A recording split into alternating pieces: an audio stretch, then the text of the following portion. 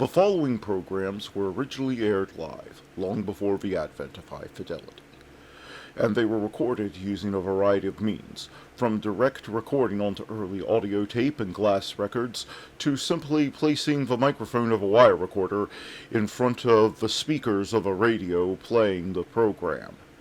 I hope, however, that any variance in audio quality will not take away from your pleasure in listening to these, some of the all-time favorite shows.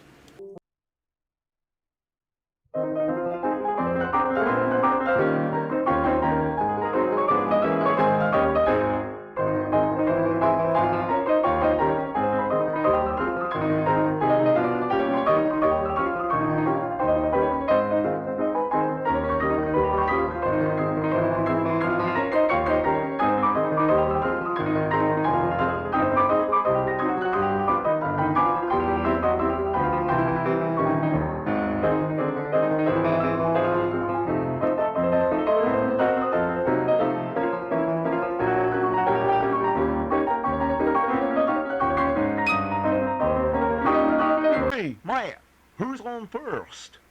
Why, it's Bud Abbott and Lou Costello who are up next.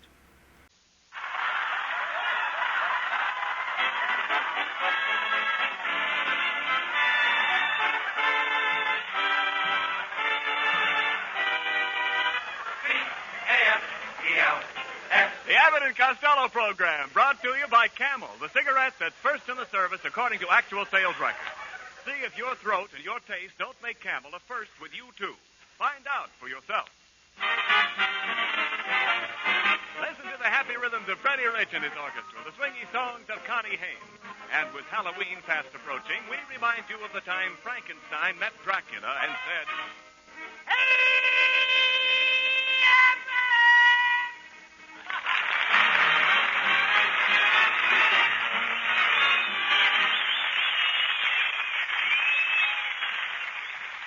Hey, Costello, where have you been? What? Where have you been? Why are you all dressed up tonight? Oh, Abbott, I just came from my cousin Corporal Hugo Costello's wedding. Oh, so your cousin Hugo finally got married, eh? Yeah. Who did he marry? Who did he marry? Yeah. He married a woman. You dummy, of course he married a woman. Who ever heard of anybody marrying a man? My mother did. Oh, no. Talk sense. Did your cousin Hugo have a military wedding? It must have been. Her father was carrying a gun. Well... Well, I hope Hugo will be very happy. I think he will, Abbott. Marriage is so romantic. So it Just is. think, his ration books, her ration books, Yes. lying side by side on the kitchen table. Yes. That is... Side by side. Side by side. Ration books. That is romantic. Ration books side by side. Yes. That's the biggest hole I'm going to drill right here with All right, my wait a clamp. minute. There's no more, I'll guarantee it. Hey, wait a minute. Look. Either you do or you don't. All right, look, Lou. Look, by the way, who gave the ride away, Costello? Huh? Who gave the ride away? Well, let me see. What page are you on? No, never mind. Who gave the bride away? That's what I said. Don't you know? It's your own cousin. Oh, nobody. Nobody. No, I could have, but I cut my mouth shut. Oh, no. No, Costello. I mean, who led her down the aisle? Nobody let her. She knew the way blindfolded. Look, Costello, somebody had to lead her down the aisle to meet her spouse. To meet her what? To meet her spouse. Hugo is the spouse. Are you lost now? No. No, don't you understand? A spouse. Her spouse. Now, just a minute. Now, I wait a got minute. it. Just a minute. Hugo is her spouse. You can't call Uncle Hugo a spouse. He never touches the stuff. No, I don't. Okay. Then we'll say Hugo was the groom. That's better. He was a groom before he got married, too. Oh, now, wait a minute. How could he be the groom before he got married? He took care of the general's horse. Well, skip it. Okay. Never mind. Look, how did the bride look, Costello? Was she wearing a corsage? Abbott, how can you ask me such a thing? I'm only a young boy. Oh, now, look. I'm only asking you if the bride wore a corsage. No, with her shape, she didn't need one. No. Look, Costello, you saw the bride, didn't you? Sure. Well, what kind of clothes did she wear? Oh, she had a beautiful torso. Torso? Yep. Every bride has to have a torso. No, Costello. You mean trousseau. Did you see her trousseau? He wasn't there. No. Who wasn't there? Robinson Trousseau. No. Listen, Costello, You're talking like a kid. No, I'm not talking now. Well, listen, I'll explain it to you. When the bride came into the church, Did you notice her train? What train? She drove up in a second-hand Plymouth. No. I'm talking about the train on her dress. Now, with every bridal dress, you get a train. What store is giving those away? I bought a suit once. I got a baseball bat and a catcher's mitt, but I never got a train. No, Costello. All right, no. Will you please listen? What a joke. Yes, when the bride walked into the church. Now listen to me, please. When the bride walked into the church, was she dragging anything behind her? Yeah, my cousin Hugo. No. I'm talking about her dress. Did you see that long white piece of goods hanging from her dress? Oh, yeah, I saw that. Well, that was her train. That was her train? Yeah. I tripped over that thing and tore it off. You tore off her train? Yep. How did the bride look without a train? She looked like a late freight with a loose caboose.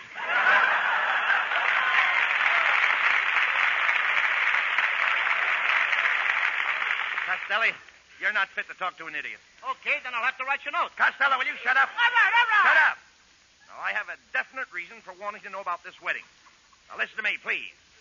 I'm still thinking about your $75 that we have in the bank. Yeah. Now, we're going to make that money. Will you listen to me, please?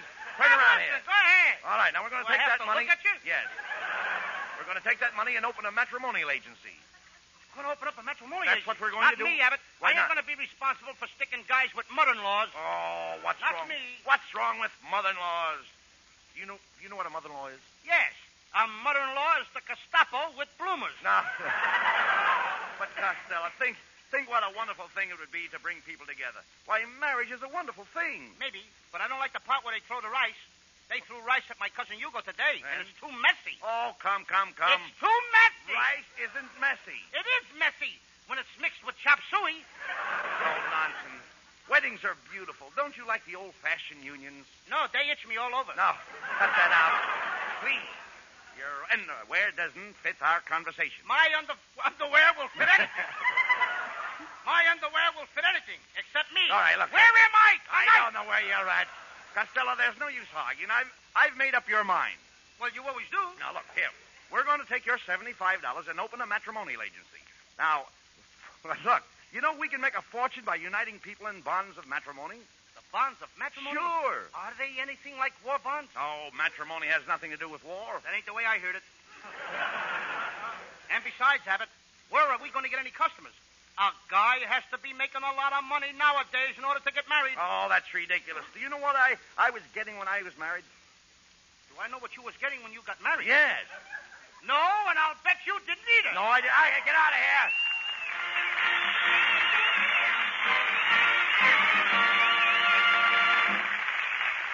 In Saipan, one Marine says to another, "Hey, Joe, you got a camel?" And his pal says, "Sure," and hands him one. The same thing happens on an aircraft carrier off the Philippines and in the fighting beyond Aachen. And then, too, people at home are smoking more than ever before. So, unfortunately and unavoidably, there will be times when your dealer has to say to you, "Sorry, no camels today," when you ask for them. But remember this. Camel's kind, cool, throat-easy mildness and Camel's rich, full, fresh flavor make Camels worth asking for again the very next time you buy cigarettes. C-A-M-E-L. Camels, the cigarette of costlier tobaccos.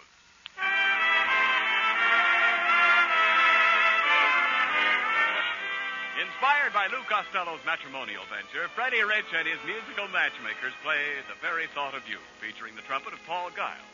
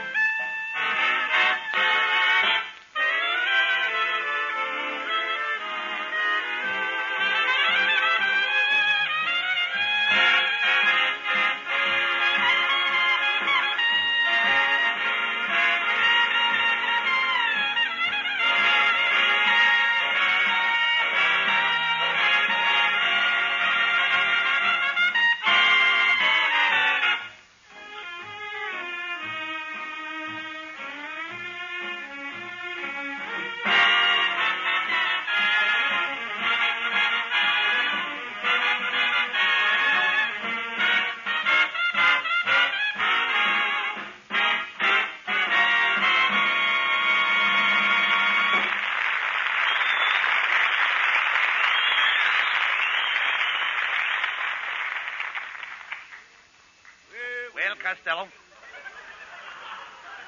Well, here we are in our own office. Well, yeah, here we are. Hello, Ken. How are you? Ken. Come over here a minute, Ken. How you been? You've got something to say to the folks, haven't you, I Ken? have something to say to the You know, folks? why not tell the folks right from our office? Well, now, I don't have anything to say right Well, then here. get away from the What are you mic. doing in the office? This is a brand new Abbott, office. Continue. Yes. How do you like the office, Flo? How do I like the office? This is our new matrimonial agency. Everything is laying around the office here. Yeah. Look, Abbott, What? who painted our names on those office doors? I did. You did, huh? You see, on my door it says Bud Abbott, senior partner, and your door it says Lou Costello, Jr. I don't like the way you spell junior. What do you mean? Janiter. Looks like I'm going to clean up in this business. Oh, come on, Costello. Answer the phone. It might be a reply to the matrimonial ad that I put in the papers this morning. Hello. Abbott and Costello's matrimonial agency. If you furnish the money, we'll get you a honey. Say, do you think you could find me a wife? You see, I've got to have a wife. I've got $2 million. I'll give the girl $1 million, and I'll give you $1 million for your fee. $1 million for me? Oh, boy. Come right over to the office. I can't come over. They won't let me out of here. But I'm all right, I tell you. I'm all right. Hey, Abbott, what paper did you put that ad in? The Hardware Journal. I thought so. One of the nuts just called up. I'm looking for a man. I've got to have a man. I must have a man. I tell you, I must have a man. Lady, put me down! Just a minute, miss. What can we do for you? All my life I've been looking for the ideal man, and at last I found him. I love this little fat boy. Oh, speak to me, my chubby little Romeo. Tell me that you love me. Speak to me. Speak to me. Why don't you say something? I can't. You're standing on my chest! Get it up! Oh, you wonderful man. Take me in your arms, my little fat boy, and say that I am beautiful. Go ahead, say it. I don't want to. Oh, please say it. Say that I am beautiful. Okay. I am beautiful. Look, Yeah, now you made me say look, it. madam, we'll find a husband. Look, we'll find a husband if you'll just answer a few questions. Now, have you ever been married before? Oh, yes. I was happily married for 15 years, but 7 years ago my husband disappeared. I'm afraid the poor man is dead. Costello, just look at this poor woman. Yeah. Her husband is dead. I am looking at her. He isn't dead. He's hiding. Now get her out of here, Abbott. Look, Abbott, please. What kind of a business did you get me into? First a crazy guy calls up, and then a dame tries to run away with me. I'm going back to my old racket, raising pigs. Raising pigs? Yes, sir. I buy pigs in the fall for $2. I fatten them up and sell them in the spring for $2. Wait a minute. You buy pigs in the fall for $2 and you Sure. sell them in the spring for $2? Sure. Well, you can't make any money that way. No, but I have the use of the pigs all winter. Uh-oh. This is probably another customer. Come in. At weddings I am handy. Well, it's our friend Kissel.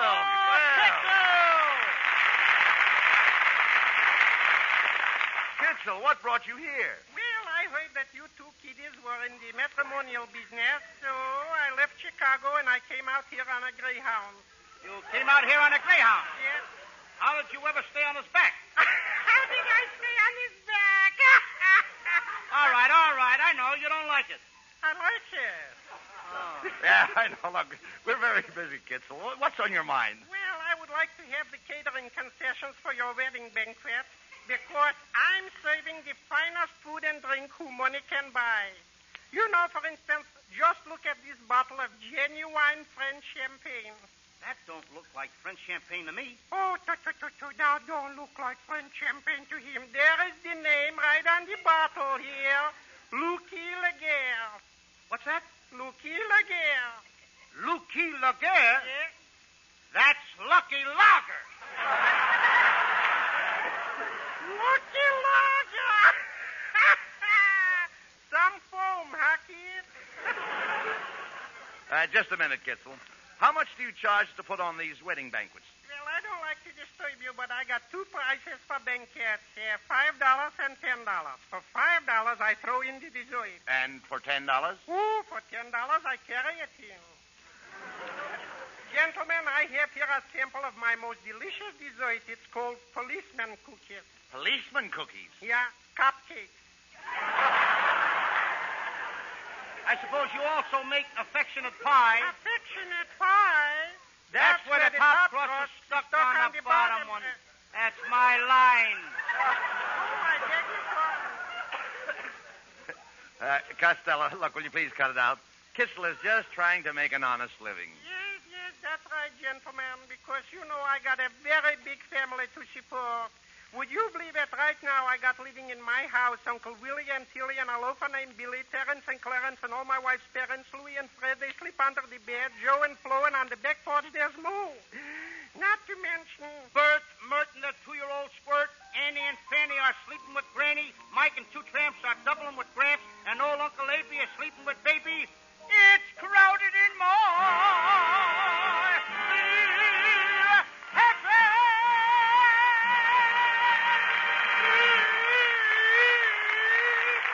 As a possible theme song for the Abbot and Costello Matrimonial Bureau, our singing star Connie Haynes suggests It Had to Be You. Sing it out there, Connie.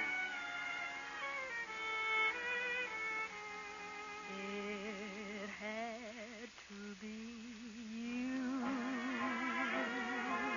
It had to be you. I wandered around and finally found somebody who could make me be blue, could make me be true,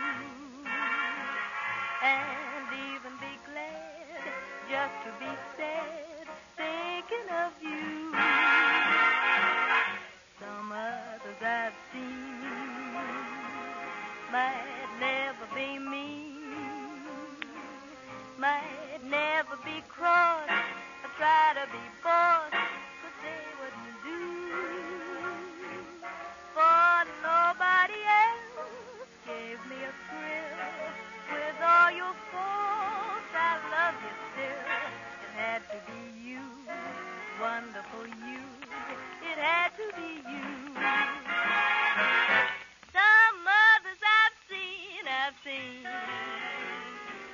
might never be mean, might never be cross, try to be boss, they wouldn't do. For nobody else gave me a thrill. With all your faults, I love you still. It had to be you, wonderful you. It had to be you. Yes, it'll always be. No, it'll have to be. Sure, it'll always be. No one but you.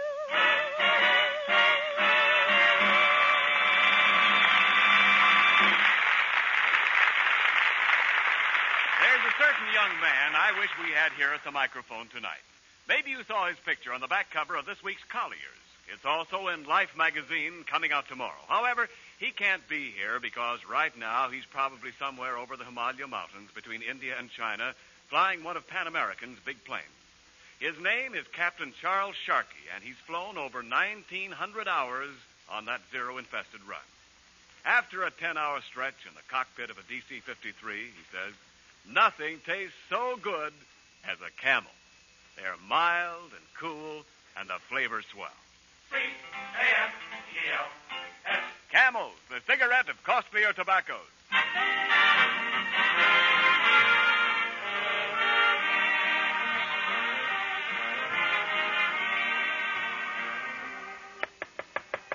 Come in. Good afternoon, gentlemen. I'm from the Marriage License Bureau. Mr. Costello, do you understand the laws governing marriage? I do. And Mr. Abbott, do you understand the marriage laws? I do. Very well. I now pronounce you man and wife. $5, please. Hey, this is a fine business, Abbott. I can't understand why we haven't got any customers coming in. I put an ad in the paper this morning. How did the ad read? I don't know. Freddie Rich probably can tell you better than me. Well, I'll tell you. The ad said, gentleman with bottle of olives would like to meet a lady with a pint of gin. Object, Martinis. Oh. Now, you silly dope, not martinis, matrimony. Well, hello, fellas. How's the new matrimonial agency? Well, it's Ken Niles. Yeah, I just dropped over to bring you some business. I have a little niece at home, and she's dying to marry Lou Costello. Oh, why does everybody want to marry me? Sometimes I wish I wasn't so young and beautiful. And All right, look. And charming. Yeah, I know. And debonair. Yeah, we know that. And petite. Yeah, they're petite, yeah. In French, petite. Petite, all right. In Scotch, petite. Petite, all right, look. In Irish, petite. Well, let it go at that. I Look. got no more. All right, well, let it go. Look, Costello. Niles' idea sounds like a good proposition. Now, has your niece got any money, Ken? Oh, yes. She inherited a very fat dowry from her mother. We don't care about her sheep. Has she got any money? How dare you ask such a question, Costello? She is a Niles. I'll have you know, we Niles are a proud lot. You Niles are a vacant lot. Now, Costello. Look, are you really serious, Ken, about your niece wanting to marry Costello? Oh, yes, I am. Just last night, my little niece was sitting on the floor playing with her toys, and she looked up at me and said, "That Lou Costello is the sweetest boy, and I'd like to marry him." Oh, now, isn't that cute? How old is she? 57. But look, Ken, Costello doesn't want to get married, but we'll be glad to find a husband for your niece. Oh, that's wonderful, Bud. She's right out in the waiting room. Shall I bring her in? You better wheel her in. Oh, Poinciana! Or roll her in. Poinciana, will you step in here? Here she comes on the run. She don't run very good. Maybe she needs a grease job. Quiet, Costello. How do you do, Miss... Your full name is Poinciana Pigeon-Pigeon.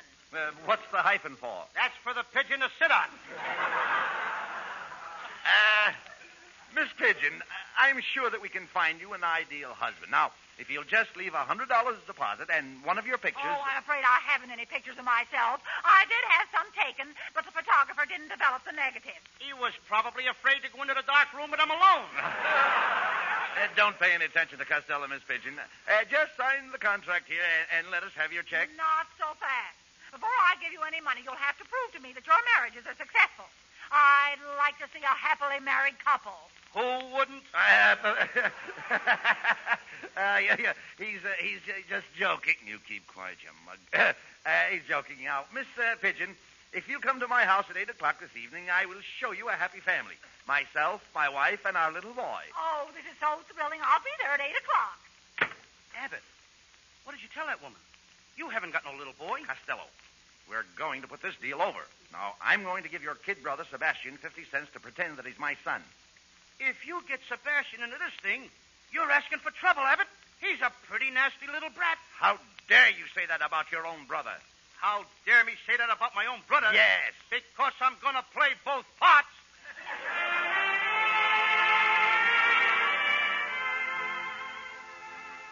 Well, Abbott, I bring my little kid brother Sebastian over to play the part of your son.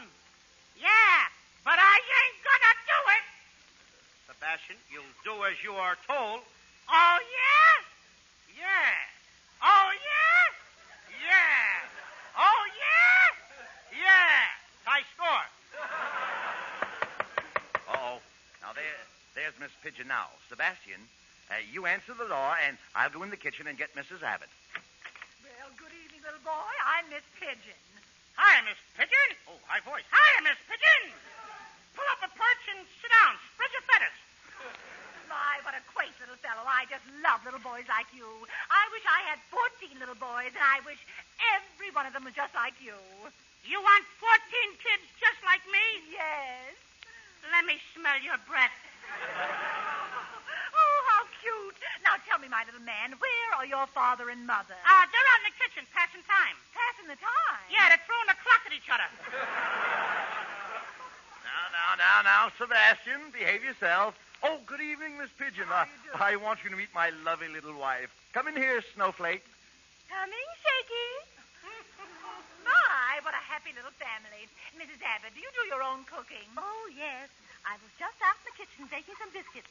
Buddy simply loves them. Wouldn't you like to sink your teeth into another one, dear? No, he'd like to get his teeth out of the last one. Oh, dear little Sebastian. He's always joking. I'll kill that kid.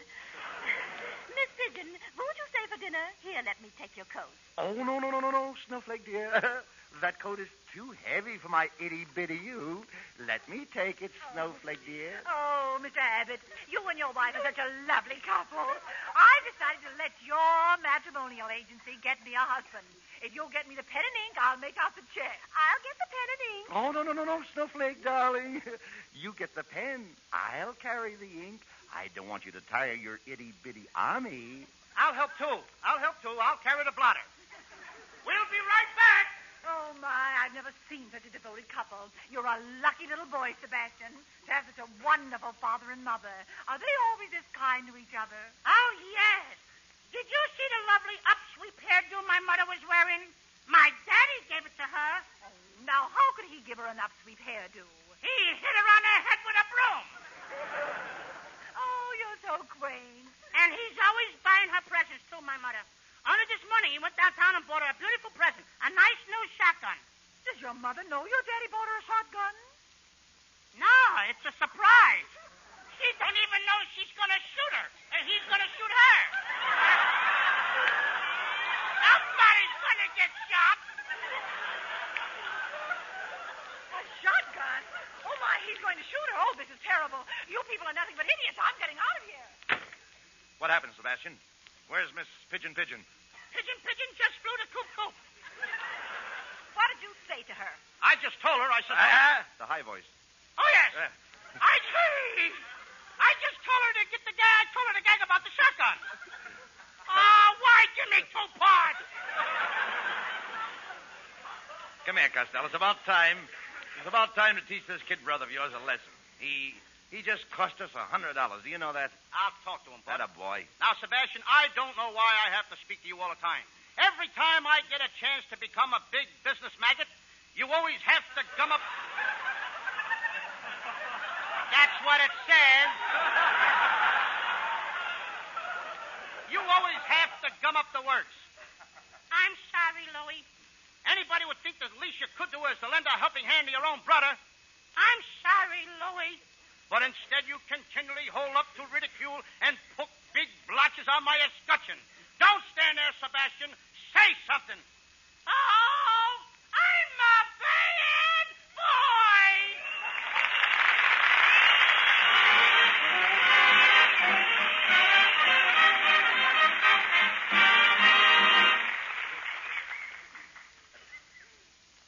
Abbott and Costello will be back with you in just a moment. Thanks to the Yanks of the Week. Tonight we salute Corporal Robert H. True of Denver, Colorado, right-waist gunner on a Liberator bomber for his heroism in rescuing a combat crew member enveloped in flaming gasoline. In your honor, Corporal True, the makers of Camels are sending to our fighters overseas 400,000 Camel cigarettes.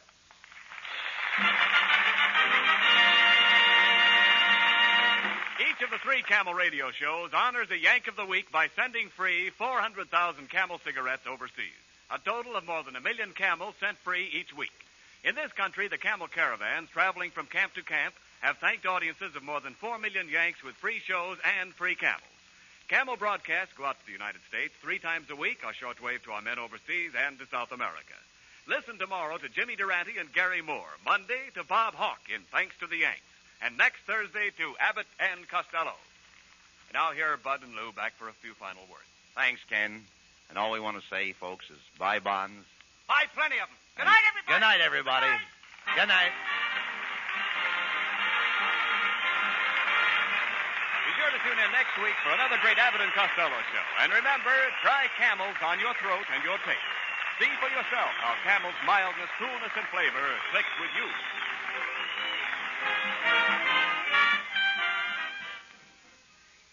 Somewhere right now, a man who's had a hard day is sitting in a soft, easy chair, ready to relax as he packs his pipe.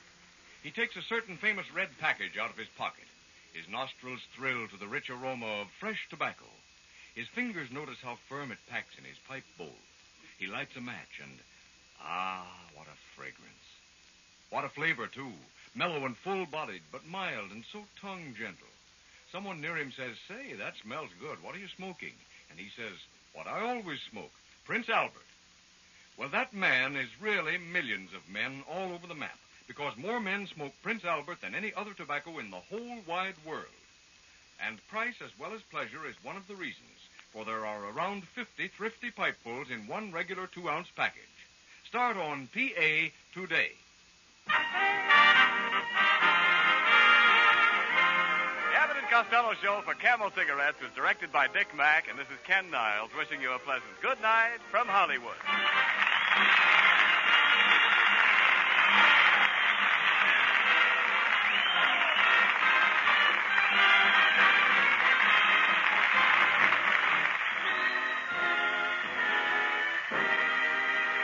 This is the National Broadcasting Company.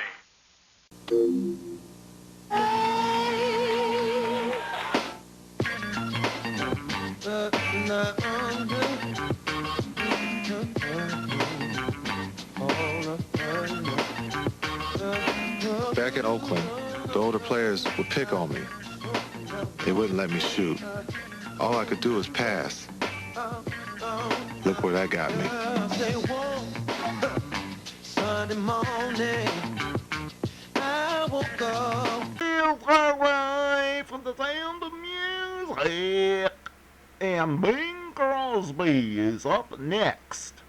Well, Bing, you all set? Yeah, I guess we can make another one.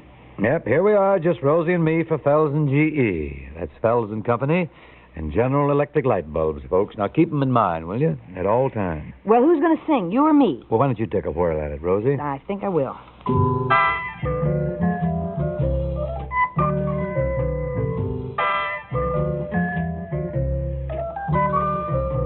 I'm a sentimental sap, that's all. What's the use of trying not to fall? I have no will. You made your kill, 'cause you took advantage of me. I'm just like an apple on a bough, and you're gonna shake me down somehow. What's the use? You cooked my goose, 'cause you took advantage of me. I'm so hot and bothered that I don't know my elbow from my ear. I suffer something awful each time you go, and much worse when you're near. Here am I with all my bridges burned, just a babe in arms where you're concerned. Lock the doors and call me yours, 'cause you took advantage of me.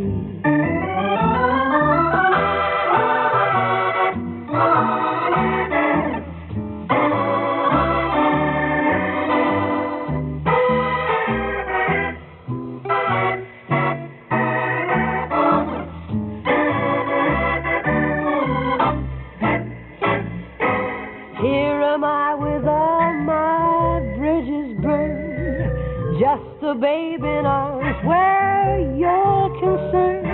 Lock the doors and call me yours, 'cause you took advantage. You took advantage. You took advantage of me.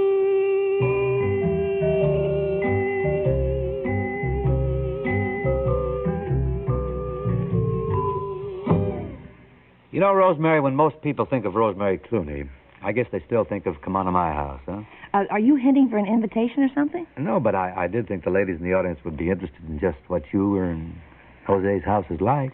Well, it has all the modern conveniences. Including Instant Fells Naphtha? Oh, definitely including Instant Fells Naphtha. Well, I hope so. One of the greatest modern conveniences. Well, like many of the newest helps for your home, everything in Instant Fells Naphtha is built in. Everything.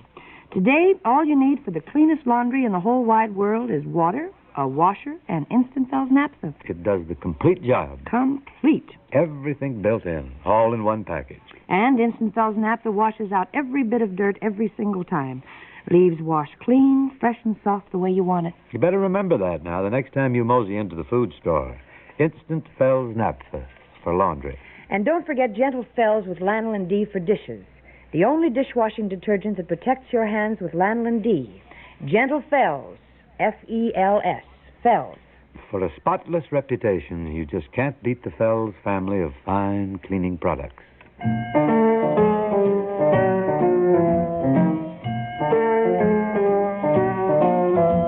Rain,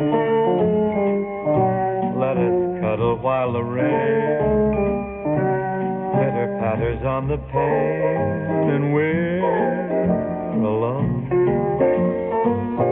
A chance to while away a dreamy afternoon, a lovely peaceful afternoon. No one can see us. Hooray, it's so cozy in the rain. There's no reason to complain if she's with you. To hold her hand, and then it's 10-1 you kiss her in the rain, rain, rain.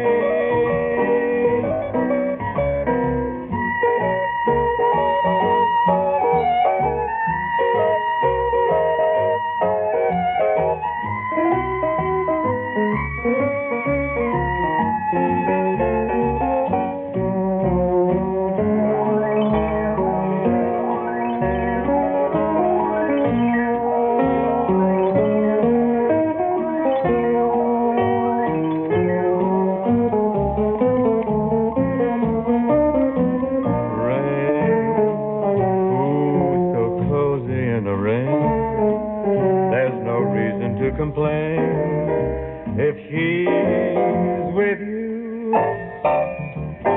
To hold her hand, and then it's 10-1 you kiss her in the rain, rain, rain.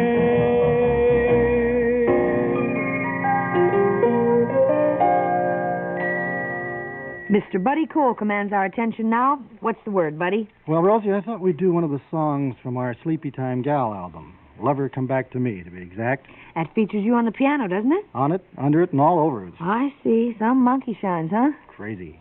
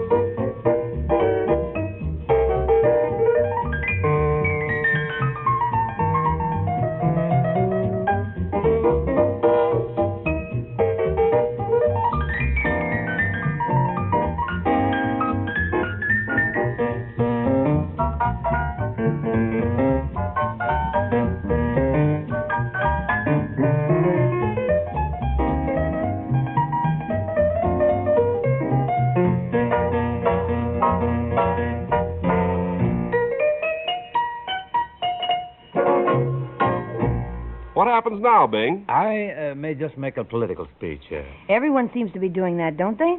Oh, nowadays politics are in the air for sure. Won't be long, you know. We're going to have a new president. Oh, gee, I wonder who the lucky fellow will be. What do you mean, the lucky fellow? It could be a lucky lady, you know. Phew. You think we might have a lady president, Rosie? It's possible, isn't it? Well, I don't think this time out, but I suppose in the future it's possible. You know Senator Margaret K. Smith, the lady from Maine? She's very often mentioned as a candidate. Yeah, she always figures in the speculative lists of ladies. But apparently, Margaret Smith doesn't think she'll be president, at least not soon. How do you know? Well, a friend asked her, you know. I heard of this. She was asked what she would do if she woke up one morning and found herself in the White House, and she said, I would apologize to the president's wife and go home. just the same. Yeah, that's pretty good. Lady. Just the same, there's going to be a lady boss in the White House one of these days. Oh, there have been plenty of lady bosses in the White House, but they just haven't been presidents. You see what I mean? Yes. I don't see why people should worry about a woman being in charge of this country. All through history, there have been lots of lady rulers. Good ones, too. Yes, that's true. Lots of lady rulers. Now, in the year 1560... 1560? How'd we get way back there? In the year 1560, all of Europe was ruled by women. You been doing research on this? No, I've got the facts, Max. Nearly all Europe was ruled by queens, huh? Yeah, sure thing. The Netherlands was ruled by Margaret of Austria. Maggie, big girl. France by Catherine de Medici. Yes. Portugal by Isabella. She gave Columbus this. That's the one. That's the guy. Yeah, sure. England by Elizabeth. Mm-hmm. Scotland by Mary Stuart.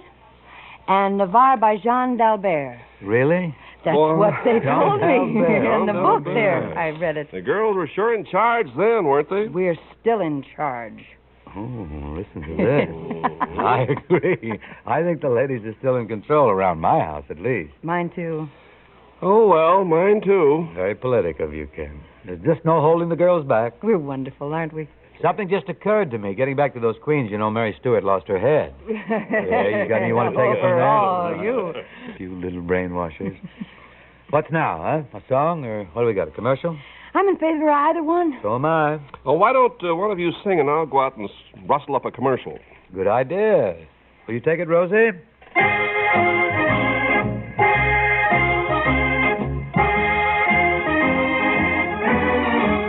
What did we do last night? Tell me, what did we do that makes me feel so great today? Tell me, what did we do that was different and new, that has me feeling this way? Saw a show and then we had a bite. Just another date. Gonna meet again next Friday night.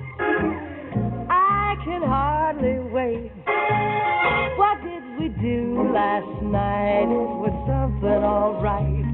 It's all that I keep dreaming of. All the time we were out simply wandering about. Guess we must have been falling in love.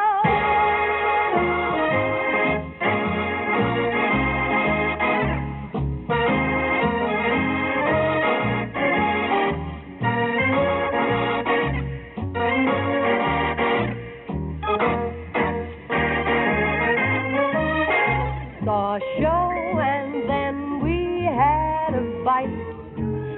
Just another day. We're gonna meet again next Friday night, and I can hardly wait. What did we do last night? It was something all right. It's all that I keep dreaming of. All the time we were out simply wandering about. Guess we must have been falling in love.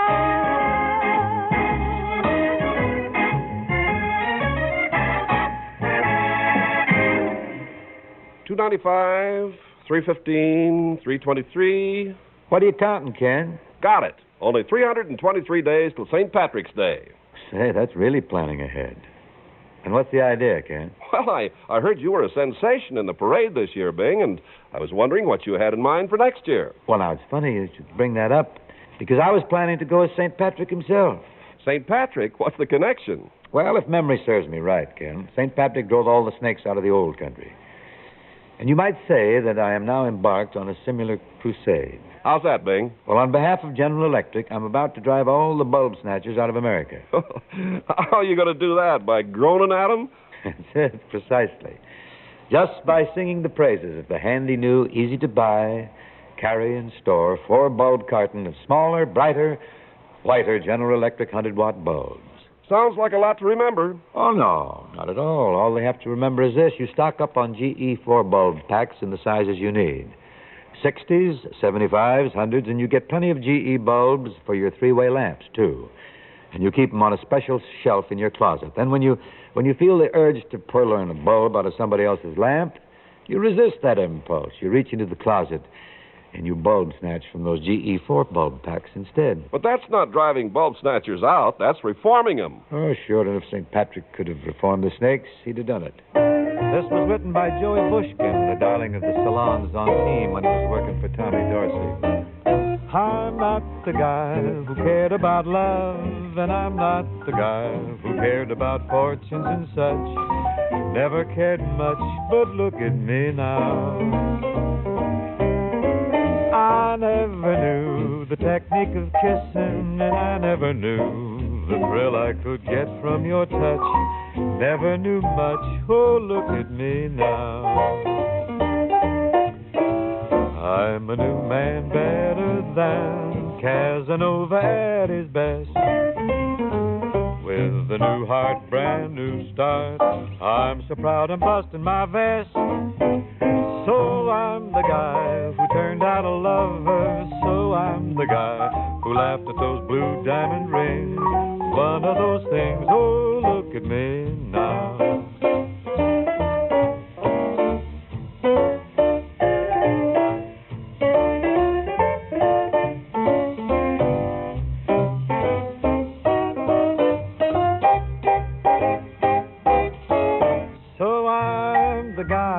Turned out a lover, so I'm the guy who laughed at those blue diamond rings. One of those things, oh, look at me now.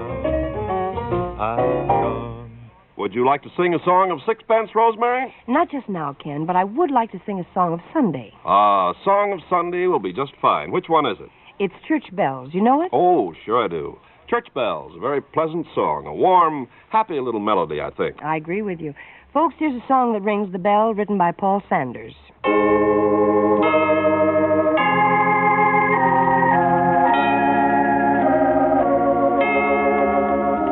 I love to hear the church bells ring on Sunday.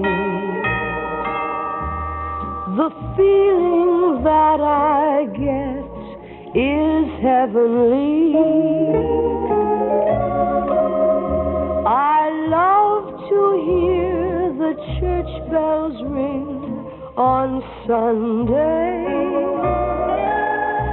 for it's the day that brings you close to me.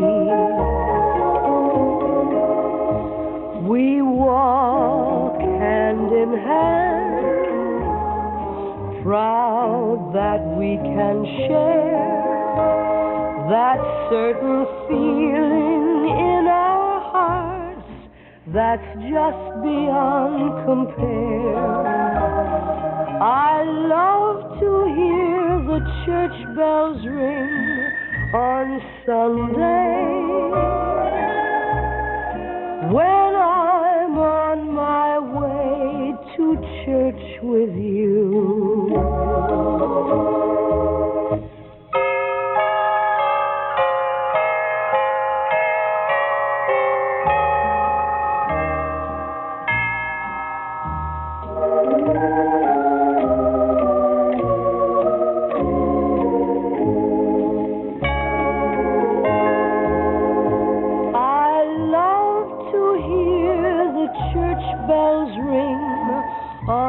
Sunday, when I'm on my way to church with you.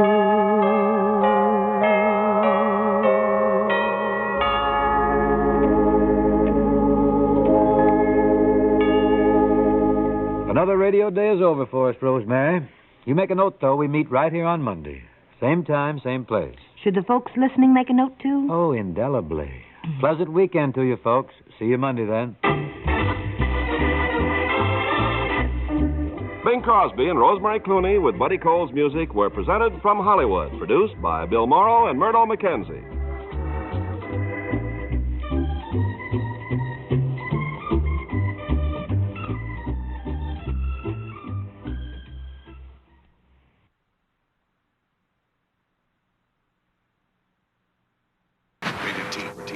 A girl imprisoned, enslaved, deceived by a force so evil, she has no choice but to destroy it.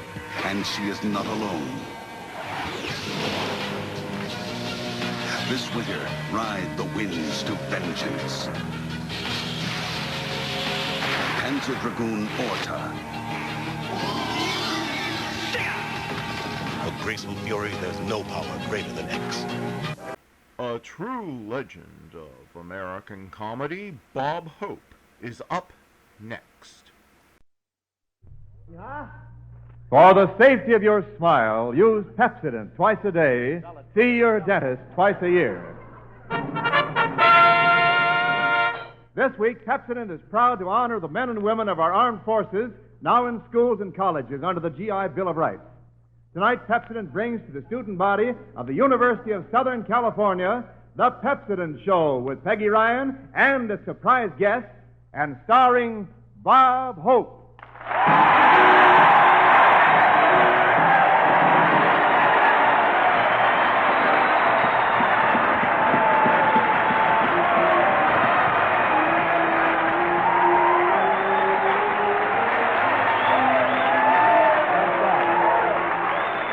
Thank you. How do you do? How do you do, ladies and gentlemen? This is Bob broadcasting from the campus of the University of Southern California, Hope. Telling you students, don't be a sap, remove the cap and use Pepsodent on your trap. And you'll never have a gap in your map that'll frighten a co-ed off your lap.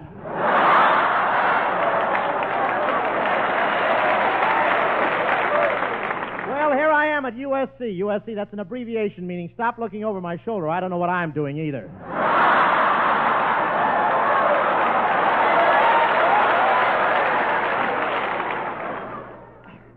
I've been playing Army camps, but my sponsor wanted me to appear at a college this week. He thought it'd be nice if I did a show from someplace I've never been. College, that's where you learn how to make money like Crosby after spending 4 years dressing like him.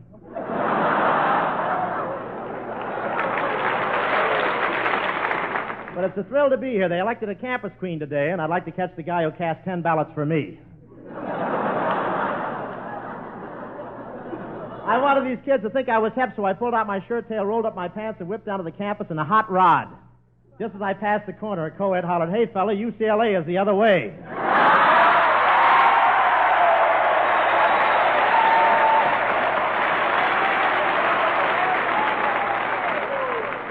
And when I arrived here, the faculty invited me over for tea. They were going to give me something a little stronger than tea, but the chemistry class didn't have it finished in time.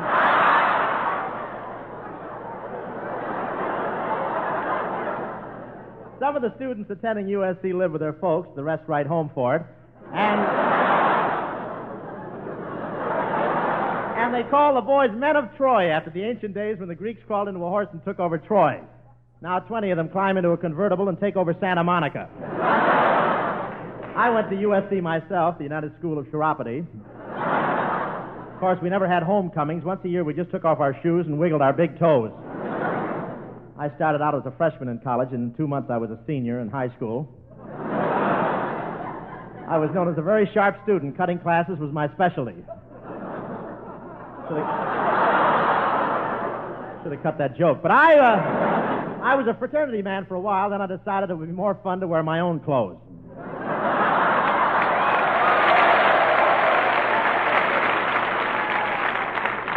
And while I was in school, things were always missing from the lockers. I wasn't exactly responsible. At the minute I went out with a girl, everybody started calling her Yolanda.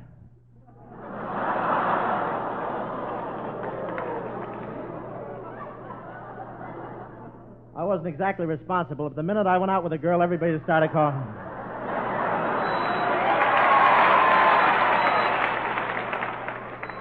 My school was coeducational. In fact, that's what I majored in. I like those co-ed type of sweaters. I noticed one on the girl, and it wasn't exactly big, but it's the first time I ever saw anybody wear a sweater in Los Angeles while her mother was still knitting it in Pomona. And Saturday, they're having the big game with UCLA here, and I won't say they're football crazy, but I bent over to tie my shoe on the campus this morning, and the next thing I knew, I was getting a bird's eye view of Los Angeles.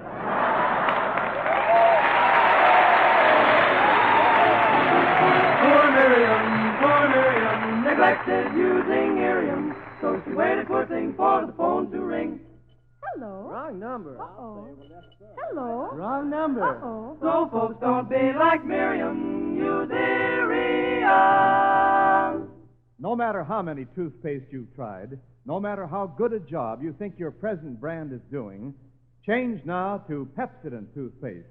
And in just 1 week, see if you don't find new brightness in your teeth, new sparkle in your smile. You see, Pepsodent, and only Pepsodent, contains Irium, the exclusive cleansing ingredient. And Pepsodent toothpaste with Irium removes the film that makes your teeth look dull. It loosens film and floats it away, quickly, easily, safely. Because it removes film, Pepsodent toothpaste with Irium brings new brightness to your teeth.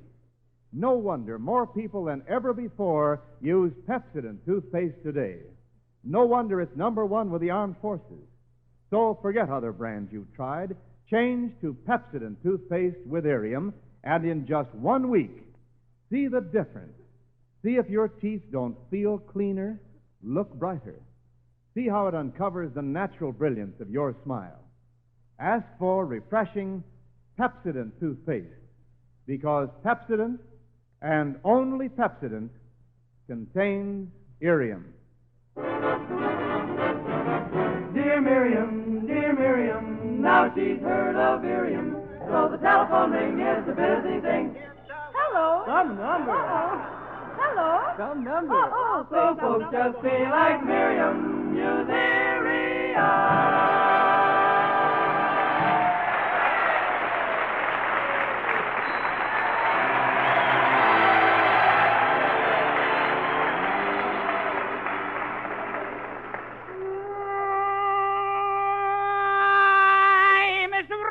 As a willow in a windstorm. I'm as jumpy as a puppet on a string. I'd say that I had a spring fever, but I know it isn't a suffering. I am starry-eyed and vaguely discontented, like a nightingale without a song to sing. Oh, why should I have a suffering fever when it isn't even a suffering? I keep wishing I were someone else, walking down a strange nursery, hearing words that I have never heard from a girl I have yet to meet.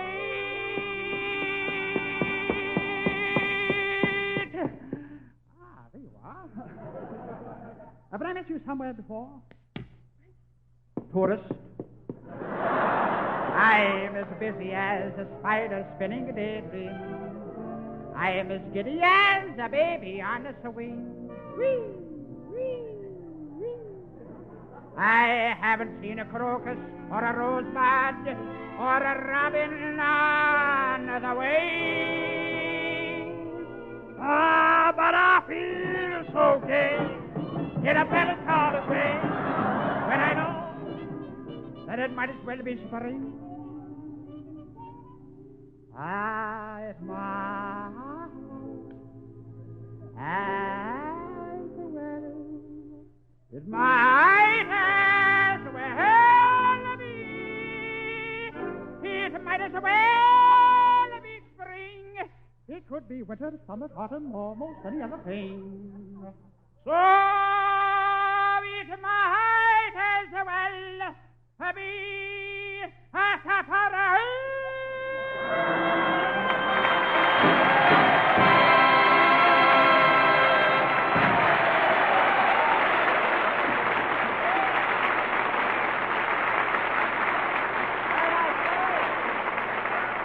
That was Jerry Colonna singing It Might As Well Be Spring. I don't know about the springs, but he really got a mattress. And now, ladies and gentlemen, I'd like to meet a young lady who was with us 2 weeks ago and is back again tonight for a little postgraduate work.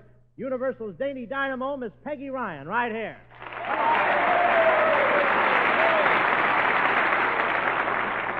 Thanks, Bob, and thank you, students. You know, Mr. hope I go for these college men. Do I was it. out with one last night, and I found out what that SC stands for. Studious Collegians? No, Smoochin' Charlies.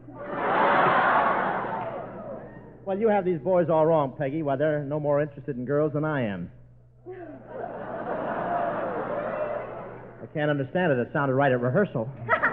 I'm going to have a lot of fun tonight, Bob. You Some are? of the girls invited me to their sorority dance here. Oh, it sounds exciting. Good, because I wanted you to take me. You're asking me to go to the dance with you? Yeah, we had a talk and decided somebody had to bring a chaperone.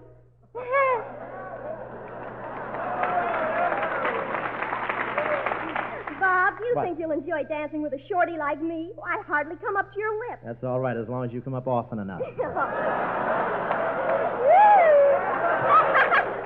And after the dance is over, I'll just stay at the sorority house, Bob. Well, why don't you let me take you home? I'd love to. Oh, really? I didn't know the streetcars ran that late. Well, the motorman's my director out at Paramount during the day. Hello, Maggie. Hello, Bob. Well, Francis Langsford, look at here.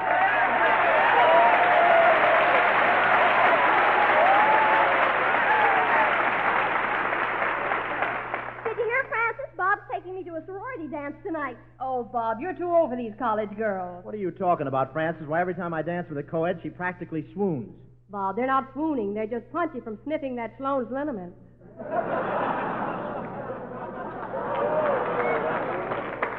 Maybe you're right, Francis. Maybe I would feel out of place at a college dance. Yeah, it's really a shame you didn't go to college, Bob. It does an awful lot for a man. A freshman comes to USC green and crude, and 4 years later he leaves the college a worldly, polished senior. Well, let's show the folks.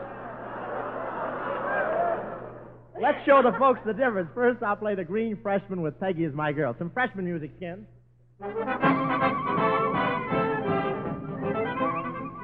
Well, here I am, a freshman at USC. I think I'll ankle down to the Union Soda shop and see if I can get me a date with a sophomore. I sure go for them sophisticated women.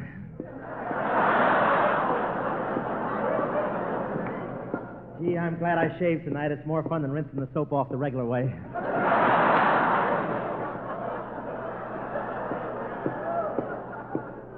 But it's great being a freshman. The upperclassmen treat you with such respect. It's a pleasure to pay the tuition. Get off the sidewalk, you bum. Wonder if I can get a refund. This looks like the Union. I better go in. Oops. Gee, this college life is really rough. Even the revolving doors paddle you. Hey, there's a cute pigeon perched up at the counter. Looks like she might be flying in messages from Cupid. She's wearing one of those sloppy Joe sweaters, too. Hiya, Drag. Hiya, Sag. Sit down. Tell me, are you a freshman? That's up to you.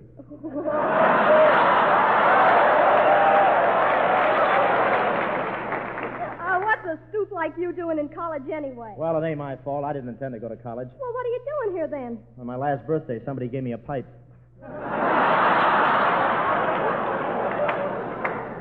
Say, how do you like my new pork pie hat? Oh, I don't know. I think you left it in the oven too long.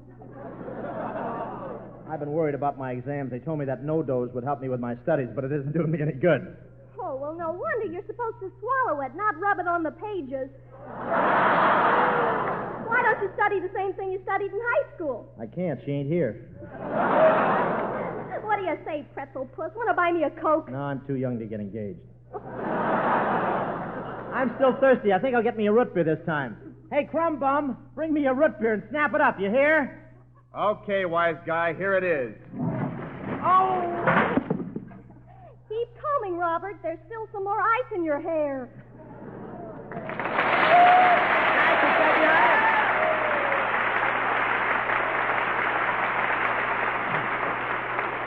And now, 4 years later, we find the same couple, polished seniors.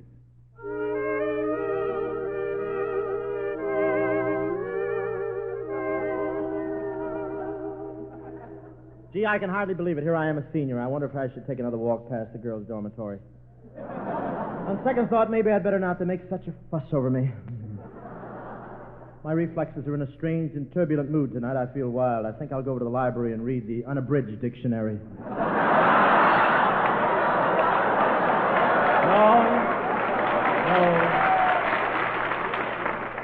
No, that's too dashing. I think I'll go over to the Union for a snack. I hate to go in the Union. It's always full of such raucous characters. But I have my duty to SC. Here I go. Dad, someday I'm going to strike that thing back. Gracious, it's just as crowded as I expected. Hey, Bud, here's a stool for you. 2, please. I'm a senior.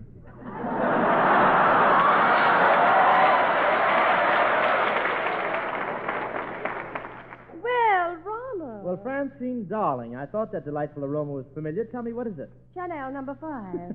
You have a definite smell about you. What is it? Chemistry lab, number 1A. Oh, boy. 1 ice cream cone, please. 1 ice cream cone for the 2 of us? We'll share it. You may eat from the big end. Here's your cone. One moment, my good man. You had your thumb in the ice cream. Well, I can't stand here all night. Hurry up and finish licking it.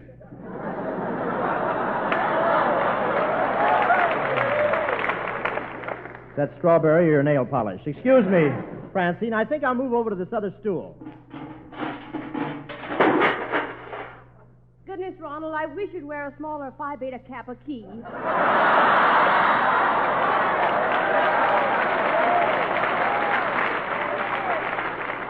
Oh, don't be ridiculous. It saves me the bother of carrying a cane. By the way, old Bean, how about marrying me? You want me to marry you? Yeah, should we give it a whirl? Well, I don't want to hurt your feelings, Ronald, but I really consider you the ugliest, stupidest, most hopelessly half-witted... I have 2 tickets to the Rose Bowl game. You have?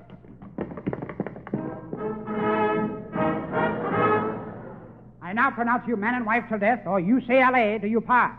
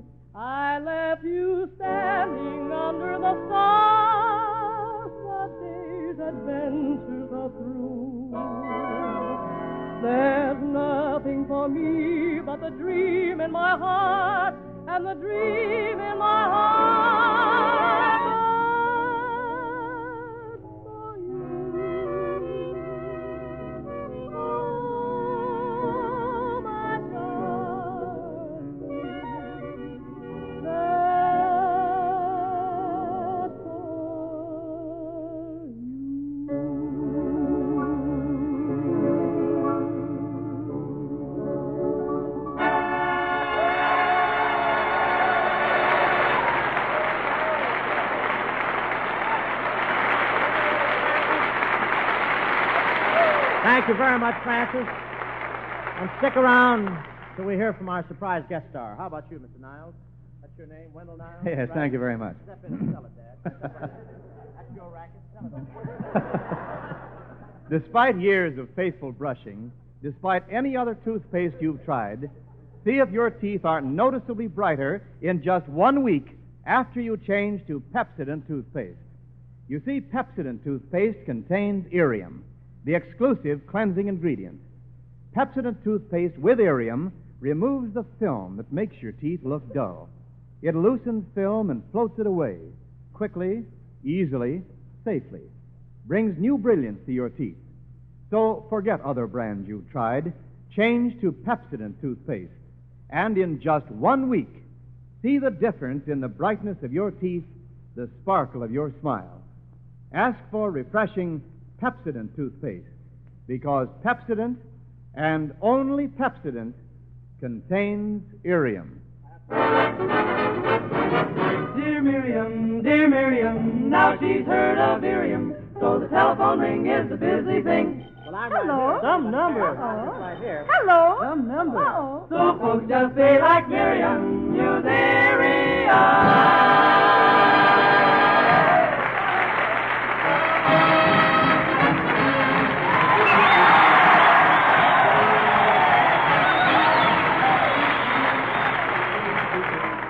Excitement here on the Southern California campus is building to a tense peak as homecoming week and the football season race toward Saturday's climax. The excitement has spread to Bob. He had decided to join the Southern California squad. Upon hearing that Bob is to play football for Southern California, the president of the university is aghast. He says, Extractum gast, expellum, or in English, get that spook out of here.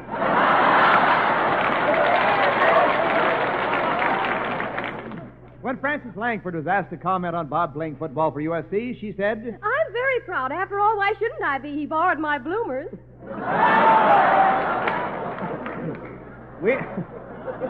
We now take you to the USC locker room where the coach, Rufus von Cravath Colonna,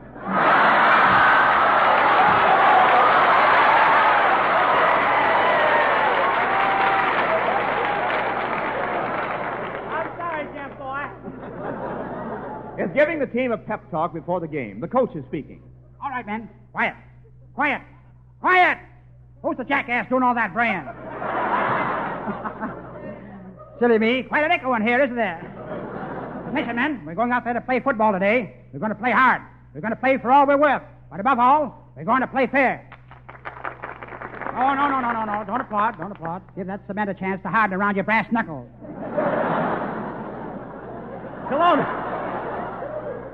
Kelowna, are you the football coach here? That's right, Hope. J. Crossbar Kelowna. Football coach, lover of clean sport, and champion of fair play. Also answers to all examinations, so cheap. Professor, you're non-compass metis. I know, they just pledged me yesterday. Well, that's all, men. Now get in there and win for dear old UCLA. UCLA, Kelowna, this is USC. It is? Of course. Oh, silly bee. Must have got on the wrong bus this morning. All right, now, men. Get dressed. It's almost game time. Okay, Coach. Bob, give me a hand with my uniform. Yes, they skin look at you. The last time I saw you undressed, you were just skin and bone. Was I? Yeah, what happened to the skin? Stop kibitzing, Bob.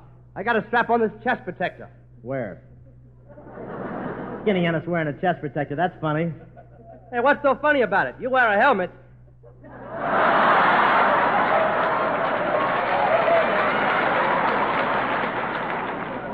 You got the band writing material for you now. All right, men, we're about to go on the field. Now, here are my final plans. Niles, you play left tackle. Ennis, you play center. And Hope, you stay in the car and keep the motor running. Wrong plans. We're ready, Coach. Fine. Remember, men, I've got it all fixed. No matter what you do to the referee won't stop the play. The referee won't stop the play. How come? I just stole the bean out of his whistle.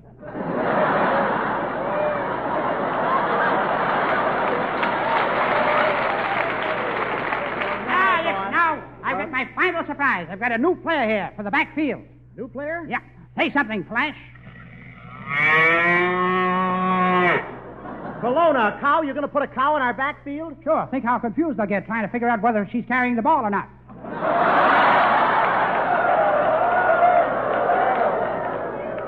Look, Coach, could we kind of hurry out on the field? I might have a chance to speak to my girl, Frances. Oh, is she here? Yeah, I gave her a couple of tickets so she could bring her little nephew, Junior, otherwise known as Red Skelton.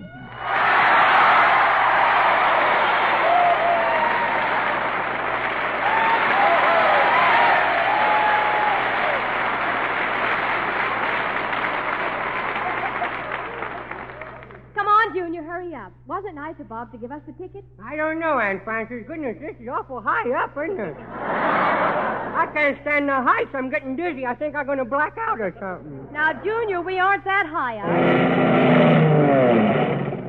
We ain't, huh? A P-38 just passed, underneath. Well, there's the team coming out on the field. There's Bob. Gee, he must have the most important player on the team. He's the only one that's got a bucket. Which one is he? Which one is he? He's the one I'm pointing at. Oh, what a cute little face. Handy, too. He can point without using his fingers.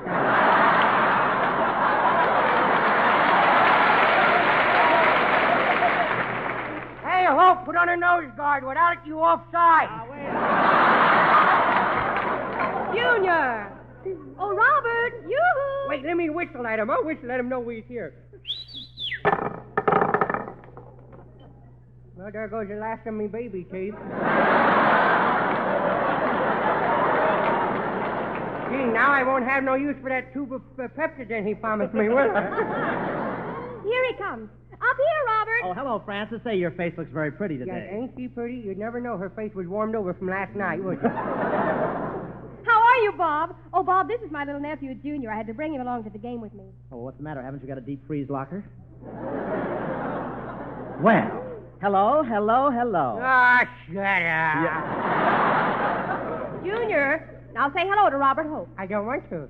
I said say hello. You let me ignore him or I will bang my head against a cement wall. Stop banging your head on that wall. Do you want to chip the cement?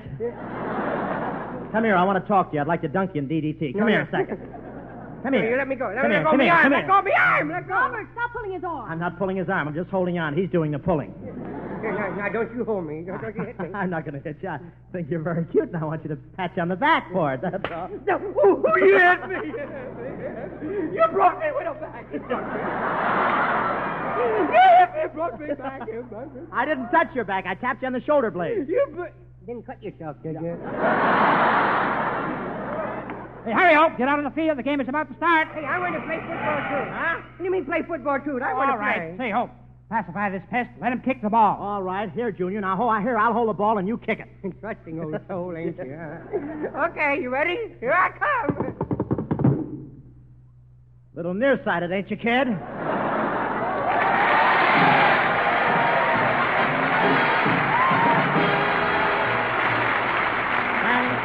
For the memory of USC, our host, known from coast to coast, Scholastic Famer College Game, your deeds deserve a toast. And we thank you so much. Thank you very much, Peggy Ryan. And we want to thank Red Skelton, who played the part of Junior, for being with us tonight. I'll drop in on your show next week, Red. You know, Red Skelton has just finished serving a hitch in Uncle Sam's Hospital Ships Company, and we want to wish you every success when you start back in the air next Tuesday with your own show for Raleigh Cigarettes.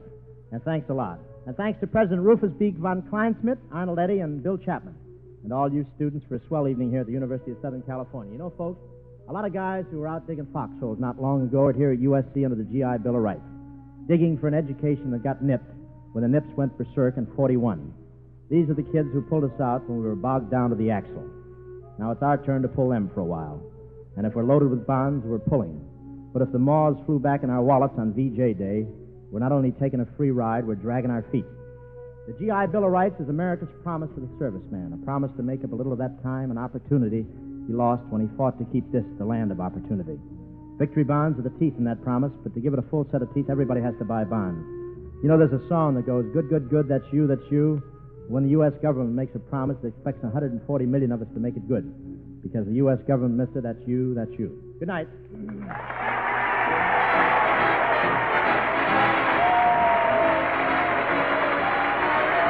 Tonight, Pepsodent has presented Bob Hope broadcasting from the campus of the University of Southern California. This is Wendell Niles reminding you to always use Pepsodent, the product that's #1 with the men and women in the service. This is the National Broadcasting Company.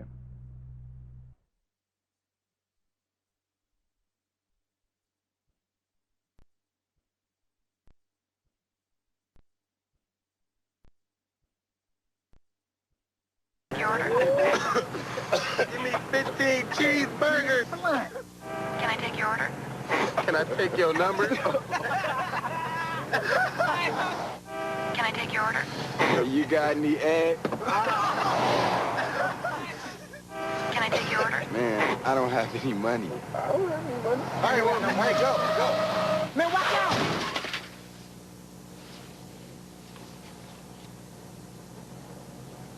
True crime stories of the LAPD are up next with Jack Webb's Dragnet.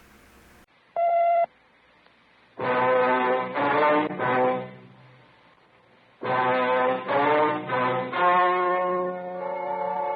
story you are about to hear is true. The names have been changed to protect the innocent. Fatima Cigarettes. Best of all, king-size cigarettes brings you Dragnet.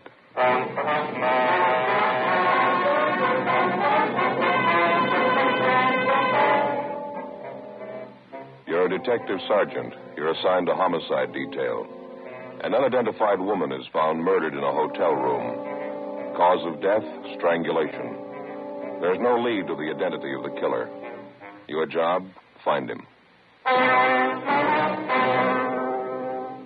The latest Fatima sales report shows thousands and thousands of king-size cigarette smokers are switching to Fatima. For the month of October, coast-to-coast actual figures show Fatima sales are up 110%, or more than double. Fatima, best of all king-size cigarettes. Definitely the best quality in its class, but the same price as the cigarette you're now smoking. Remember, thousands of Americans are switching to extra-mild Fatima. Next time, insist on the best, king-size Fatima, in the distinctive golden yellow package.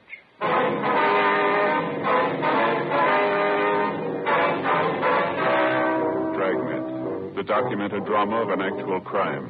For the next 30 minutes, in cooperation with the Los Angeles Police Department, you will travel step by step on the side of the law through an actual case transcribed from official police files. From beginning to end, from crime to punishment, Dragnet is the story of your police force in action. It was Tuesday, October 27th. It was cold in Los Angeles. We were working the day watch out of homicide. My partner's Ben Romero. The boss is Thad Brown, chief of detectives. My name's Friday. It was 1:35 p.m. when we got to the old Central Jail building, 3rd floor, the crime lab. How you doing, Lee? Hi, Ben, Joe. How's it going? Did you check the stuff yet? Yeah, most of it. Come on back here. Okay. Well, this is all of it. Did you find anything we can get a lead out of? Nothing too good, no. I don't think you could identify it from what we've got here. The morgue post the body yet? Yeah, just this morning. How about fingerprints, Lee? They find any in that hotel room? No foreign prints, no. Dead end there. What about the woman's purse? Did it show anything? No chance. You can see the fabric here. Won't take a print. Yeah. Contents of the purse here, usual stuff. Mm-hmm. Comb, lipstick, keychain, 1 key on it, half pack of chewing gum, coin purse, a dime, 2 nickels in it. That's all of it. Yeah. According to the room clerk at the hotel, she had a wallet with her when she checked in. There's no sign of that, was there? Nope. No sign of it in the hotel room either. Checked everything. Is that the only piece of jewelry found on the body, that wedding ring there? Yeah, it's a cheap ring. No markings on it. No way of tracing it. About the only thing I can tell you, she was pretty well dressed. That's an expensive bag there. Yeah. Sure not a cheap dress either. Same for a coat and shoes. They cost some money, too. How about labels on any of that stuff? One on the coat. Yeah? You can see right here. Benwood Department Store, Los Angeles. Coat's fairly new. They might be able to give you something on it. Yeah, maybe. The people at the hotel, get anything there? Well, it could have been better, Lee.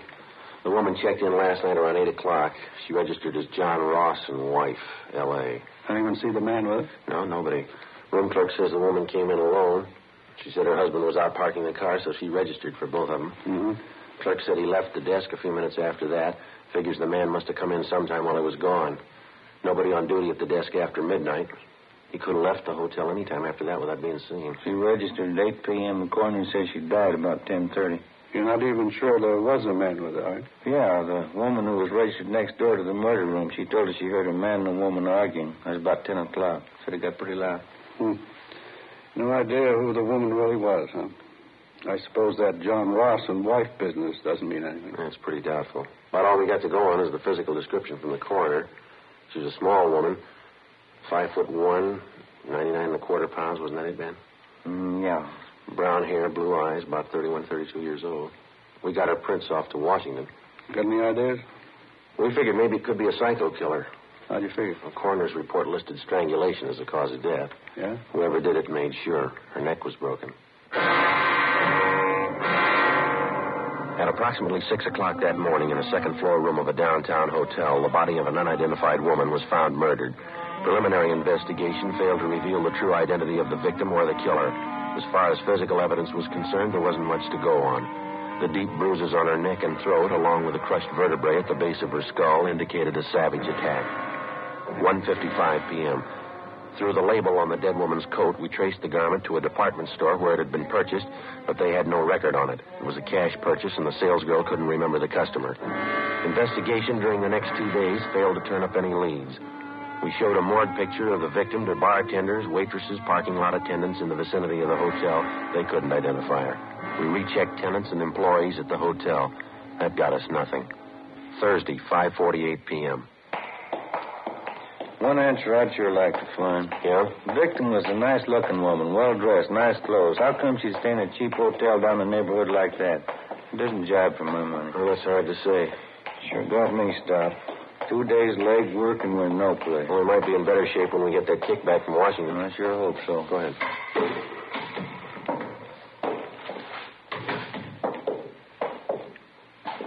Hey, excuse me? Well, yes, sir. Can we help you? Well, no, I don't know. Guess that all depends. I'm waiting for a couple of detectives here. Well, who is it you wanted to see? A couple of detectives. Who are they? Well, it's pretty confidential, you know. I have to talk to them.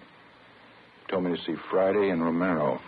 Ben Friday and Joe Romero, detectives handling the case. Yes, sir. I'm Joe Friday. This is my partner, Ben Romero. We're handling the case. What do you want to see us about? They said you were working on that murder case? That woman they found in the hotel? Yes, sir. That's right. That's so? I see your badges? Yes, sir. Here's our identification. Mm-hmm. Read about that murder in the paper, you know. You better come over here. Yeah? You're going to thank me for this. I got all you want to know about that murder. You mind telling us your name, sir? I don't mind. Al P. Morgan. I was a good friend of hers, you know. I used to work with her. You mean the dead woman? It's the same one. I never forget her face, Maud McLeod. Saw that picture in the paper, and I said to myself, there's old Maud. You're pretty sure of that, are you, Mr. Morgan? Sure, I'm sure. Maud McLeod. Used to work together in the circus. Maud was a bareback girl, you know, best in the country, real trooper. What makes you so sure it's the same woman, Mr. Morgan? When was the last time you saw this friend of yours, this Maud McLeod? Well, I used to see her all the time. Worked the old cells photo together. Got a photo of her. Do you mind if we take a look at it, sir? That's why I came down here. I want to help out. She's got to be identified. Well, let's see. Got it here somewhere. It's old Maud in her circus costume. Yeah, here it is. Take a look at that. That's Maud, ain't it? Well, I don't know, sir. Doesn't seem to be too much resemblance here. Is that right? Afraid you've made a mistake, Mr. Morgan. Thanks for your cooperation anyhow. Appreciate you coming in. Well, sure, it was Maud. I got it. Homicide, Friday. Oh, yeah, Frank, uh-huh. Is that right? What'd it say? Huh? Yeah. Okay, fine. No, we'll pick it up. Yeah, thanks. Anything? Communications. They got the kickback from Washington on the dead woman's fingerprints. Any luck? They got her identified. She worked at an aircraft plant during the war. Name's Doris Frazier. I can't help but think you fellas are missing a bet. I knew that dead woman. Well, she's already been identified, Mr. Morgan. We know who she is. Her name's Doris Frazier. That's so. Yes, sir, that's right. Well, what do you think of that? Old Maud. She went and changed her name.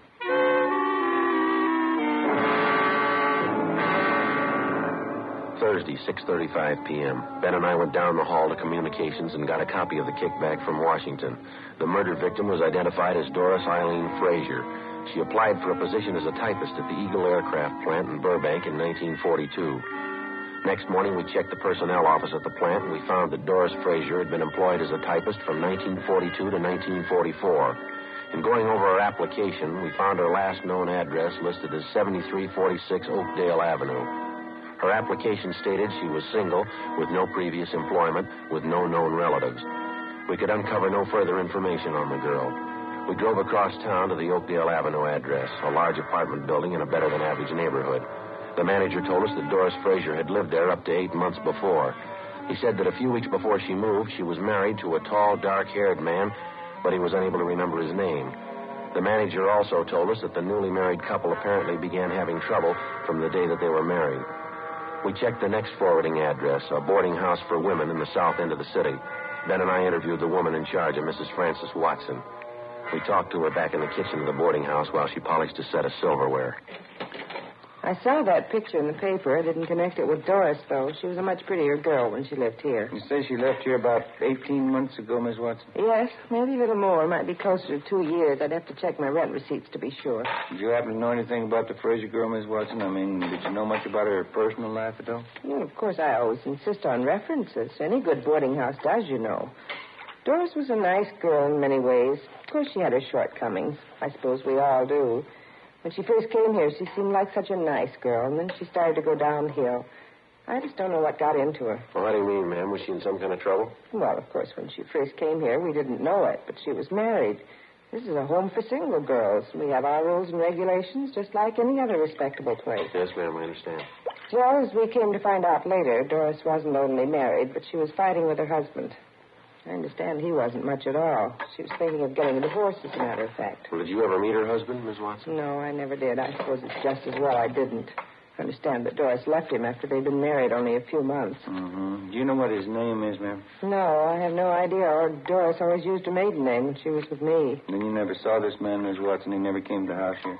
No, I didn't say I never saw him. I said I didn't meet him. Yes, there was once when he came to the house to see Doris. And what was the occasion? You mind telling us about it? Oh, it was most unpleasant, I can tell you that. Let me see now. Yes, Doris had been here about 6 months.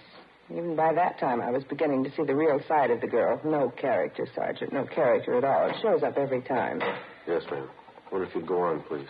Well, as I was saying, it was after about 6 months when this man brought Doris home late one night, about 1:45 midnight, I'd say. Upset the whole house. How was that, ma'am? The two of them, this man and Doris, they stood right out there in the hall, had a terrible quarrel. The language, it was dreadful. The top of their lungs, too. My husband went out to quiet them down, but the man left before he had a chance to call him down. He upset the whole house. Now, this man that the Frazier woman was arguing with, you're sure that was her husband? Well, as sure as I can be. That's what Doris told me, anyway, the day after. I called her in and told her I just couldn't tolerate behavior like that. It upset her quite a bit, I remember. She cried, said it wouldn't happen again. That's when she told me she was trying to get a divorce. Is that what the big argument was about? Would you know that? Yes, she said she wanted a divorce, and her husband didn't. He wanted her back with him. Certainly is sad the way some people mix up their lives. Yes, ma'am. By any chance, did you get a good look at this man, husband, I mean? Well, he was tall and had dark hair. That's about all I remember. He was well-dressed, too. I see. When Doris Frazier left here, Mrs. Watson, did she leave a forwarding address with you? No, she didn't. I haven't any idea where she moved. What kind of work was she doing while she was living here? Do you have any idea where she was employed? Yes, that was one of the references she gave me. Furniture company. Down on Venice Boulevard, if I remember correctly. I have the address in my record book. Certainly is unfortunate. The whole thing. Yes, ma'am, it is. I even tried to talk to her before she left. Sat her down and talked to her for a whole afternoon. I guess it was just a waste of time. And how's that, ma'am? Trouble with her husband. Terrible thing. He seemed to treat her so badly, two of them fighting all the time. I believe she was actually afraid of him. She told me he was very jealous. He drank, ran around. That's why I couldn't understand it.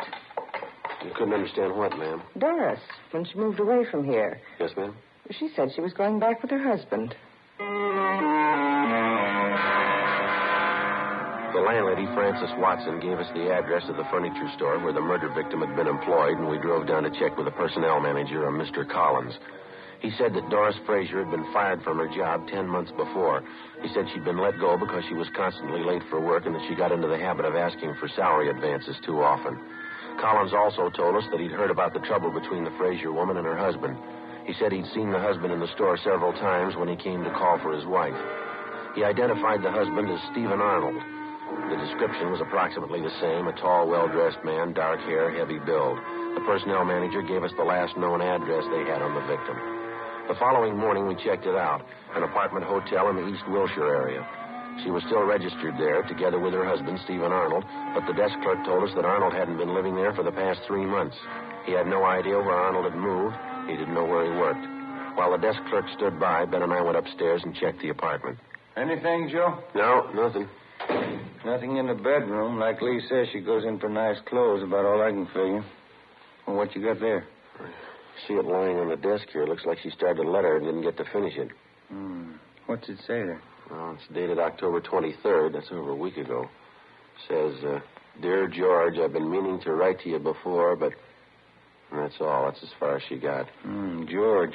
First time we've run into that name on this deal. Makes more than one man in her life. Yeah, there's a couple of more letters here. They're all addressed to her, unopened. Let's see. All we can go by are the return addresses. Telephone bill, ad from a woman's store, postcard, another ad. Here's something. Santa Monica postmark. Check the name on that return. Yeah, Stephen Arnold. 12:35 p.m. We called the office and checked Stephen Arnold through R&I. He had no criminal record. The return address, which he'd listed on the envelope of the letter to his wife, was 10826 Pacific Front Boulevard. We located it on the beach just below Santa Monica. It was a small hamburger stand owned and operated by the dead woman's husband. No, I haven't seen Doris for a couple months anyway. Why?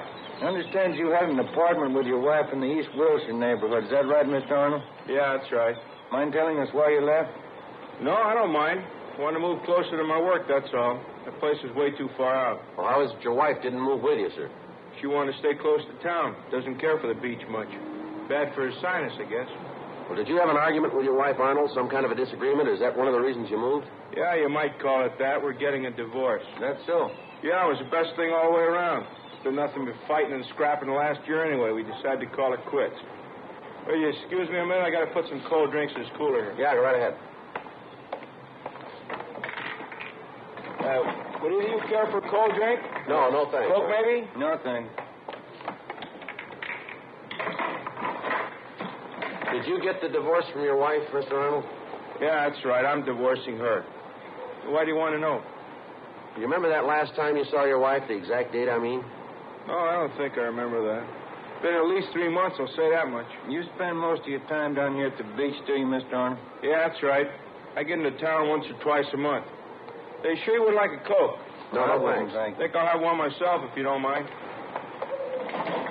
Sure I get a cold one here. Water sure is cold. How about last Tuesday night, sir? You happened to be in town that night? Oh, last time was 2-3 weeks ago, anyway. Went in to see a show. I was working here last Tuesday night. Work every night except Monday. It's the only night I'm closed up. Is there anyone who can vouch for that? I don't think I get this. Why do you want to know? Well, is there anybody who can vouch for you? Well, sure. 6 people, anyway. A fellow runs a place next door. The guys in the rest of the stalls up and down the way here, they can all vouch for me. I work till 1 a.m., same as usual. Hey, just a minute. Hey, Vic! Vic! Yeah, Steve. Stop over here for a minute. Something I want to talk to you about. Yeah, just a minute. Okay, Vic, thanks. He'll be right over. You fellas want a cup of coffee or anything? No, I wouldn't. Like to have change for that cigarette machine, though, if you don't mind. Oh, sure. Okay.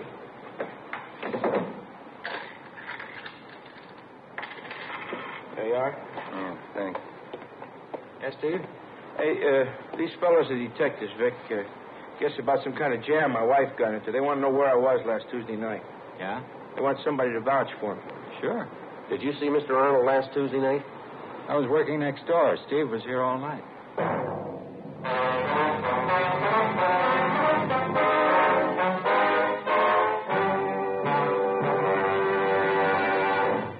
You are listening to Dragnet, authentic stories of your police force in action.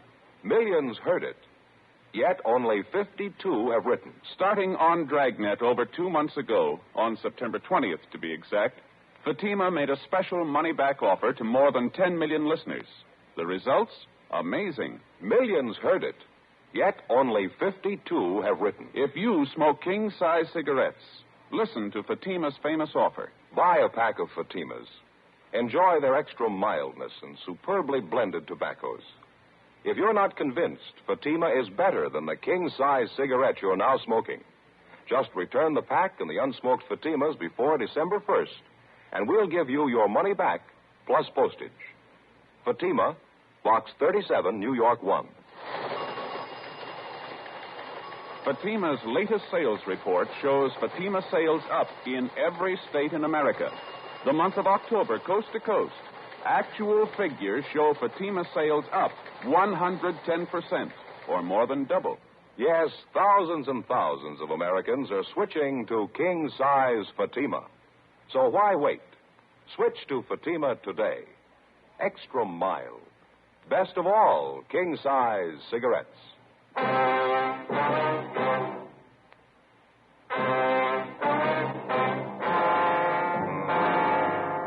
Saturday, October 31st, 2 p.m. Ben and I checked with a dozen different concession operators in the neighborhood of Stephen Arnold's eating place. They all corroborated the fact that on the night his wife had met her death in a downtown hotel, Arnold had been working at his stand until 1 a.m. Despite all the previous indications that he might have been responsible for the murder of his wife, we had to eliminate him as a possible suspect. 2:20 p.m. On the way back into town, we stopped by the apartment hotel where Doris Fraser was living at the time of her murder. After checking further with the tenants and with the help in the building, we found out that the victim had been in the habit of eating most of her meals at restaurants in the immediate neighborhood. After some 2 hours of checking and running into 6 restaurants, we found a small coffee shop 4 blocks from the apartment building where one of the waitresses identified Doris Fraser's picture. Yeah, that's her, officer. Terrible picture, though. She looks so much older. About how often would you say Miss Fraser came in here, ma'am? Well, 3 or 4 times a week, I'd say. The bus stop's right out there on the corner. She'd usually have breakfast, then grab the bus and go to work. Some nights coming home from work, she'd stop in here for dinner. Nice girl, quiet. Did you get to know her at all, miss? I mean, did you happen to know any of her friends here in the neighborhood? No, as I say, she was a quiet person, not very talkative. Usually read while she was eating, book or magazine. Uh-huh. Did she ever come in here with anyone else? Do you know that? Yeah, quite a few times. She seemed to have a boyfriend. Of course, she was attractive, small, you know, but real cute looking. Mm-hmm. Do you happen to know any of these men? No, I'm sorry, I don't. Any one of them in particular she came in with very often? Oh, let's see. I think there was one. Blonde, good dresser, kind of tall, good looking. They usually came in together for breakfast. How long ago was this, miss? Do you recall? Oh, I'd say up until a couple of weeks ago. I usually waited on him in the morning. That's how I happen to remember. I see. Did you ever happen to hear this man's name? Let me see. George, I think that was it, yeah. Uh-huh. Would you happen to know if he lives in the neighborhood? No, I'm sorry, I don't. Has this man been in here during the past week, do you know? Yes, he has. He came in for breakfast. What day was that? This morning. Before we left the coffee shop, we questioned the cashier who came up with the information that the man known as George usually left his car parked at the service station across the street. We left our card and asked the cashier to call us in case the suspect returned. At the service station, they also remembered the man known as George, but they told us he hadn't been in for the past month. They'd done some work on his car for him in the past, so they had a record of his license number. We called our DMV and found that the car was registered to a Carl Lucy in East Hollywood. 4:45 p.m. We drove out and interviewed Lucy at his home, but he came nowhere near the description of the suspect. He told us that he had purchased the car 6 weeks before from a man known as George Crane. He described Crane as tall, blonde, and well-dressed. From the bill of sale, we got Crane's address, a motel on East Manchester. The manager there told us that George Crane had moved a week before. He said that Crane had left no forwarding address, but he did remember where he worked. He was a driller in one of the oil fields down in Long Beach. We checked the oil company's personnel office downtown, but they were closed for the day. 6:18 p.m. We went back to the office and pulled the package on George Crane from R&I. Get anything on him? Yeah, he's got a record. Here's the package here. Yeah. Nothing very heavy. Drunk charge 2 years ago, another one last year, disorderly conduct, resisting arrest. That's about all. Let's see. Yeah, description checks out all the way. You called the night office of that oil company, did you? Yeah, they couldn't tell us anything. Said call back first thing in the morning. Want to reach him? I got it, yeah. Homicide, Friday. Who? How's that, sir? Oh, yeah, sure. Yes, sir. No, sir, I'm afraid not. Yeah, thanks anyway. You bet. Yeah, goodbye. Well, that does it. Who was it? That guy who was in here the other day. You remember that Alfred P. Morgan or whatever it was? Oh, what did he want?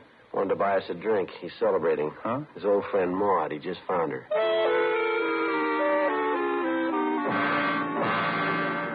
8 a.m. the next morning, we checked with the personnel department of the oil company's downtown offices. They told us that George Crane was employed as a driller, that he'd been working for the company for the past 5 years, and that he had a good employment record. They told us he was on the day shift and that he was scheduled to report for work on Rig 619 at the Long Beach field at 8 o'clock that morning. Ben and I got in the car, drove down to Long Beach, where we located the murder suspect, George Crane, at work in the field. Doris Frazier? No, I'm sorry, Sergeant. I don't think I know anybody by that name. How about Doris Arnold, Mr. Crane? Would you know anybody by that name? Arnold? No, I'm afraid not. What's it all about? You own a car, do you, sir? Yeah, that's it right over there, that dark sedan. Yeah. Have you had it long? Oh, I've had it a couple of weeks. Last one I had was giving me a lot of trouble. Did you trade it in? No, I sold it to a private party. Fell out in Hollywood. You mind taking a look at this picture, Mr. Crane? Yeah. It doesn't look like anybody I know. Why, am I supposed to? We think you should, yes, sir. I don't think I follow you. Do you spend any time around the East Wilshire district, Crane? East Wilshire, you said? Yeah. No, I've probably been over there a couple of times. Not lately, though. How about the coffee shop on the corner of Gramercy and Marengo? You ever been in there? Not that I remember, no. Well, a waitress in that coffee shop and the cashier, too. They say they've got a pretty regular customer. He fits your description exactly. You sure you've never been in there? Well, I'm not positive. I wouldn't swear I've never been in the place. What's the difference, anyway? Well, how about that service station across the street from the coffee shop? You ever park your car there? They ever do any work on it for you? Oh, say, I bet I know the place you're talking about. Yeah, I've been there quite a few times. Good station. They done some good jobs on the car for me. I remember it now. Well, then I guess you remember the coffee shop. Crane? Yeah, I think I do now. Right across the street from the station, that is? Yeah, that's right. Well, what do you want to know about it? When's the last time you were in there, Crane? Well, to tell you the truth, I couldn't be sure. Well, we talked to a waitress in there yesterday. She said you were in that morning for breakfast. Do you remember that? She's way off the track on that one, I can tell you that. I wasn't near the place yesterday morning. Well, the cashier remembers you, too. She says you were in. How about it, Crane? Look, what difference does it make? What's this thing all about, anyway?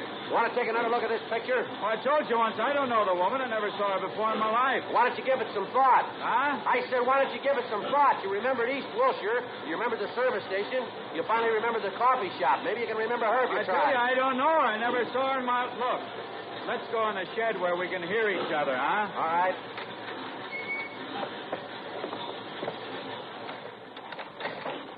Yeah, that's a little better, huh? The waitress in the place says you were in there quite a few times with a woman. You usually came in for breakfast. You stopped going there about 2 weeks ago. I don't know her. What's the matter, Crane? You figure you got something to hide? I don't know what you're talking about. I don't know her. What do you figure she's got to do with me, anyway? We checked her apartment, mister. We found a letter she was writing to you. You about ready to tell us? What's a letter? That doesn't mean anything. Can't prove anything about a letter. What are you thinking, anyway? We think you're lying, Crane. We think you got a reason for it. What do you say? Doesn't prove anything. Maybe I knew her, and that doesn't mean anything at all. We think it does. Yeah? We think you killed her. That the way it looks to you? That's the way it looks. I don't think you can prove it. We're going to try. Now, how about it? Will it go any easier for me if I admit it? That's not up to us. I don't know why I did it.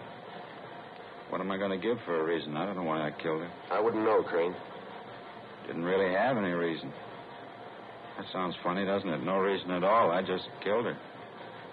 What am I going to tell him? If I don't have a reason, how can I ask him to let me off easy? How can I ask him? I don't know, but they'll have an answer.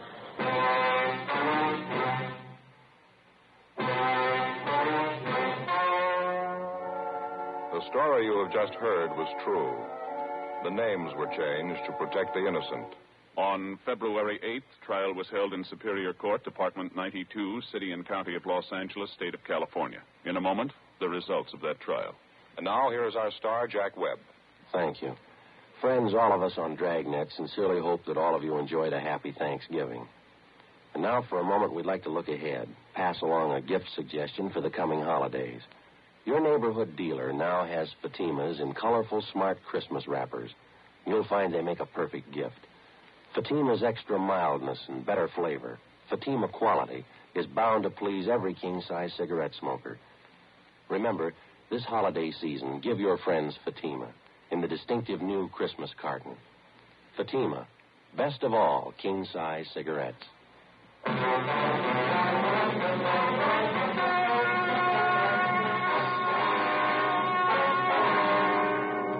George Martin Crane was tried and convicted in Superior Court of murder in the first degree. He is now serving a life term in the state penitentiary.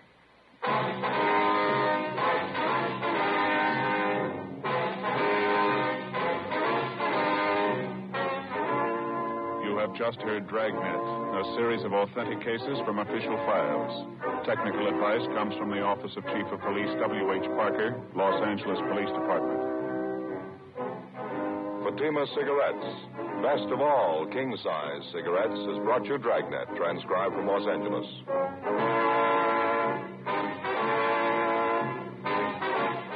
Next, Counter Spy fights international intrigue.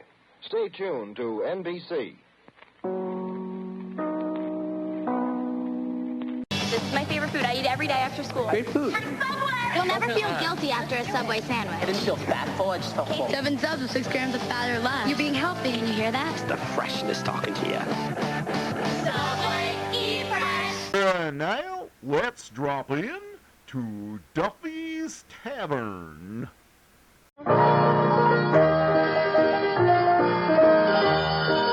True Shave, the hand lotion with the beforehand extra, and Vitalis for well-groomed hair bring you Duffy's Tavern, starring Archie himself, Ed Gardner.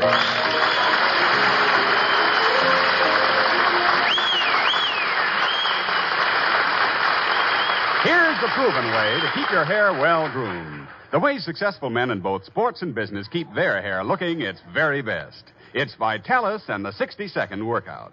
See how the Vitalis workout helps your hair, stimulates your scalp. See how it prevents dryness, routs loose dandruff, and helps check excessive falling hair. And see how Vitalis keeps your hair handsome and healthy looking with never a trace of a greasy patent leather shine. For there's not a single drop of mineral oil in Vitalis. So try Vitalis and the 60-second workout. You'll like it, and you'll like what it does for the looks of your hair.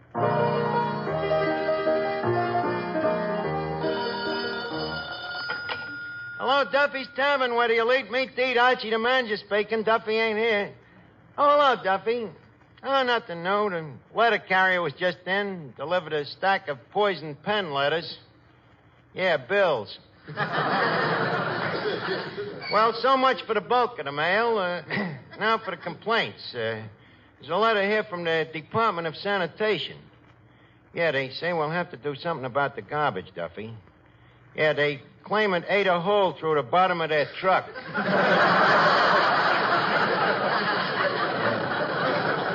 Well, look, I'll call you back. What else have we got, Eddie? Well, here's a personal letter to you from the finance company. Oh, yeah? Yeah, they say if you don't settle up right away, they're going to throw you in jail. Oh, yeah? What else did they say? I don't know. I ain't opened it yet.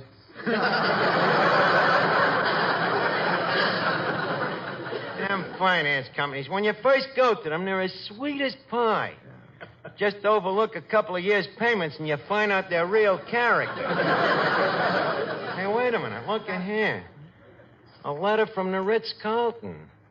Hey, who do I know lives at the Ritz-Carlton? Let's see. Yeah, dear Archie, haven't seen you since our old days at PS4, but have often thought about you. Many's the time I think about our old class motto, sic in hoc transit hospice. What does that mean? Nothing, it's Latin. It was our class code. We'll be down to see you at the tavern tonight. Signed, your old classmate, Willie Gundig. Willie Gundig. I wonder if I'll recognize him. It's been such a long time since I was in school. Yeah. And you was there such a short time. Willie Gundig. Living at the Ritz-Carlton. Good friend of yours? Well, no. Him and me never hit it off too good, Eddie. He was always rubbing it in because he got better marks than me. But I happen to know it was because he cheated. Cheated? Yeah, he studied.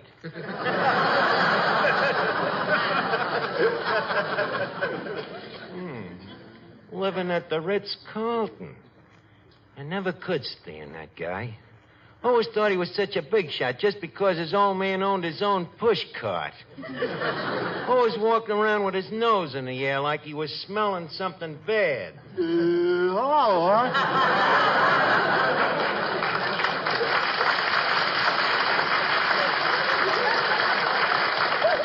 Hello, Finnegan. Finnegan, guess who I just got a letter from?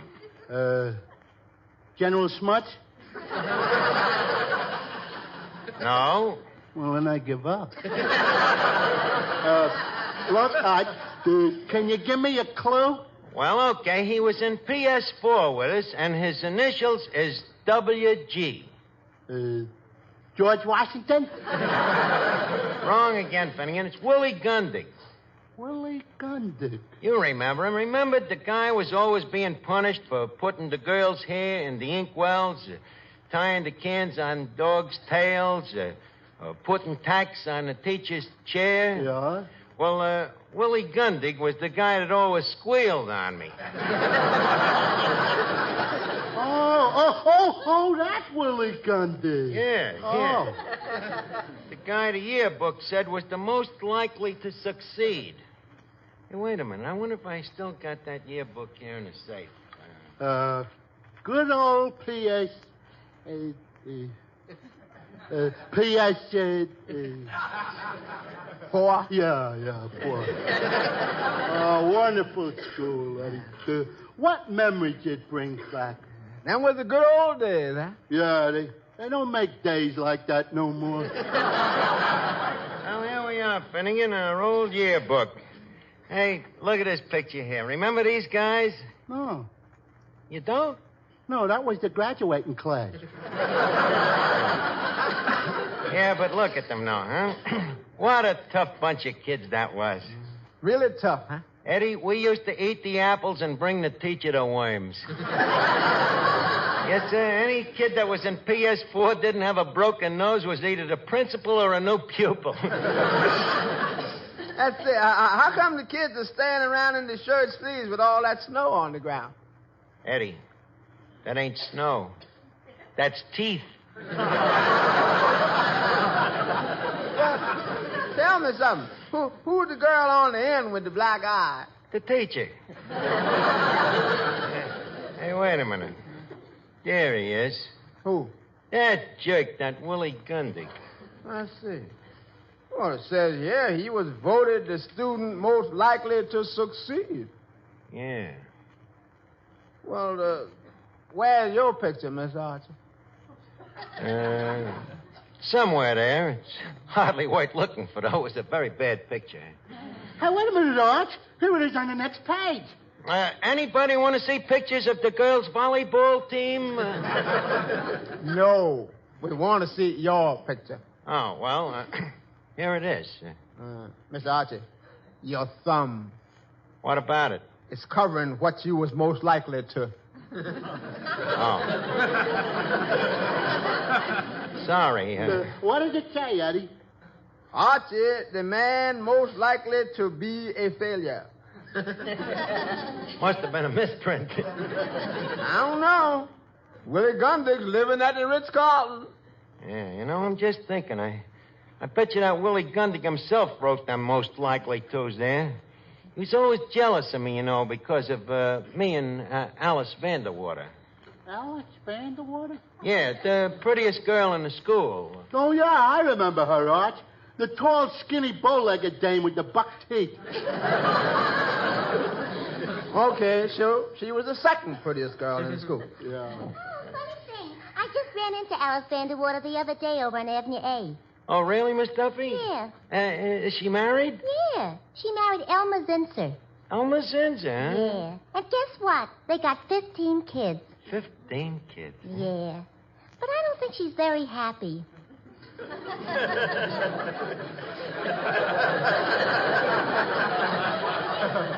Tell me, why? She says she can't stand Elmer.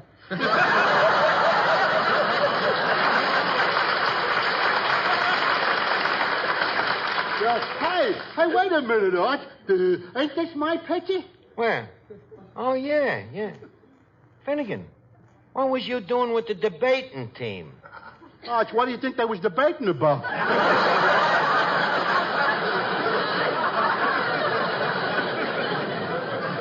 Hey, wait a minute.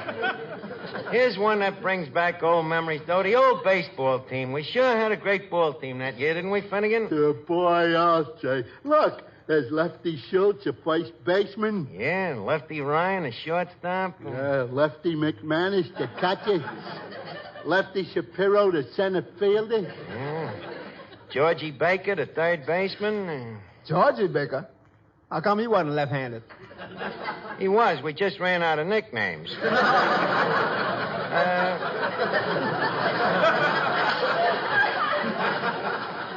By the way, Finnegan, tell Eddie who was the star of that team. Oh, you tell him, Arch. Well, I don't like to brag. Oh, come on, Lefty, tell me.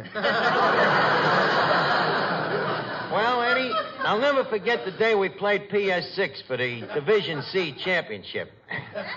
Get this, Eddie. Get the drama. I'm pitching for PS4, see? It's the ninth inning. There's 2 out, and the bags is loaded, see? Up to the plate comes home run Feigenbaum. The heaviest hitter on PS6. So I give him a cool look in the eye for a couple of minutes, and I start me wind-up, see?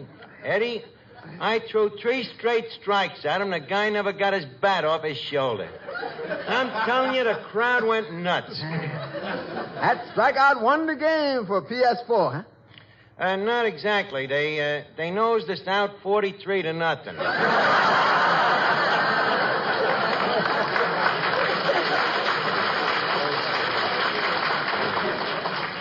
All on account of that Willie Gundig dropping that high fly in the second inning. The guy most likely to succeed. Happens a lot of other PS4 guys succeeded, too. Oh, Archie, stop bragging. You know that PS4 turned out nothing but bums. Oh, yeah? What about Al Peters, for instance? Who's he? Only the chief herring salter at the Fulton Fish Market.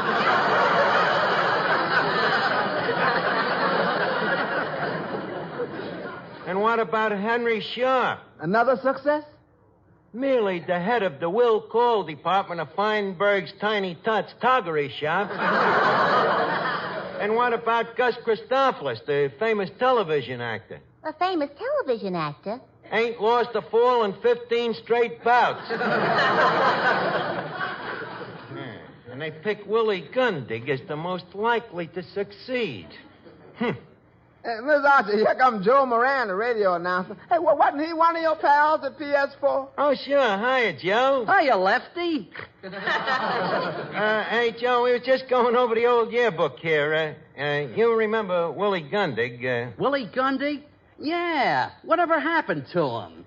He's living at the Ritz-Carlton. Say, that's swell. I'm always glad to hear that one of the old gang made good. Yeah, me too. Say, I wonder if Willie knows that I am now a radio announcer. Well, if he don't, I'll break it to him gentle. I'll tell him first that you're dead. Hey, Arch, is Joe's picture here in the yearbook? Yeah, let's see. Oh, yeah, here you are, Joe. What a silly picture. Look at me with my mouth wide open. Yeah, even them days you look like a radio announcer. Look, why do you guys have to open your mouths anyhow, Joe? What do you mean? Well, people never listen to them commercials. Why don't you just save your breath and read them silently yourself? But, Arch, if people listening heard nothing but silence, what would they think? That radio had at last been perfected.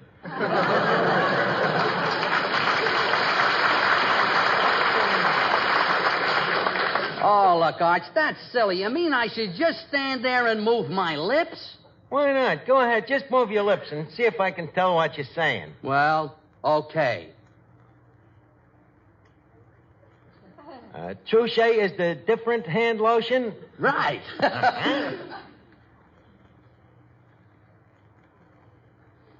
It not only keeps hands feeling smoother, looking lovelier all the time. Absolutely right.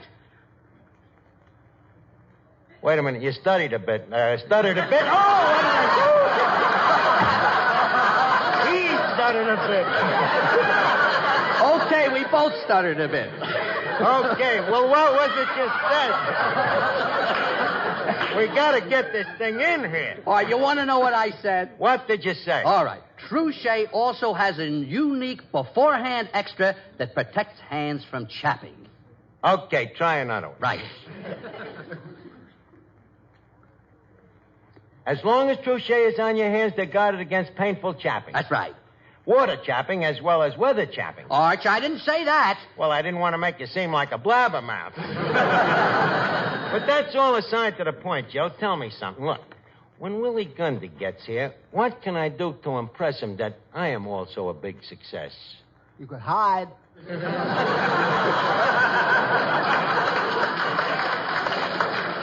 know, Arch, you sound like you're sore at Willie Gundy.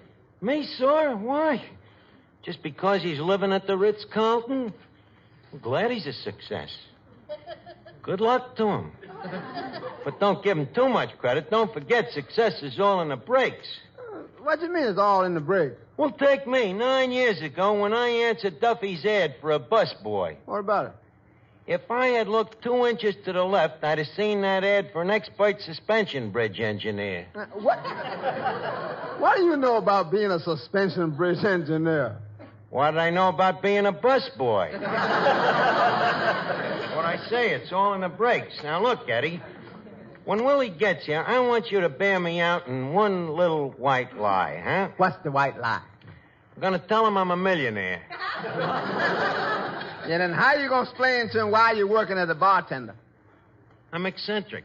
Yeah, but them clothes of yours, how you going to explain all them spots?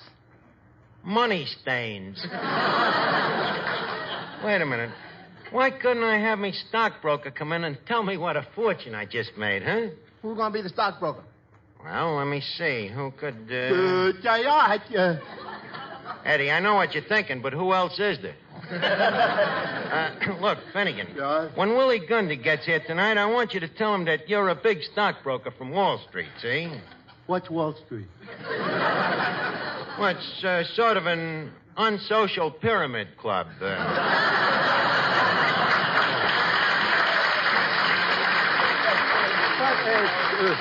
Look, Arch, if I'm going to be a broker, shouldn't I know something about stocks? Believe me, you know as much about them as anybody. But just in case, I'll try to explain to you quickly how the market works.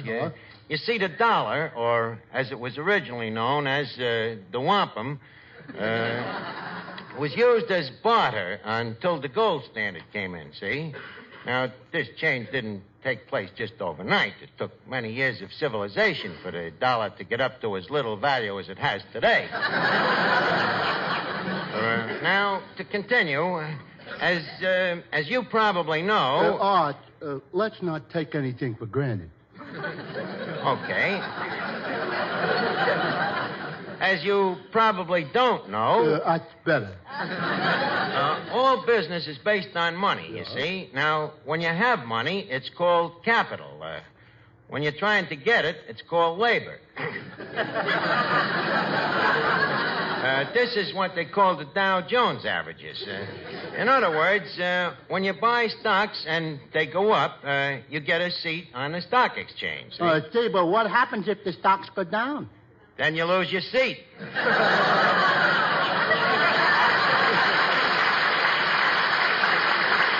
Well, look, all right, if you lose your seat, where do you sit? You sit on a thing called the curb. Any further questions? Yeah. What? How can I be a stockbroker when I can only count up to 10? With stocks the way they are today, you don't have to count any higher. That is, unless you happen to be Willie Gundy. He'd probably come rolling down here in a big car. Wait a minute, a big car. Eddie, call Mutual 95000. Who was that, the laughing Lithuanian or the chuckling Czech? Eddie, quit making up names. Now, give me the phone. Hello? I'd like to talk to Nick, please. Yes, the giggling Greek. Hello, Nick. This is Archie from Duffy's Tavern. Send over a Cadillac limousine, will you? The money? Look, Nick, if I buy the car, you'll get the money. Okay. Eddie, I don't think that car will look right standing outside the tavern without a chauffeur. I said I don't think the car will look right standing outside the tavern without a chauffeur. Now, wait, whoa. See, I was hired as a waiter. You can also be fired as a waiter. Well? Will you be needing the car today, sir? That's better. I'll show that Willie Gundig.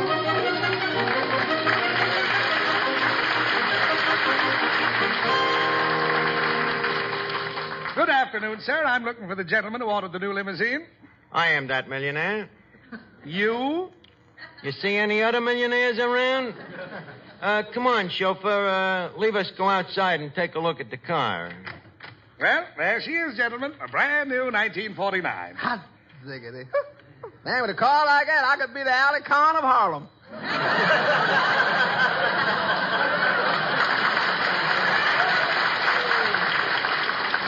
Just a second, young man. Looks ain't everything. You know, a car is like a dame. It's what's under the hood that counts. Now, if you don't mind, I'd like to check the motor. Check the motor? Look, Bud, this is a 1949 Cadillac. I am not impressed by sales talk. If you don't mind, I'd like to look over the motor myself. Okay, if you insist. Oh, let me lift up the hood here.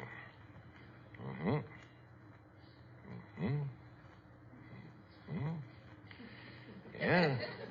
Looks like a pretty good motor. You're looking in the trunk compartment. Huh? Bud, the motor is up at the other end of the car. Oh. Just wanted to see if you knew your business. Now, tell me, is this the model with the hydrochloride clutch? The what? Well, I'll try to put it simply. What is the horsepower? It's 160. On what basis is that computed? Well, it's figured on the basis of 550 foot-pounds in 1 second or 33,000 foot-pounds in 1 minute. I'm afraid you haven't answered my question. What I'm trying to find out is, does this horsepower have Timken bearings? I give up. See, Eddie, I got him stumped. Let's see here. Yeah, see, they got a new type carburetor. Bud, that's the horn. Oh, yes. This is the carburetor over here. That's the battery. Hey, wait a minute. Here's a cute little gadget. Hey, what's that thing? That? Well, that mixes gasoline with air to form a vapor that explodes when injected into the cylinders. Oh, really? What do they call it? The carburetor.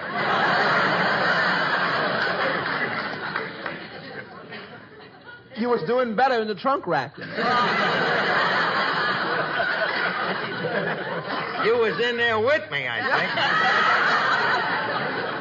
Look, young man, just leave the car parked here at the curb for a few hours, and I'll think it over. By the way, what's the price? $6,000. Only 12,000 payments, and she's yours. Yeah, it's worth it, though, just to burn up that Willie Gundig.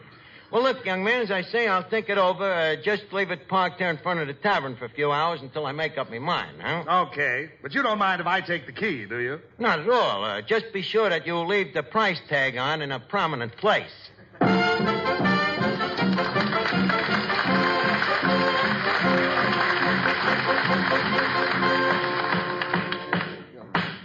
What you doing, Mr. Archie? Hanging up some pictures. I'll show that Willie Gundig. Look at this autograph here, Eddie, huh? Let's see. Sorry, Archie, but I'm marrying for love. Money isn't everything. Signed, Rita Hayworth.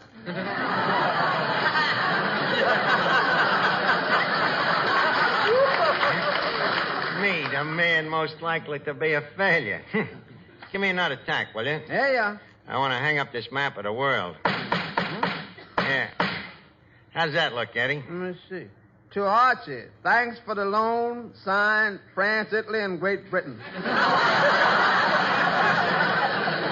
And that's the same Archie that was voted the most likely to be a failure.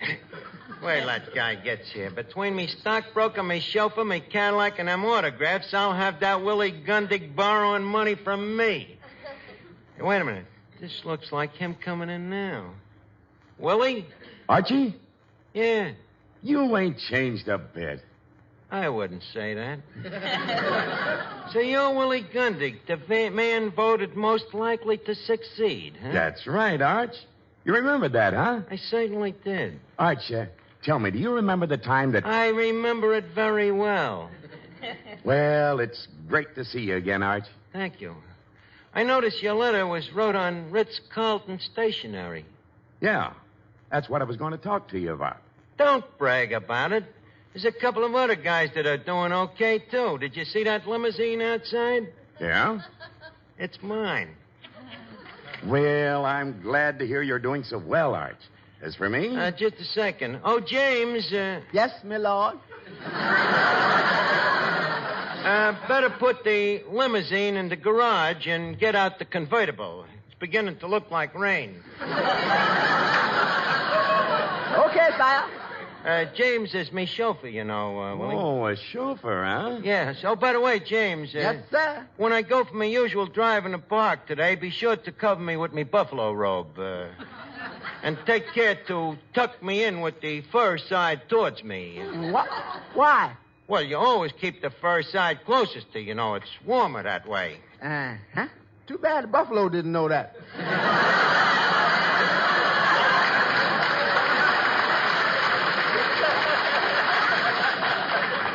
That'll be all, James. Now, Willie, enough about my fabulous success.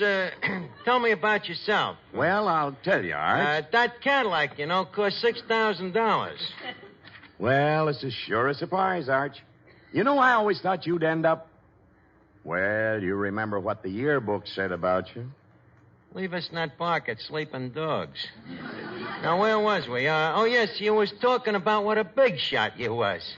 Well... excuse me a minute. Oh, stockbroker, Chief. Have we heard anything from the Secretary of the Treasury? Yeah, he says he wants you to send in your taxes. The government needs the money. How much is me taxes? $500,000. Okay, go down to the bank and get it. Wait a minute, forget the bank. Take it out of petty cash. Well, Willie, tell me, how are things with you? Just a second. Oh, stockbroker. Yeah? What's the latest on the ticker? The doctor says not to worry. It's just gas.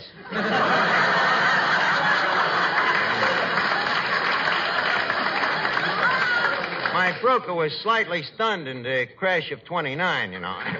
But enough about me and my sensational success. Tell me about you, Willie. How you doing? Well, frankly, Arch, I could use $10. Oh, stockbroker. What did you say, Willie? I could use $10. You mean you're broke? Yeah. But how can you be broke and live at the Ritz-Carlton? I don't live there. I just work there. That is until yesterday. Then why did you write your letter in their stationery just to look like a big shot? Well, I can explain that, Arch. Willie, if there's anything I hate, it's a phony. Arch, don't get sore. I just thought maybe for old time's sake you could let me have $10. It wouldn't mean anything much to a guy like you. Well, I guess not. After all, if I can afford a $6,000 Cadillac, I guess $10 ain't gonna break a man of my means. James. Find some other means. Yeah, you really need the 10, huh, Willie? I sure could use it. Okay, kid. Here's $10. Thanks, Arch.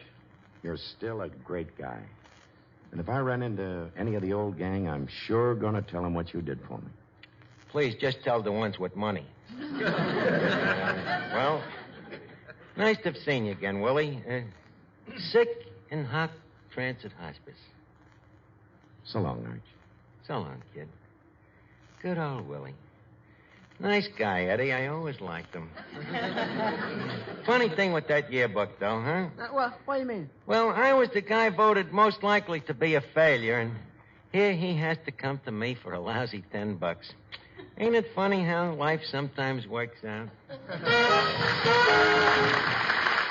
Men, the quickest way to discover something better is to try it. That's why I want you to try Benex Brushless Shave Cream. Benex is the new wonder shave with a sensational beard-softening formula that has brought better shaving to thousands of men. Benex Brushless leaves your face feeling extra smooth and comfortable. And Benex doesn't clog your razor or drain either. But don't take our word for it. Just try Benex yourself. Get a tube at your nearest drug counter. Or we'll send you a trial tube free. Write your name and address on a postcard and mail to Benex, B-E-N-E-X, Empire State Building, New York, 1, New York. Remember, buy Benex Brushless. Or try it free by writing Benex, Empire State Building, New York. Hurry, offer limited. This is NBC, the national broadcasting company. Now on DVD. America's new action hero is reborn on DVD, packed with bonus features and an incredible alternate ending. It's the DVD that will blow your mind. The Bourne Identity. Buy the DVD today. Get ready for an overexciting tale of escape coming up next. Tired of the everyday grind? Ever dream of a life of romantic adventure? Want to get away from it all? We offer you Escape. Escape. Transcribed to free you from the four walls of today for a half hour of high adventure.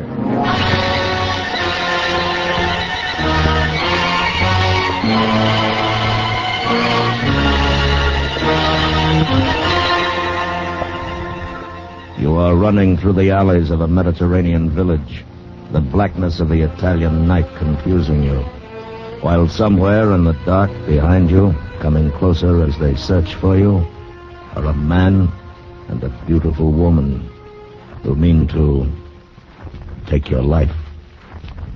Listen now as Escape brings you Kathleen Height's story, An Ordinary Man.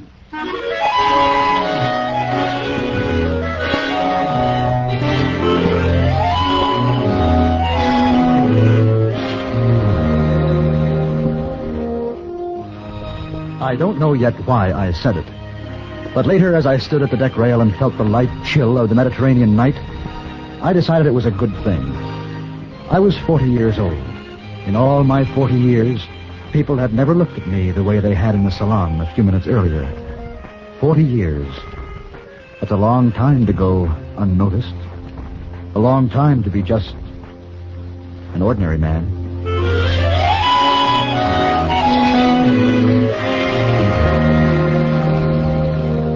I had never known a beautiful woman, and Maria Novella was beautiful.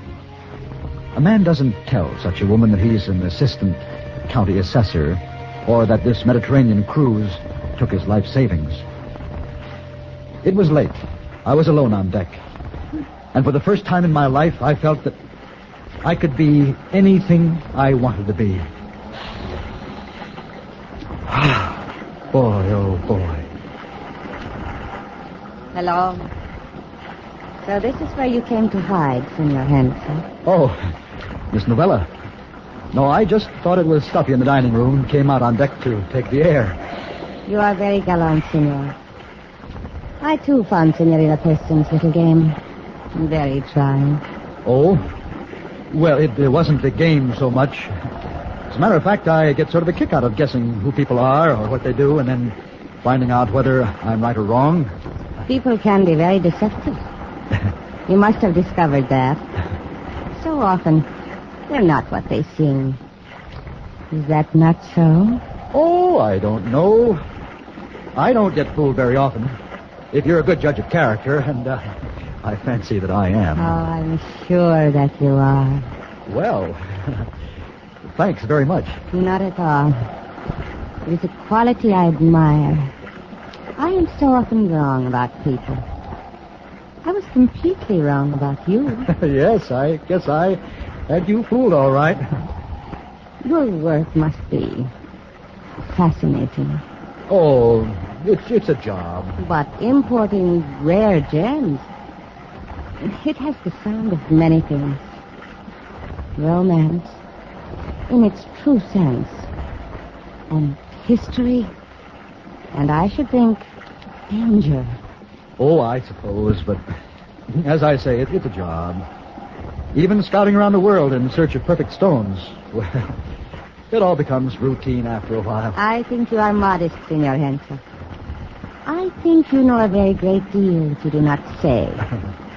And I think I will go right on regarding your life as romantic and dangerous. Well, if it makes you happy. It does. You see, Senor, you prove my point. Oh, how's that?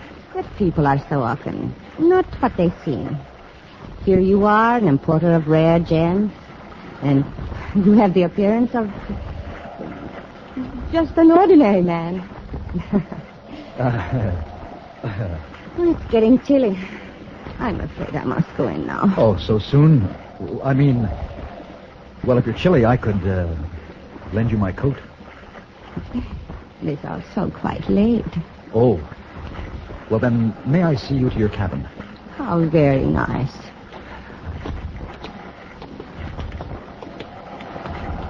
We seem to be very much alone. Yes. Not a very lively group aboard, I'd say. And I had thought not a very interesting group. Until tonight. Oh. Yes, I guess you're right. Here we are.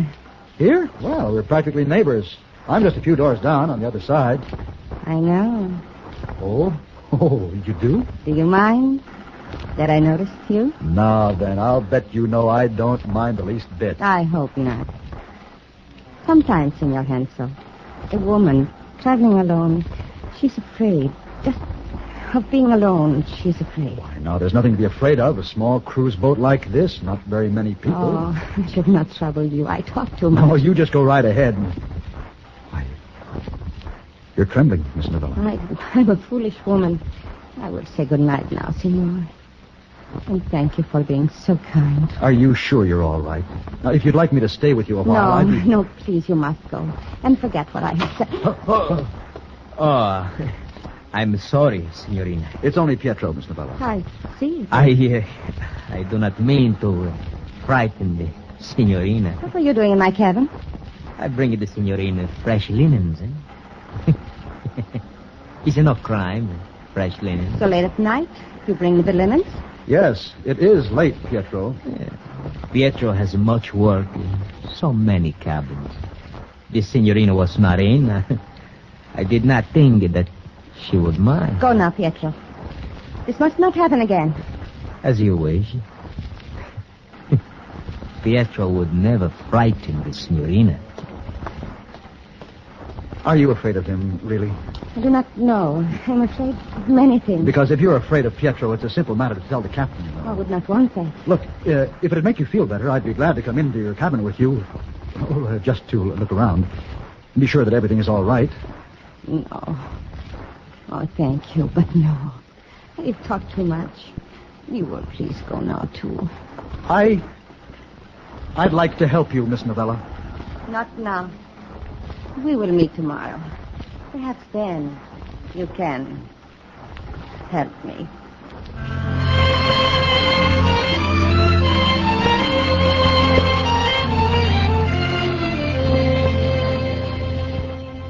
My mind was full of Maria Novella, and I didn't sleep very well that night. A beautiful woman was afraid, and she had brought her fears to me. Or rather, she brought them to the man she thought I was. A man whose business was danger and romance, a dealer in rare gems. I knew that night that I would never tell her the truth, that I must somehow come to be this man she thought I was. Your move, Hensel. Huh? Oh, yes, it is. I'm sorry, Mr. Brilliant. My mind hasn't been on my checkers all afternoon. You would think we were playing chess for great stakes, the way you study your moves. I'm not even thinking about them, Mr. Brilliant. I'll concede the game to you. And I will accept, if only because it will be the first game I have won from you in 3 days. You sure you don't mind? Oh, not at all, my friend. Tell me, have you business in Trapani? I asked if you had business in Trapani. We docked in Sicily tonight, you know. No, this is just a pleasure trip. Oh, that is good. Then you will be able to spend some time with me. Yes, I'd like that.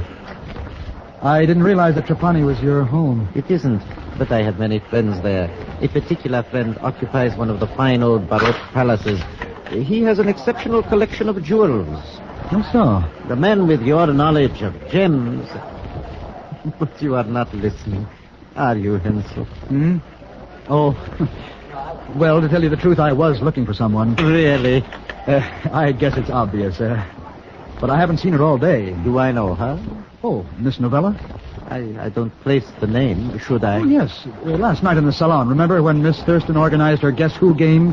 Miss Novella was the beautiful dark woman in green. Oh, yes, I do remember her now. Very lovely. But I don't believe I've seen her today either. I'm sort of concerned about her. Rapped at her cabin a time or two. She didn't answer. I think I'll check again. I believe I would if you are worried about her. Yes, I think I'd better. Excuse me? Oh, and thanks for the game, Mr. Brilliant. I'll see you when we dock, Hensel. Oh, yes, of course.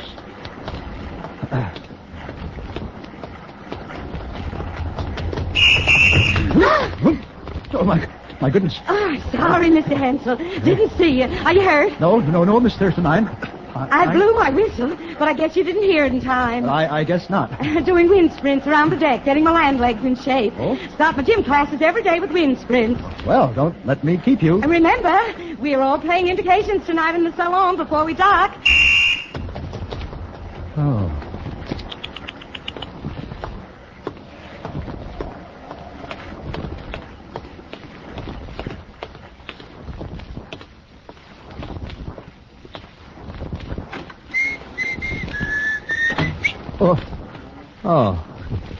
Hello, Signor Hensel. You were putting fresh linens in my cabin, Pietro?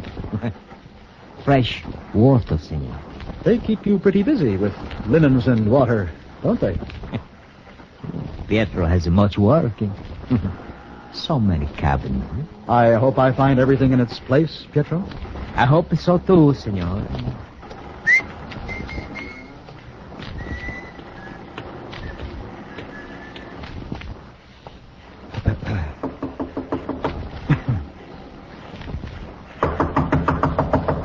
Who is it? It's Mr. Hensel. I was wondering if... Oh, hello there. Please come in, Senor Hensel. Well, if you're sure you don't mind... frankly, I've been worried about you, Miss Novella. I did not sleep well last night. Toward morning, I took a sedative. I awakened only a short time ago. I was going to send for you. Is something wrong? I told you I might need your help.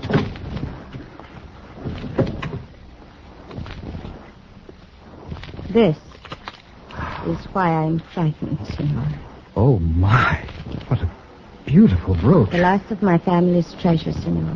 How old it is, I do not know. My grandmother left it to me. I've just come from her funeral in Lisbon. You say this is why you're frightened? I am a woman alone. Someone may know I have a brooch of great value. Pietro? Perhaps Pietro. I do not know. Miss Novella, why don't you go to the captain? I'm sure he could offer protection until you're ashore. No. I will not call attention to myself by going to the captain. If you will not help me. No, but how can I be of help to you? Well, you are used to these things, Senor. You often carry gems, do you not? Oh, no. Well, of course, yes, but I don't see... I can trust you. Take it, please. Take it? Keep it for me. Only until we dock at Trapani. I will feel so much better, so much safer, Senor. Yes, but if something should happen Please, this will be safe with you. I do not mean to impose, but who else can I turn to? If I cannot trust you. You can trust me, Miss Novella. I'll keep it for you.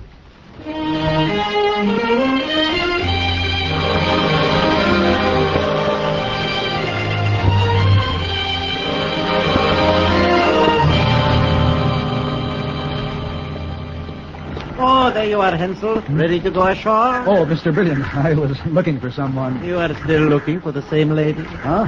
Oh, no, not still. Again, I really must find her. I had hoped we could go ashore together. That would be fine, but I promised Miss Novella that... Excuse me, Senor Hensel. Oh, yes, Pietro. The signorina leave this for you.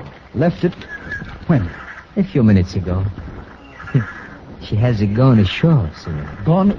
But surely she must say... It is a small hotel, senor. The Monte San Giuliano. How did you know that... Arrivederci, senor.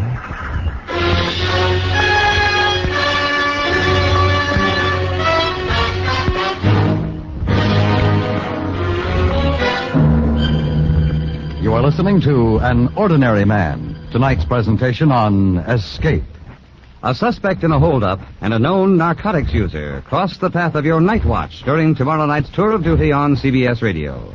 Tomorrow and every Friday night on most of these same stations, you're on the case with Night Watch.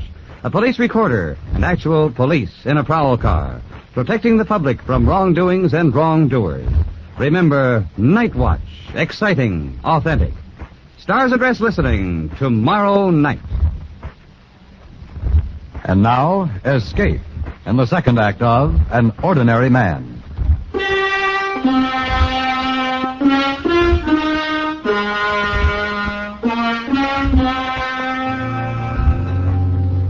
Hotel Monte San Giuliano. Please hurry. The urgency of Maria Novello's note saw me through those next minutes. In my confusion, I lost track of Mr. Brilliant. Somehow I managed to get through customs. What I would have said if they had found the brooch, I do not know. I only knew that I must find Maria Novella and return it to her. She was not registered when I arrived. I took a room and waited, and then... Just a minute.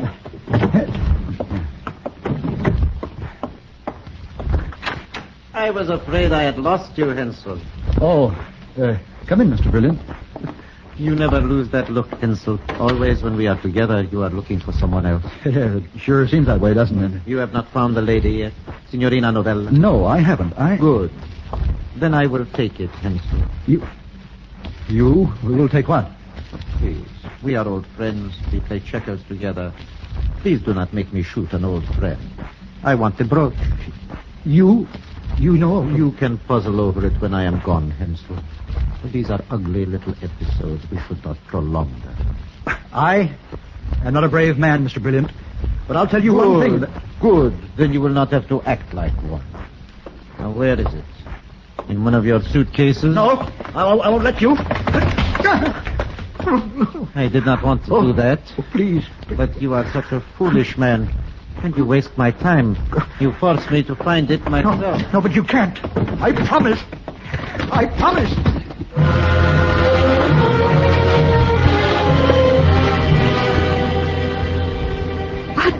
But I came as soon as I could, and I trusted you. I know. How he knew I had the brooch, I don't know. I'm ashamed, so completely ashamed. Oh, Pietro. He must have known. Perhaps he did, but I am to blame. I should never have given it to you. It was my responsibility. I should never have taken it. But if I hadn't, Mr. Brilliant would have found you, and... Well, at least I saved you that. Oh, I'm not blaming you. Please understand that. I'm just so very upset. Well, this is no good. We'll have to go to the police. Oh, I had not thought of the police. No, I do not want the police. But I've already called them. Called as soon as he left. I must say they were very calm about it. Said I'd have to come there and make a report. No, I can't go through that. I've been too long under this strain. Oh. Well, I guess I can handle it myself. If you trust me again. Oh, I trust you. It is only that I'm so weary of this. If the police would come here, but... I'll bring them. Now, don't you worry. You just stretch out here. No one will bother you now. There would be no reason. Now. I'll hurry. And don't worry, Miss Novella. I just won't rest until I get that brooch back for you.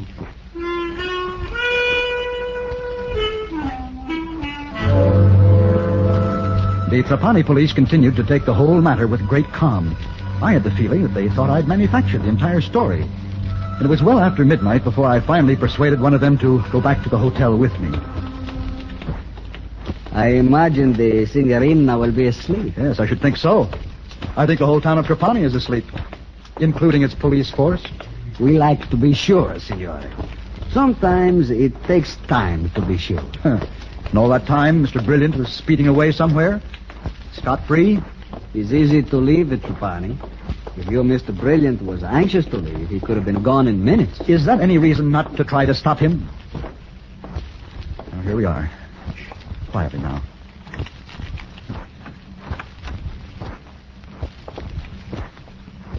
Miss Novella? Miss Novella? The room is empty, signore. Well, I don't understand that. She must be here. Is she in the closet, signore? No. But then she must have left a note. I do not see a note. Do you? No. The signorina, she had a room here at the hotel? Yes, I'm sure she did. That must be where she's gone. We will see. Connect me, please, with the room of... her name? Novella. Maria Novella. The signorina Maria Novella. I will wait. Are they ringing her room? They are checking her number. Oh, that must be where she is. They probably got tired of waiting for us. Just went to her own room. Well, you can't blame her. All that delay. Yes. Yeah. You are sure? Wasn't she there? The hotel says they have no guest by the name of Maria Novella. No guest? A cigarette? No. No. Senor Henson. I know. I know you don't believe there is any Maria Novella, just like you don't believe anything else I've told you. It's a very fantastic story, senor. You meet the lovely lady on a boat. For no reason, you tell her you are an importer of rare jewels. The lady is frightened. She trusts you. Gives you a fine old brooch. Then you land at Trapani. The man you play checkers with steals the brooch. Now all three are gone. The lady, the man, the brooch. I didn't make it up. I couldn't make it up. It happened, I tell you. She may be in danger. She may have been kidnapped. I'm sorry. We cannot deal with what may have been. You need a rest, senor. And then tomorrow, you can enjoy Trapani. It's really a very nice place.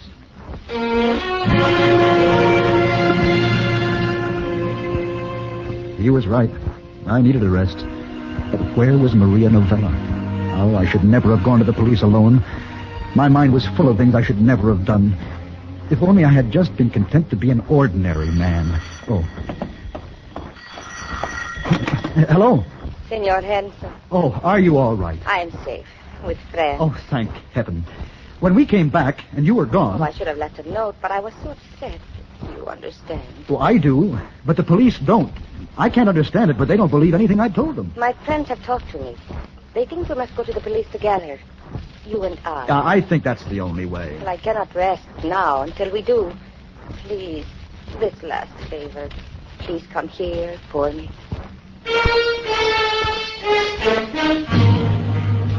I was able to find what must have been the only taxi in Trapani at that hour. I gave him the directions Maria Novella gave me, and we wound through a series of narrow streets to what seemed to be the edge of the city. A soft rain began to fall. I told myself it would all be over soon.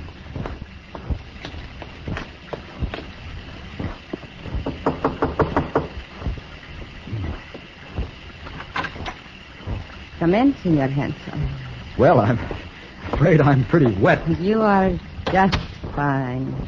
Oh, my. I should have asked that taxi to wait. It's a shame to bother your friends at this time of night. Do not mind.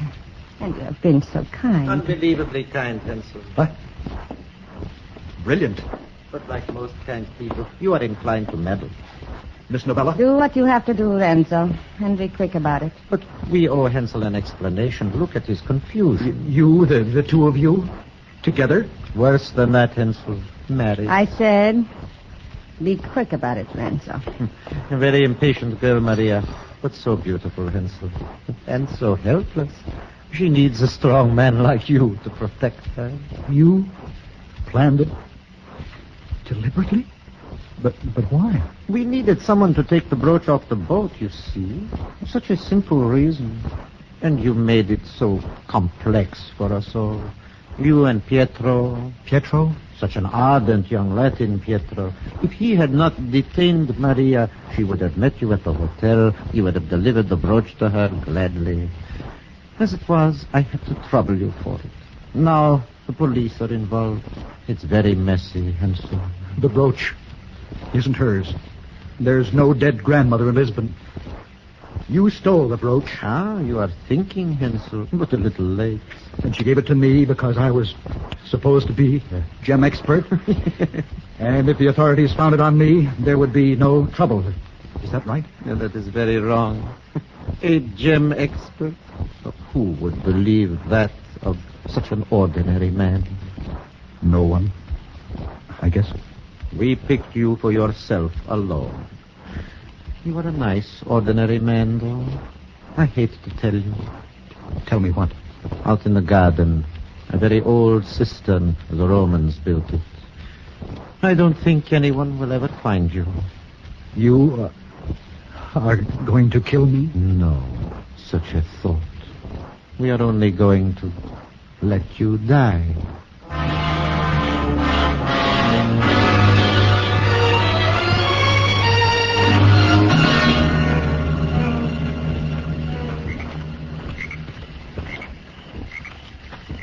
Not much further, Hansel. You must be very tired. I guess I am. The rest will do you good. Hansel! What? Look out! Free has fallen off you! Are you all right, Senor Hansel? Oh. I'm much better, thanks. You? You brought the police, Hansel? You? Oh, no, I didn't have anything to do with... Well, did I, officer? Oh, I think so, yes. I got to thinking about your story. It's a very fantastic story. It's so unbelievable. But then I think about you. Such an ordinary man. You could not make up such a story. So, I follow you.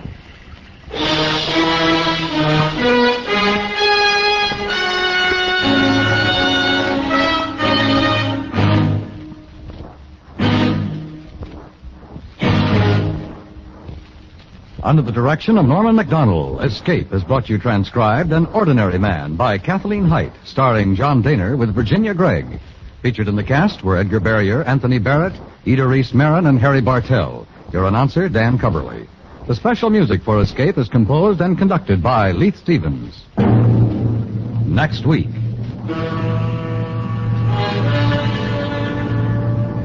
You are lost in the trackless wild of the Irish moors. Your only companion, the beautiful gypsy woman. And you know that somewhere in the dark behind you, searching every foot of ground for you, is the giant of a man called Charon, who plans to take your girl and at the same time take your life.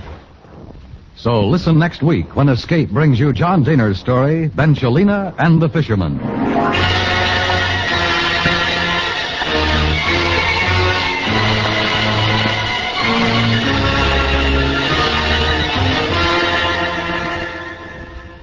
Is there a possible connection between a strange ivory monkey and the death of a wealthy oil magnate? Mr. Keene believes so and sets out to prove his contention in the case of Murder and the Ivory Monkey, tomorrow night on CBS Radio. Don't miss Mr. Keene at his exciting best tomorrow night on most of these same stations.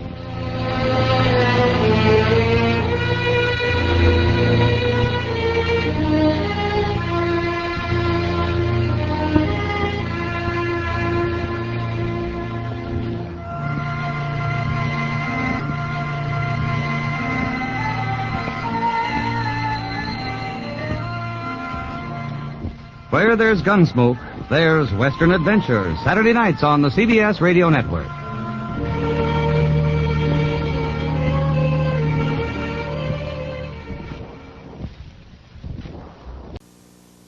UPN Tuesday.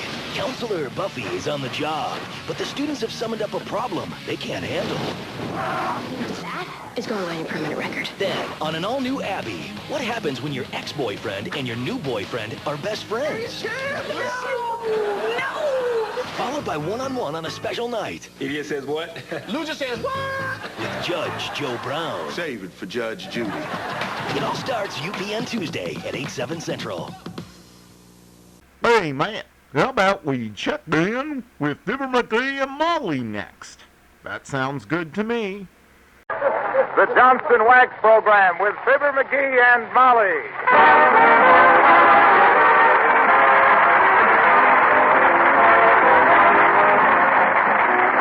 The makers of Johnson's Wax and Johnson's Self-Polishing Glow Coat present Fibber, Magee, and Molly, written by Don Quinn, with songs by the King's Men and music by Billy Mills. The show opens with Anything Goes.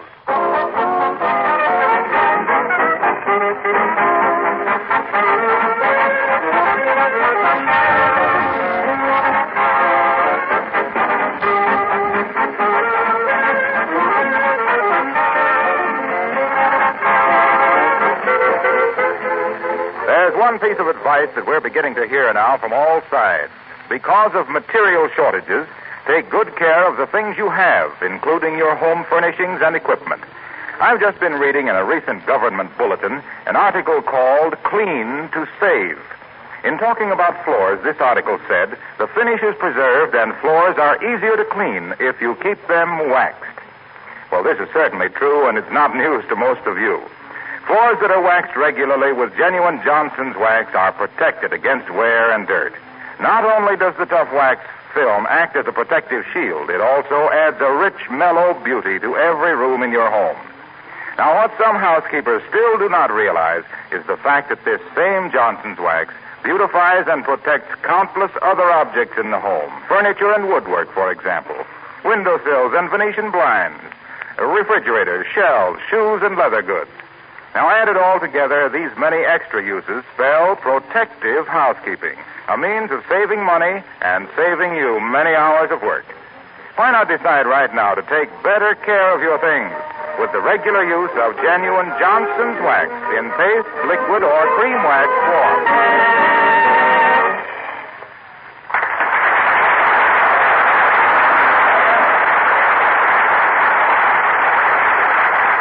The residents of 79 Wistful Vista went to a formal party at Mrs. Uppington's New Year's Eve and had a fine time. But when our hero went to buy a collar for his dress shirt, he got two of them just in case he soiled or tore the other. So, with his own peculiar ideas of economy, he is taking his wife out again tonight to use up the other collar. And here, dressing for the occasion, we find Fibber, Magee, and Molly.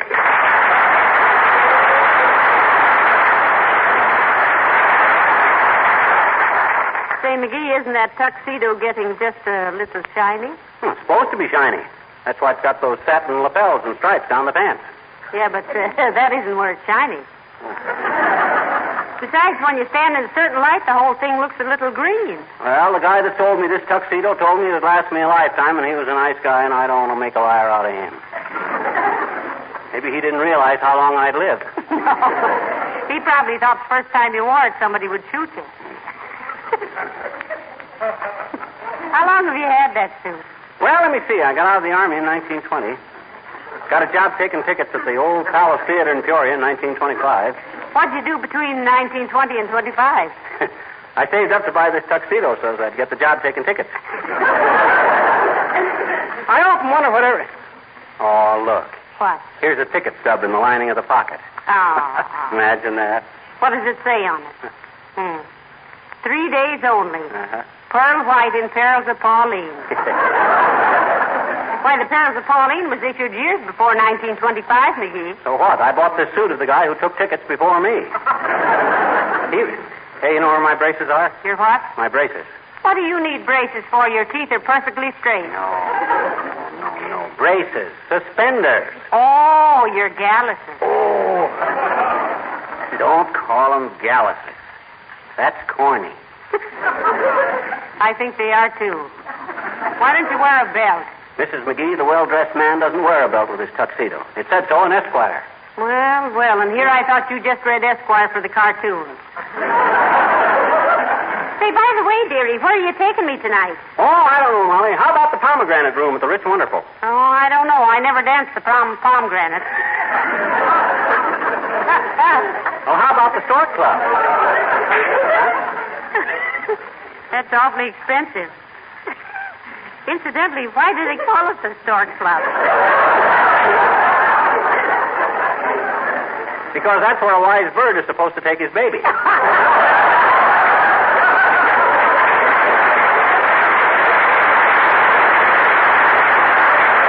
They got a wonderful rumba band at the Cuba Libre. Say, I've always wanted to go to the Cuba Libre, but we don't know how to do the rumba. Oh, shucks, I could show you in 2 shakes of it. You see, in the foxtrot, you toss your torso, but in the rumba, you toss your torso more so.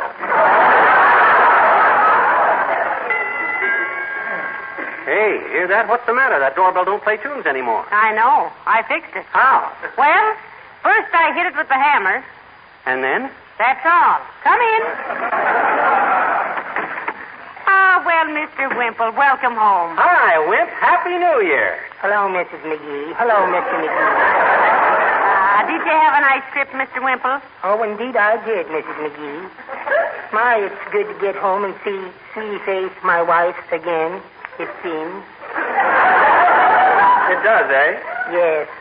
Though things are not always what they seem, are they? Did you miss her very much, Mr. Wimple? I really did, Mrs. Magee. Why, all the way home, the noise of the wheels on the railroad track seemed to say, sweetie face, sweetie face, sweetie face. Does it cost much more to fly, do you know? Well, not very much, Mr. Wimple, though I don't think you'd like it. It'd get you home so much sooner, Yes, that's a thought, isn't it? But do you know, my wife had our house all rearranged while I was gone. It was really a delightful surprise. You should see my little room now. How so, Wimple? You have the bars on the windows covered with ivy? Oh, Mr. Magee. You're just joking. There aren't any windows in our fruit cellar. Well,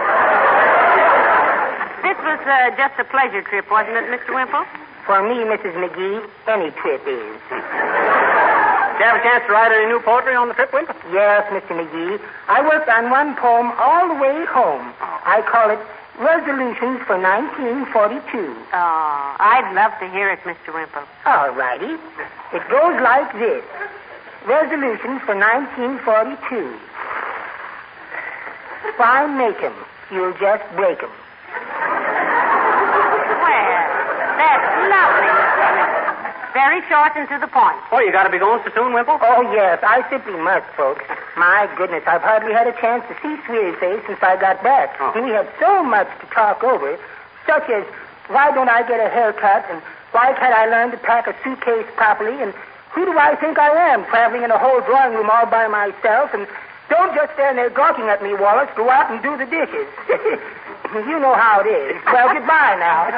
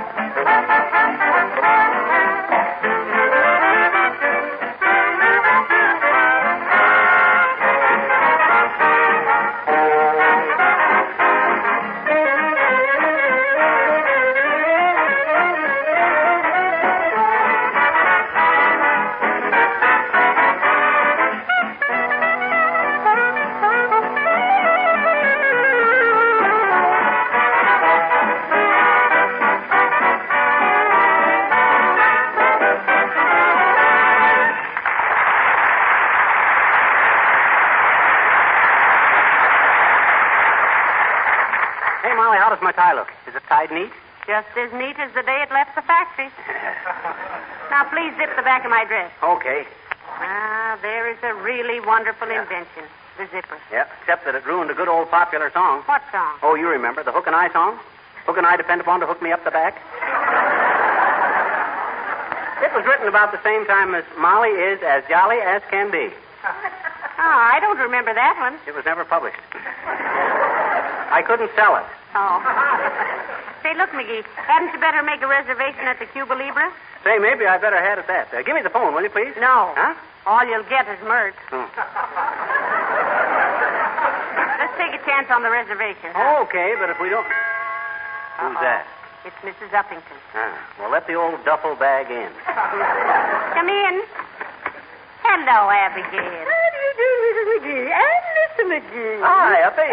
My dear, you look simply lovely in that dinner dress. Oh, thank you. And Mr. Magee, you're looking very well. We're going out night clubbing tonight, Abigail. Magee's going to show me how to rumba. Really? Why, Mr. Magee, I had no idea that you were such a devotee of Pepsicore. Oh, let's play that last hand again, Uppy. I think I missed a trick. She said she didn't know you were such a hound for hooping, honey. Oh. Yeah, I'm really there when it comes to manipulating the moccasins, Uppy. It's kind of a gift, I guess. Didn't you hear what those people said about me at your party? Why, no, I don't recall, Miss Magee. Well, it was when I was dancing with that cute little girl with the white cap. Magee. Huh? That was the maid who was serving the buffet. I tried to tell you. I thought she was awful hard to lead past the sideboard. But you know, Mr. Magee, when you danced with me, I thought you had rather a peculiar style of dancing, that sort of bouncing up and down, you know. Oh, that. Well, it was a cold night, Uppy, and I was giving you a hot toddy. Don't you get it, girls? Hot toddy? Ain't funny, Magee. Definitely not.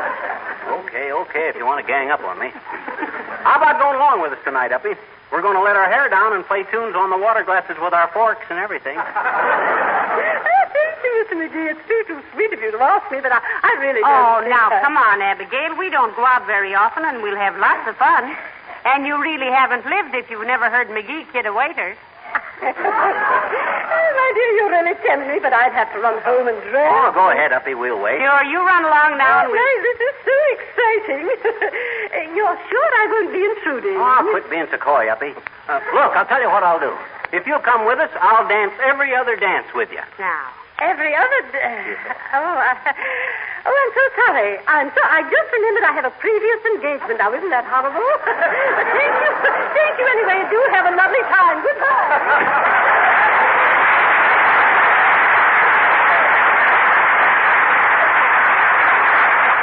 Sure changed her mind in a hurry, didn't she?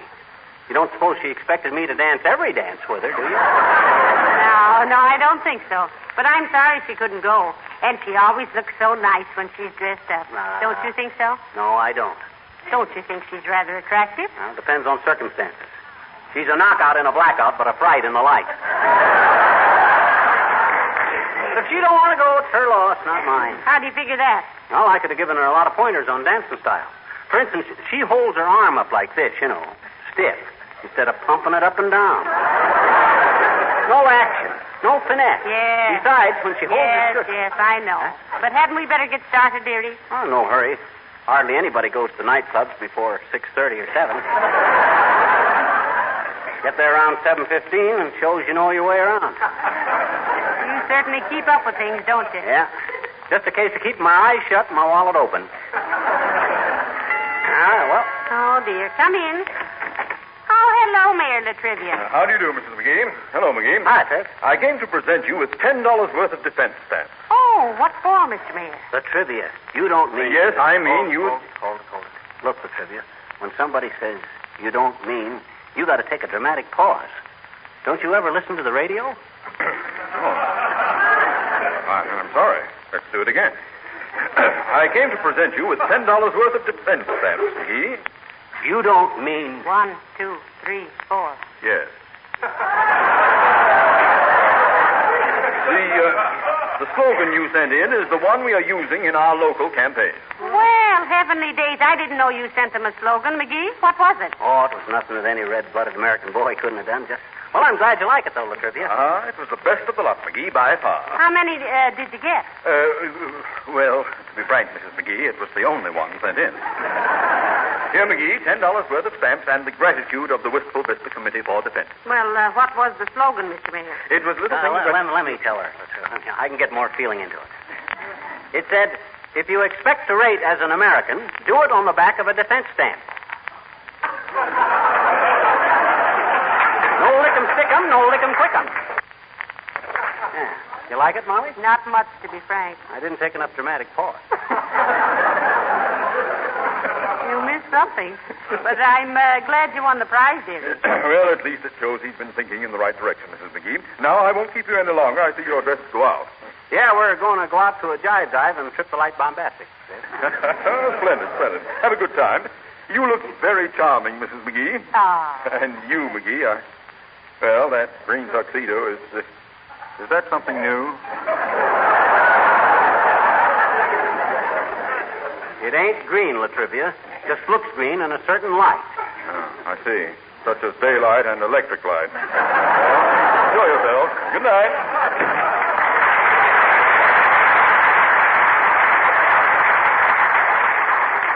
What do you mean, daylight and electric light? What other kind of light is there? Gas light. Well, who uses gas light? Well, I'll bet the tailor who made that tuxedo did. But don't worry about it, dearie. You know, it doesn't really look so bad. Of course it doesn't. It's the only one in town with 7 buttons on each sleeve, too. I guess I know a snappy. Hello, folks. Going someplace? Hello, Mr. Wilcox. Yes, we're stepping out tonight. Going to hit a few hot spots, Harlow. We're going dancing. Why don't you come with us, Mr. Wilcox? Yeah, come on, Harlow. Oh, what if you're not dressed up like us? We can pretend we don't know each other.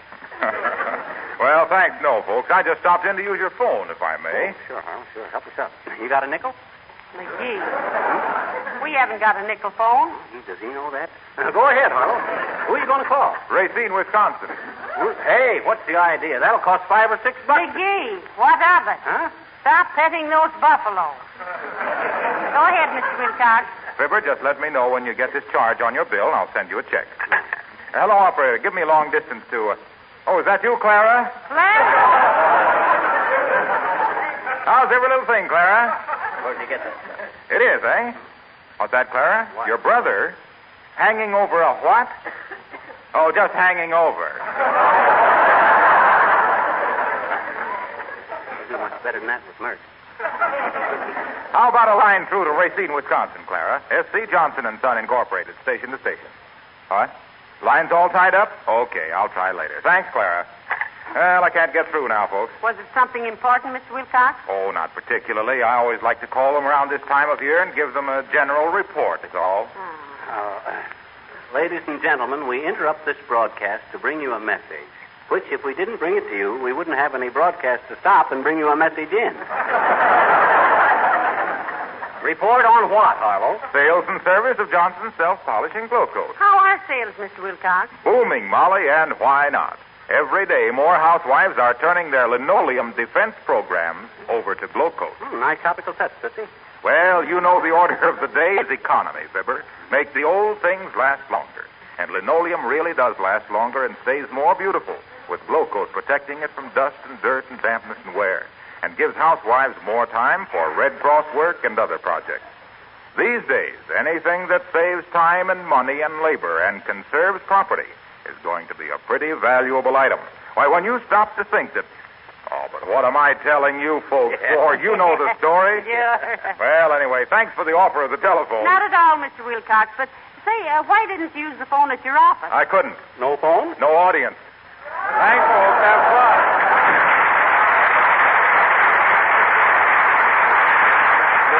How do you like that? You know what? I think he likes an audience, so he can take a bow. And when he takes a bow, he can sneak a peek at the floor, the rascal. Well, what say we get going, Molly? Just as soon as I fix my face, dearie, and get my gloves and bag. Okay, and while you're doing that, I'll get my shoes on. Come in. Hi, mister. Oh, hi, little girl. Haven't got much time to talk to you now. Why? Well, because I got ants in my arches, and I'm going to take Mommy out for a little shim-sham-shimmy, a touch of floy-floy, and boop-the-dooper with Cooper. You talk awful funny tonight, mister. I can't help it, sis. I'm a hep cat tonight. I got a brain full of boogie and a jumper full of jive. I'm a wild-eyed wampus from the waving woogie, and this is my night to heave a hit. Maybe I better come back later, huh? Oh, don't run away, sis. I was just kidding.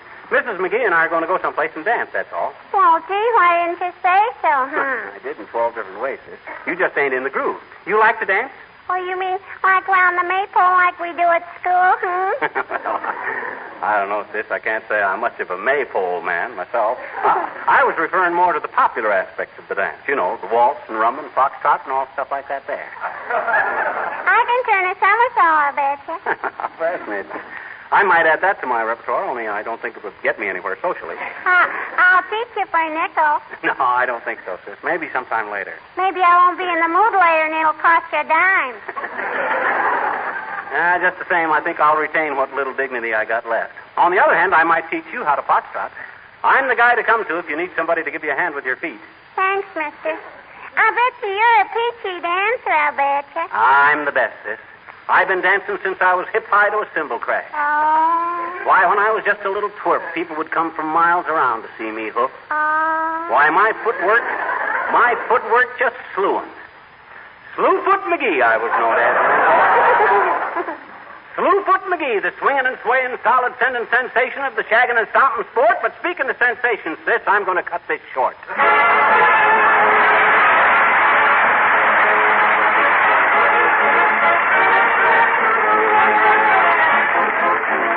King's Men sing Zana Zaranda. Listen, mister, here's a girl who can't be beat, and you'll blister in the glow of her tropical heat. See, she'll have you all at sea. Zana Zaranda, Zana Zaranda, the hottest tamale in all of the Panama land. The gentlemen love her, and the ladies get catty. Her tropical jiving is driving the populace batty. Zana Zaranda, Zana Zaranda, the dangerous dolly who's ever so much in demand. A little bit naughty, just a little bit shocking. This hot chili peppery stepper has Panama rocking.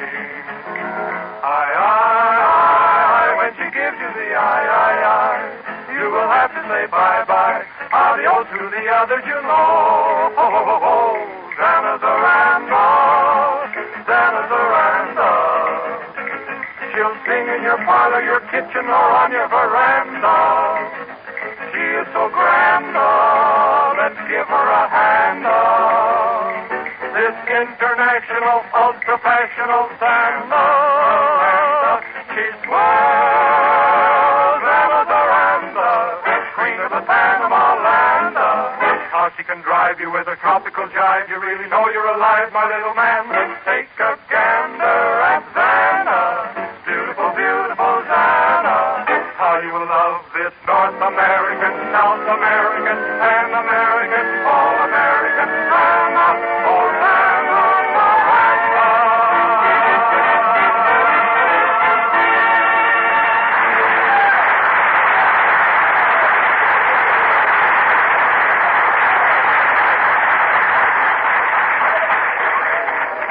Hey, this is quite a joint, isn't it, Molly? Certainly is. Though I resent spending $3 a plate for a steak that a Great Dane would bury and forget. You didn't use enough ketchup. Hey, listen. I thought you wanted to dance so badly, and they've played 4 dances since we've been in here, and we haven't danced yet. Oh, I know. I thought we'd better eat first. Hey, waiter. Yeah? I'd like some dessert. Me too. You got any pie, bud? What kind you want? What kind you got? We ain't got any. Oh, that includes the kind I wanted. Got any camembert? My name ain't Bird, it's Chauncey. And we're all out of camem. Well, say, how about a chocolate parfait? That we can do, sister. How about you, chum? Well, I don't know, Chauncey. Bring me a cup of coffee and I'll think it over. Well, if you think it over carefully, chum, you won't drink it. I'll be right back. Now, listen, the orchestra's getting ready to play again, Magee. Shall we dance? No, let's eat this one out. We can dance later. But, dearie, all evening you... Well, hello there, kid. Oh, hi, old-timer. Glad to see you. Hello, Mr. Old-Timer. Won't you sit down with us for a while? No, thanks, kids. Just thought I'd come over and say hello while Miguel went out to fix her face. So between us, I think it's too late. You don't seem to be much infatuated with her, old-timer. Johnny, when I brung her here tonight, I had it bad. Thought she was the sweetest kid on earth. Full of glamour. Pretty as a picture. Had my heart thumping like the door of a boarding house bathroom. Well, then what happened? She started eating spaghetti, daughter. That did it. Murder. Didn't she know how to wind it up in a spoon, I old-timer? tried to tell her, Johnny, but she says she's been doing so much knitting lately, she couldn't stand the sight of it all wound up like that. So I guess it's all over between me and Mert. Mert? Yep, telephone operator I met at a New Year's party. Just a hello girl that I'm saying goodbye to. Her sister Claire is working for her tonight. Why? Oh, nothing. You sure you won't sit down with us for a while, Mr. Oldtimer? No, thanks, kids. Gotta leave pretty quick. Hey, what time is it? About 11:45. What? Good gravy. I gotta get out of here. This dress suit is only rented till 12 o'clock. See you later, folks. Now, wait a minute. How about your girl? Tell her Cinderella had to leave the ball, kid.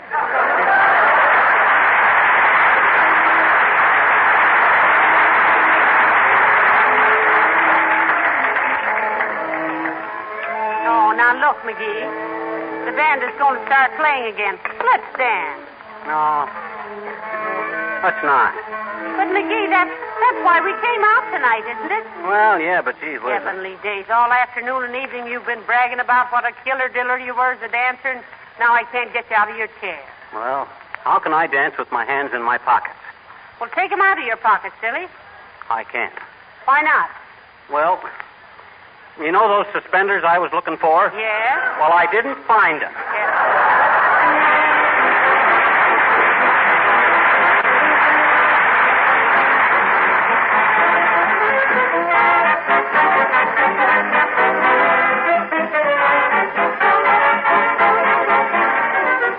Most of you ladies spend a good deal of time in your kitchens, and I certainly don't blame you for wanting them as cheerful and as pleasant to work in as possible, especially during these rather dark days of winter. Have you ever stopped to think how important your linoleum floors are in that picture? If they're bright and cheerful, clean and sparkling, the whole room is pleasant and inviting. Now, you know what I'm coming to. I want every woman who isn't already using Johnson's self-polishing glow coat to try it just once. I know what the result will be. Not only one more booster for Glow Coat, but one more kitchen floor easier to care for, with hours of work saved in the bargain. Glow Coat is a wonderful product. It gives floors lasting luster. It wears smoothly and evenly because the Glow Coat film is flexible, not brittle. It's labor-saving, needs no rubbing or buffing whatever. Dries in 20 minutes. And Glow Coat is economical because a little goes such a long way. Also, Glow Coat makes linoleum last much longer. But wherever you buy it, be sure you get the real thing. The one and only Johnson self-polishing Glow Coat in the familiar red and yellow package.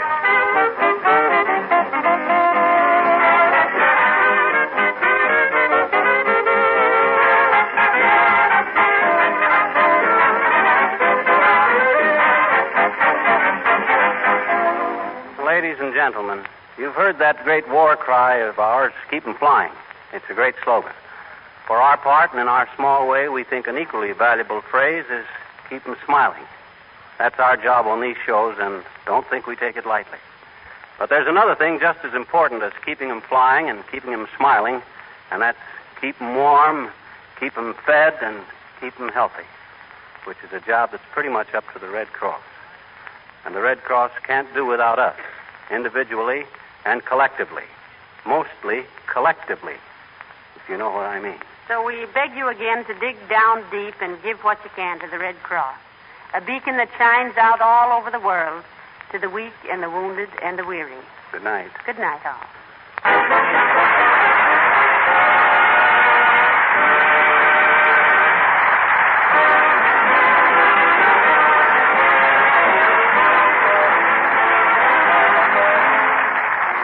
This is Harlow Wilcox, speaking for the makers of Johnson's Wax Finishes for Home and Industry, inviting you all to be with us again next Tuesday night. Good night. Let's admit that in winter it's harder to keep your car looking its best. But let's be thankful for a polish like Johnson's Car New that actually cleans and polishes in one application. 2 jobs at once in half the time they used to take. Really, you'll be amazed how quickly you can give your car its original showroom shine with this sensational polish. And remember, right now is the time to start taking better care of your automobile to make it last a longer time.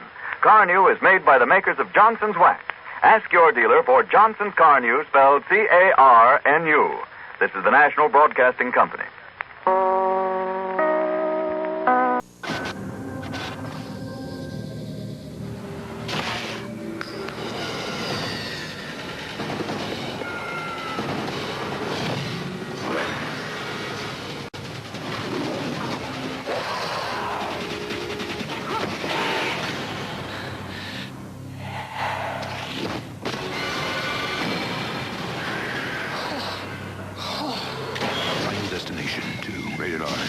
Friday, January 31st. I sure hope Jack Benny doesn't mind that Fred Allen is our next show. 25 tons of dirt delivered to your door. The gangplank to the Queen Mary. 800 pounds of putty for every member of your family. All the buttermilk you can drink for the next 10 years. Any 2 floors from the Empire State Building. Free diaper service for all the children in your family until they are 18 years of age.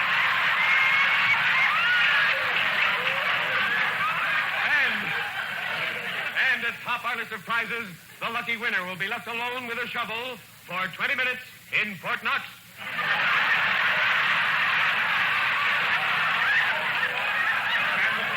And now for the game that can make you a millionaire. Cease the melody. And here's the man who gives the prizes, your radio Santa Claus, Henry Morgan. Thank you. Thank you. Thank you, and good evening, ladies and gentlemen. For $103,000 in prizes, do you know the name of our mystery melody?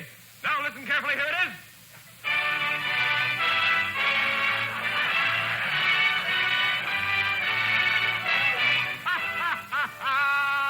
That's the mystery melody, folks. If your phone rings and you guess the number the orchestra is playing, you will have a chance to guess the mystery melody. All right, here we go with Cease the Melody. Our first number is...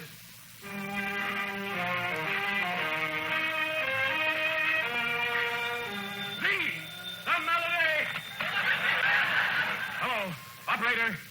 Where is this call? Henbane, Texas. And the party's name, please. Mr. James Harkins.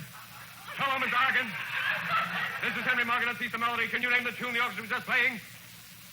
What's that? What? Swanee River. That's absolutely right. And as a prize for guessing it correctly, Mr. Harkins, we're going to send you the Swanee River. Now, Mr. Harkins, you have a chance to guess the mystery melody. For $103,000 in prizes, can you tell me the name of this tune?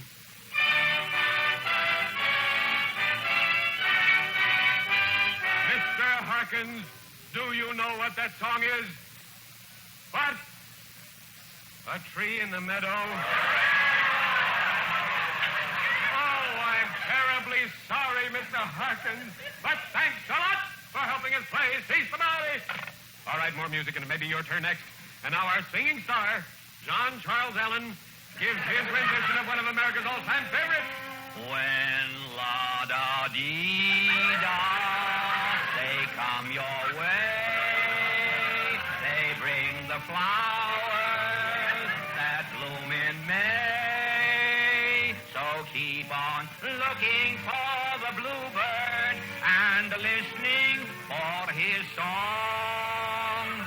Whenever la-da-dee-da.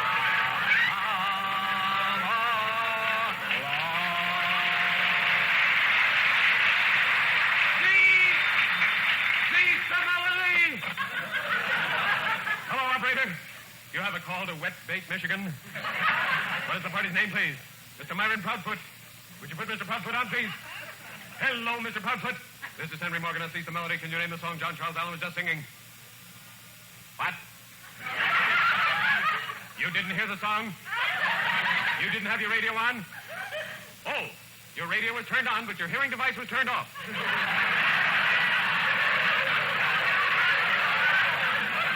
Proudfoot, turn it on, and John Charles will sing it again. Okay, John Charles. When la-da-dee-da,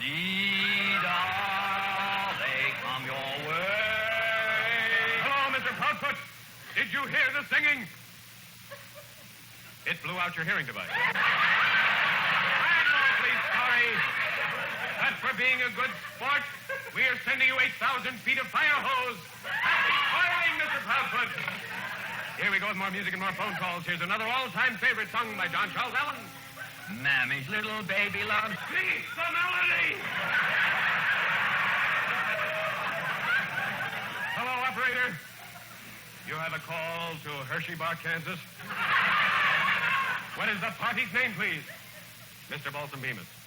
But Mr. Bemis on. Hello, Mr. Bemis. This is Henry Morgan at Peace the Melody.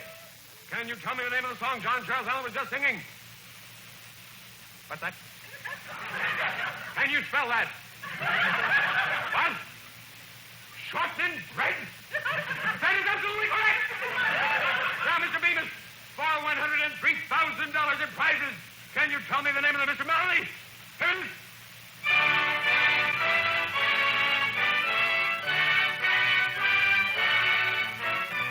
Mr. Bemis. Mr. Bemis, do you know what song that is? What's that? Say it again. Again? How? I'm terribly sorry. You're awfully close, but it's not the Hut Sut song. But for being a moron, Mr. Bemis, we are sending you through the courtesy of Branch Rickey, the Brooklyn Dodgers, a complete set.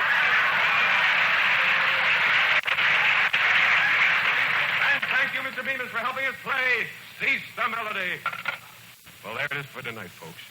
Since nobody has guessed our mystery melody, next week, in addition to the $103,000 in prizes, we are giving away a live human being. Good night.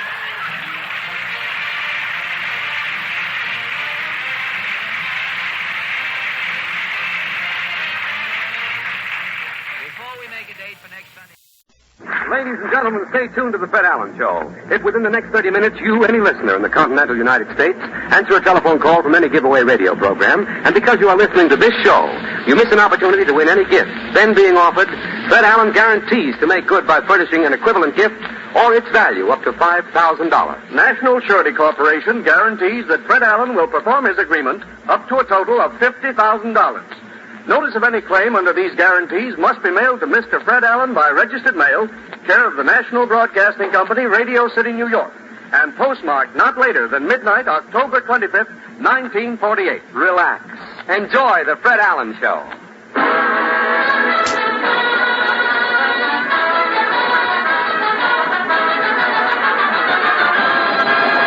The Ford Dealers of America present the Fred Allen Show.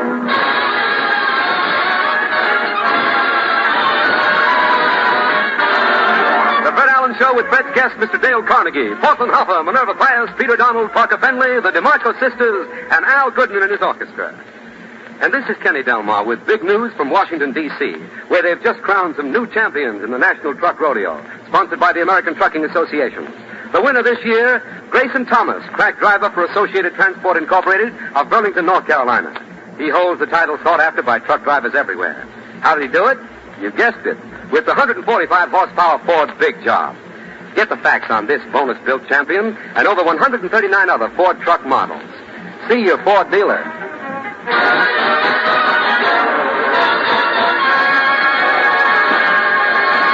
Ladies and gentlemen, it's Sunday night again, and as is his weekly custom, Fred Allen has a date at the corner of Main Street.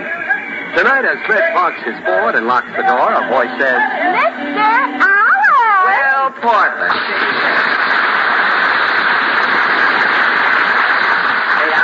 I'm a little late, Portland. Have you been waiting long? No. I've been looking in this drugstore window. It's funny. What's funny? There's some dust in the window, and it isn't doing anything.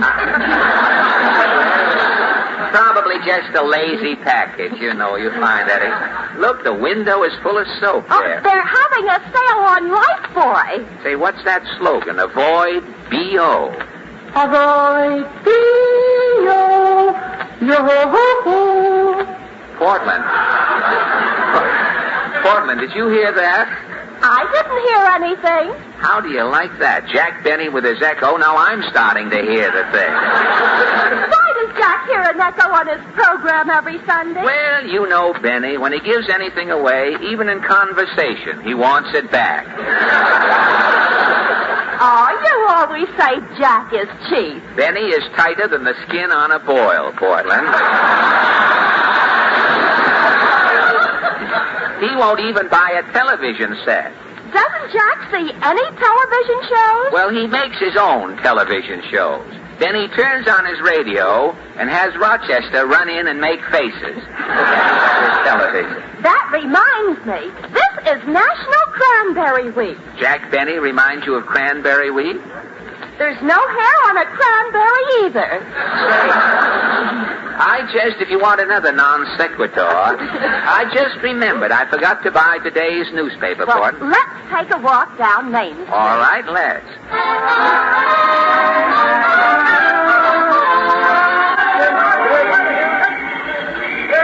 What does the paper say? Say, look at this. The government is going to spend $60 million to keep up the price of peanuts. What can they do down in Washington to use up $60 million worth of peanuts? If the Republicans win the election, there'll be an elephant in the White House. I hope Harry gets his trunk out in time.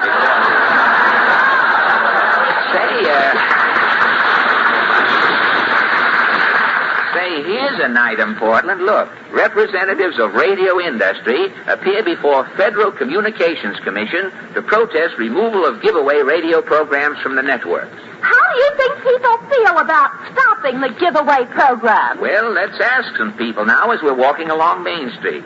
Say, this man coming along here with the liverwurst hanging out of his briefcase. Pardon me, sir. I am Sergei Stroganov, head of the Audubon Society in the Soviet Union. I am in America studying bird life. Oh, you know birds? All there is to know about birds I am knowing. Oh, really? For 2 years I am living in a nest. Oh, you lived in a nest? All kinds of birds are my friends. The sparrow, bobolink, chickadee. Swan? No swan. No swan? In Russia, nobody is using soap. Oh, no soap, you say? In Russia, you are finding no white Russians. Oh, well, I didn't understand.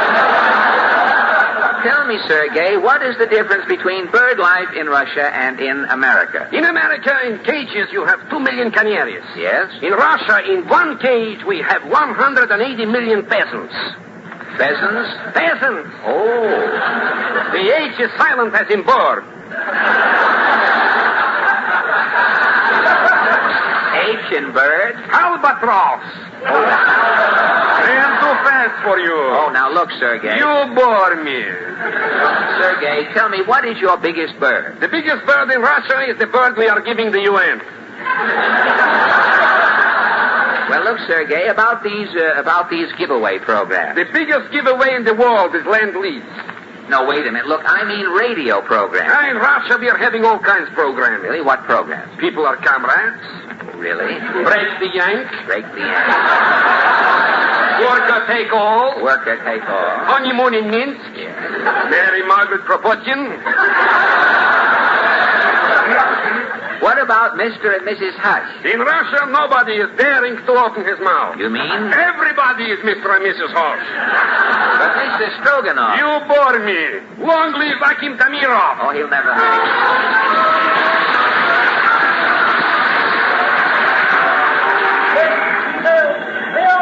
Oh, that Sergei is a wild man, Portland. Well, let's walk along. Look at that sign in the liquor store. The picture of those two men holding the bottle? It says, which twin has the hangover? Hey, look who's coming. Titus Moody. Hi, Mr. Moody. Howdy, Bub. You look all upset, Mr. Moody. I'm so mad I could suck an egg. What's wrong? Well, I see something funny, and I've been standing here 2 hours waiting to laugh. Well, why don't you laugh? Can't find my teeth. Well, look, Mr. Moody, about these giveaway programs, do you think they should be taken off the radio? I do. Uh-huh. People go along expecting something and end up getting nothing. Well, how do you mean? Well, I knew a fella, Huber Skinner. Uh-huh. Huber was a glutton. A glutton, eh? He'd eat anything that he could overtake.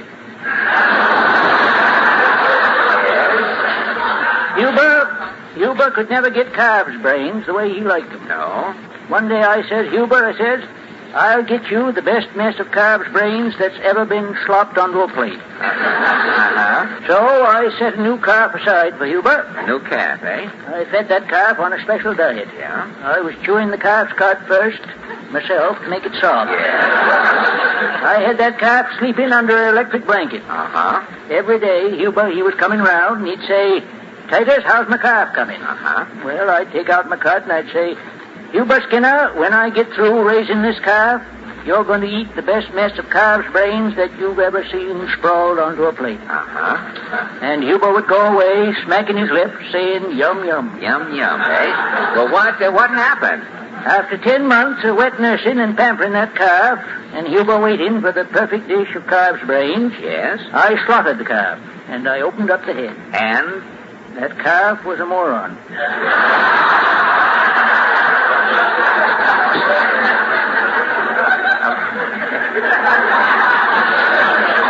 A moron? That calf didn't have no brains. Well, you think the people who expect to win things on giveaway shows? They're like Huber T. Skinner. How? Why, they ain't got no brains either. Well, tell me, why are you so bitter about giveaway programs, Titus? Well, sir, a friend of mine, he won a giant jackpot. Yes? The shock was too much. He dropped dead. Dropped dead? Well, what happened after he dropped dead? His body had to go to Bermuda for a romantic 2 weeks vacation. All expenses paid. So long, Buck. So long.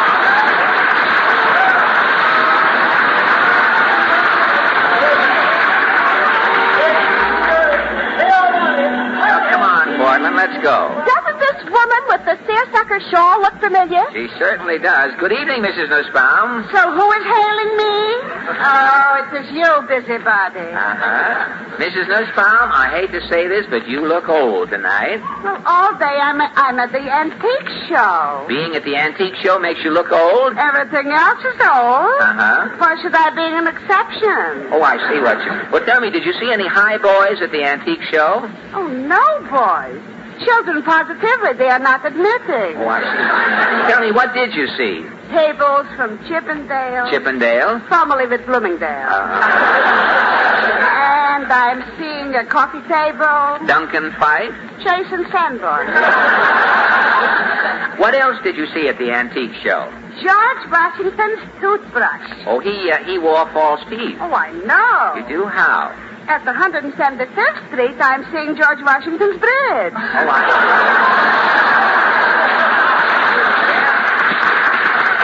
Enough about the antique show. Tell me, Mrs. N, do you think the giveaway radio program should be stopped? Why? Personally, to me, I'm liking only giveaway programs. Well, have you ever appeared on a giveaway program? Only once. What happened? First, they're asking me a question. Uh-huh. Then they're giving me a Ford car, a mink cape, a diamond necklace, a dinner set, but also an airplane. You answered the question? I'm missing the question. Well, if you missed the question, why did they give you all these presents? For making a good try. Thank you.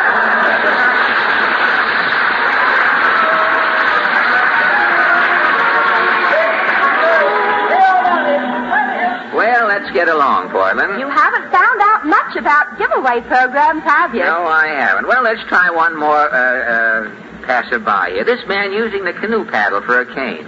Pardon me, sir. Rejoice, brother. My name is Humphrey Titter. Humphrey Titter? I'm the joy boy. The world is in the dumps. Rejoice, brother. Let a smile be your umbrella. Have you ever tried letting a smile be your umbrella? Yes. What happened? I got a mouthful of rainwater. Say, I know you, Titter. You're the fellow you write unusual greeting cards and jingle. Everybody writes get well cards to people who are sick. I write get sick cards to people who are well. Get sick cards? Old friend, you're looking mighty well. You're working like a beaver. I hope you'll soon be sick in bed with a breakdown or a fever. Very good, very good. Rejoice, brother. Get me some joy. I'll spread it every time. Well, look,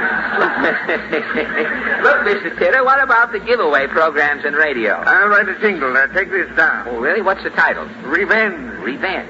Years ago, radio appealed to many folks. It gave them entertainment, drama, songs, and jokes.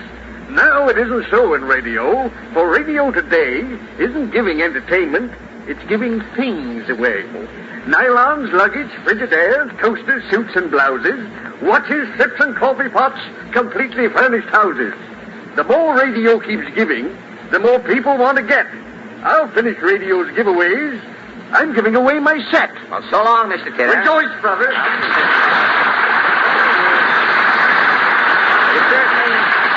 You certainly meet some weird people on Main Street, Portland. Here's the music store. Oh, the music store. What song is that they're featuring? My darling, my darling. Oh, that's one of Frank Lesser's song hits from Where's Charlie, the new Ray Bolger show. I wonder how it sounds. Well, if Al Goodman and his orchestra ever play it and the five DeMarco sisters ever sing it, my darling, will sound something like this.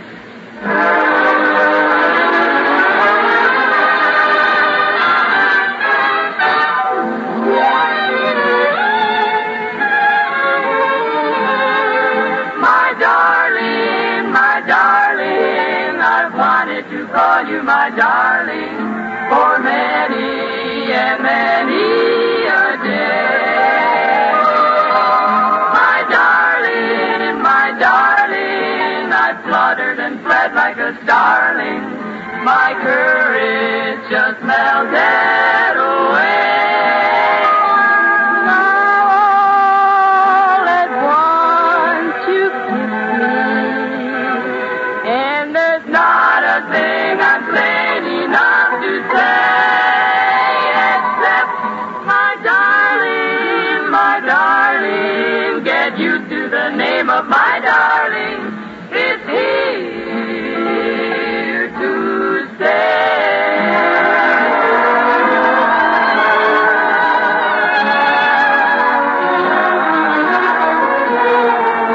It's here to stay forever and a day. My darling, my darling, my darling.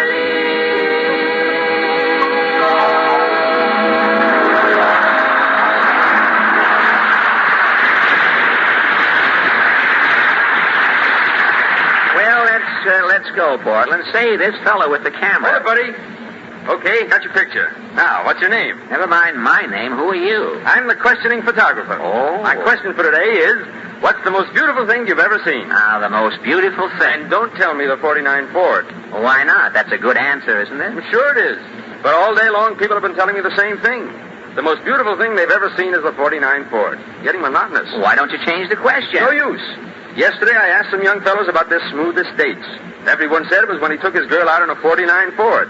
Then they all told me about Ford's smooth midship ride and new hydrocoil front springs and Paraflex rear springs. Say, that sounds like a commercial. Last week, I'm questioning ladies about the nicest surprise they ever had. Now, don't tell me the ladies were surprised by the 49 Ford. They all were. Yeah? One was surprised at how big and roomy it was. Yeah? Another at how easy it was to drive with its picture window visibility and magic action brakes. I get the same story every time. Well, you certainly have a problem. What am I going to do? Give me that camera, brother. I'll ask you a question. Oh, okay. Now, what is the most beautiful thing you have ever seen? The 49 Ford. Everybody's crazy about it. This year it's Ford by a landslide. You're right, and 49 Ford will carry the country. So long, brother. Rejoice, brother.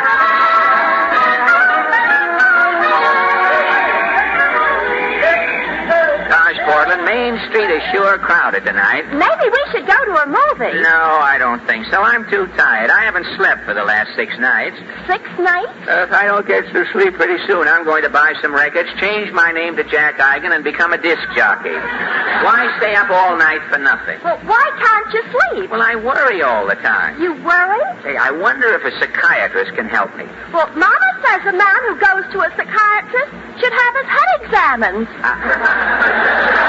See, there's a psychiatrist sign on this building, Portland. Look, Dr. Holstein. I'll see if he's in. Shall I wait? Yes, I'll be right out.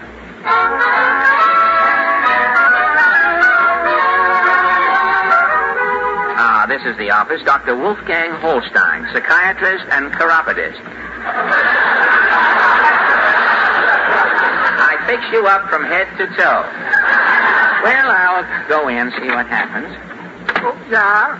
Pardon me, sir. Are you... Yeah, I am Dr. Wolfgang Holstein. You want an analysis or your bunions removed? Doctor, I have insomnia. Oh, that is simple to cure. How can I cure my insomnia? Go to sleep. But I can't sleep. I haven't slept a wink in 6 nights. You know, I once had a patient who could not sleep. No? For 1 whole year, 8 hours a day, I had him laying on my couch. And? He still could not sleep. You couldn't cure him? Finally, it is coming to me. Why couldn't he sleep? After laying 8 hours a day on the couch, he wasn't tired. Well, Doctor, I can't sleep because I worry. I worry all day long. When do you worry? Well, I start before breakfast. You know, I once had a patient who worried about breakfast. During the night, he would dream he was eating shredded wheat. Yes? When he'd wake up, the mattress would be half gone. That isn't my trouble. Oh, so, what do you eat for breakfast? I have poached eggs on toast and coffee. I cook it myself. So, what is your worry? Well, there's only 1 electric outlet in my apartment. 1 outlet, yeah. But I have 3 electrical appliances. Where does the worry start? Well, every morning I get up at 7:30. Yeah. At 7:31, I plug in the water to poach my eggs. Yeah. At 7:35, the water is boiling. I drop in the eggs, pull the plug out of the water pan, and plug in the toaster. Yeah. At 7:39, the toast pops up. I pull the plug out of the toaster and plug in the coffee. Yeah. While I'm putting the poached eggs on the toast, the coffee percolates. Yeah. At 7:42, my breakfast is ready and I eat. At 7:45, I leave the house, get the 7:50 train. At 8 o'clock, I'm at work. Yeah, but this schedule sounds perfect. Why should you worry? One day last week, Doctor, something happened. What? At 7:31, I plugged in the water to poach the eggs. Yeah. At 7:35, the water was boiling. I dropped in the eggs, pulled out the plug, and plugged in the toaster. Yeah. At 7:39, the toast didn't pop up. Himmel! The toaster was stuck. This is a crisis. The toast was black, the eggs were like rocks. The coffee was cold. Well, I missed my train. I was late for work. The boss says the next time I'm late, he's going to fire me. Oh, this could give you a psychosis. Also unemployment. Now, when I go to bed at night, I can't sleep. I'm never sure that the toast will pop up. If the toast is stuck again, Doctor, I'm going to lose my job. Oh, no wonder you are worrying. Dr. Holstein, you have got to cure me. My friend, psychiatry cannot help you. Well, what can I do? You can do what all psychiatrists are advising their worry patients to do. Their worry patients what? Read Dale Carnegie's new book, How to Stop Worrying and Start Living. Say, I'll buy that book right away. So long, Doctor. Auf Wiedersehen.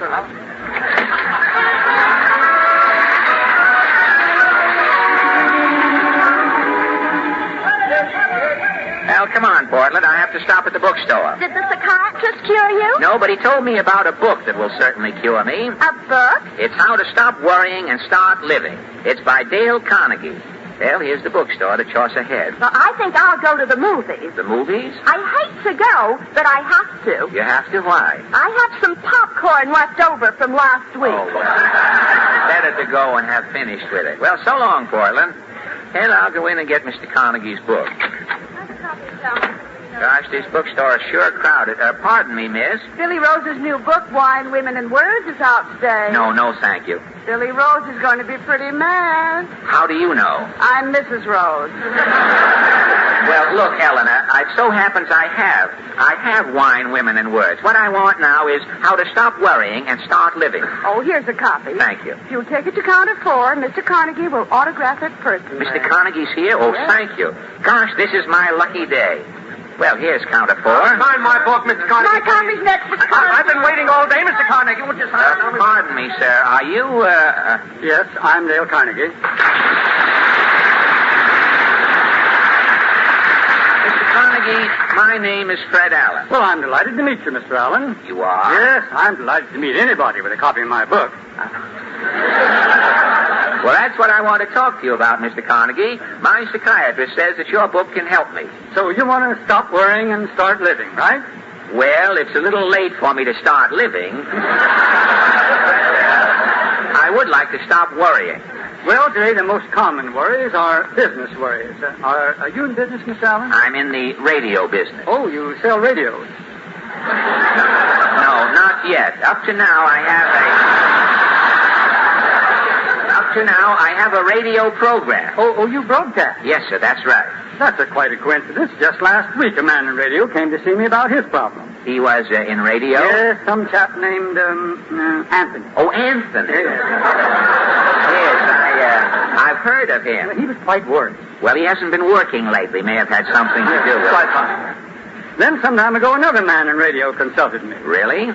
Yes, his name was Heater. Gabriel Heater? That's the fellow. Before he came to see me, there was no good news tonight. Gosh, Mr. Carnegie, your book is helping an awful lot of people. Do you think it can help me? Well, just what's your problem, Mr. Allen? Mr. Carnegie, my big worry is breakfast. Well, you know, I used to worry about breakfast myself. You, Mr. Carnegie? Yes, every morning I make my own breakfast. I have poached eggs, toast, and coffee. Poached eggs? Yes, and there's only one electric outlet in my apartment. One outlet? And I solve my breakfast worries with a system. What system? Well, every morning I get up at 7:30. 7:30? And at 7:31, I plug in the water to poach the eggs. Yeah? At 7:35, the water is hot. I drop in the eggs, pull out the plug, and plug in the toaster. Well, that's the very thing. And at 7:39, the toast pops up. And I pull out the plug and plug in the coffee. Just like And at 7:42, my breakfast is ready, and believe me, brother, I eat. Well, Mr. Carnegie, I have the same routine. One outlet, 2 poached eggs, toast, and coffee. The same breakfast. Well, if I have no worries, why should you? My toaster sticks. Your toaster sticks? Yes, one morning last week, the toast didn't pop up. The eggs were like rocks. The coffee was cold. I missed my train. The boss said the next time it happens, Mr. Carnegie, he's going to fire me. Really? Why, that's terrible. I haven't slept for 6 nights. I keep worrying. I never know if the toast is going to pop up in the morning, Mr. Carnegie. How can I stop worrying? Mr. Allen? Yes?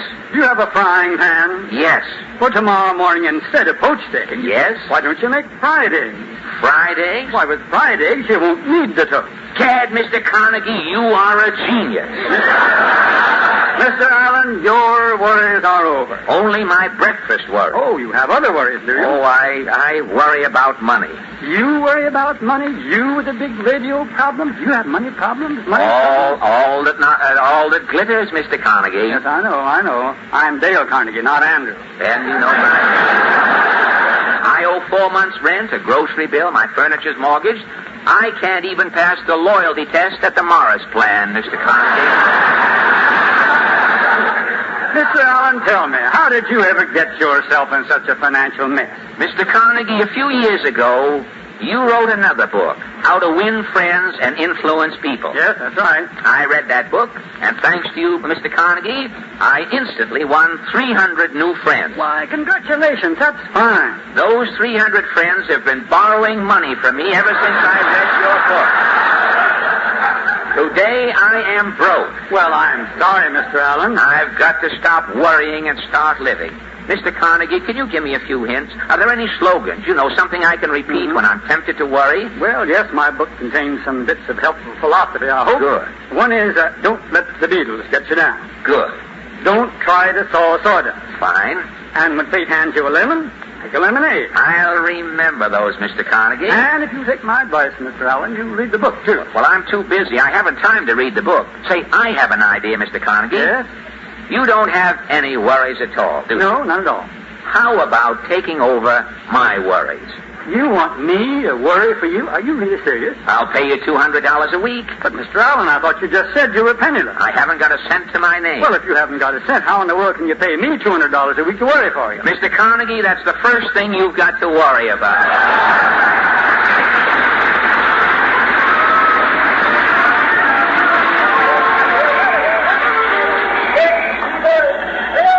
Gad, I'm a new man. No worries. Dale Carnegie certainly cured me. I must remember those slogans. Don't try to saw sawdust. Don't let the Beatles get you down. When fate hands you a lemon, make a lemonade. Well, I guess I'll get my Ford and drive home. It's parked right over here. Hey, you. Yes, officer? Is this your car? Yes. Isn't she a beauty? You're in a no parking zone. You're in front of a fire plug. You're heading the wrong way on a one-way street. I know, officer. You and me are going to court. You can't worry me, officer. Thanks to Dale Carnegie, I'm cured. Look, you. Don't try to saw sawdust, officer. Don't let the Beatles get you down. Not us Beatles. Hey, come here, you. Officer. I'm tearing up your ticket. Gosh, it works. My worries are over. They sure are. I knew I wouldn't go to court. You're right. You're going to Bellevue.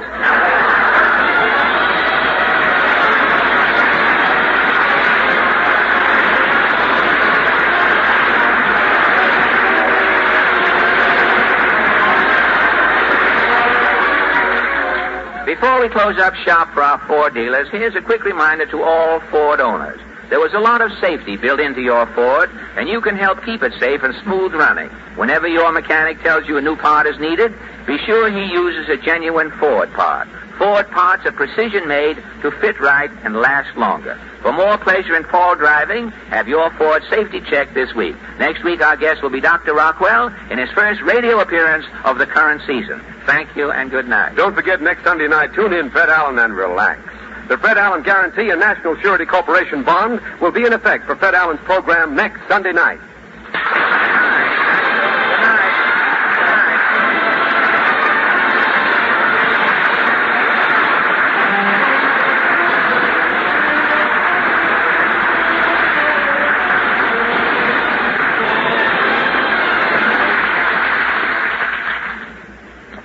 This is NBC, the National Broadcasting Company.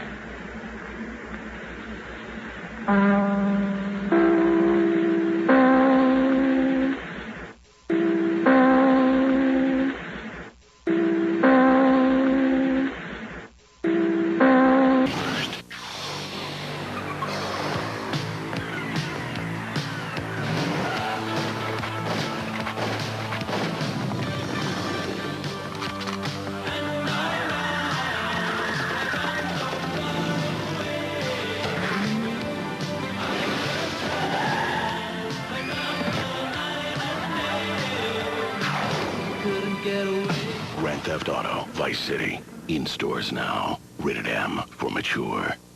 Now it is time to go back to Dodge City with Gunsmoke.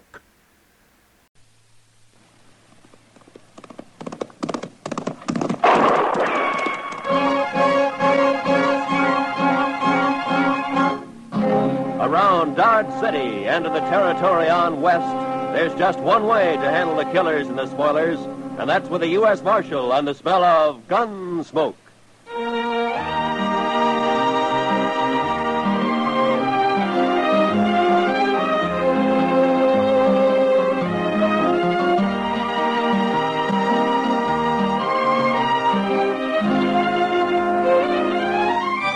Gunsmoke, starring William Conrad.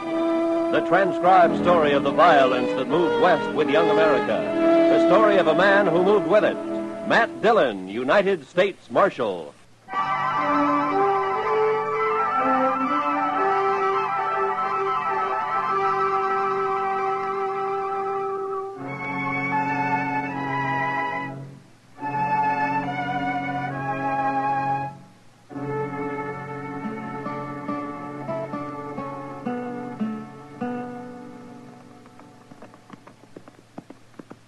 Ain't we never going to make camp, Mr. Dillon? We'll ask whoever's living in that cabin up ahead if there's any water around here, Chester.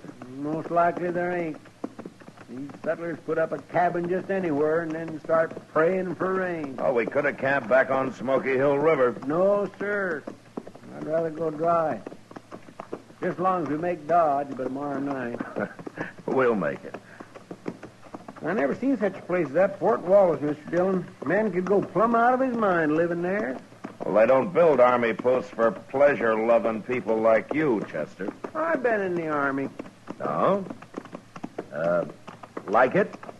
Well, sir, we didn't always see eye to eye, me and the Army, but at least I didn't get killed. Well, that helps. I'll bet you look pretty bold in a uniform, Chester. Oh, my, yes. I surely did. I wonder if there's anybody home here. Hello? Place looks deserted, Mr. Dillon. Yeah. Here, hold my horse, Chester. I'll take a look. Yes.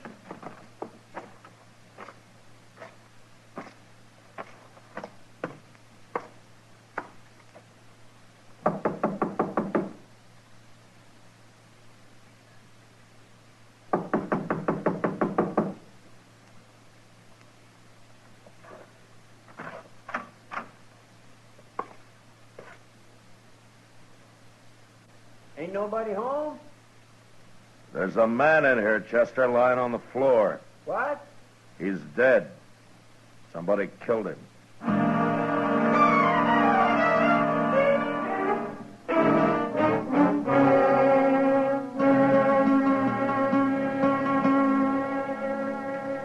We'll put the fire out now, Mr. Dillon? Yeah, we better get started. Looks like rain this morning. Yeah, it's too early to tell for sure. Too bad we don't know that fellow's name, Mr. Dillon. Sure do hate to bury a man and not even put a marker on his grave. I'd rather know the name of the man that killed him. It's awful easy to get by with killing a man way out here. Yeah, too easy. Say, look over there, Mr. Dillon. Yonder comes a couple of riders. Yeah, I see him. What do you suppose they're carrying rifles for? Stand over there, Chester, about 10 feet from me, huh? Yes, sir. And keep the hair out of your eyes. Yes, sir, I will.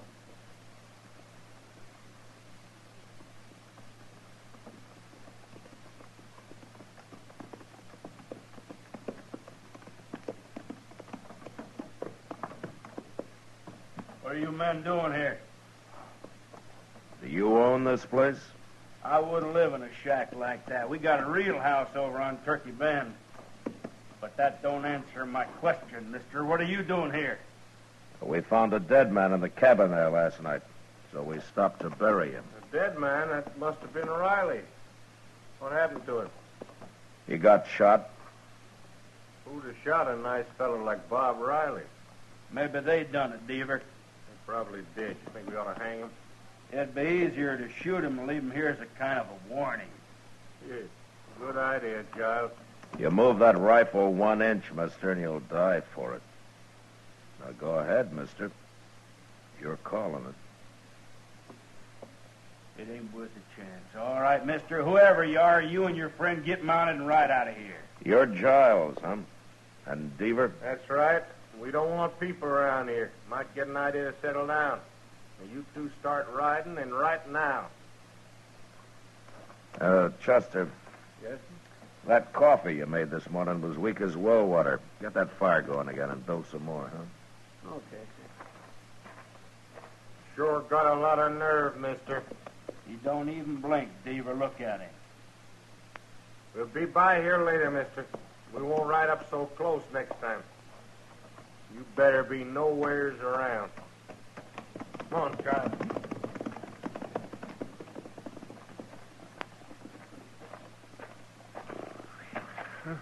I almost stopped breathing, Mr. Dillon. It was 2 against 2, Chester. We'd have made out all right. Yes, I know, but it's the waiting that chills me. Say, you know something? I'll bet anything it was them that killed the fellow that lived here. Maybe. And I'd sure like to know more about those two. But right now, we better get started for Dodge. Yes, sir, I'll go get the horses. Chester and I got mounted and rode maybe 1.5 miles when we came across a sort of a camp. There was a man there, a tall man with long yellow hair and bright blue eyes that seemed always to be looking into the distance. He had a mule and an old wagon and some hogs that he kept in a well-built, partly covered pen. But he hadn't put up a shelter of any kind for himself, and it didn't look as though he was about to.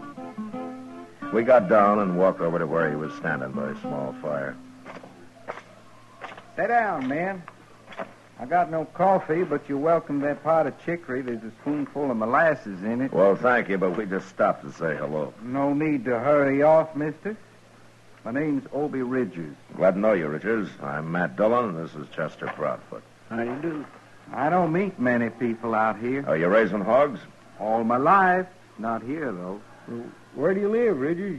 You got a house somewhere? Ain't lived in a house since I was 9 years old. I like it outside. I need to breathe. Well, you're outside here, all right. And I ain't going to move no matter what they say. No matter what who says. Them two fellas up on Turkey Bend. Giles and Deaver? Them's the ones. Tell me, Richards, there's a cabin about 1.5 miles north of here.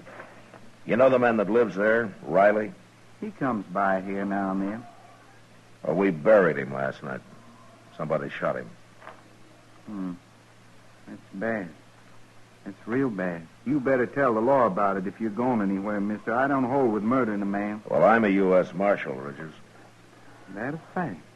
Well, Don't you ever get into Dodge? I never have, but I'm going today. What, in that wagon? It'll take you a week. No, sir. I'm going horseback. Well, I swear I don't see no horse. Well, right out there, fella. Here he comes now. There's Jim Branch leading him. Jim talked me into going to Dodge with him, but I know I won't like it. I'm just doing it for Jim's sake, kind of coddling him along, make him feel good. Where does this Jim Branch live? He's got a little place over west of here somewhere. Jim's nothing but a cowboy, Marshal. He'll be drifting on one of these days, kind of like me that way. Hello? Got company, Jim? You ready to go, Obie? I'm all dressed up like a sore thumb, can't you see? What'd you do, change your socks? This here's a U.S. Marshal, Jim. I forget his name. My name's Matt Dillon. I'm glad to know you. I'm Chester Proudfoot. Well, how you do? You heading for Dodge, Marshal? Yeah, we'll ride in with you if you like. Good. This is a big day. I've been talking Obie into going to town for 3 months. He claims he don't like towns. Wait till he sees Dodge. I'm happy right here with my hogs. I don't need no town. Your hogs won't miss you. Well, let's get started. I gotta be back in 3 days, Jim, like you promised. Them hogs will starve if I ain't. You'll be back. Oh, say. What? The marshal here tells me Riley got shot. No. Says Giles and Deaver done it. Now, wait a minute, Richards. It looks like they did it, but if I could prove it, I'd be taking them in for trial right now. Well, it's too bad you can't, Marshal. They're no good, them fellas. Well, I can wait. They'll make a mistake sooner or later. But we better get going. It's 60 miles to Dodge.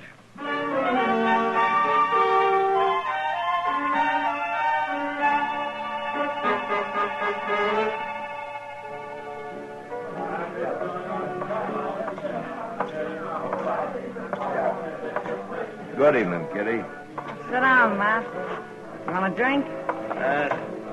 No, thanks. I just had dinner. That reminds me. Fella brought me a dozen quail today. Oh? I can cook them for dinner tomorrow if you're going to be around. Yeah, that sounds great. I'll be here. They ought to be ripe enough by then. You know, I never saw as many quail as there are this year. Riding in yesterday, we put up clouds of them. Huh. That Jim Branch seems like a nice fellow, Matt. Obie Ridges, too. Yeah, they are, Kitty. They sure make a funny pair. Maybe. But still, they're kind of like brothers. Look at him over there at the bar. Opie's getting spookier every minute he's here. Obie likes it outdoors, right out on the ground. I doubt he'll ever come into town again. Jim told me he still hasn't been able to get him to take a meal in a restaurant. He has to bring it outside for him. Says he can drink inside, but that's all. Well, maybe we'd all be better off if we lived that way, Kitty. Not me. I don't want to live like an animal. Don't you? Hello, Miss Kitty. Hello, Jim. Marshal, something bad's happened. What, Jim? Well, this fella here just rode into town from up north. Well, he come by Obie's camp. Marshal, somebody shot Obie's mule and burnt up his wagon and killed all his hogs. That's right, Marshal. Oh, no. Giles and Deaver again, huh? Well, it's Obie I'm worried about. I never should have made him come to town, Marshal. He'll kill them fellas now. I know he will. I'll ride out with you, Jim. Right now.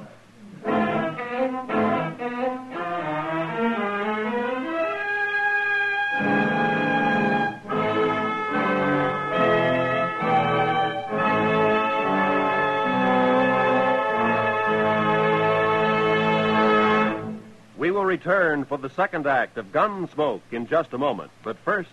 This coming Tuesday night on most of these stations, CBS Radio turns John Lund loose on his latest case of yours truly, Johnny Dollar.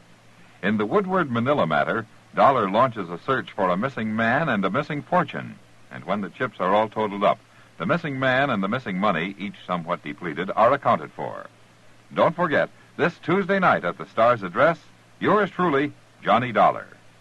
Now, the second act of Gunsmoke.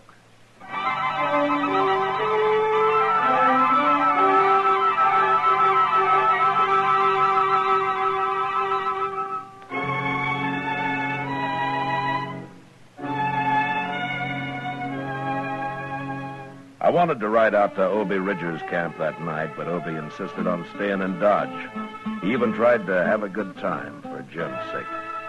Next day, however, on the ride up, he just sat his horse and stared straight ahead and never said a word. We reached his camp after dark, and we could see his mule and his hogs lying there in the moonlight, and the remains of his wagon, charred and ghost-like. There was nothing we could do then, so we lay down on the ground and went to sleep. But that was our worst mistake, as I discovered when Chester woke me next morning. Obie had disappeared, and he'd taken his rifle with him. We saddled up and rode for Turkey Bend. How much farther is it, Jim? Just beyond them trees, Chester. I told you Obie was going to kill these fellas, Marshal. Well, maybe they're not here. Well, if they're not, he'll find them. Well, let's pull up.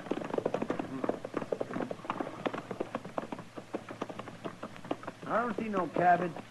It's right in there. There it is, see? It's... Oh, sure. Wait a minute. Look over there, behind that log. It's Obie. Hey, Obie! We better walk over. Okay. Hey, what are you doing, Obie? Down, you'll get shot. Come on, let's run for it.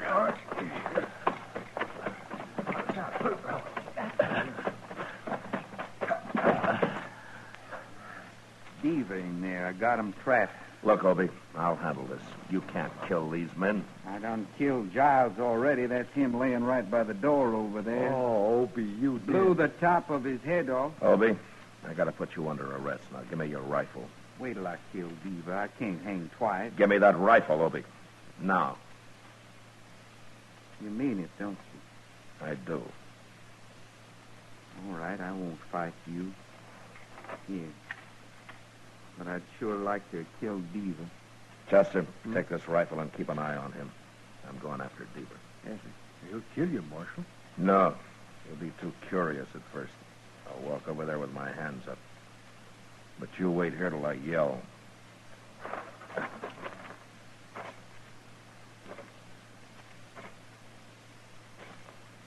Diva! Don't shoot. I want to talk to you. That's far enough. Come outside. Obie's under guard. He won't shoot. I'm a U.S. Marshal, Diva.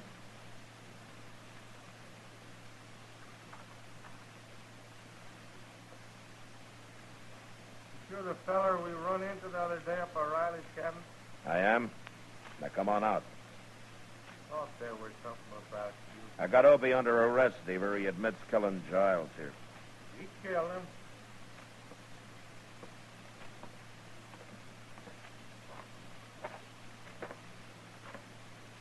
Did you and Giles slaughter his mule and his hogs? Ain't no reason to murder a man. No? No, it isn't. But tell me about you. Did you murder Riley? Well, wait a minute, You're Mark. going back to Dodge with us, Diva. Oh, no, not me. Keep your hand away from that gun. Let's see how good you really are, Marshal. No!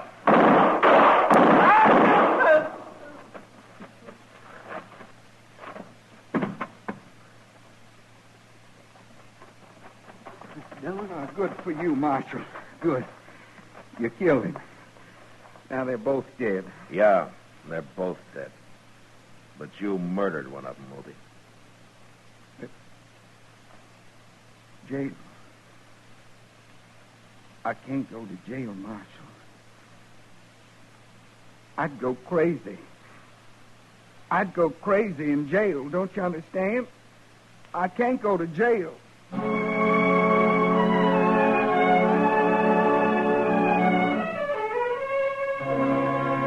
It was a hard thing to do, but I had no choice. And I took Obie back to Dodge and locked him up. A few weeks later, he went on trial. And after long deliberation, the judge sentenced him to life imprisonment. Obie stood up and said he'd rather be hung. And then I took him back to jail. And I sat there with him for a while. I thank you for everything you said, Marshal. You didn't have to do that. Well, I just tried to get the judge to believe you went crazy and you didn't know what you were doing, Obie. I knew what I was doing. I told him I did. Yeah, I know. Why wouldn't he let him hang me, Marshal? And he did what he thought was just, Obie. He didn't think you deserved hanging. I don't know how I stood it this long in jail.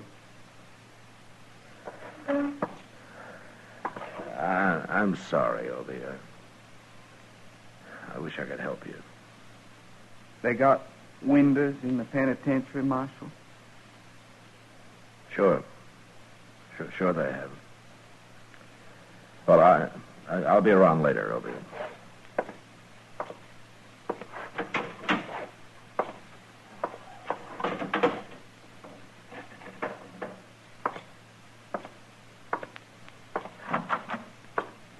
How's it taking it, Mr. Dillon?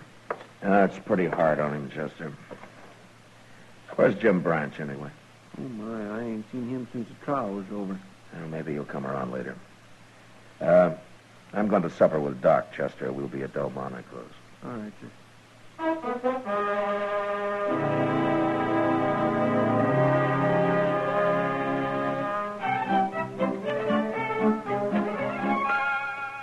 Well, a man like that could go crazy.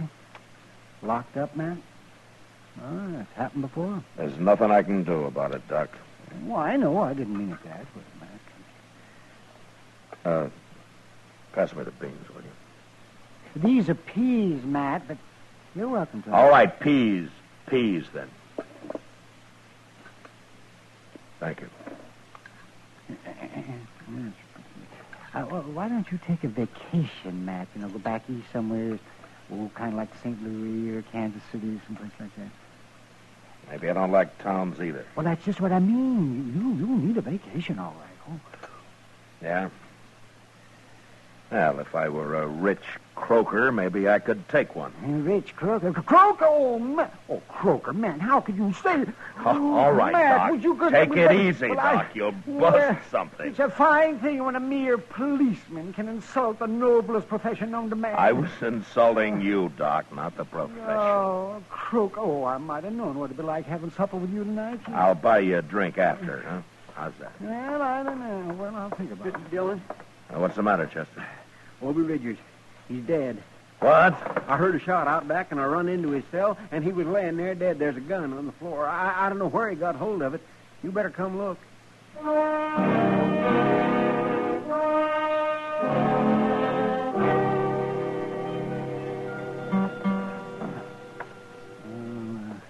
He's dead, all right, man. You think he killed himself, Doc? Well, the gun was held right close to his head. Maybe somebody called him over to the window and shot him. Maybe. But he could have done it himself. The bullet entered right here, man. Yeah. So you're saying it could be either murder or suicide, huh? That's right.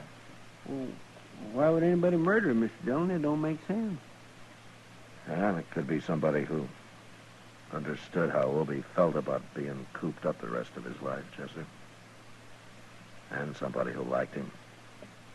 A good friend. Jim Branch? I don't know who used that gun, but Obie's dead. And I'm going to find Jim.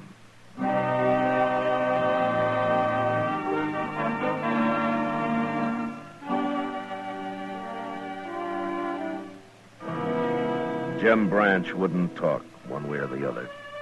So I charged him with both murder and abetting a suicide, and he was brought to trial. The trial didn't last long due to lack of evidence, and Jim was freed. He left the country soon after, and I never heard of him again. And as Kitty had said, he and Obie were kind of like brothers.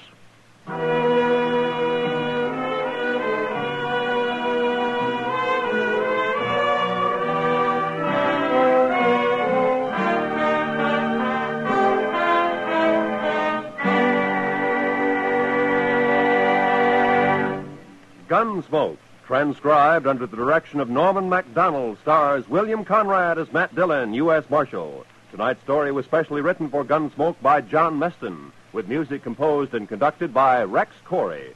Featured in the cast were Vic Perrin, Lawrence Dobkin, Jack Crucian, and John Daner. Parley Bear as Chester, Howard McNear as Doc, and Georgia Ellis as Kitty. Roy Rowan speaking. Join us again next week as Matt Dillon, U.S. Marshal, fights to bring law and order out of the wild violence of the West in Gunsmoke.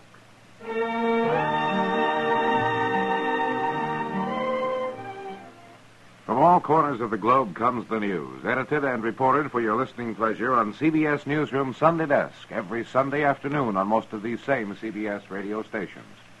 3 top reporters bring you the latest up-to-the-minute news in their specialized fields. Dick Joy tells you about news at home and overseas. Tom Harmon handles sports, and George Fisher reports the Movieland news. That's CBS Newsroom Sunday Desk, tomorrow at the Star's address. Eve Arden as Our Miss Brooks teaches you how to laugh tomorrow on the CBS Radio Network.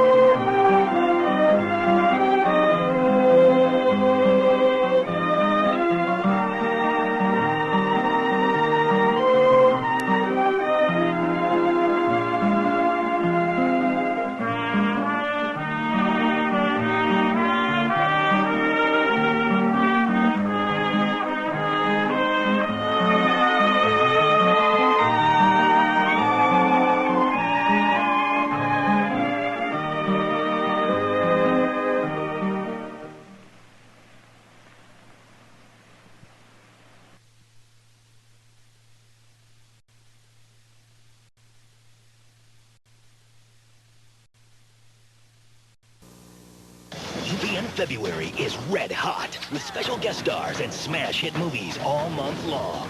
R&B star Mario heats up one-on-one.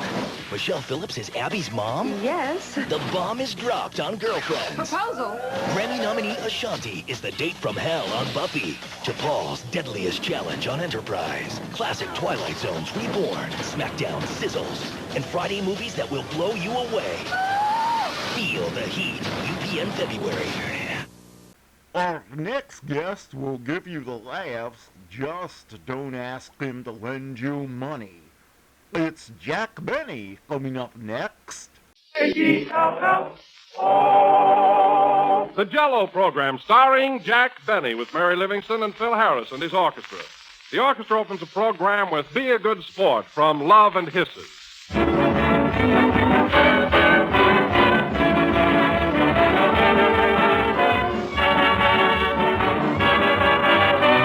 One of our listeners from Boston writes, when I'm dining out in a restaurant and I see the word Jell-O on the menu, I feel just as if I'd met an old friend. Well, you have, because like an old friend, you can always depend on genuine Jell-O. It will be tempting and delicious wherever you have it. For there is only one Jell-O, and the name Jell-O is a trademark, the property of General Foods. That's the reason we always emphasize the point of your asking for Jell-O by name, whenever and wherever you order it, whether it's from your grocer or in a restaurant. Restaurants serving real Jell-O can now display an autographed picture of Jack Benny. Look for his picture as your assurance that they serve genuine Jell-O. So if you want to enjoy Jell-O's delicious extra-rich fruit flavor, Jell-O's satisfying fresh fruit goodness, always insist by name on the one and only genuine Jell-O.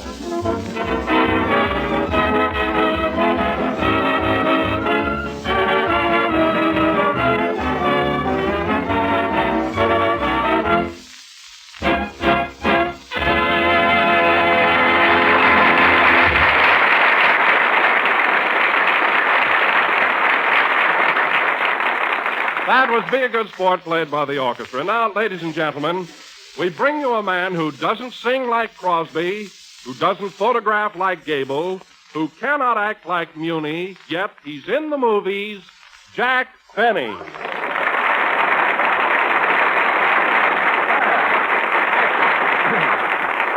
Thank you very much. Hello again. This is Jack Benny talking. And, Don, you kind of floored me with that introduction. Of course I'm in the movies. I may not sing like Crosby or act like Paul Muni, but I do photograph well, and you know it. Now, that isn't just what I said, Jack. I merely said that you don't photograph as well as Gable. Now, wait a minute, Don. That might be a debatable point. After all, it is a matter of opinion. You have your side of it, and the rest of us have mine. I'm afraid you don't grasp my thought, Jack. Now, I don't mean that you're hideous or anything like that. Well, that's doggone sweet of you. What I'm trying to say, Jack, is that Gable is a rugged, muscular, outdoor type of man. You know, he goes in for sports like hunting and fishing. Well, what do you think I do? I spent the whole morning reading Field and Stream. And for your information, Don, I sleep without pajamas winter and summer. Go on, you're kidding. Oh, I am, eh? Say, Phil. Yes, Jack? You stayed overnight at my house lots of times. I sleep without pajamas, don't I? Yeah, but you got sleeves in the blankets.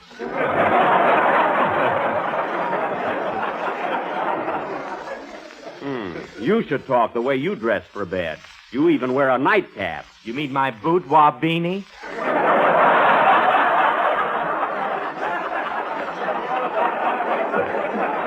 Yes. Any man that'll wear a nightcap... Well, I have to protect my hair. Oh. I can't put it in a drawer and go to bed like you do. Now, that's silly because I never wore a toupee in my life. What was that on your head in your last picture? Spinach? Yes. Well, it sure had a nice wave in it. Anyway, who started all this talk about my locks and how I photograph and Gable and everything, eh? Well, Jack, I read in the paper just yesterday that you're going to start your new picture pretty soon. Oh, is that how you happen to bring it up there? Well, yes, I am, Don, and I want to tell you, fellas, it's going to be a swell picture right up my alley. They've already sent me a script, and I'm going Hello, Jack. Hello, Mary. They've already sent me a script, and I'm going to... Hello, Don. How goes it? Well, hello, Mary. They've already sent me a script, and I'm going to... Hiya, Phil. Hiya, Mary. Glad to see you. They've already... Please, Mary. They've already sent me a script, and you know, fellas, I do feel that this time they've really caught the true Benny. Well, Jack, I thought your last picture captured your personality very nicely. Well, Don, not completely. It did have the outer me. You know, a surface portrayal. But in this new picture, you're going to see the inner me. You know, deep down inside. Gee, I can hardly wait till it's released. Me too. I'd like to see what your liver looks like.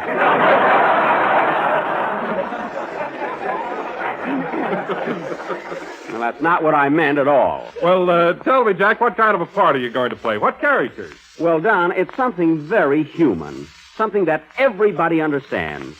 And still... Did Kenny get here yet? No. And still, it has its humor and deep qualities. I feel that at last... That guy never gets here on time. Mary, I'm talking. Oh, then I don't blame him. Anyway, fellas, in this new picture, I play the part of a kleptomaniac. A kleptomaniac? Yeah, you know, one of those fellas who imagines he's sick all the time, you know. You know, a fellow that's always taking pills. Why, that's hypochondriac. A kleptomaniac is a thief. Well, anyway, I play the part of a big word.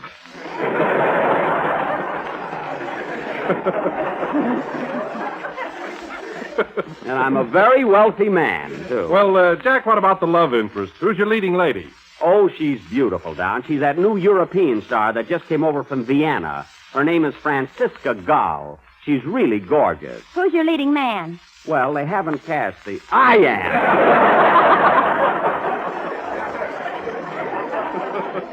Who's your leading man? Which reminds me, Mary, just before you came in, Don insinuated that I don't photograph like Gable. Why, that's silly. You got him beat a mile. Certainly. And listen, Don. Say, wait a minute. Do you mean Clark Gable? Yes. Oh, then forget it. Don't worry, I'll do all right romantically. You know, fellas... Yeah, I can't be nervous today. You know, fellas, working with a girl like Franziska Gall, it'll sure be a kick doing those love scenes. Gee, I hope I won't be nervous. Yeah.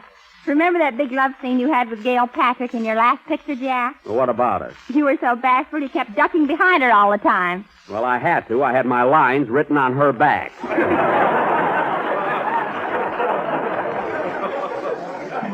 And believe me, I'll learn my part thoroughly next time. You know, Jack, I'm awfully sorry you're going to make this new picture. I wish it wasn't ready yet. Why, Mary? Well, I've got the most wonderful idea for a love story, and it just fits you to a T. Oh, it does, eh? Your idea. Well, I don't want to hear it. Oh, give the kid a chance. What's it all about, Mary? Well, the scene is a desert island in the South Seas, and Jack is alone on this island with Carol Lombard. Oh, with Carol Lombard. Say, that's a swell idea. What happened? Well, when the picture opens, Carol is seen swimming away from the island, and Jack is shouting to her. Oh, she leaves me right at the start of the picture. Yes. That's a fine story. Don't complain. I had Garbo there, and she swam away, too. Oh. Say, the women take to me like a duck to water. Is there more to it? Yes. Now, here you are all alone on this desert island. Yes. And you don't know what to do. Mm-hmm. So you start carving your initials in a palm tree, which later turns out to be a baboon. A baboon? This is the beginning of a beautiful friendship.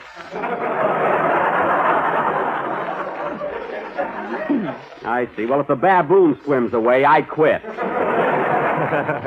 But at that, there's a situation there. Now, who could play the baboon? Maybe you could double, Jack. Quiet. Is there any more to it, Mary? Oh, sure. Now, here you are, all alone. I know.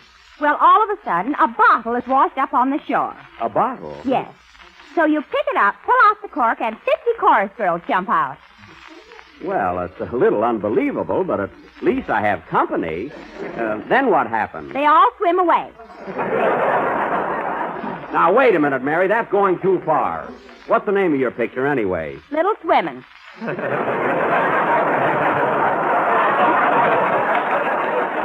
Well, that fits, but I'm not interested in it, so let's change the subject. Oh, Phil. Yeah? Are your boys ready for the next number? No, they all swam away.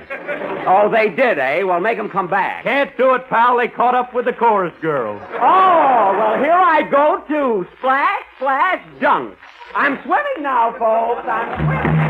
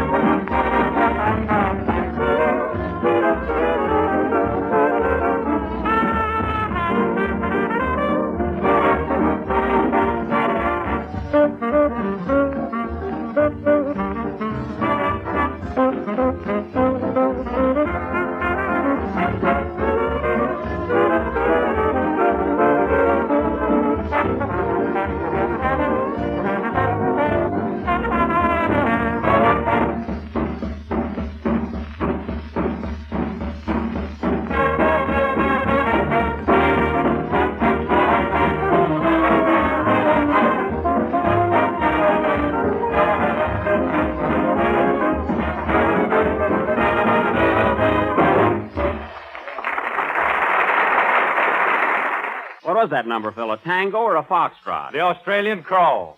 Oh, we're quite aquatic tonight, aren't we? Huh? Yes, and ladies and gentlemen, if you wish to enter this water carnival, swim to your nearest grocer, ring yourself out and say, "Give me a package of Jell-O. Gurgle, gurgle." Well, boy meets gurgle. That was very clever, Don, and certainly apropos. Now, where were we here? So here you are, all alone on this desert island. Mary, I'm not going to be on that desert island because I'm not going to play the part. Get Phil Harris to play it. Oh, no, I want the girls to swim away.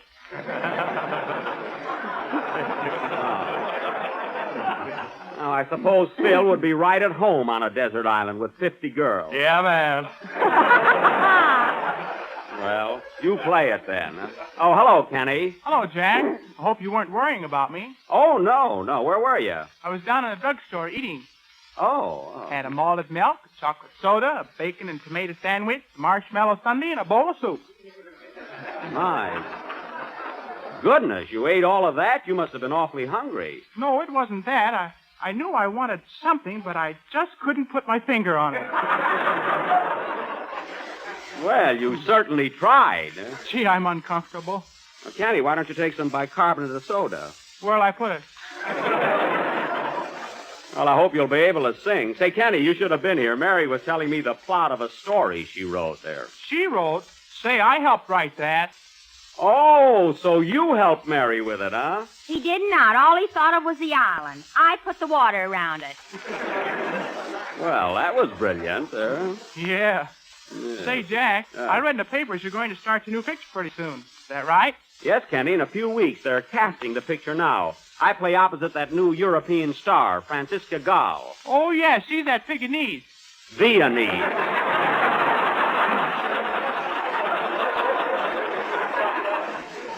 Pekingese.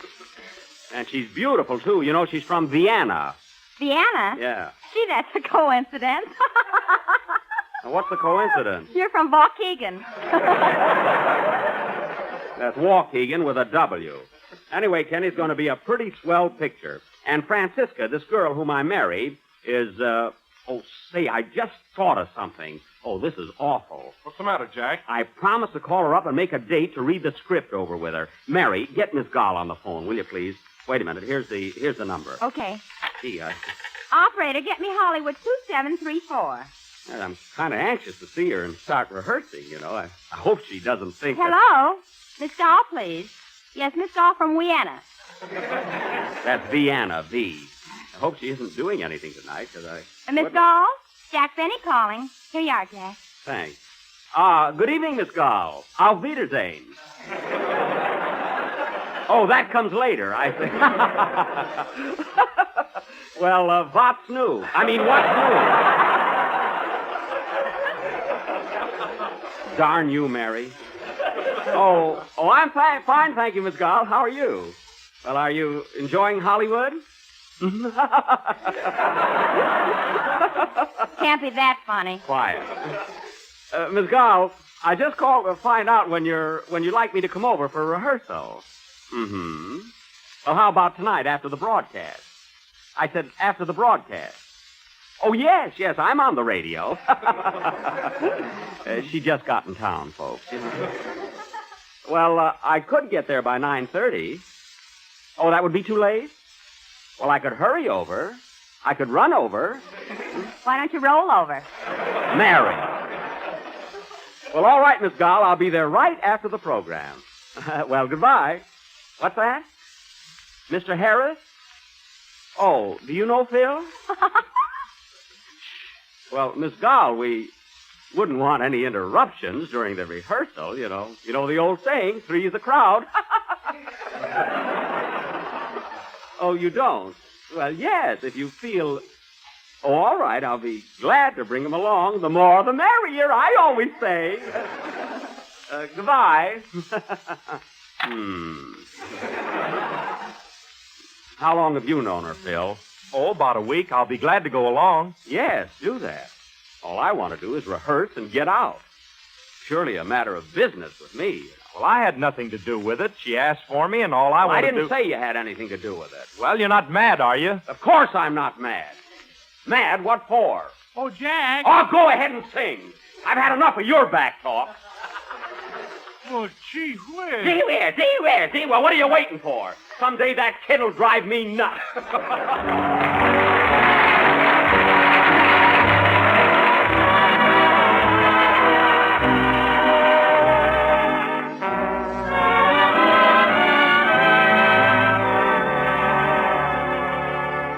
Nothing seemed to matter anymore. didn't know where I was heading for. Time was standing still, no one counted till there came a knock, knock, knocking at my door.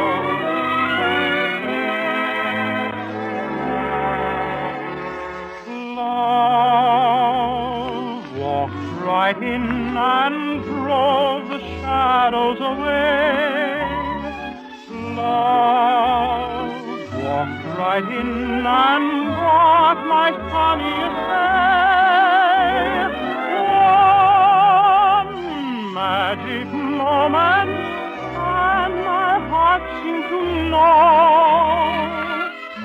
that love said hello. Though not a word was spoken, one look, and I forgot the gloom of the past. One look, and I had found my future at last. Oh, then and there I found a world completely new. When love walked in with you.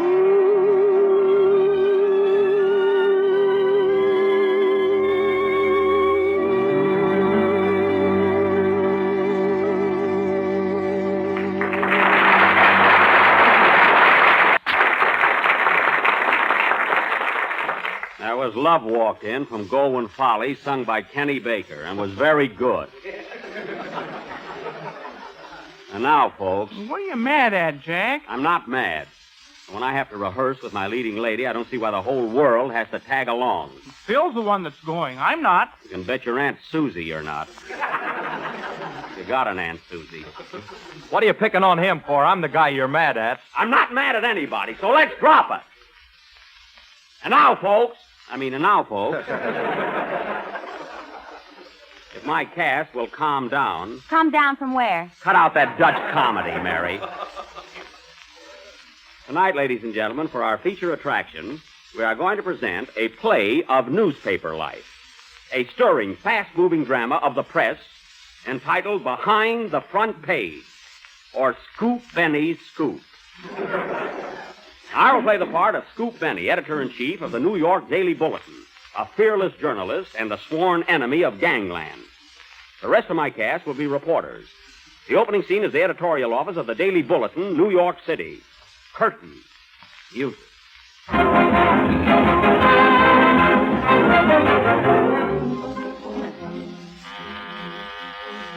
Good morning, Daily Bulletin. Daily Bulletin, just a moment, please. I'll connect you. Hello? Yeah, this is Scoop. Oh, hello, Callahan. Anything new on the Harrington murder? I'm holding the front page open. What? You know the murderer? Good work, Callahan. How did you find out? Oh, you read it in the Express.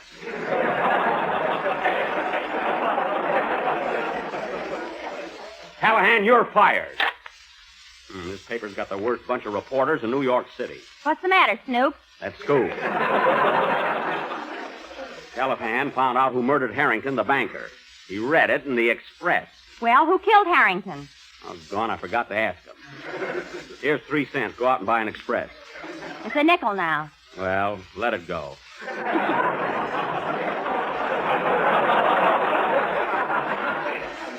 This is a fine how do you do. Hey, Chief, I got it. You got what, Harris? I just found out who killed Harrington, the banker. Oh, I suppose you read it in the Express. No, the Oskaloosa Gazette. Thanks. You're fired. What, again? Oskaloosa. How did they beat us to it? How did they beat us? You didn't even know Franklin D. Roosevelt was elected until you missed Hoover in the newsreels.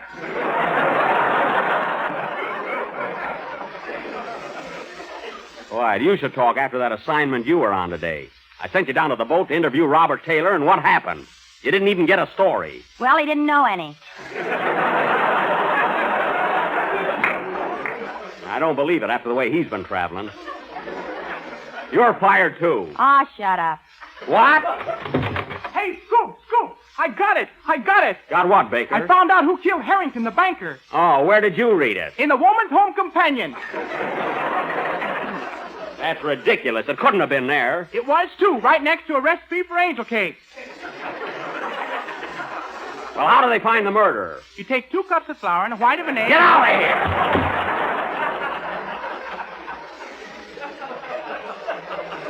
I wonder I'm not a nervous wreck with this staff around. Where's yesterday's paper? We didn't print one. We didn't print a paper yesterday. Why not? Nobody thought of it. Oh, it's a fine daily paper. We don't go to press as often as your pants. You said it. Is there a remote possibility that we published a paper today? Yes, here it is. Now, let's have it. Well, of all things. Miss Stewart, send in our Broadway columnist. Yes, sir. That guy's been getting away with murder. What's the matter, Scoop? Why, that... Did you send for me, Chief? Yes, Wilson. Take a look at this column of yours. What famous dessert is that way about sliced bananas?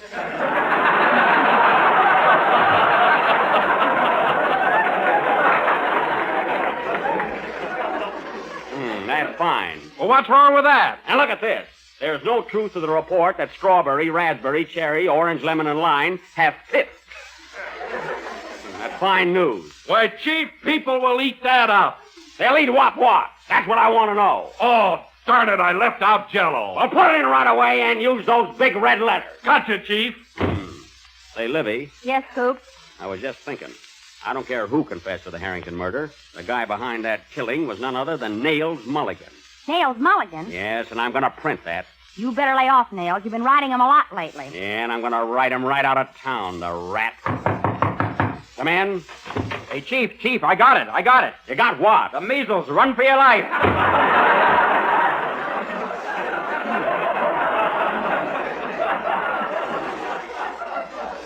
I wish he'd light. I'd fire him, too.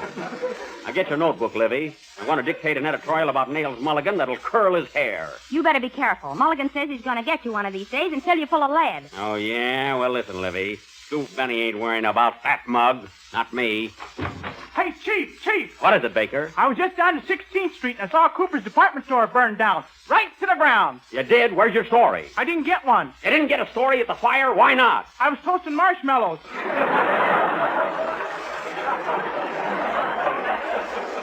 Baker, that's the last straw. You're fired. Okay, see you tomorrow, Chief. Darn it, nobody believes me. Say, Scoop. What? Are you going to run that editorial about Nails Mulligan in tonight's edition? Yes, I am, and I'd like to see his face when he reads it. The skunk. We can't say skunk, folks. Well, I'd be on my guard if I were you. Ah, forget it. Hey, Chief, here's a package just came for you by special messenger. Looks important. Let's have it. Don't open it, Scoop. Why not? Maybe it's a bomb. Sure, it might be from Nails Mulligan. Yeah, I better not touch it. Let somebody else do it. Where's that guy I hired last week to open packages? He opened one. Oh. Well, when he comes down, fire him. Hey, wait a minute. You hear anything? Listen. I do. It's ticking. Then it is a bomb. I better throw it out. Don't do that. It's valuable evidence. Valuable evidence.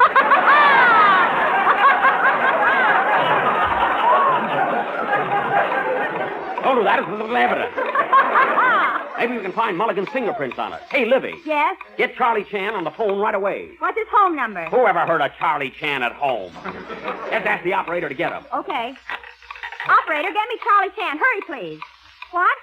You don't know where he is, Scoop. And try Charlie Chan at the opera. I know he was there. Get me Charlie Chan at the opera.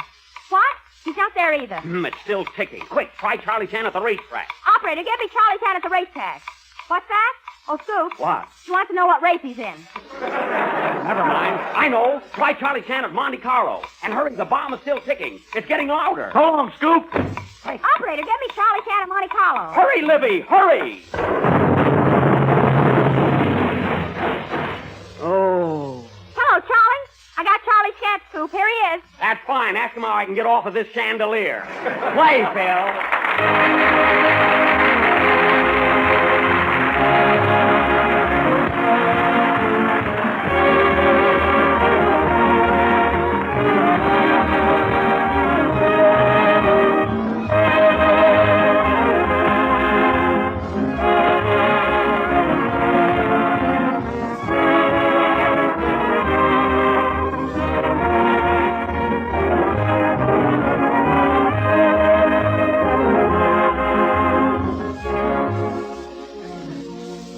one of the family's favorite desserts made a new and delicious way. Of course, that favorite is Jell-O, and here's a grand new way to serve it. Crimson Crystal Dessert, rich red strawberry Jell-O and candied cherries in a luscious combination. Dissolve one package of strawberry Jell-O and turn into a shallow pan. Chill until firm and cut into shimmering little cubes. Then arrange the Jell-O cubes in individual sherbet glasses, combined with 12 maraschino cherries cut into quarters. It's a swell combination, both in looks and taste. Strawberry Jell-O has a lovely, glowing crimson color and a flavor that takes you back to last summer's ripe red strawberries. For Jell-O brings you delicious, extra-rich fruit flavor that cannot be topped. So ask your grocer for genuine Jell-O and try this luscious new dessert.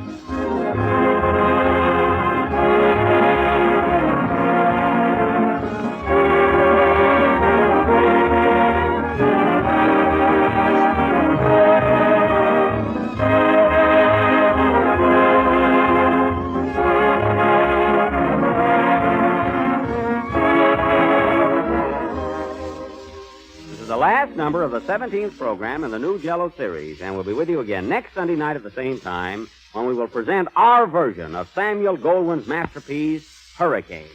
So remember, folks, next week we take you to that romantic island of Manakura, the South Seas, the tropics, the beautiful native girls on the beach. I'll bet they swim away. They will not. Good night, folks.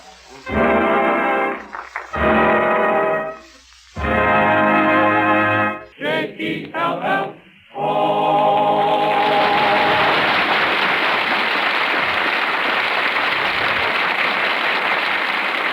Kenny Baker appears on the Jell-O program through courtesy of Mervyn LeRoy Productions. This is the National Broadcasting Company.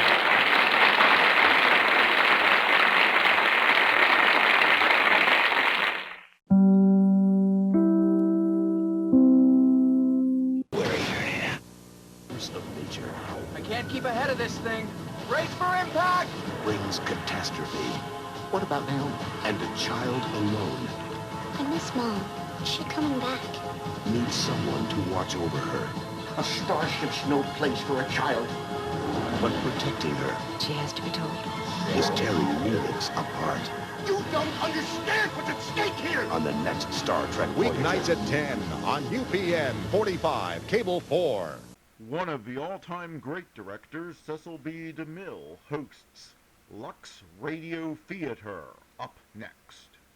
Lux presents Hollywood.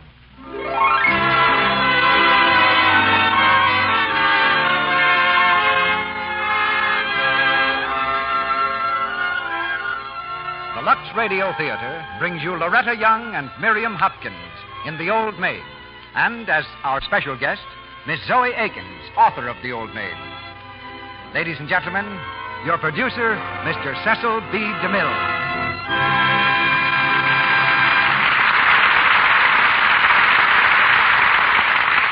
Greetings from Hollywood, ladies and gentlemen. Tonight we bring you the drama of A Strange Masquerade. The story of a woman who remade herself for the eyes of the world, who suppressed forever the yearnings of a great heart and lived a magnificent lie. Charlotte Lovell was called an old maid, but tonight we reveal her romantic secret.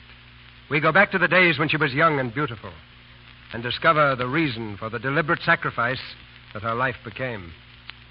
The Old Maid is an intimate play, so intimate that it could never have been written by a man. It reveals too great a knowledge of the feminine mind and heart. And to this knowledge, Miss Zoe Akins, who adapted the play from a story by Edith Wharton, brought a deep human sympathy, which gave her characters a universal appeal on both stage and screen. The Old Maid was a Pulitzer Prize drama on Broadway and recently became a memorable Warner Brothers picture.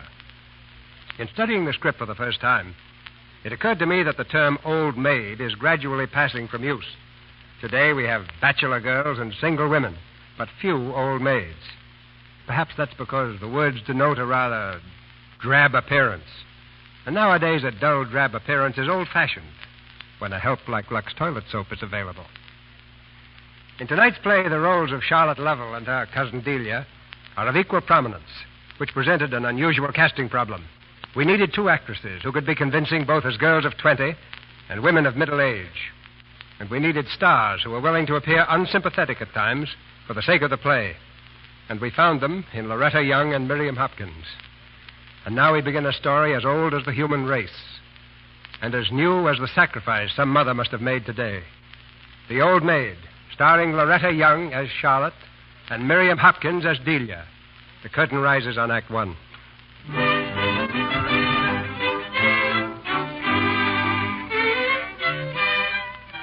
In the past 100 years, the tempo of life has quickened, and the ideas of a century past have been laid aside with the quaint dress and customs of their day. But one great ritual has remained almost constant, the wedding. Then as now, with the same hurried attention to last-minute details, then as now, the bride waited in her room, waited for the knock on the door which would summon her to her bridesmaids and the groom. The year is 1833. Our bride, in a lovely old-fashioned wedding gown, turns this way and that in front of her mirror, while her maid smooths out the lacy folds of the long white veil. You don't seem a bit nervous, Miss Delia. Nervous? Oh, no, I don't think I am. I wish I wasn't. I wouldn't be so clumsy. Land, you'd think it was me getting married. Me hand shakes so. Oh, take your time, Nora. We've still a few moments. You was always one to take things calm. You're not superstitious either, are you, Miss Delia? Not very. All the same, you're to have something borrowed and something blue. I know, something old and something new. Well, my lace is old and everything else is new. But I've nothing borrowed and I've nothing blue. I'd feel easier in my mind if you had. Oh, Nora. Then you'll have to lend me something. But what if I got missed that you'd wear? Now, let me see. Oh, a garter. Lend me a garter. Gracious. Do you mean it, Miss Delia? Yes, of course. Why not? Well, please to look the other way, then. Go ahead. I don't see you, Nora. Delia, may I come in? It's your cousin, Miss. Charlotte. Oh, of course, Charlotte. I've something for you, Delia. Oh, how pretty you look. I never saw you look so well. Did you, Nora? No, Miss. I could hardly believe my eyes. It must be the dress. Why, of course it's the dress, Nora. I don't often have a dress that's been made especially for me. Here's the garter, Miss Delia. Thank you. This is something borrowed, Charlotte. You haven't anything blue I could carry, have you? It's odd you should ask me that, Delia. Here. This is blue. What is it? A cameo. It's a present for you, Delia. A present? From whom? From Clem Spender. Clem Spender? Here we go, Nora. Yes, Miss. Charlotte, tell me.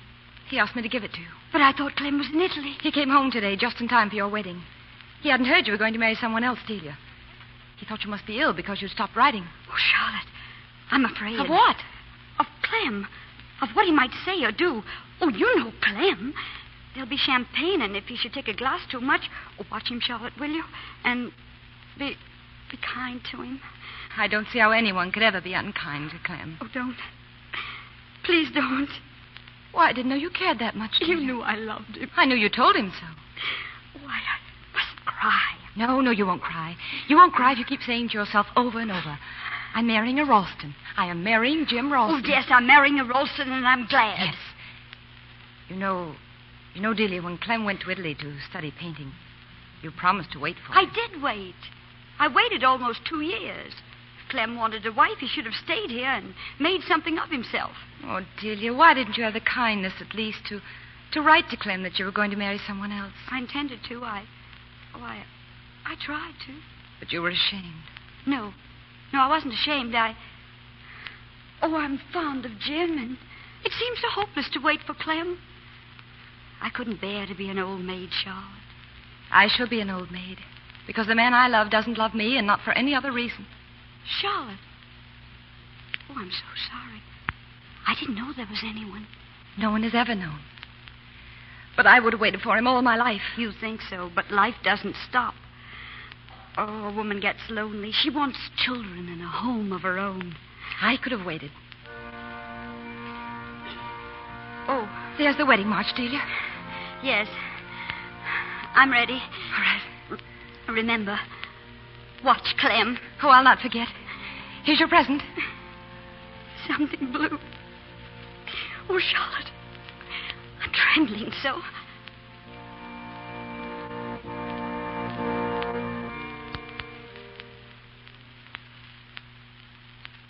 God hath joined together, let no man put asunder. I now pronounce you man and wife.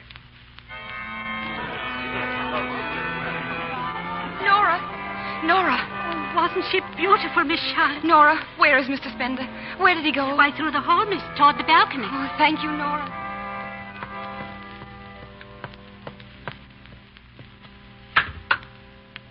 Clem. Oh, Clem. She seemed very happy, didn't she? Yes. Well, why not? She's married to a fine person and rich. We mustn't forget that, must we? The Ralston millions. How important they must be to her. Oh, Clem, please don't. Oh, don't pity me, Charlotte. I don't want pity. I'm glad. Because you don't need pity, Clem. If Delia wanted the things that, well, Jim Ralston could give her, if she wanted them more than she wanted you, you could never have been happy. Could you? I might have been. I might have made her happy, too. Why didn't she give me the chance? Oh, Clem. What will you do now? Do? Go back to Italy, I suppose. There's a packet sailing next week. Oh, is that wise? I mean, to go off alone? You shouldn't be alone now, Clem. You should have friends around you now. Someone who could, well, help you forget, perhaps. Who? Well, I could try, Clem, if you'd let me. What? Oh, I'd like to try. Oh, Charlotte. Oh, please. Please don't look at me like that. Don't make me feel ashamed of myself, Clem. Oh, Charlotte, forgive me. You're so very sweet. And you could help. I'm sure you could. Oh, Clem.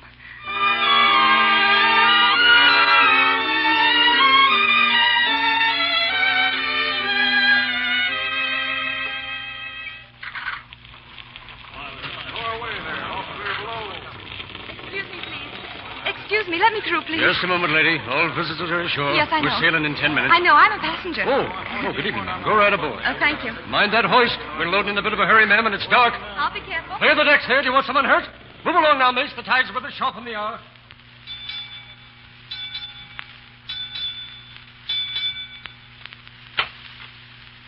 Clem. Oh, Charlotte, I was afraid you weren't going to make it. Well, I had to wait till they were all asleep. Charlotte. Yes. Are you quite sure you're not sorry? Oh, no, my darling. I'll never be sorry. Well, I'll let you unpack your things. All right. I'll be out on deck. Clem. Yes? Clem, I must write a note to Aunt Carrie. Oh, of course. I'll have a boy come to pick it up. All right. Goodbye for a while, darling. Clem. Hmm? Kiss me. Oh, Charlotte. Mm. Goodbye, sweetheart.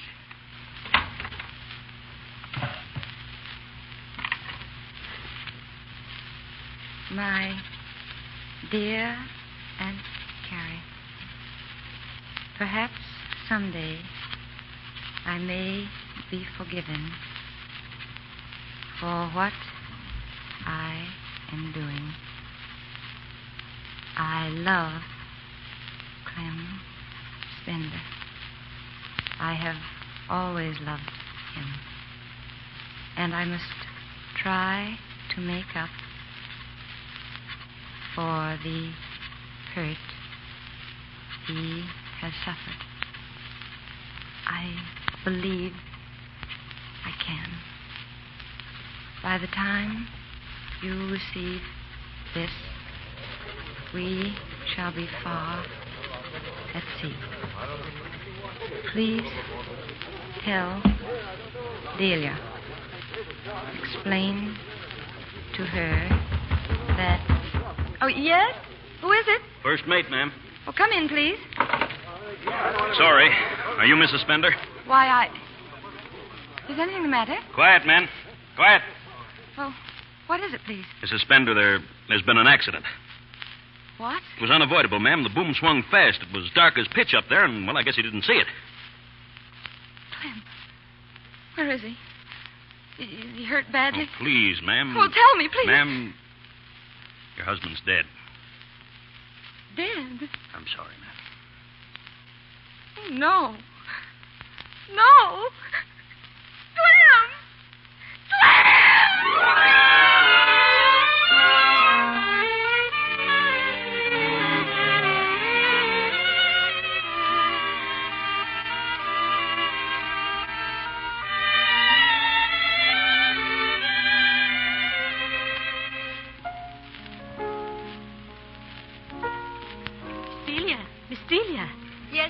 Dr. Lanskill is here, Miss Delia. Dr. Lanskill. How are you, Doctor? Good morning, my dear, and many happy returns of the day. Oh, thank you, Doctor. And many happy returns from me, too, Miss Delia. And thank you, Nora. Miss Delia, Miss Delia. I've been married exactly 6 years, and Nora still can't get used to it. Perhaps because you're still as lovely as a bride, Miss Delia. Oh, Doctor. Sit down. I'm so glad you've come. You seem to be looking quite well. Oh, it wasn't for me. I wanted to speak to you about Charlotte. Oh. What's the matter with Charlotte? Well, I don't know. Perhaps nothing, but... Doctor, you know she's going to marry Jim's brother next month. Of course. Why? Well, I've been Jim Ralston's wife for 6 years. When Charlotte becomes a Ralston, she'll learn that they're very exacting about some things. Go on. Doctor, is there any reason why Charlotte shouldn't marry Joseph Ralston? None whatever, so far as I know. I'm talking about her health. You remember about 5 years ago, she took a trip south. She was gone almost a year. Yes, lung fever. Yes. Oh, but you may take my word, Delia. There's no danger of a recurrence. Charlotte is perfectly well. Oh, thank you, Doctor. I am relieved. But I thought she was looking badly lately, and I was afraid. Well, I imagine it was just overwork. I don't see why she does it, really. You mean the nursery? Yes, taking a lot of strange children for charity's sake. Seems to me they'd be better off at their homes. Perhaps, but she's doing a fine work, Delia, and she likes children. You go there often, don't you? Yes, I'm going today, as a matter of fact. Charlotte asked me if I'd drop by and look at one of her little girls. Doctor, do you suppose she'll miss it after she's married? Miss the nursery? Because she'll have to give it up, of course. Joseph will insist. Will he? If I know Charlotte, my dear, she may do a little insisting herself. Good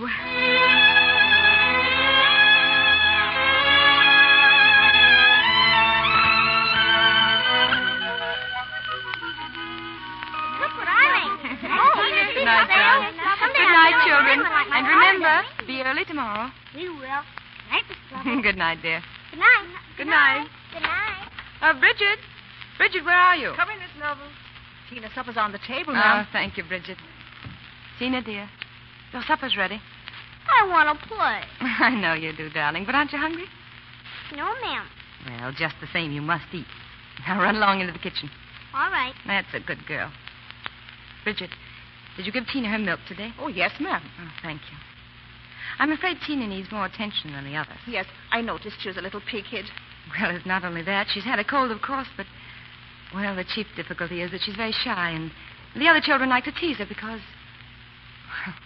because she's a foundling.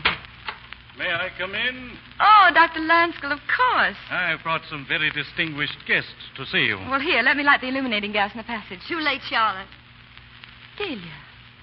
Well, how nice of you to come. And Joseph. Good evening, darling. I told Delia I was stopping by to see you, and she wanted to come. Oh, not of her own free will. Oh. She's never been here before, you know. But that doesn't mean I haven't been interested, Charlotte. Of course not. Where are all the children? Oh, they must have gone by this time, haven't they, Charlotte? Well, all but one. She lives here with Bridget. She lives here? Yes. Oh, may we see her? Well, Oh, yes, of course. Bridget, will you bring Tina in, please? Yes, ma'am. How is her cold, Charlotte?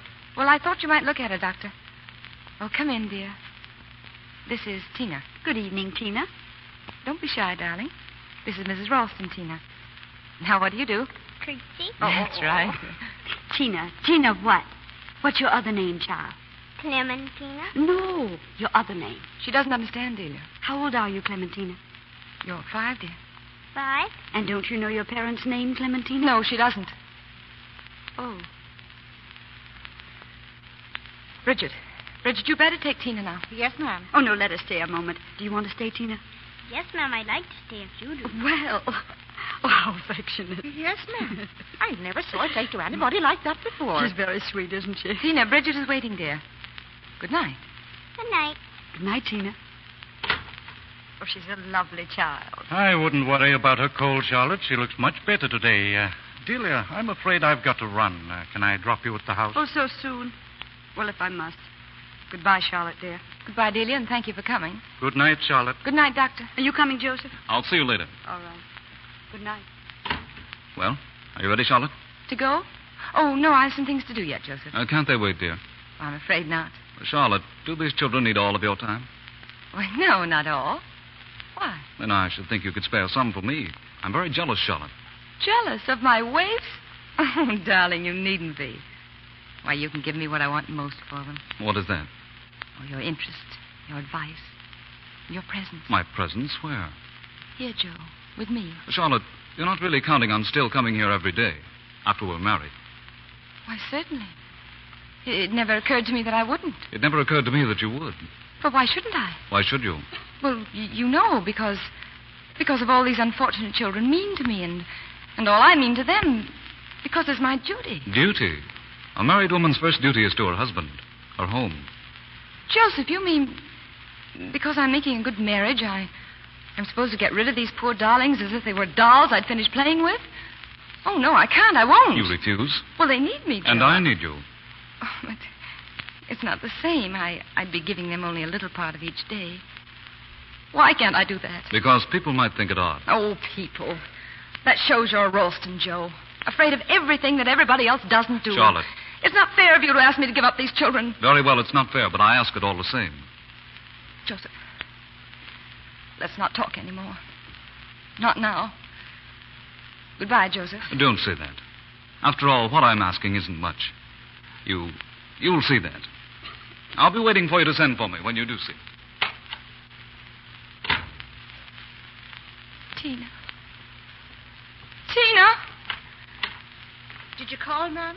Why, I just wanted to see Tina to kiss her goodnight. Here she is, Ma'am. All ready for bed. Good night, Tina. Night. Oh, my darling.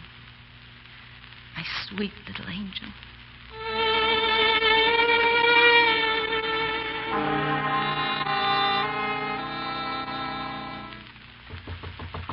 Who is it? Why, Charlotte. What are you doing here at this hour? May I speak to you, Delia? For certainly, darling. What's the matter? Delia, I want you to help me. Help you? With Joe. Delia, he wants me to give up my children. Oh, well, of course he does. Now, any man would. But I can't. I've told him I can't. Well, now, you must try to be sensible, Charlotte. Whether you agree with Joe or not, you must realize you'll never have another chance like this. After all, one's own babies have the first claim. That's just it. How can I give up my own baby? Yours. Which of the poor waifs do you call your baby? I call my baby my own baby, Delia. Your own? Yes, my little girl, Tina. No. Yes, she's mine. She's mine, Delia. Charlotte. Oh, my poor darling. Oh, Charlotte. Tell me everything. Oh, what do you want me to tell you? That's all you need to know. You love someone. Oh, my poor Charlotte. I can't give up my own baby, can I? No. I can't, Delia. No, of course not. We must think of some way. Well, Delia, if you could talk to Joseph, persuade him that no harm can come of my going off with my nursery. Oh, please, Delia. Oh, don't cry like that. I'll do my best to help you. Oh, Delia, if only you can. If you could just tell Joe. No, I couldn't. He'd never forgive me No, for that. you're You know right. that. You couldn't tell him, of course. Charlotte, when was it? When you went south that time? Yes, Delia. Then Dr. Lanskel knew, didn't he? Yes. Yes, he was very kind to me. But he can't help me now. You're the only one I can turn to, Delia. If I only knew what to do. If there was only something I... Well, Charlotte, we're talking as if there weren't someone else to consider. Tina's father. Does he know? No. You never told him. Well, I couldn't. Why? Why, darling, you... Because he's dead. Dead? Yes. Charlotte, don't you want to tell me who it was? Oh, what does it matter, Delia? You wouldn't understand. But how can I help you if you don't trust me? But haven't I told you all you need to know? How did he die? Was it 6 years ago? He was killed. An accident. Delia. Clem Spender. Yes. You and Clem Spender. Oh, Charlotte, how could you? When he didn't even pretend to love you. Oh, I knew you wouldn't understand. I shouldn't have told you, Delia. No, I don't understand. Hadn't you any pride at all? Well, you needn't be so contemptuous. Oh. I've never been sorry. Not really sorry, Delia. Now you've come to me.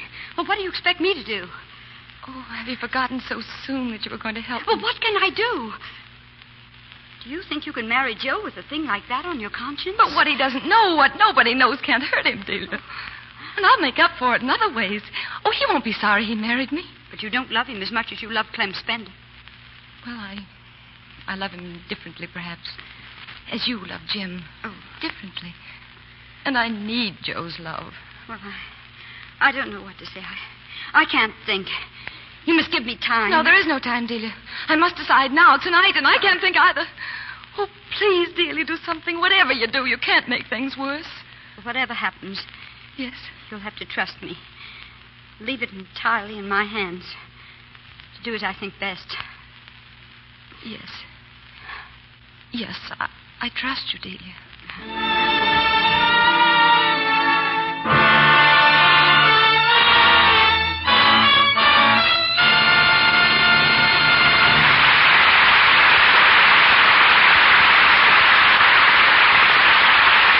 That was the first act of The Old Maid. Act 2 sets the course that determines the rest of Charlotte's life. But during this intermission, Mr. Ruick has a short presentation for you. Before our stars, Loretta Young and Miriam Hopkins, return in Act 2 of The Old Maid, let's hear what our trio have on their minds this evening. Hello, Mr. Ruick. What's on your mind? Hello, girls. Well, first of all, I've been wanting to ask you what it was you were humming just before the show tonight. Oh, everyone's humming it, Mr. Ruick. It's called In an 18th Century Drawing Room. Oh, yes. It's a very romantic song about two old-fashioned lovers. The man in silk and lace, and the girl... Yes, the girl. What was she like? Well, here is one thing that we know. This lovely girl of long ago must have had a smooth complexion. It is natural to assume, for she was enchanting in that 18th century drawing room. He was in love with her, and it's the same today. Gentlemen still prefer beautiful skin, they say. Nothing else can compare. No other charm can win.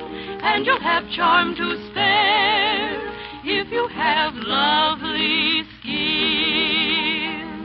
Why, girls, you've turned the description of a beautiful girl in an 18th century drawing room right into a message to girls in 20th century living rooms. Well, we want to remind them how lucky they are to have swift, easy complexion care. We want to be sure they appreciate Lux toilet soap. Most women do, because Lux toilet soap is real beauty soap. It makes your skin feel so much softer and smoother. That's because Lux toilet soap active lather removes every bit of dust and dirt that might otherwise remain to choke your pores. Active lather gives you the protection of perfect cleansing, and every woman knows how important that is to complexion beauty. Don't take any chances on losing your complexion appeal. Use the soap that 9 out of 10 famous Hollywood stars use every day. And never forget that 3-minute Lux toilet soap complexion care at bedtime. Smooth, soft skin is so important to your appearance, your charm. Why don't you decide now to get 3 cakes of gentle white Lux toilet soap tomorrow? Our producer, Mr. DeMille. Act 2 of The Old Maid, starring Miriam Hopkins as Delia and Loretta Young as Charlotte, with Helen Wood as Tina.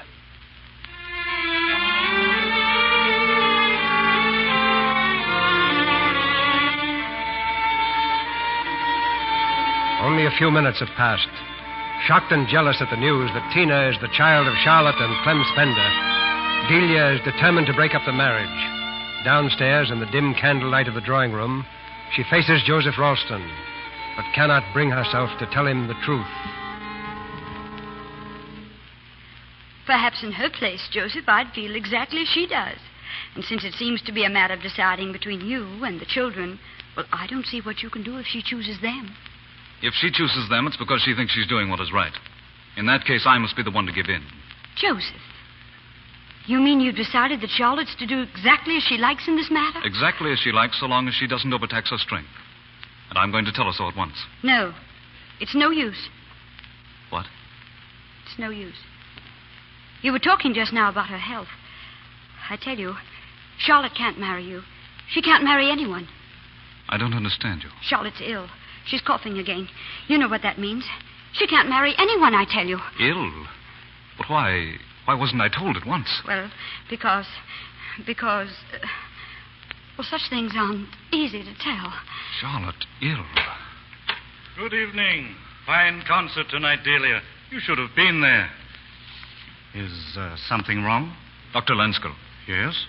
When Charlotte went south 5 years ago, it was for lung fever, wasn't it? Oh, I thought everyone knew that, Joe. That disease is in her family, isn't it? Well, everyone knows that, too. Why do you ask? Suppose she began coughing again. Has she coughed? What would it mean? It would be a very bad sign, of course. That's all. Good night. What did he mean, Delia? He's not going to marry her. But I don't understand Dr. this. Lanskill, Charlotte didn't go south because of her health. I know why she went. That's why she mustn't marry Joe. Who decided that? I did. With or without her consent? Without. You've taken a great deal on yourself, Delia. You think I've done wrong?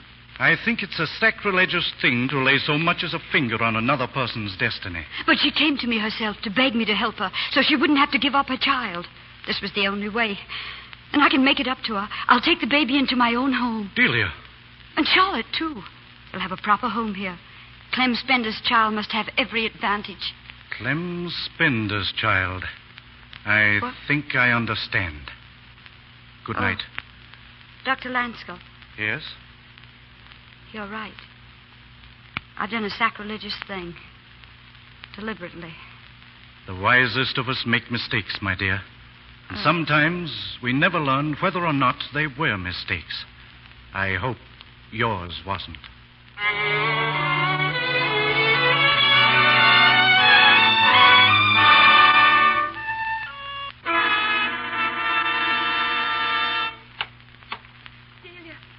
Delia, did I speak to Joseph? Charlotte, you can't marry Joe, can you, and keep little Tina? Well, not keep her with me, no, but... Oh, Delia. You're trying to tell me I must give her up. I promised to help you, didn't I? But I didn't promise that you should marry Joe, too. Well, I've done the best I could. You and little Tina shall be together always. But, Joe, you didn't tell him, Delia. I couldn't bear that. What did you tell him? That you were coughing again. Oh, Delia. Well, I had to tell him something. If you were to keep the child, the engagement had to be broken. So you frightened him away.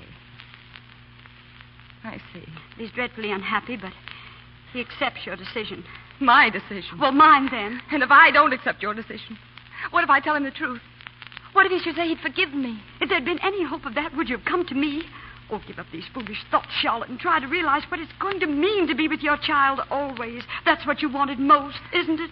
Well, yes, but Well, I've done what I could. I've spoken to Jim about it. You're to come here. You and Tina. Here? In this house? Yes. Oh. But not as her mother. Well, that would be impossible. She must never know. You realize that, don't you? Yes. Yes, I do. Delia. Don't, Charlotte. Don't. Everything will be all right. Oh, I promise you.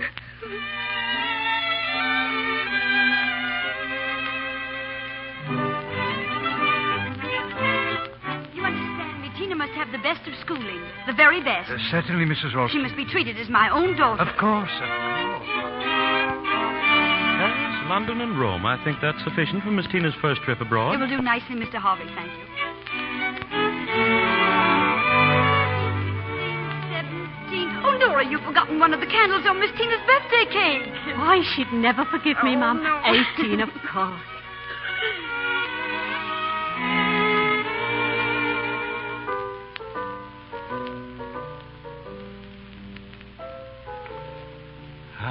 Tina plays beautifully, doesn't she? Charlotte, did you hear me? Yes, Doctor. I was saying Tina plays very well. Yes, she does. But she'll be late for the ball unless she starts soon. You know, when you consider how pleasant life is in this house, you must feel a deep satisfaction in having managed to give Tina such a home. If Tina's life has been pleasant in this house, it's Delia who's made it so, not I. She calls Delia Mother. Oh, we won't talk of your own sacrifices for the child, Charlotte. But Delia's done her best, too. Her best to spoil her, from the day Jim died 12 years ago. There's nothing now, nothing at all that Tina doesn't have or can't have by asking for it. Oh, well, I must be going. Doctor, you leaving? Yes, Delia, I have a patient to see on my way home. Good night, Doctor. Oh, Tina. Oh, let me see you. You're very beautiful tonight. We're going to a ball. Dr. Lanskull, you know Lanning. Oh, of course. Well, how do you do, sir? May I help you with your coat? Oh, thank you. Well, good night, all. Good night, Doctor. Tina? Yes, Aunt Charlotte. Tina, the carriage has been waiting for 20 minutes, and horses don't like standing on a cold night like this. They're going now, Charlotte. Yes, we're just going. It doesn't matter if we're late at a ball. It's not unbecoming to anyone to make a habit of being on time. I know. The early bird catches the worm. Take care of the pennies, and the pounds will take care of themselves. Tina, I see nothing to laugh at. People who have no regard for punctuality usually have no regard for other things. Aunt Charlotte, please. Must you always find fault with me? You're not perfection, my child. I know I'm not perfect. Tina, dear, you'd better go. I'll wait outside, Tina. Very well. Oh, Mother, I wish you were coming too. But this is a young people's ball, darling. You're young, Mother, and Aunt Charlotte doesn't mind being alone. Tina. Please. Mother, do you like my hair like this? Lanning said it's lovely. I hope everyone likes it. Tina, why must you always think that people are interested in you? Why shouldn't I? Aren't they? My dear, what will people think of you if you talk like that? Just what she deserves, probably. Mother, tell Aunt Charlotte to stop finding fault with me. Tina! Someone must find fault sometimes. You think Mother spoils me, but she doesn't. It's just that she understands me while you don't. Tina, Mother don't knows what speak it to is Aunt. to be young and have everyone fond of her, while Please. you... Now go. Good night, Mother. Good night. And don't be too late.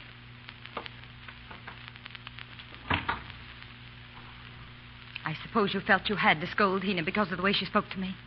I wanted to realize what it is to be respectful. She thinks I can't understand her because she considers me an old maid. Shut Yes, a ridiculous, narrow-minded old maid. What else can she ever think me? Oh, my dear. Oh, you needn't pity me. She's really mine. I do scold her.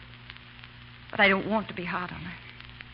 As it is, I always practice what I'm going to say to her if it's anything important.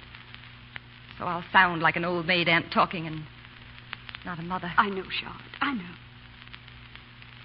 Delia, have you noticed that Tina has changed? Changed? Since when? How? Since Lanning Halsey has been coming here so often. It's very natural for him to come often. He's very much in love with her. Yes. But do you dislike him? I mean, as a husband for Tina. Tina cannot afford to pick and choose. But there's nothing against Lanning, is there? Except that he seems uncertain as to his choice of a profession. Uncertainty about a profession may cause uncertainty about other things, too. I don't understand you, Charlotte. He hasn't asked Tina to marry him. How could he? He earns nothing, and his allowance will be stopped if he marries against his parents' wishes. Oh, but Charlotte, you... Unfortunately, Delia, my girl has no fortune and no name. And every careful mother we know has warned her son against becoming interested. But after all, Tina's happy with us. She doesn't need to marry anyone. Tina, an old maid? Never. My child shall have her life. Oh, Charlotte, why do you twist my words? I mean, that Tina's young. She isn't 20 yet. She can wait. No. We've waited long enough. What are you thinking of, Charlotte? What are you going to do? I don't know. You'd better go to bed, Delia. There's no need in both of us waiting up for her, and it's my duty, not yours. Very well. Good night, Charlotte. Good night.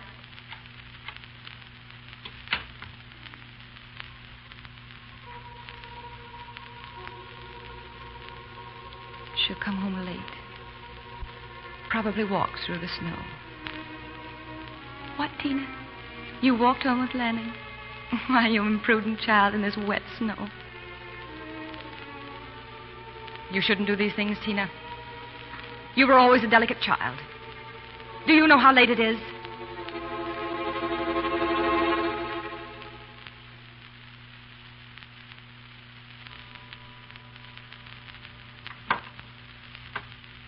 Tina. Shh. You must go, Lanning. Not yet. No one's about. This is very wicked of us. Is it? Why? I don't know. Oh, Lanning, I loved it. The snow and the moonlight and icy trees in the square. And being with you at last all alone. What are you doing? I'm taking off your wet slippers. I loved it, too. But I should have taken better care of you just the same. Oh, silly. Now for the other foot. Both little feet have to be warm, or little Tina may be ill. Oh, Tina, what if you should die? You won't, will you? Promise not to. Oh, Lanning, you silly. Tina. Oh, darling. Tina. That's the first time. And I shall never kiss anyone but you. Ever. Tina. Aunt Charlotte. Do you know what time it is? Oh, I'm sorry, Miss Lovell. I was speaking to Tina. Aunt Charlotte, stop. Tina. Oh, Mother. I've not been able to sleep. I heard you come in. It's late. I know. I am sorry. You'd better go now, Lanny. Yes, Mrs. Ralston. Don't scold him. This is Tina's fault, not his. Any boy would have done the same if she'd permitted it. No, it's not her fault. Delia, tell him not to come here again. It's your house, or I'd tell him myself. Aunt Charlotte, take that back. Mother, tell Lanning he's to come when he wants to. Tell him, Mother. It is your house, not hers. Don't bother, Mrs. Ralston. I'm going away soon in a week, probably. So it doesn't matter very much whether I'm forbidden this door or not. I'd only have come again to say goodbye in any case. Goodbye. I'm sorry, Tina. Lanning! You see? You see what she's done, Mother? She's driven Lanning away. Oh, no, my child. I've not driven him away. If he's not coming here again, it's because he finds it awkward when he has no intention of marrying a girl who is so free with her kisses. That's not true.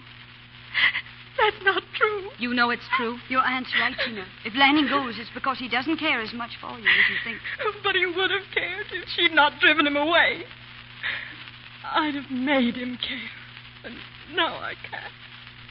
Now he's gone. And I'll never forgive her. Never. Tina. I won't. You've no business to meddle, Aunt Charlotte. Go to your room, Tina. I'm going. But before I do, she's got to know that I'm sick of her fault-finding and her spying and her meddling. Oh. You can say what you please to me, Mother, because you understand me and I love you. But she's only a sour old maid who hates me because Tina, I'm stop. young and attractive and alive, while she's old and hideous and dried up and has never known anything about love. I won't have her interfering with my life, I tell you. I won't have it. Charlotte, I'm so terribly sorry. This has gone on long enough. I see my mistake now, and I mean to remedy it. Your mistake? You've been good to us, Delia. But I understand my duty now. If I am to save my child, I must take her away. Charlotte, what are you saying? I must take Tina away from here. We must go somewhere where we're not known, where we shall live among plain people leading plain lives. Where she can find herself a husband and make herself a home. You take Tina away from me now. No, I'm not ungrateful, Delia. Oh, don't speak of gratitude. What does it matter whether you're grateful or not? It's Tina I'm thinking of. Of course it's Tina you're thinking of. Tina and Clem Spender. You're insane, Charlotte. I've not thought of Clem Spender for years. Oh, but you have. You have, Delia. You've thought of him and thinking of Tina. A woman never stops thinking of the man she loves. You can't forgive me because Clem Spender didn't quite break his heart over you. That's why you like keeping me at your mercy and taking his child from me. And suppose that's true. She's your child, too. And to take her away now from the life you've made such a sacrifice to give, oh, that would be too cruel. Even more cruel to her than to me. What's ahead for her here, Delia? For a girl without a name or a penny among cautious people like the Halseys and their kind?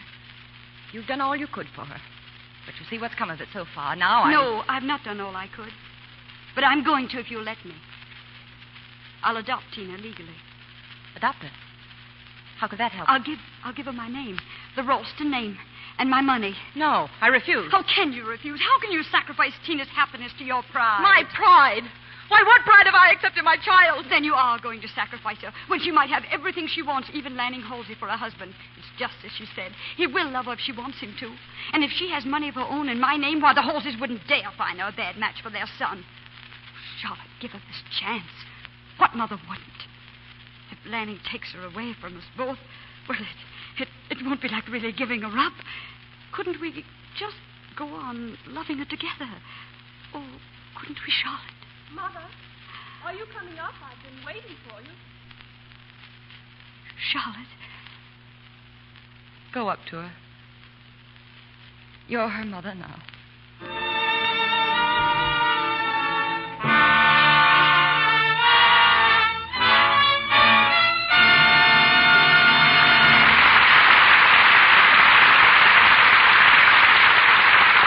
The curtain falls on the second act of The Old Maid. But the love Charlotte feels for her child cannot be denied so easily, as we see in a moment when our stars return for Act 3. Right now, here's a gentleman with a brief and pointed message. Miriam Hopkins, Loretta Young, and Helen Wood will be back in a moment for the third act of The Old Maid. But before they do, I'd like to tell you about some conversational bridge that I overheard the other day. Conversational bridge? Why, what's that, Mr. Ruick? Well, my wife was having a bridge party, but the ladies didn't seem to be playing cards. Of course, I'm crazy about Irene Dunn. Did you see her in When Tomorrow Comes? She always looks so pretty. I'll bid a heart. I'll pass. She is lovely, but my favorite is Madeline Carroll. Wait till you see her in Honeymoon in Bali. What beautiful hair and skin, even in the close-ups. Sure bid, dear. But did Jane bid hearts or clubs? Say, for sheer gorgeousness, you want to see Joan Bennett in The Man in the Iron Mask. Can that girl wear stunning costumes? Well, anyone as good-looking as she is can wear a bungalow apron and look like a million. See here, girls, can't we just review the bidding a minute? You see, no matter where you are, you'll hear women discussing the screen stars. They admire them, often follow their lead in the kind of clothes they wear or the beauty care they use. The makers of Lux toilet soap take real pride in the fact that 9 out of 10 screen stars use Lux toilet soap. And they're just as proud of the fact that thousands of charming women all over the country agree with the stars that fine white Lux toilet soap is the right soap for their complexions. Now, here's the reason Lux toilet soap gives your skin such gentle, beautiful care. It has active lather that removes dust and dirt, every trace of stale cosmetics. Active lather gives your skin the protection of thorough, perfect cleansing. It isn't only screen stars who must pass close-up tests. Every woman knows that the eyes of her friends, the eyes of those who love her, notice how she looks. They notice whether her skin is smooth and clear or dull and unattractive. Use cosmetics all you wish, but don't take chances with improper, careless cleansing. Use Lux toilet soap regularly, every day. Make it your bedtime beauty care. You want your skin to stay smooth and lovely because it's nice to hear people say how attractive she is. Start your Lux toilet soap care tomorrow, won't you? We pause now for station identification. This is the Columbia Broadcasting System.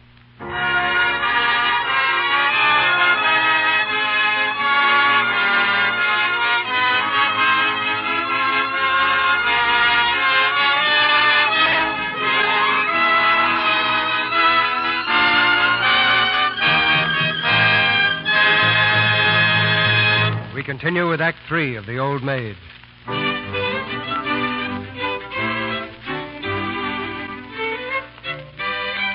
Months have gone by, and Delia's plans for Tina have borne fruit. It's June now, the evening before Tina's marriage to Lanning. In the drawing room, the last preparations for the wedding are being made. Everything's done that can be done tonight. I've been to the kitchen and I've told Melissa Grimes she'd better count on 200 plates of ice cream. I can't think of anything else. Neither can I. Aunt Charlotte, you've been wonderful. Hasn't she, Dr. Lanscow? Very, and personally, I think the only thing left is to go to bed. You must be tired, Charlotte. The bride's the one who should be sent to bed. Say good night, Tina. Yes, Tina, you should go to bed now. But I'm not sleepy, Mother. You can rest, whether you sleep or not. Yes, you should go up now, Tina. All right, but will you come up and say good night to me, Mother? Of course. Because tonight... Oh, Mother, I'm so happy. Too happy. Too happy, dear. You know, Dr. Lanscow, Lanning says we've all been straws whirling around on a sunlit torrent ever since Mother adopted me and his parents said he might get married. They've been sweet to me, but if Mother hadn't cared enough for me to give me her name and the money, they'd have not wanted him to care either. Oh, nonsense. Oh, I know, Mother. I know what I owe you. I owe you everything. You know, I used to wonder who I really was, but I don't care now. I'd rather have you for my mother than anyone in the world. Oh, Tina, dear, stop chattering. I must see about the doilies. Excuse me, Doctor. Of course. Tina, you mustn't run on so before your Aunt Charlotte. She's done just as much for you as anyone. Yes. What do you think, Dr. Lanscow? Aunt Charlotte gave me all her grandmother's jewels. Oh, you're a lucky girl. I've seen them. I know I am. And my wedding veil. She wanted me to wear the wedding dress that she was going to wear once, too, and didn't. It seems odd to think that anyone ever wanted to marry Aunt Charlotte. Tina, you must go off to bed. Now, hurry, dear. All the same, I won't go to sleep until you've come in and said good night. I told you I'd come. Now, run along. Good night, Dr. Lanscow. Good night. I must go, too. You know, I think poor Charlotte is happy at last. I hope so. Doctor, I know you thought I took too much on myself when I kept Charlotte from marrying Joe that time. I've not forgotten what you said about meddling with another person's destiny. But I know that you've paid for your mistake, if it was a mistake. Good night, my dear. Thank you. Good night, Dr. Lanscow.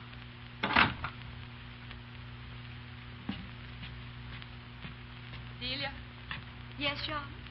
You're going up now to speak to Tina? Yes. Unless there's something you want to talk to me about first. I told her I'd go up to her. I understand.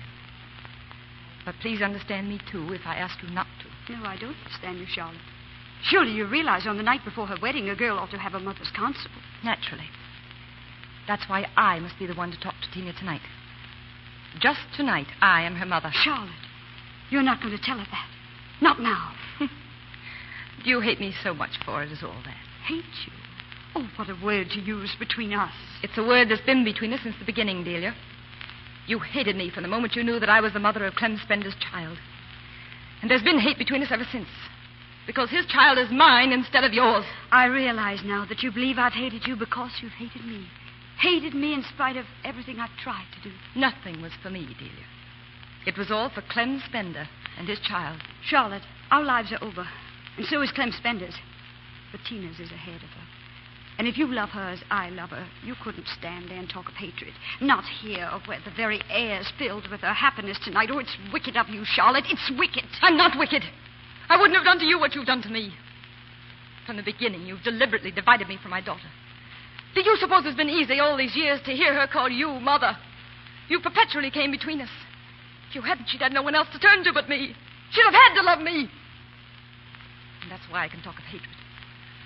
That's why tonight, just tonight, she belongs to me. And that's why I won't let her call anyone else mother. Tonight. Very well. I won't go up to her. And if you want her to know the truth about her birth, it's your right to tell her that, too. I suppose you imagine it'll be a tragedy for Tina to learn that she's my daughter.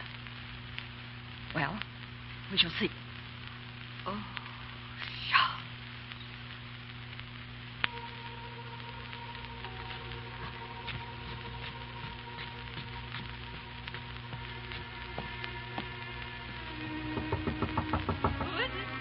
Who is it? Is that you, Mother?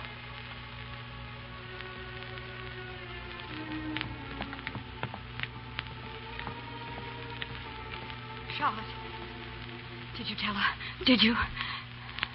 No. She's waiting for you. Charlotte. I couldn't, after all. I stood outside her door. Tried to think of something to say to her without her guessing. There's nothing I can say.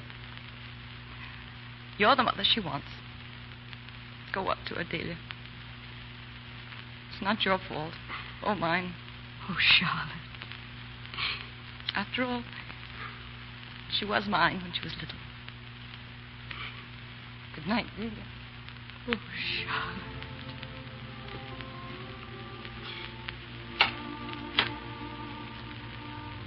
Tina. Come in, Mother. I've been waiting for you. Tina, do you want to do something that will make me very happy? Anything, darling. Then find your Aunt Charlotte. She's just gone to her room. And when you found her, remember this. She didn't marry a man who loved her very much and who would have given her everything she wanted because she wouldn't give you up. That's why she's no maid. Oh. Why didn't anyone ever tell me that before? Well, sometimes people don't think. Sometimes they're selfish. But you remember. And you try to make her glad of the choice she'd made without letting her know I asked you to. And I've always been so horrid. And there's one thing more. Yes? When you go away tomorrow, at the very last moment, you understand, after you've said goodbye to me and to everyone else, just as Lanning helps you into the carriage. Yes? Lean down and give your last kiss to Aunt Charlotte. Don't forget. The very last. I won't forget. And I'll go to her now.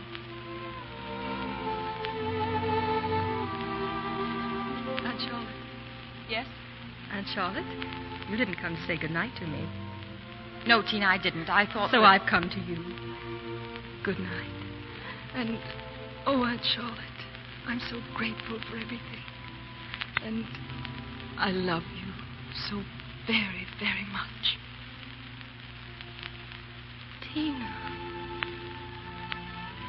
Oh, Tina.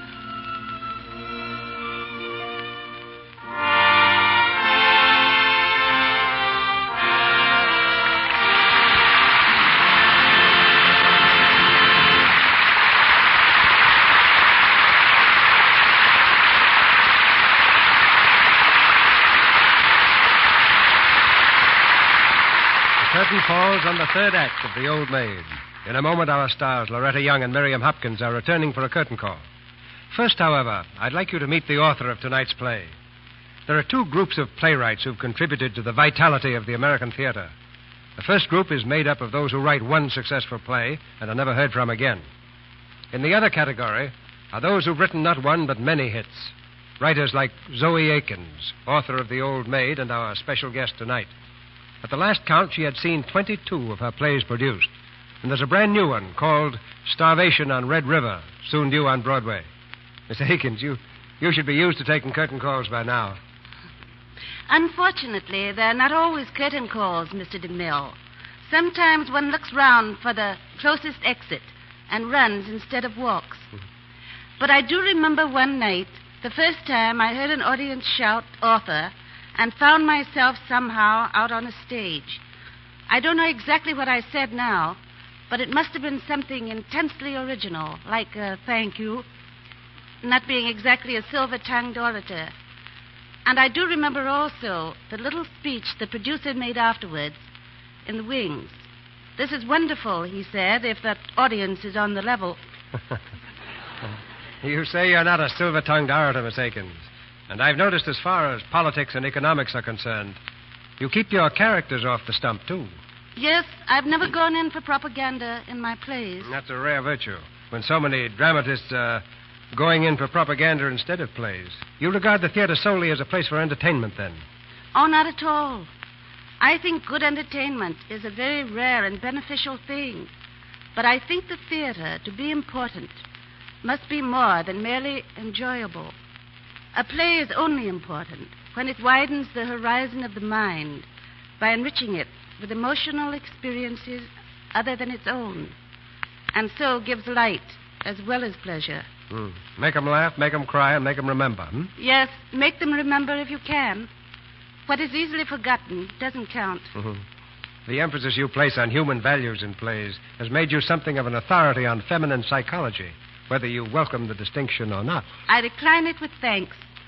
After all, a psychologist is only a person who can guess what others feel and think.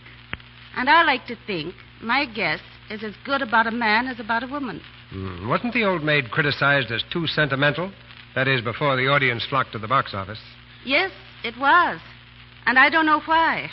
Unless it's because the ladies wore hoop skirts instead of slacks. There isn't a sentimental line in the play, to my way of thinking. You know, the Oxford Dictionary defines sentimental as being prone to shallow emotions. And after all, jealousy and love and hate are the strongest stuff of life. And when I first read Edith Wharton's story, I thought it was intensely modern in the way it dealt with these forces. The critic of the English Manchester Guardian said, "This might well be called the story of a crime, being the story of the murder of one woman's happiness by another." And that hardly seems a sentimental tale to me. But I think I've said enough. And I know we all want to congratulate Miss Young and Miss Hopkins. Your play, Miss Akins, speaks a universal language. And here are Loretta Young and Miriam Hopkins, no longer in the period of candlelight and carriages. Thank you, Mr. DeMille. It's been a real adventure being here tonight. But before I go, I want to say something about the product behind this program. Candlelight and carriages may be outmoded, but there's one American fashion that will never change. And that's the fashion of having clear, smooth complexion. And part of it is the regular use of Lux soap. I've been a Lux soap booster for a very long time now. I agree with Loretta. Lux soap is a definite help to a good complexion. Now, won't you tell us what the Lux Radio Theater play is going to be next week, Mr. DeMille? Next Monday night, we're going to present Only Yesterday. And our stars will be Barbara Stanwyck and George Brent. Only Yesterday is a love story of unusual tenderness. The drama of a woman's love, which endured through every hardship that time and circumstance created. Everyone who likes a real love story will thoroughly enjoy Only Yesterday. Oh, that's a beautiful play and a fine cast, Mr. DeMille. Good night, and thank you again. Good night, Loretta. And it's also been a great pleasure to have you with us, Miriam. Thank you, Mr. DeMille. I've enjoyed it, too. Good night. Good night. That was fine acting we heard tonight.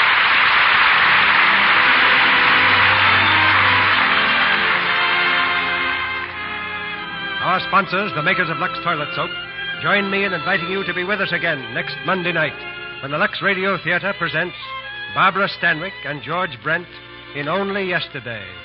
This is Cecil B. DeMille saying good night to you from Hollywood.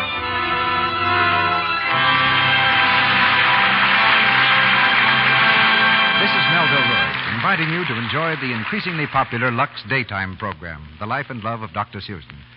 In today's episode, Dr. Susan helped perform a delicate operation on her own son. Tomorrow, she will learn the startling result. Listen then. For the time and station, see your newspaper. The Life and Love of Dr. Susan comes to you in addition to the Lux Radio Theater. Heard in tonight's play were Juanita Quigley as Tina as a child, Doris Lloyd as Nora, Jack Lewis as Dr. Lamskell, Fred Shields as Clem Spender, Fred Mackay as Joseph Ralston, Harold Daniels as Lanning Halsey, John Fee as clergyman, Lou Merrill as mate, and Howard McNair as seaman. Loretta Young's current picture is Walter Wanger's Eternally Yours. Miriam Hopkins appears through the courtesy of Warner Brothers Pictures and is now appearing in their production of The Old Maid. Louis Silvers is from 20th Century Fox, where he directed music for Drums Along the Mohawk.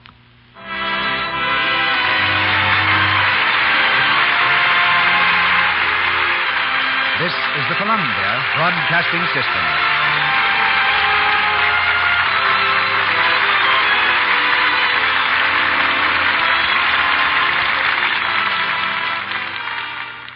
WWE SmackDown, February 11th at Centennial Garden. And UPN 45 and Player One video games want you to be there to see the big show. Brock Lesnar, Kurt Angle, and more.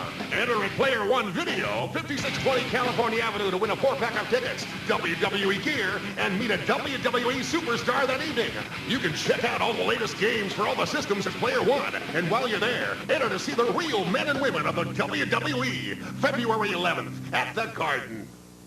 The Warrior of the Woodlands, Ranger Bill, is coming up next.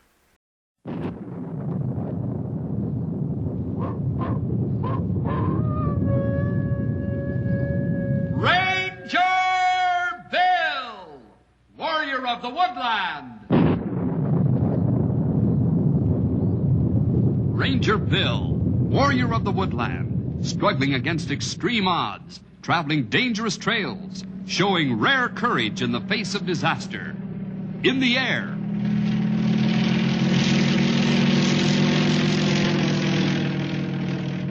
On horseback.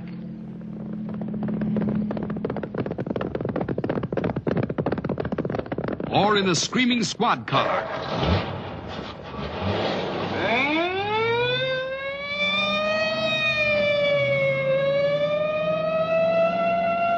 Ranger Bill, his mind alert, a ready smile, unswerving, loyal to his mission. And all this in exchange for the satisfaction and pride of a job well done.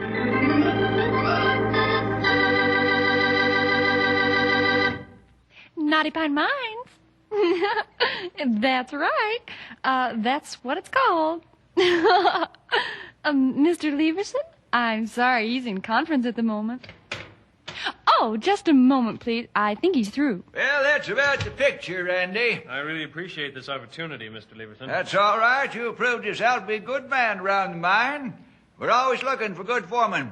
Now, best of luck in your new job with us. Thanks again. Mr. Leverson? Yes? I have a phone call here for you. Will you take it in your office? Yes, switch it in there, please. Oh, Randy. Yes, sir? I knew there was something else I wanted to tell you, but it slipped my mind. What was it, Mr. Leverson? You'll be heading up the crew down in Tunnel 13. Yeah, that's the one you said, sir. Well, over the weekend, a few of our lab men were down there checking the area, and they said that you're in the middle of a kind of sandy patch. Well, I'm glad to know that. We'll take it easy, only small blasts. Better not blast today at all. At least not until you've cleared that sandy area. Whatever you say, Mr. Leverson. Only, I guess you know that'll really slow things up down there. Not in the long run, Randy. How do you mean that? Well, I figure it'll be faster in the long run to have the whole crew make it through that area safe and sound. Well, looks that dangerous, huh? You never really know about that kind of thing. Might be strong as Gibraltar. Then again, well, you know. Okay, sold. You don't think I want any accidents on my crew the first day I'm foreman, do you? No, I don't. So go slow. Use only the light power tools. Shouldn't be any trouble at all. You and your men have been around these mines long enough to know what you're doing. Well, better get going. Those crews ought to be forming about now.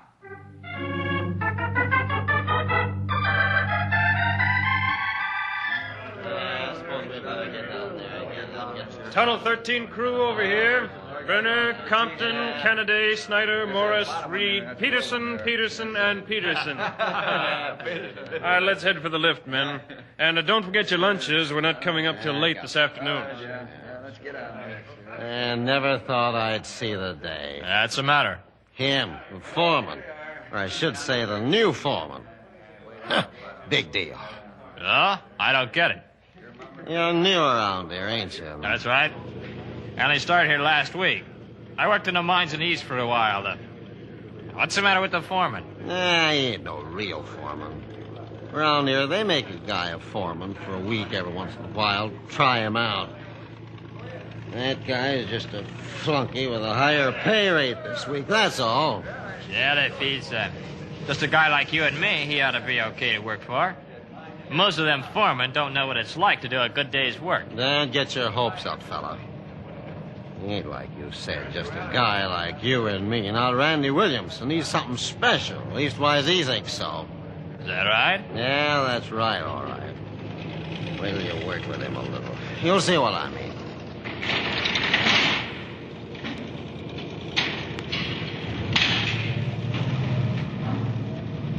Well, he better not get smart with me. I'll tell him where to get off faster than he's ever been told before. Don't be too sure. We're going to Tunnel 13 today, and he's the foreman, you know. What's that to me? I've worked in other mines before, and I can work in other mines again. I don't have to take nothing from nobody. Is that how you came out here from the East, Snyder? As a matter of fact, yeah. I had a couple of fights with guys who thought they could tell me what was what. I don't think you better tangle with Randy. I've seen him do some pretty strong things. I've tangled with bigger guys than him. But don't you worry. I won't give him no trouble if he don't give me none.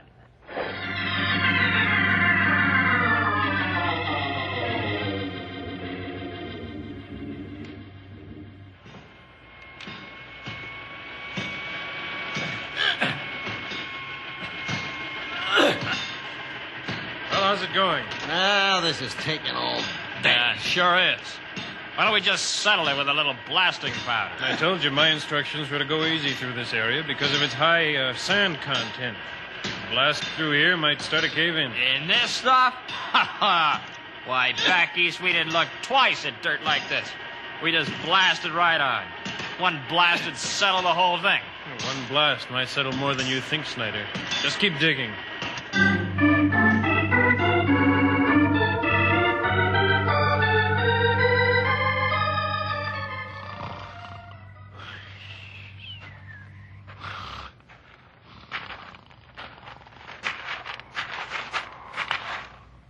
I wondered where you'd gone. Maybe you don't get enough sleep at night, Snyder, but this isn't the place to catch up. Well, I thought I'd give it a try anyhow. And this abandoned shaft was just the place, huh? It amazes me how fellas like you find these places almost right away. Fellas like me? What do you mean by a crack like that? Come on, let's get back to work with the others. For all you knew, this tunnel might have been filled with gas. But it wasn't. Now, was it? I suppose this is as good a time as any to tell you, Snyder, that I expect top performance out of every man on this crew. I don't mind you grumbling if you feel you have to, like your friend Morris. But I won't stand for gold bricking. Now, you've had your little try at it. Now you know where we stand. They told me you were a preacher. But I thought you only preached about religion. I don't know what you've heard. But don't confuse what I just said with a sermon. There's no choice involved in this. It's either shape up or ship out. Now, you listen, Mr. Foreman. I'm not used to people telling me what to do. I don't like it. And I don't listen to it for long. If that's a threat, Snyder, you can keep it to yourself. I don't scare easily. Now, how about getting back to work, huh? Maybe you can get rid of some of that energy in a decent way. Sure. I'll go back to work. But don't forget what I said. You push me too far, and it'll be at your own risk.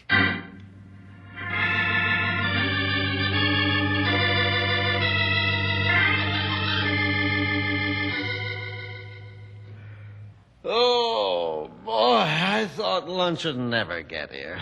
Seems like we've been down here for 10 days. Ah, sure does. It's because that stupid foreman wants to pick along instead of blasting. Takes forever that way. Well, you know what he said about that sandy patch. I guess he just don't want to risk a cave-in. Ah, nuts. I looked at this area myself. There's no more sand in this part than anywhere else in the tunnel. Yeah, I saw you looking around. Where'd you go there for a while? Just back into one of the old tunnels for a nap. Really? Yeah, but old Head in his hands caught me. Oh? Look at him over there. Oh, you mean Randy Williamson. I see what you mean. Yeah. I finally figured out what he's doing when he looks like that. Well, what's he doing? He's praying. Praying? Yeah. So, he caught you sleeping, huh? What happened? I tried to throw his weight around a little. I told him to get off. Yeah, did he? Not for a while, anyhow. Well, I figure we're going to have trouble before the day is over. He try to sell you on religion yet? Nope. Maybe he figures I'm too far gone to start. Yeah.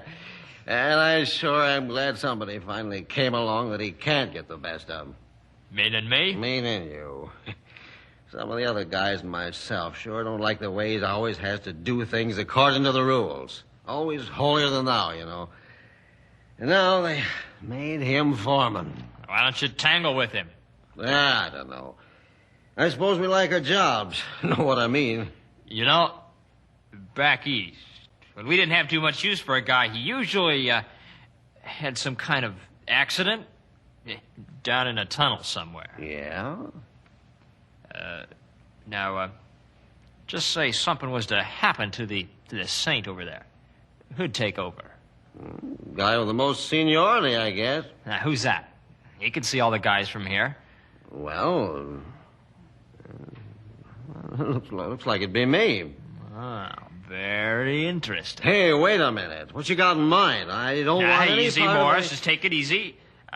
All I wanted to know is who would take over if anything would happen to him. That's all.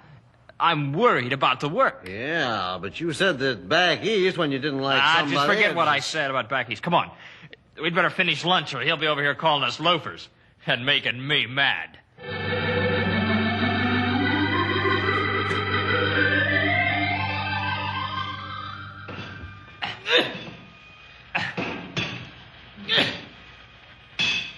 Yep, that's what I heard from Brenner. How long did he say? Since right after lunch. Now, hold it. Here comes the big chief. We'll settle this thing right now.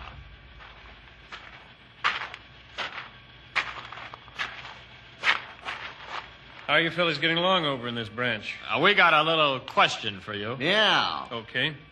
We heard that we're all through that sandy place where we were supposed to go slow. Yeah. That's right. We passed it just a little after lunch. Why? Well, then how come we're still picking our way along? Why don't we get back to blasting? Yeah, why? You men have worked around mines long enough to know that. You have to get far enough away from a danger spot before you can blast. Thought you were experienced men. I used to think I was experienced, but you really take the cake. What are you talking about? Yeah. I'll tell you what I'm talking about. You think you're a big man, don't you? Big foreman's pay for a week and all that. Push the other guys around. Now, wait a minute. I haven't... Now, you wait a minute. Looks to me like you plan on taking as long as possible with this job just to make sure you can get all the extra pay for working down here in Tunnel 13. That's ridiculous. How much we get paid doesn't depend on how fast we go. We'll have to work down here all week anyway. I don't know what's getting into you, Snyder, but you can be sure when we get to the top tonight, I'm going to do a little checking on you. Now, how about both of you getting back to work? What's the matter, Mr. Big? Did you trip? I tripped all right. And if I'm not mistaken, it was over your pick. Well, accidents will happen, you know. That's right. They will.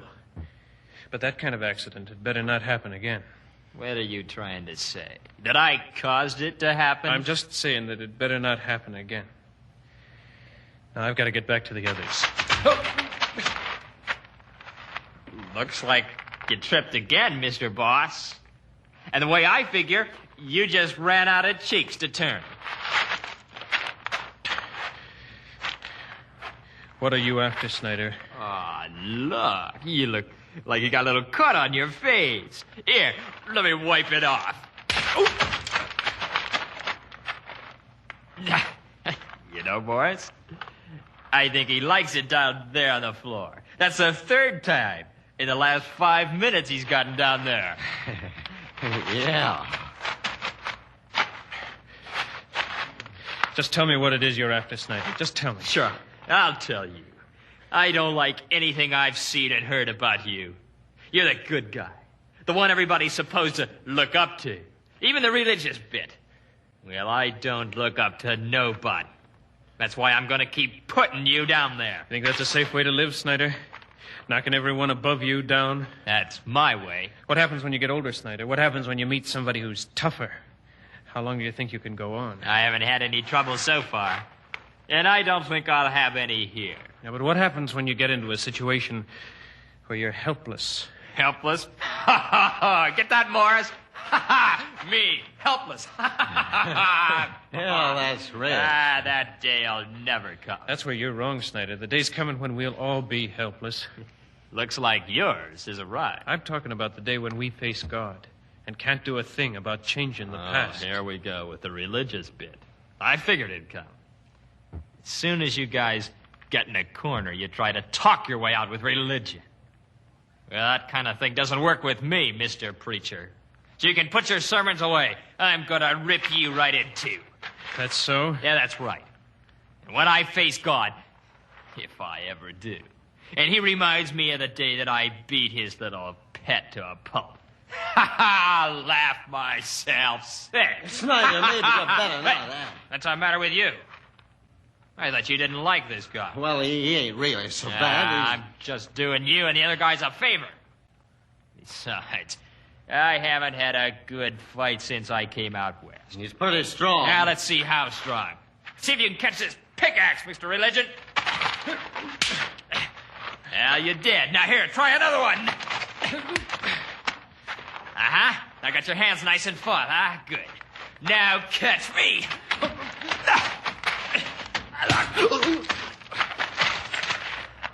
Snyder, you clubbed him with that pickaxe handle. You're right. He was pretty tough. He ain't moving. Did you kill him? I don't know. Harry, better take a look. Nah, he's still breathing. Looks like he's bleeding pretty bad. That's nothing, just a few scratches. Come on. We've got to get back and tell the others that he's had an accident. Looks like you're the boss from here on in. Me? That's right. But you'll do things the way I see them, won't you? Sure. I'm the boss.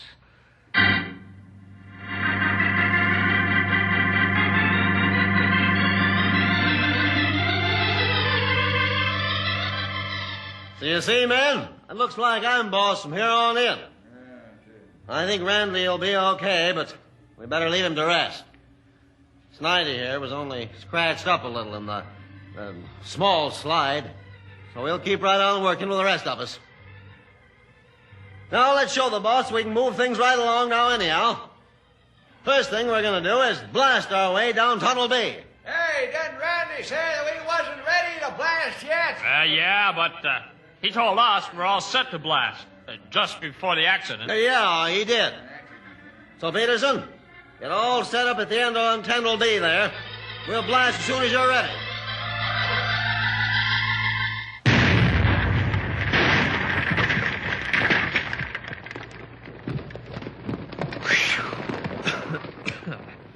See, Morris? Told you there wasn't any danger. No cave-in. Nobody trapped. That two-bit foreman was wrong. And he was wrong about a lot of things. Yeah, well, I gotta admit, he was right.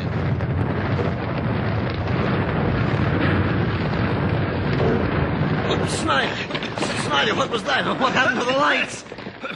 What do you think it was? A cave-in. That's right. A cave-in. Now stop sniveling and get your flashlight working. There, Snyder, look. tunnel. Number 13. It's collapsed. We're trapped. That's the only way out of here. Where are the other men? Hey! Hey, men! Where is everyone? Hey! Hey! They must all be under there. Snyder, what are we gonna do?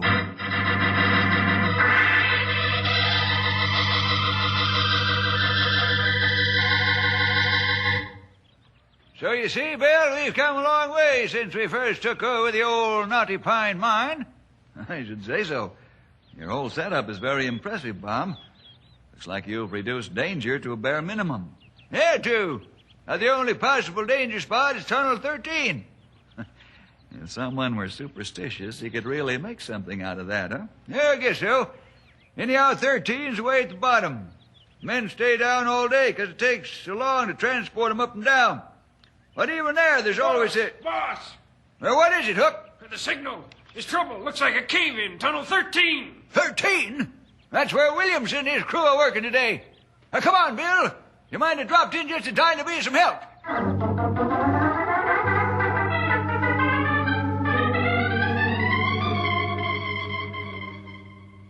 How long do you figure the oxygen will hold out? With only 2 of us breathing, should last plenty long enough. If only that cave-in hadn't packed the dirt so tight. My hands are bleeding from trying to scrape a path. Keep digging. It's our only hope. Me? Why don't you dig for a while? You got us into all this. Hey, you and your Morris. big mouth. Morris, I don't want to hear that kind of talk. Now, you just do like I say, and we'll be all right. I ain't so sure. The only reason we're here, and who knows what happened to the others, is because I did what you said. No, Snyder, I don't think we're going to be all right. I think we're dead right now. Shut up. Now, no more talk like that. I'm the one who decides what happens here. Me. That's not true, Snyder. Randy. That's right, Snyder. You're not the one who decides what happens here. I suppose you are. No, Snyder, I'm not the one either. Yeah? Who then? I think he means God. God? That's right, Snyder. We've all had our chance at being boss around here. Look where it got us. Now the only one who can really direct things is God himself. We're all helpless. Helpless? Not me. I told you once before I'm not helpless. I can take care of myself. Can you? You can't do it, Snyder. There ain't a thing you can do. For the first time, I'm beginning to see what Randy here's been talking about all these days. It's hard to see when everything's going the way you want it to, but no. That's right, Morris. When things are running smoothly, it's a lot easier to believe that you can run your own life. But what happens when the mind caves in? My whole life's been a bunch of cave-ins. Now it's too late. I got just as long as that oxygen holds out, and then... It still isn't too late, Morris. Well, you two shut up. I'm trying to figure a way out. That's wasting time. The only way out of here is through that blocked tunnel. The only way any of us will make it through there is if someone comes in to get us. You know how hard it is just to get men down here, let alone equipment of any size. I said it wasn't too late, Morris. If you're really interested in being right with God. Well, God. What does God have to do with anything down here? He doesn't care about us. You don't know what you're talking about, Snyder. Yeah, I forgot. You're one of God's pets. I suppose he does care about you. I think he probably cares more about you and Morris than he does about me. He knows me, and he knows I know him. But you... double talk, that's all it is. Come on, Morris, help me dig. I can't, Snyder. You what? I said I can't. I'm not so sure that all the digging we could do would get us out of here. I gotta know what Randy means. Maybe you ought to listen too, Snyder. We're all in the same boat down here. Now your talking is just using up air that might be put to better use. Like trying to dig out of here. Go on, Randy. It never seemed important before now. It's funny, isn't it? We all know that we have to die sooner or later. But it isn't until we're really faced with death that we even give the afterlife any thought. Yeah, I guess so. But God has given it some thought. You see, he wants us to spend all of forever with him. I wouldn't want me, not the way I've been. You wouldn't want any of us, the way we've been. It only takes one sin to make a sinner. So you see, in one way, Morris, you're the same as everybody else. And God doesn't want anyone. You might as well start digging. It does seem like the right answer, doesn't it? There's not a person in the world that doesn't fall under the title of sinner if it only takes one sin. The Bible even says if you break one commandment, you're guilty of all of them. Yeah, I thought you was going to give us a little hope. Oh, I really am scared to face God. Of course, I would be too. But that's only half the story, Morris. The other half reads, Christ died for our sins. Yeah, you see that written all over. On signs, you know. Right, but you don't often see what it means. Morris, God is no dummy. He knows what we all are. In fact, he knows us better than we know ourselves. He knows if we have a choice of good or bad, we'll take whatever looks like it'd be more fun or to our advantage, whether or not it's good or bad. That's sure the truth with me. There's really only one man who ever chose the right thing every time, even though it finally meant his death. Jesus? That's right. He lived the life that God meant for us to live. God lived in him. And he pleased God with every thought. That's what God had in mind for us. That's crazy. Nobody could do that. Morris, how long you got to listen to that stuff? Go on. Well, Jesus lived this life for more than just an example to us. All the examples in the world couldn't make us clean before God. Yeah, I know. He taught a lot of good things. Oh, even more than that, Morris. You know as well as I do that teaching or rules don't make a lot of difference when we think we can get ahead without them. That's why we're here. The whole purpose of Christ's life was to make you, me, anybody, holy and clean before God. And he did make that very thing possible. How?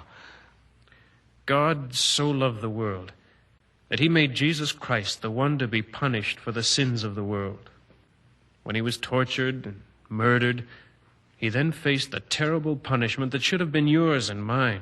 He did that for me? How could he? He didn't even know there was going to be a you. Just before he was crucified, Jesus prayed for his disciples, and then for us, you and me. He said, "Neither for these only do I pray, but for them also that believe on me through their word." That's anyone today. Believe? That's all? Just believe what you just told me? That's right. And allow God himself to get together with you and clean out those dusty corners. You won't have to look far to find my dirt. And once you've accepted his gift, holiness and righteousness with him, you must set about to live what has happened. Like you do. Well, like I try to. Listen who's talking about living. Wake up, little dreamers. We're trapped in a cave-in. Doesn't look like any of us will have to worry about how we live anymore. I see it, Randy. I get what you're saying. Jesus' death rights me with God. And now I have to live like he did, to please God. Oh, this little meeting is very inspiring, I must say. Well, what good's the whole thing gonna do you? You, big preacher, you think you just made a convert, huh? Well, I say that if there was a chance in a million that he could get out of here, why, Morris had dropped this whole thing faster than you could say jackrabbit.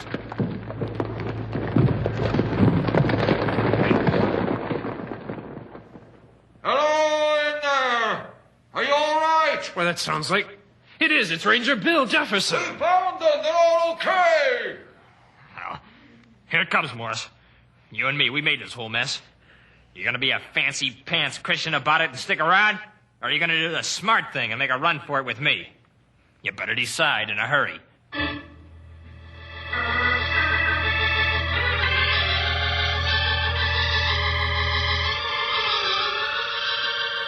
That's the whole story, Mr. Leverson. Your whole story doesn't completely jive with Snyder's story, Morris.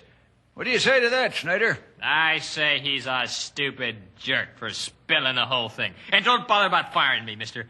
I quit. Snyder, if it wasn't for the fact that I don't even want to smell you around here, I'd make you pay for what you've done. Send me a bill. I'll put it on the stack with all the others. As for you, Morris, taking into consideration all that Randy has told me, I'll keep you on. But keep your nose clean. One inkling of trouble from you, and you can go with Snyder. You won't have to worry about me. Well, if what Randy tells me is true, I'm sure I won't. It's just a good thing for both you and Snyder that all the other men were far enough back in the tunnel not to be caught by the slide. You might both be serving time for the rest of your lives. Well, that's about it anyhow. Huh? What do you mean? Well, the way things turned out, the rest of my life is going to be a serving time. Only it won't be for the state. It'll be for God.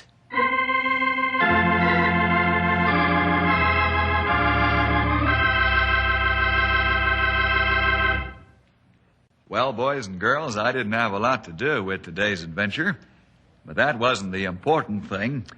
The important thing is that the call of Jesus to come unto me was answered. I hope you know how important it is for your own life. Well, see you next week for more adventure with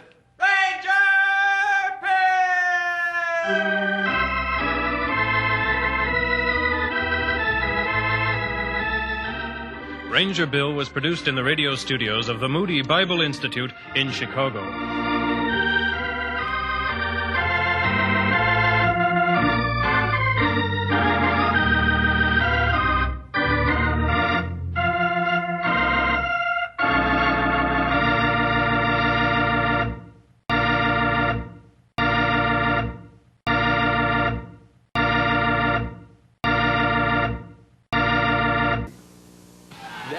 Show is a fun factory featuring your favorite superstars. I'm pretty.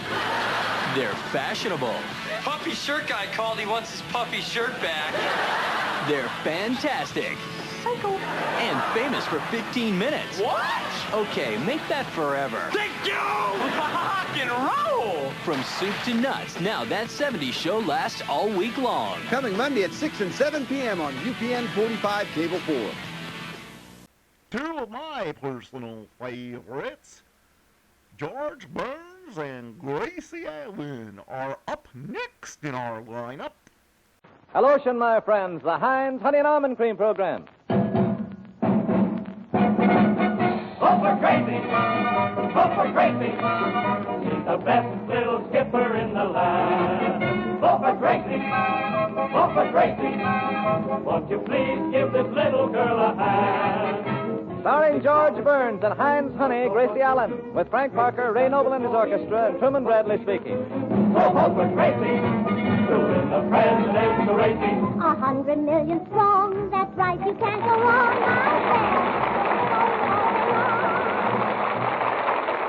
Thank you. Thank you very much. Hello. Well, Gracie, this is probably the biggest moment in your career.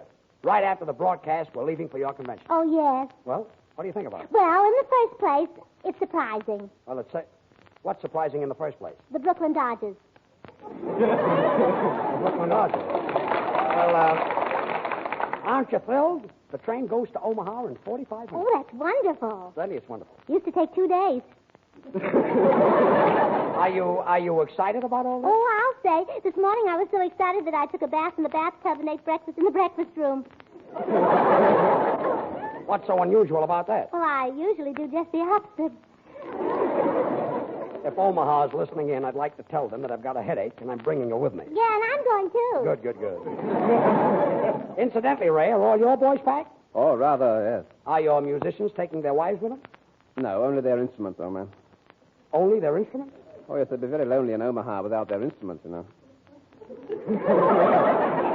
Isn't even the flute player taking his fife? Oh, please don't. Say, Gracie. Yeah. Got a present for you. Again? Every week he's got a present. Oh, Ray, it's beautiful. Oh, nothing. Just a little something to throw over your shoulders. What is it? Confetti. Well, wear it in good health. Thanks. Frank and Truman, are you all set to go? Sure, my bags are outside with the elevator. Yes, so am I, Mr. Vice President. Frank, I'm not the vice president. I don't know. You look like a garner to me. Frank, you know. Frank is almost as funny as a temporary filling. Ain't it the tooth? Ain't it? Now, Now, let's see. I checked the trunks. The bags are by the elevator. Gracie's got the tickets. I'd still have them, too, if I didn't meet that man. So right after the Man? What man? Now, don't get excited, Judge. You Gracie. see, I was standing in Gracie, front of... don't tell me you haven't got the tickets. Why, aren't you interested? Look, I gave you tickets for Salt Lake City and Omaha. Where are they? Well, Salt Lake City's in Utah and Omaha's in Nebraska. Gracie, where are the tickets? Well, what happened was I was standing in front of the studio listening to two people talking like I always do when I'm minding my own business. I know. And a man came over and he tipped his hat and his toupee fell off and he said... I'm not interested in the man's toupee. Oh, sure, it's no hair off your head. What happened? Oh, well, so he said, aren't you that pretty little Gracie Allen? And, of course, he had me there. Yes, I'm biased a little bit. And then he said, if you're elected president, are you going to enlarge the Navy? And I said, enlarge the Navy? They can hardly get into those tight trousers now. And then he turned to his Gracie, face. where are the tickets? I don't want to rush you, George, but if you want to make that train, we got to leave this studio in 12 minutes. Gracie, where are the tickets? I know that. I say, George, will I have time to say goodbye to my musicians before we leave? Goodbye to your musicians. I thought you were taking them with you. Well, no. Their wives won't let them go unless they take them along. Well, that's simple. Let their wives go along. Well, then the musicians won't go, old boy. Gracie, where are the tickets? Say, George, you want to hear a laugh? Yeah.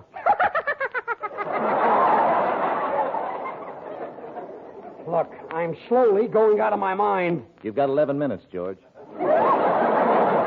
Gracie, where are those tickets? Well, my little nephew won't need a ticket. Good. I packed him inside my suitcase. Gracie, you packed him inside the suitcase? Well, that's the only way I could close it. While I push from the outside, he pulls down from the inside. Try to understand this. But when I locked it, I left one of his hands sticking out. You left one of his hands sticking Yeah, out? so he could carry the suitcase. Gracie, who did you give the tickets to? The man in front of the studio. What did he look like? He looked like he wanted the tickets. Well, maybe he's still there. I'm going to go out and try to find him. Losing those tickets, Gracie, has certainly gotten us in a terrible mess. Yes, it has. Well, Laura, my kangaroo's in a terrible mess, too. Your kangaroo? Yeah, they won't let me take her on the train. But, Gracie, we can't go to your convention without her. She's your surprise party emblem. Why didn't you box her and put her in the baggage car? Well, we tried to, but she boxed right back. She's a boxing kangaroo, you know. Oh, gee, that's awful. Awful? Yeah. She knocked out the baggage man with one blow. Where did she hit him? In the caboose. Well, what are we going to do? Oh, well, don't worry. I've got it all fixed. Bubbles is going to meet us at the station, and she's got my kangaroo dressed up like a woman. No. Yes, with a hat and veil and long black coat and everything. Is her tail covered? Yeah, but only for fire and theft. And you boys will have to help me get her on the train. Did you say she was a boxing kangaroo? Uh-huh. Let Truman do it. No, let Frank do it. Now, wait a minute, boys. I've got an idea. Let's get George to do it. Oh, yeah. And we'll tell him it's my Aunt Clara. Sure, he'll be glad to help an old lady. Especially when she kicks him in the face. Well, I couldn't find the man with the tickets. Say, George, while you were out, my Aunt Clara phoned that she's going to Omaha with us. To Omaha? Uh-huh. That's a long hop for an old lady. Oh, well, she won't mind it. She's been hopping around for years. Gracie, what about the tickets? Say, George, will you help my Aunt Clara on the train? You can count me out. We probably will. George, will you help my Aunt Clara on the train? Well, all right, I'll help her. Thanks. You'll love Aunt Clara, old man. You'll get a big bang out of her. All right, so I'll get a bang out of her. Right in the caboose. Gracie, how could you give a strange man the tickets? He wanted to see the broadcast. Well, why give him the railroad ticket? I didn't. Here they are. You mean you had the railroad ticket? Sure. And why did you let me worry like this? Oh, well, I thought you were worrying about getting into the broadcast. Announcing the Big Hand Lotion Special of 1940. Heinz Autograph Special, the big dollar size of Heinz Honey and Almond Cream for only 49 cents. Think of it. Heinz dollar size bottle, less than half price. This is the first time Heinz has ever made this nationwide offer. That big family size Heinz is always an economical buy at $1, but now it's twice as good a buy. You save over 50 cents. You get over twice the quantity for your money. And in addition, you get a Gracie Allen autograph right on the bottle, and it's detachable. This Heinz Autograph Special is being featured right in your own neighborhood. So go to any toilet goods counter and ask for Heinz Autograph Special. The big dollar size for only 49 cents. Stock up now for the whole family, so that you'll have plenty of fragrant, creamy Heinz on hand to soothe chapped hands, tender faces, and sunburned skin. This Heinz Autograph Special is too good a bargain to miss, especially since it's Heinz. the extra creamy, extra softening lotion that's famous for softer, smoother hands. Now here is Frank Parker. Thanks, True. Tonight I'm going to sing Cole Porter's outstanding number, Begin the Begin. When they begin the begin, it brings back the sound of music so tender. It brings back a night of tropical splendor. It brings back a memory evergreen. I'm with you once more under the stars. And down by the shore an orchestra's playing. And even the palms seem to be swaying when they begin the begin. To live it again is past all endeavor, except when that tune clutches my heart. And here we are, swearing to love forever, and promising never, never to part. What romance divine, what rapture serene, till clouds came along to disperse the joys we had tasted. And now when I hear people curse the chance that was wasted, I know but too well what they mean. So don't let them begin, or begin. Let the love that was once a pie remain an ember. Let it sleep like the dead desire I only remember. When they begin the begin. Oh yes, let them begin the begin. Make them play till the stars that were before return upon me. Will you whisper to me once more, darling, I love you? And we suddenly know what heaven we're in when they begin the begin.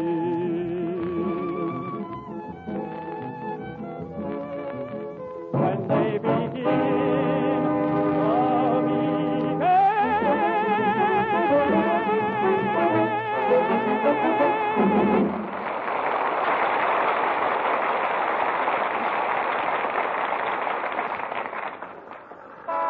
Come on, everybody. Let's get into the cab. Okay, hey, wait for me. Say, do you think Truman and I can squeeze in this cab? Why, Frank, I didn't know you two cared. Quiet. Come on, get in. Driver, Union Station. Okay. I think I'm going. Screw it. You've got 8 minutes, George. Step on it, driver. Oh, don't forget, George, you're taking care of my Aunt Clara. Okay. You know, she's rather nervous, so don't mind her if she's a bit jumpy. Well, don't worry. I know how to take care of old ladies. Aunt Clara, you know, just finished a picture. What picture? Hop along, Cassidy. Say, driver, are you sure this is the way to Union Station? Oh, I'll have to turn around. I thought you said Bureau of Immigration. Bureau of Immigration? Do I look like an immigrant? You're wide open for a crack, brother. Oh. Step on it, driver. George, would you mind opening the window? Why, Ray? Well, I want to look inside the cab. Look inside the cab? Well, where are you? Standing out here on the running board. This cab hasn't got a running board. Really? Well, don't tell the driver. He sulks terribly. Get in here. Wonder how long you have to study to become an imbecile. You've got 7 minutes, George. Driver, are we getting near the Union Station? Oh, I missed it again. I thought you people wanted to see the birth of a nation. Birth of a nation? Get going, get going. Say, George, are you sure you've never seen my Aunt Clara? I've never seen her. Oh, well, you can't miss her. She has on one of those bustles. Well, what does it look like? Well, oh, it's a long tail. Well, then you can tell me some other Yes. Oh, she's beautiful, George. Beautiful eyes, beautiful teeth, beautiful nose, and boy, what leaps. What, leaps? My Aunt Clara. Your Aunt Clara leaps? No, she sleeps. Sleeps? She creeps. Creeps? What kind of a... She creeps in her sleep. I mean, she lisps. That's what she does. She lisps. Oh, she has an impediment. Yeah, but she traded it in for a Buick. Wonder how long a person can live without brains. You've got 6 minutes, George. Driver, are you sure this is the way to Union Station? Oh, I bet you people despise me. I thought you said Rooney's Plantation. Rooney's Plantation. Get going. Why would I say Rooney's Plantation? Faster. Fast. Oh, nuts. All right, pull over there. Pull over there. We weren't doing anything, officer. I know it. And why did you stop us? I'm lonesome. Well, I'll call you up sometime. Go ahead, driver. Say, George, have you got all my campaign speeches that I'm going to make on the trip? Yeah, I've got them right here on my coat pocket. Well, don't lose them. I've got sandwiches wrapped up in them. Sandwiches? Yes, Swiss cheese sandwiches. How can you make a speech while you're eating a Swiss cheese sandwich? Oh, I can talk through the hole. Why can't I think of those things? I've got an apple for you, George. Driver, step on it. Why? Do you like applesauce better? Quiet. George, can you keep a secret? Yes? Those sandwiches in your pocket have mayonnaise in them. Mayonnaise? How do you know? It just leaks out. Ray, will you cut it out? You've got a whole lifetime to make a fool of yourself. You've only got 5 minutes, George. Driver, you're going the wrong way again. Oh, I'll just hate myself in the morning. Hurry. Hurry! Say, George, if you've never met Aunt Clara, you've got a kick coming. A kick? Yeah, in the caboose. Caboose? What's this caboose? Well, Caboose, that's my little nephew's name. His name? Yes, of course, we only call him Caboose for short. His whole name is Nincompoose. Oh, Nincompoose. Yes. Must be a smart kid. Well, he was born with a gray hair. With a gray hair? Yes. A lot of gray hair? Just one. Nephew was born with gray hair? Yes, we come from a very old family. Yes. From a very old script. Yes.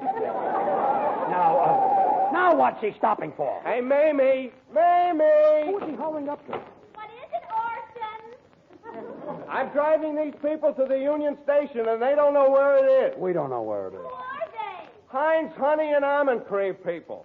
Heinz Honey and Almond Cream? What's that? What's that? It's the best hand lotion that money can buy. It makes rough red hands soft, smooth, and white. Tell her. You can get it at any toilet goods counter in 10, 25, 50 cent, and dollar sizes. That's what it is. Atta boy. You know everything, don't you? Why, certainly. And if you're so smart, why ain't you driving a cab? Come on, driver. Step on it. Orson, did you have the car fixed yet? No, it's running pretty good. What about the dirt? They're going to the Union Station. We hope so.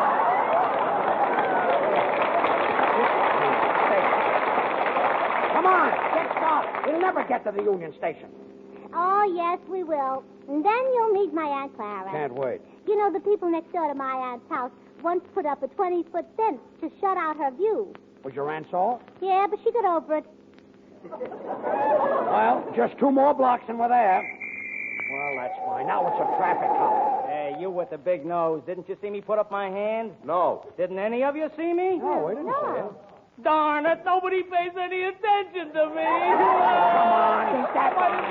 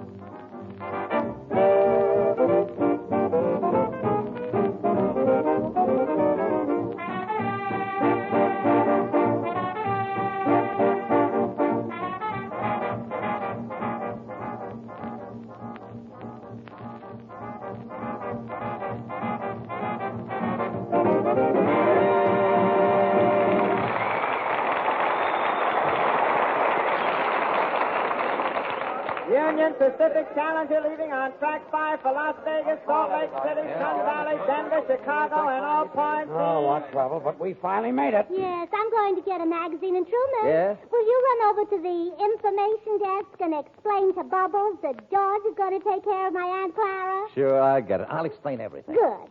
What is it, miss? A copy of Radio Guide, please. Here you are. Oh, my, what a pretty girl on the cover. She looks familiar, though. Oh, I know I've met her someplace. Miss, that happens to be Gracie Allen. Oh, her. What's she got that I haven't got? That was a double picture, and they left me out of it. Whatever happened to my face? Yeah, whatever happened to her? Looks like you fell on it. Oh, it doesn't look good. Say, clerk. Yes, sir? Give me this week a life, a pick, and a look. Say, George, do you want to click? Yes. Well, stop singing Ain't Misbehaving, Oh, brother. quiet. Here are your magazines, sir. Thanks. I say, would you sell me some cigarettes for the boys in my band? Camels? Only the drummer, the rest are musicians.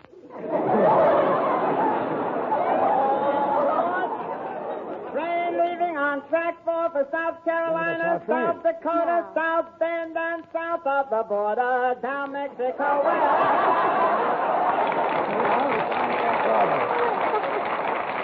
Well, come on, everybody. We better go. Oh, there's Bubbles. Bubbles where? Pulling in on track 6. Oh, hello, Bubbles. Well, Gracie, I've got your Aunt Clara standing over there with Truman. Say, Bubbles, you've got on too much mascara. Mascara? This is a black eye. Well, how did you get a black eye? I was dancing with Aunt Clara, and she hit me in the eye with her bustle. With her bustle? And boy, does she swing it. Wait. My goodness, Gracie. Don't tell me that's your Aunt Clara over there. Yes. Why is she bent over like that? Well, you see, she used to be a contortionist, and she was in the middle of a act when vaudeville went out. Well, she certainly looks funny. Oh, here they are. Hello, Andy. Here, Gracie, you take care of your Aunt Clara. All right. Well, what's this? Oh, Aunt Clara, this is George Burns. Maybe it's something she ate. Is something wrong? Well, she's got a cold. Oh, she's a little hoarse, huh? No, but you're getting pretty warm, brother. She sounds like she used to be with Shep Fields.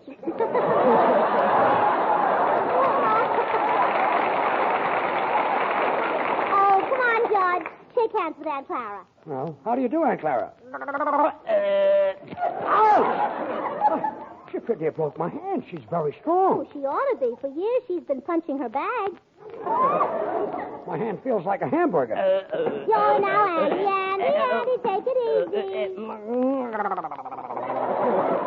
What makes her jump up and down like that? Well, you see, old boy, she was born a bouncing baby girl, and she never got over it. Well, come on, Aunt Clara. I'll put you on the train. Wait a minute. No,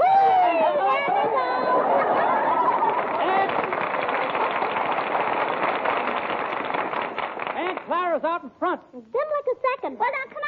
We better get on the train. Say, Bubbles, I've never seen my kangaroo act this way before. Are you sure you fed her? She ate a half a bale of hay. Well, did she like it? Like it? She ate my half, too.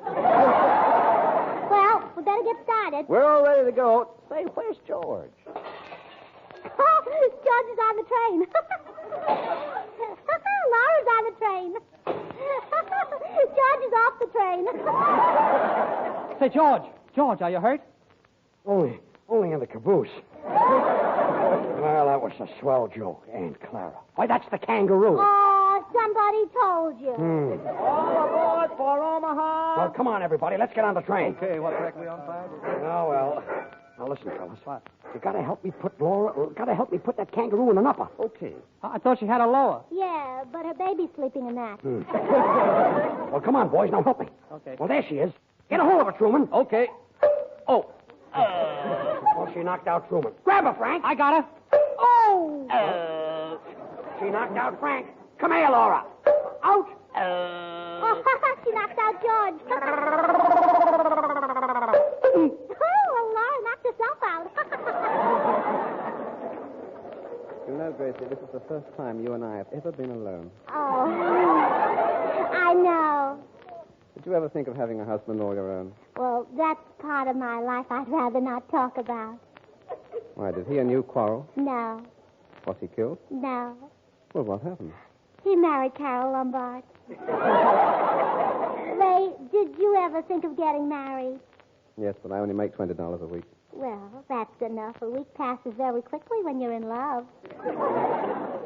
You know, my drummer's a very lucky man. Why? Well, he's got a wife and a cigarette lighter, and they both work. Oh, that's the first robin I've heard this spring. Ray, do you mind if I move a little closer to you? I wish you would. This time of night, I always get a little chilly. When the train stops in Pasadena, we'll get a bowl. With beans? No, with you. Mm-hmm. Say, Gracie, I know a joke about Spanish food. Why don't you tell us? Oh, no, I can't. It's too spicy. I love Spanish food. Would you like an enchilada? Yeah, but let's eat first. I say, Gracie, I'd like to whisper something in your ear. What is it? Potatoes are now 12 cents a pound. Oh, may I whisper something in your ear? Mm-hmm. What? So are you. I say, Gracie, do you like big weddings or little ones? Well, without big weddings, you can't have little ones.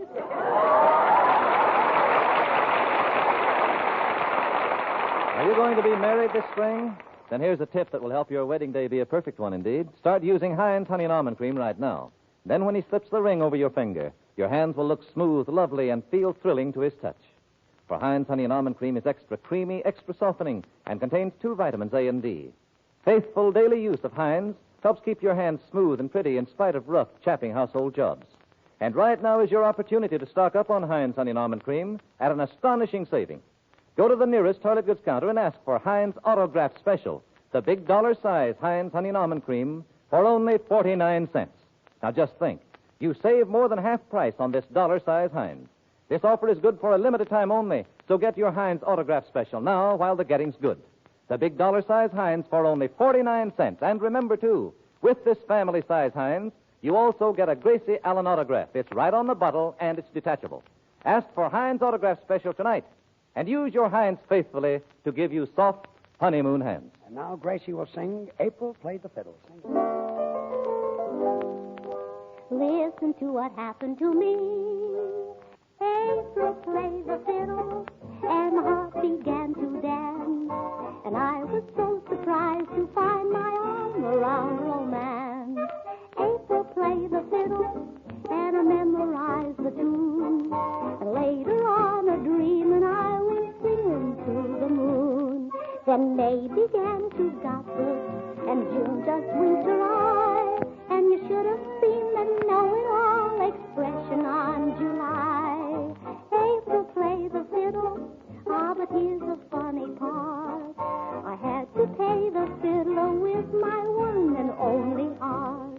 I used to think a love song was none of my affair, until last spring I heard a certain music in the air. April played the fiddle, what a steady beat he kept. I hardly knew what time it was until the first of Sept. April played the fiddle, and my heart just ticked and topped. And the days went dancing by into the merry month of Oct. October met November, December coming on. And when Jan and Feb came marching in, I knew the jig was up. April played the fiddle, but here's the funny part. I had to pay the fiddler with my one and only heart. Isn't that sad? Take your choice. Use Heinz Hand Cream or Heinz Lotion, or treat yourself to both. The new Heinz Hand Cream comes in smart red and white jars and costs only 10 cents and 39 cents each at any toilet goods counter. Like the lotion, Heinz Hand Cream is a quick softener. Try it, will you? Thank you. Well, Gracie, say good night. Oh, good night. And say, George, you want to hear a scream? Yeah. Good night, all. Go for Gracie! Go for Gracie! She's the best little skipper in the land. Next Wednesday, over these same stations, George and Gracie and all of us will be back again, don't forget. And don't forget, for honeymoon hands, it's Heinz Honey and Almond Cream. This is Truman Bradley saying good night. The song April Played the Fiddle is from the new show, If I Had My Way. This is the Columbia Broadcasting System.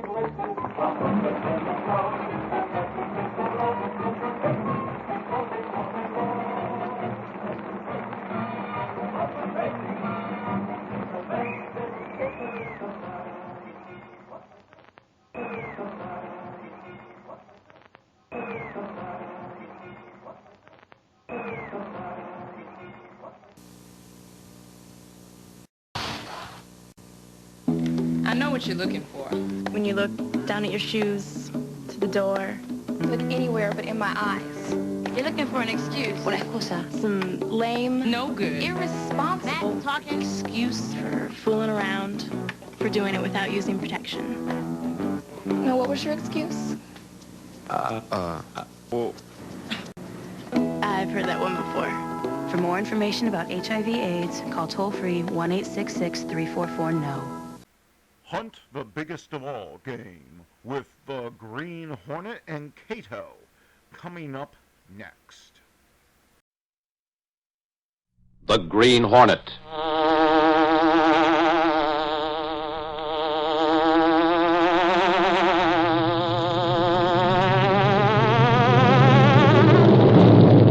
He hunts the biggest of all game, public enemies who try to destroy our America.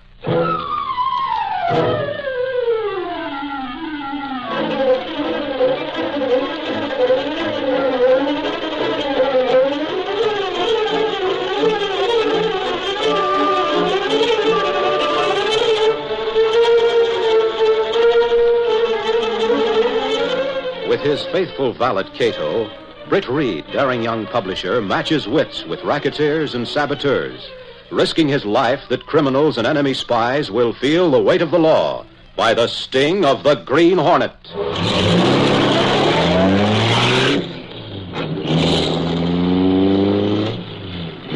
Ride with Britt Reed in the thrilling adventure, Fog in the Night. The Green Hornet strikes again.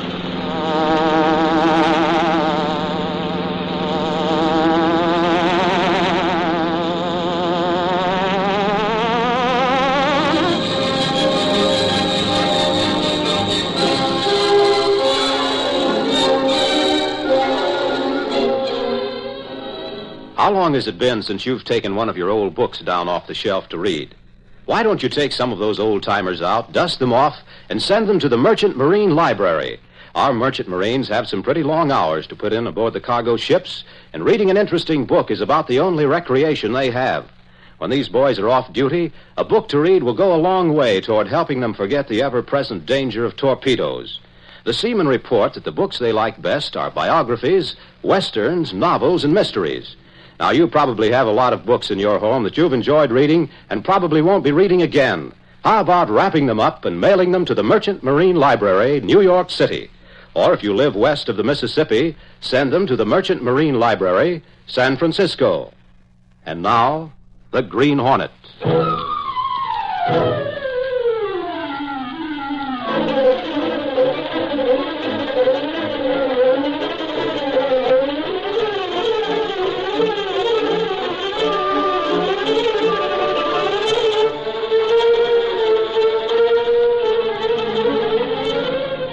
A large truck of the semi-trailer type, heavily loaded with parts for one of the war factories, pulled slowly over the crest of a hill to the west of the city.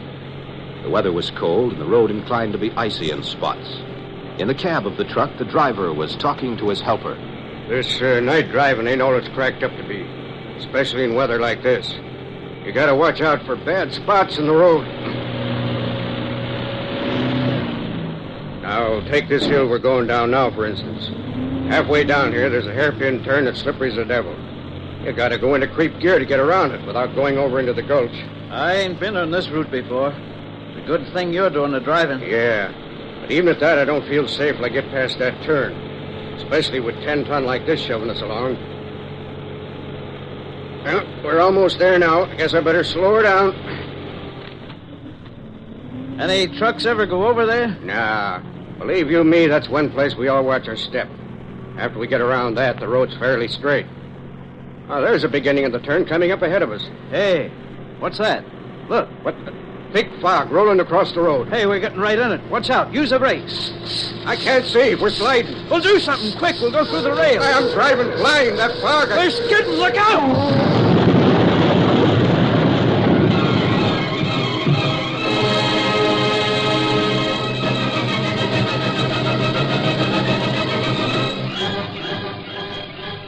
The following morning, in the office of Britt Reed, publisher of the Daily Sentinel, Lowry, one of the reporters, was discussing the accident of the night before. Oh, sure was a rotten break for the two men on that truck, Chief. Neither one of them lived to tell about it. Yeah, Lowry, it's too bad. I guess the driver of the truck was a little careless in taking that turn. Some of them get that way after they've been over the same road a lot. Yeah. Funny, though. It was a nice, clear night. You know, Chief, that sure was a long drop into that gully after the truck went through the guardrail. Oh, did you see the wreckage? Oh, sure. I was out there this morning. Some mess. I noticed your story in the Sentinel said the truck was carrying parts for one of the local war factories. Yeah, that's right. Some sort of steel rods that are used in making tanks. Well, they were all bent up and scattered all over the gully. Well, that's the kind of thing that'd cheer up the Nazis. Yeah. That's a break for them without them having to do anything to make it happen. I don't suppose the brakes on that truck would have been tampered with or anything like that. No. It was near the end of their run. No, they'd have noticed if anything was wrong with the brakes long before they got to that curve. Well, like you said, they just got careless, I guess. Once too often. Well, to use a trite phrase, accidents will happen. But too many accidents like that one would result in a serious slowdown in production at that war factory. And let's hope that accident will make other drivers along that route more careful in the future.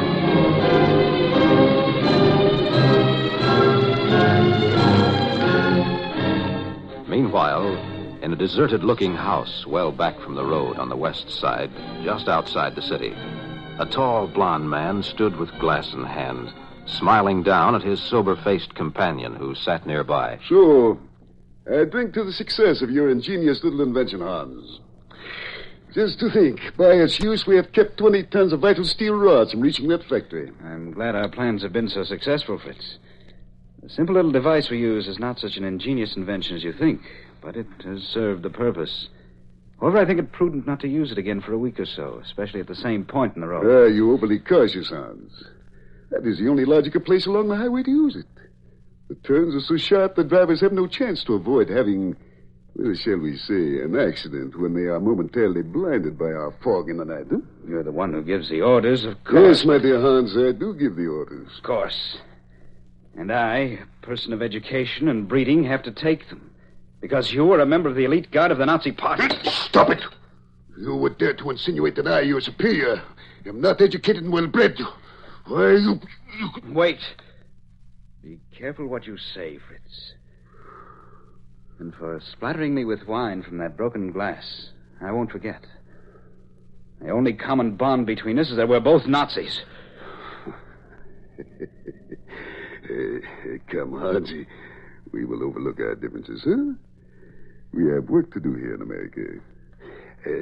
Tomorrow night, we will go to promote another accident. Then we will lay low for a while. You'll learn someday that there are smart men even in this country. One of them may see through our so-called accidents. Perhaps you do have a good brain, Hans, but you lack what these Americans call nerve.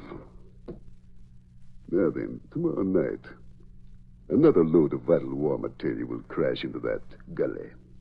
And the Allies will be that much farther from the victory they are so anxious to achieve.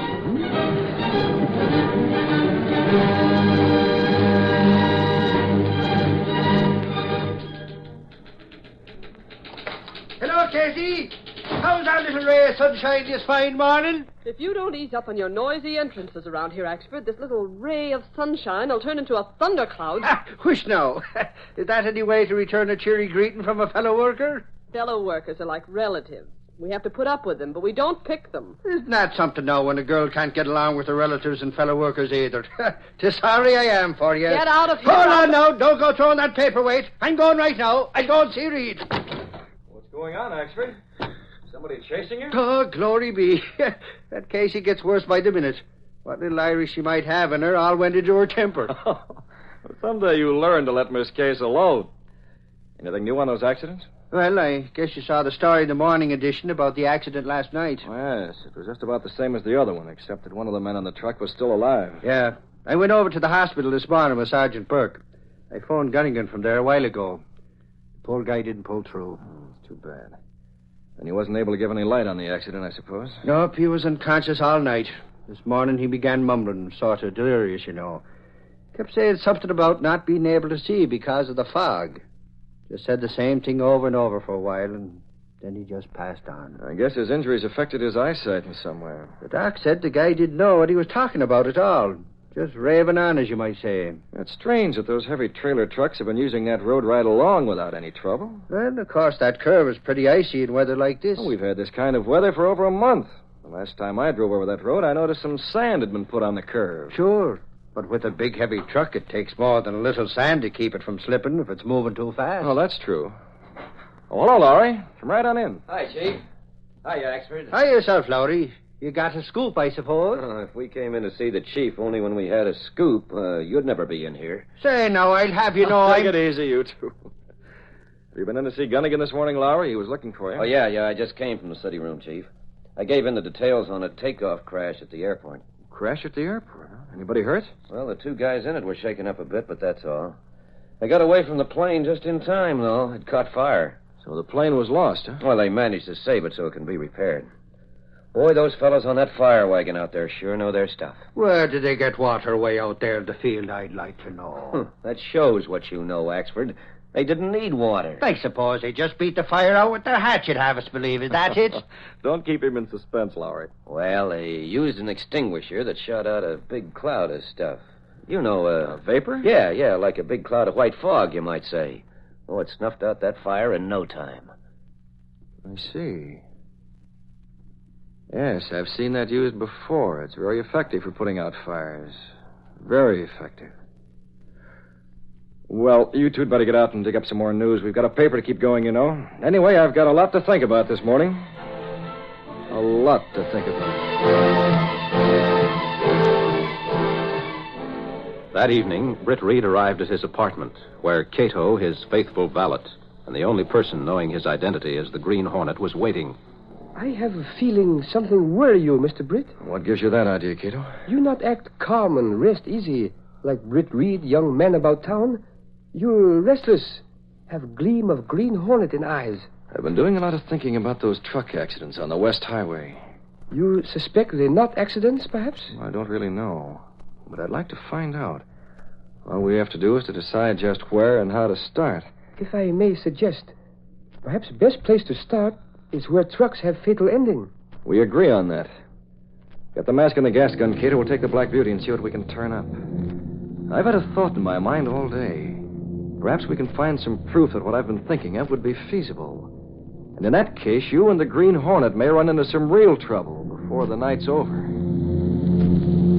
Stepping through a secret panel in the rear of a closet in his bedroom, Britt Reed and Cato went along a narrow passageway built within the walls of the apartment house itself. This passage led to an adjoining building, which fronted on a dark side street. Though supposedly abandoned, this building served as the hiding place for the sleek, superpowered Black Beauty, streamlined car of the Green Hornet. Britt Reed pressed a button. The great car roared into life. A section of the wall in front raised automatically, then closed as the gleaming Black Beauty sped into the darkness.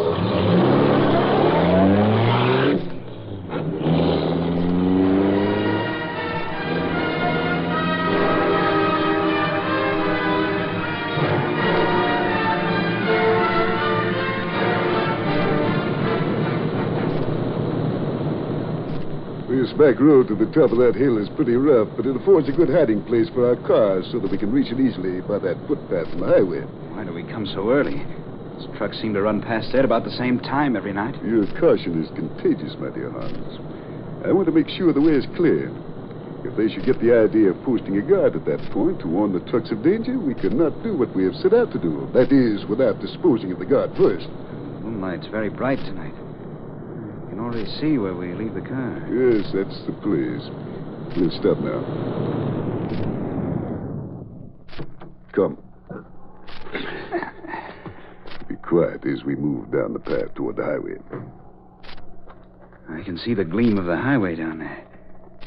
It's too cold to have to wait so long, Fritz. We needn't have Quiet. come... Wait. What is it? Look, are you blind? Down near that clump of evergreens we used to hide behind, see? Yes. Yes, I see them now. Looks like two men. There are two men. And they're looking around behind those bushes in which we have hidden in the past. And the authorities have become suspicious after all. Come, Fritz, let's get away from here while there's yet time. No, wait. I see the outline of a car on the inside of the curve. A very familiar outline it is, too. Come, move quietly with your gun handy. We are about to pay a surprise visit to one of the cleverest men in the country. The notorious Green Hornet.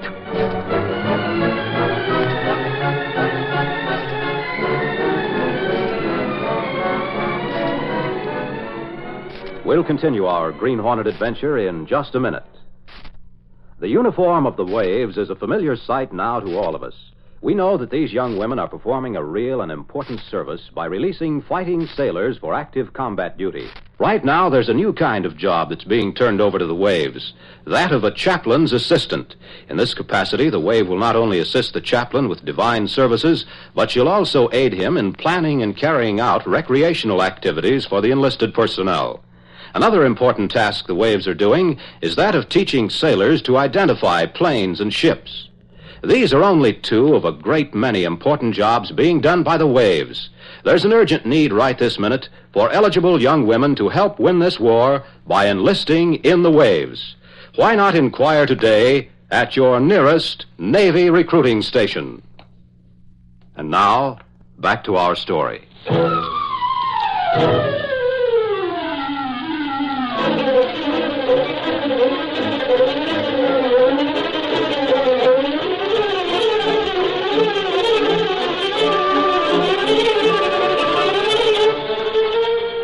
Having recognized the outline of the Black Beauty, the Green Hornet's streamlined car, the two foreign agents moved cautiously down the narrow path toward the highway.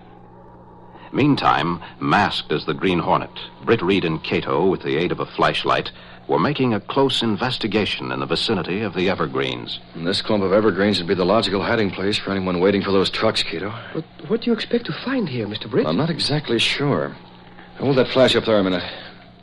Something there? You notice anything peculiar, Cato? Yes. Needles on branches seem withered right there. Slightly discolored. Caused by what, do you think? Perhaps a chemical reaction would cause such change. Like litmus paper change in laboratory, maybe. Yeah, that's what I think. If someone stood here and released a vapor under pressure from something like a fire extinguisher, perhaps, holding it close to those branches. Yes, that would have such effect, I think. But what put such thought in your mind, Mr. Britt? The man who was in the hospital mumbled about a fog. And then when Lowry mentioned the vapor used to put out fires at the airport, it set me thinking. You think perhaps someone create synthetic fog here at Curve? Could be, Cato. If they had, it would account for those accidents. Of course, the vapor used would have to be an improvement over the type used on fires. Oh, yes. Vapor used to extinguish fires leaves slight crystal sediment. But improved vapor, such as you think of, would blow away without trace. Exactly.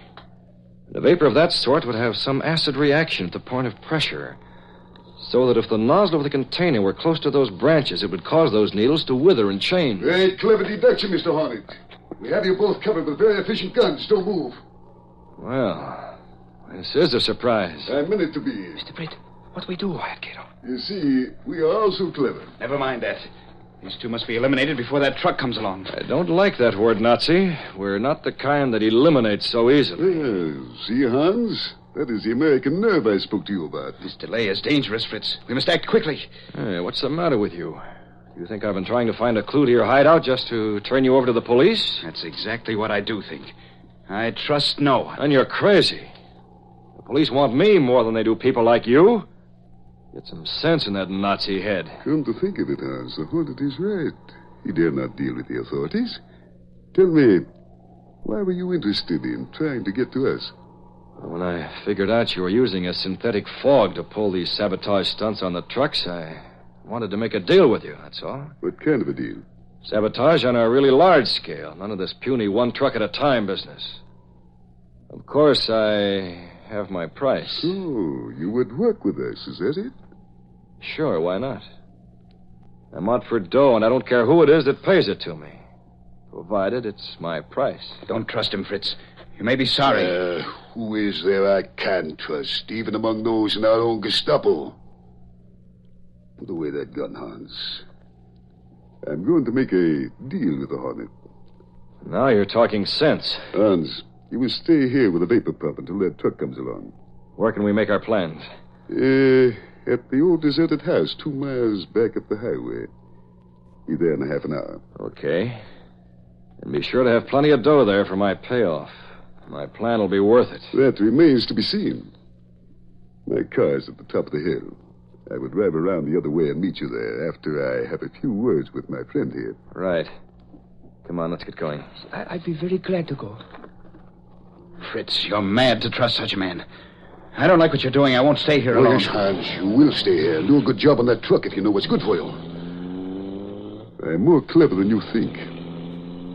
Meeting that criminal has put a very good plan in my head. A very good plan. As you will find out before the night is over. I'll go now.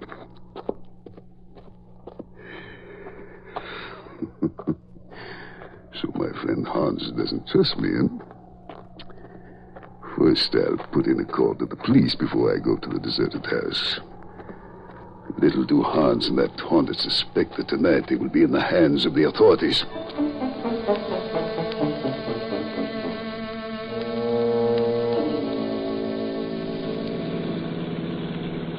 For a few minutes, we're in a tight spot, Mr. Britt. Yes, kid, and we may get in a tighter one before we're through, but we'll risk it. You'll really go to a deserted house, Mr. Britt? Yes, drive me there. Then I want you to leave and phone the police.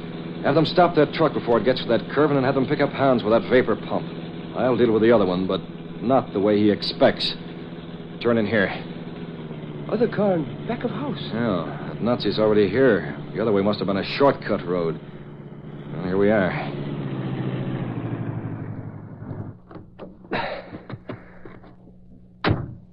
Okay, I'm going on in. You have that truck stopped and direct the police to that saboteur as I told you. By the time you get back here, kiddo, I expect to have a lot of money for the Red Cross for you and a Nazi saboteur to boot. Get going and be careful.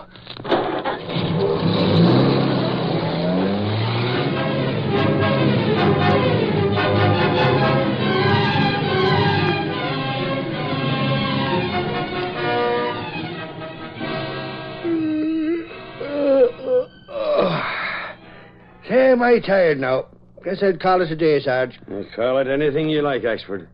Whatever you make it, you didn't do much with it. Hey, what kind of a crack is that coming from you, I'd like to know? You're too dumb to know what anything means the first time. You always have to be asking... Hey, Sarge, things are really popping and no kidding. Don't stand there with your jaw hanging loose. Speak up. What's happened? Well, 2 different people phoned in. One call says there's a sabotager hiding in the bushes at the hairpin turn, waiting for one of those trucks. Glory be to St. Patrick. Wait. What's the other call about? Well, some guy phoned in that we should send some men out to a deserted house 3 miles from here, out the West Highway. What for? Well, to pick up the Green Hornet. What? And you stand there dribbling away as though it was just to pick up a drunk or something. Get out the boys. Get out the squad car. Get out, you dimwit. Hurry. Come on, Axford. It's saboteurs. It's the Hornet. It's all the devils in the city breaking loose at once. Let's get going.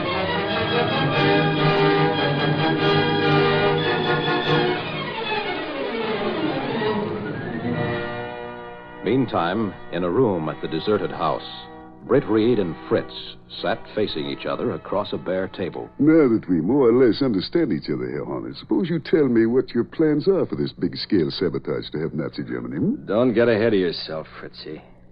I don't talk until I see the dough. And plenty of it right on this table here. Get it, and then we'll talk. Very well. I will get all that is available.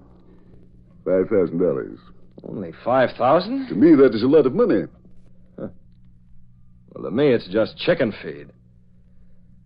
Bring it out. Yes.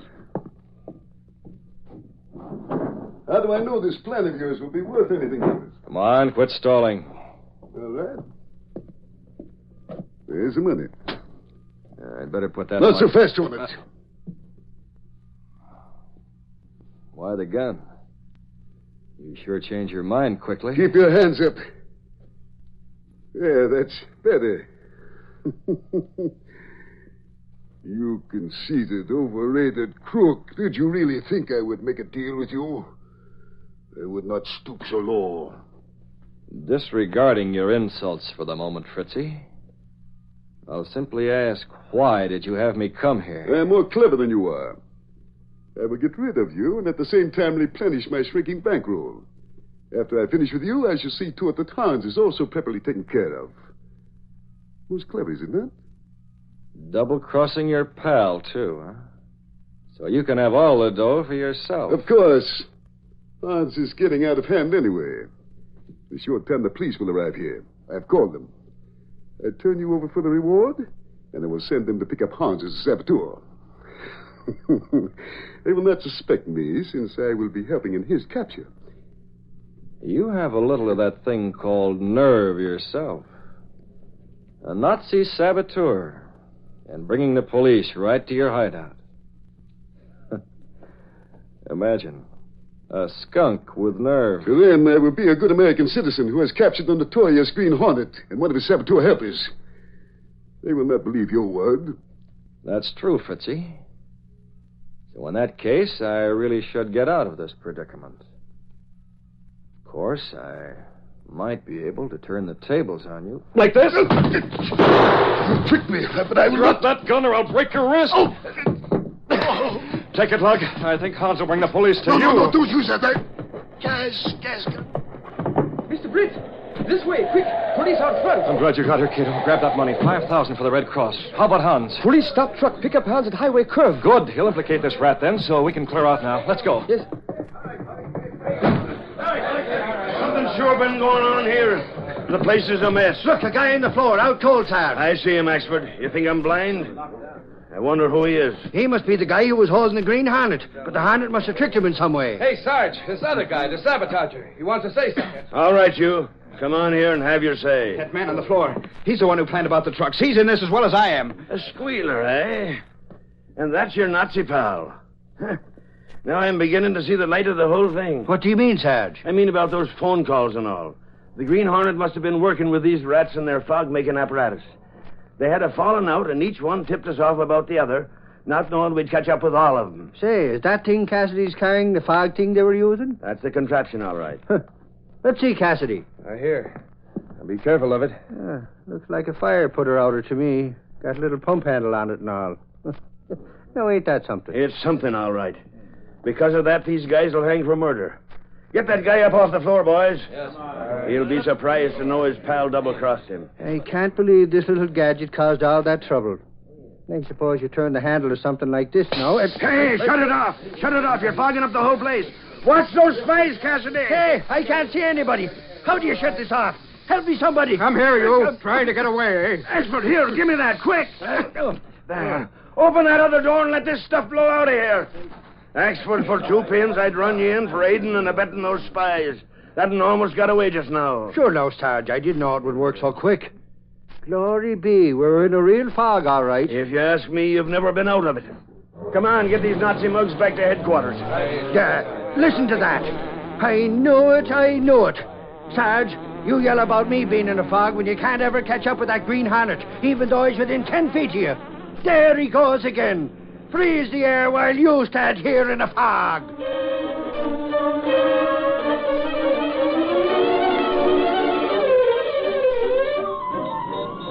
Left to Street, paper! Truck sabotaged on West Highway! Spies caught, Green Hornet involved! Read all about it! Green Hornet still at large!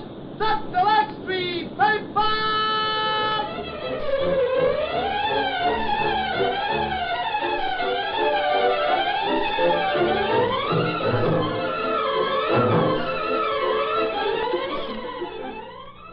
At this very moment, at a remote and isolated airfield somewhere overseas, there's probably a tired crew coming in from a bombing mission. And standing ready to welcome those flyers home is a Red Cross Clubmobile manned by young Red Cross recreation workers. Clubmobiles aren't the only type of service clubs run by the Red Cross. Right now, there are 350 service clubs and recreation centers in operation overseas, and it's their sole purpose to provide recreation and comfort for our armed forces.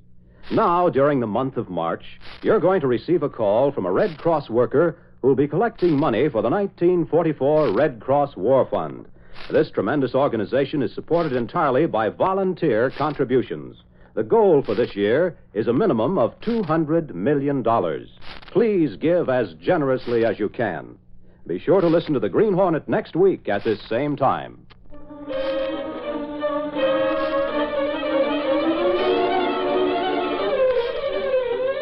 These copyrighted dramas originate in the studios of WXYZ Detroit.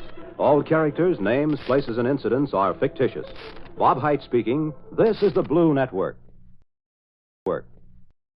Work. Work. Work. Work. Work. How to kill. He is an elite soldier. The physical part will be easy. Elusive and dangerous. The difficult part is learning how to turn it off. His battle stress has become part of his personality. It's impossible to reverse. Now, the only man who can stop him is the one who trained him. You have to come inside. Tommy Lee Jones. They are coming for you. I was set up. Benicio del Toro. If you cross this line, you better be ready to kill me. The Hunted. Rated R. Starts Friday, March 14th everywhere. Well, Silver, wait those thrilling days of yesteryear with the Lone Ranger up next.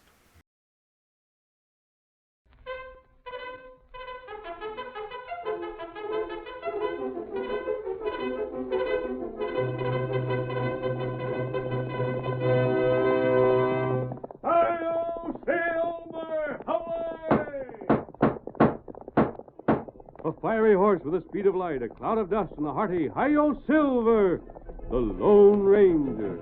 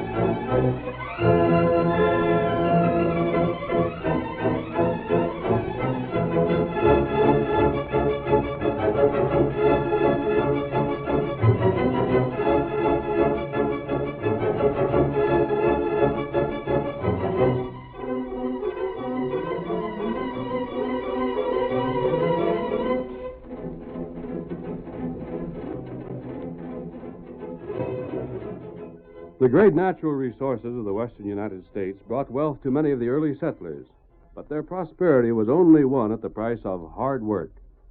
There were other men who came to the early West who found the price too high. Outlaws and confidence men swarmed through the new territory, but in the masked rider of the plains they found an enemy who would give them no quarter. Astride his great horse Silver, he fought crime and criminals through the length and breadth of 7 states, and it was he, more than any other man, who brought law and order to the lawless frontier. Now return with us to those thrilling days of yesteryear, when adventure lay at the end of every trail. The Lone Ranger rides again. Come on, Silver! We're heading for the gold country. Tunnel's waiting on the trail ahead. Hi-yo, Silver! Away!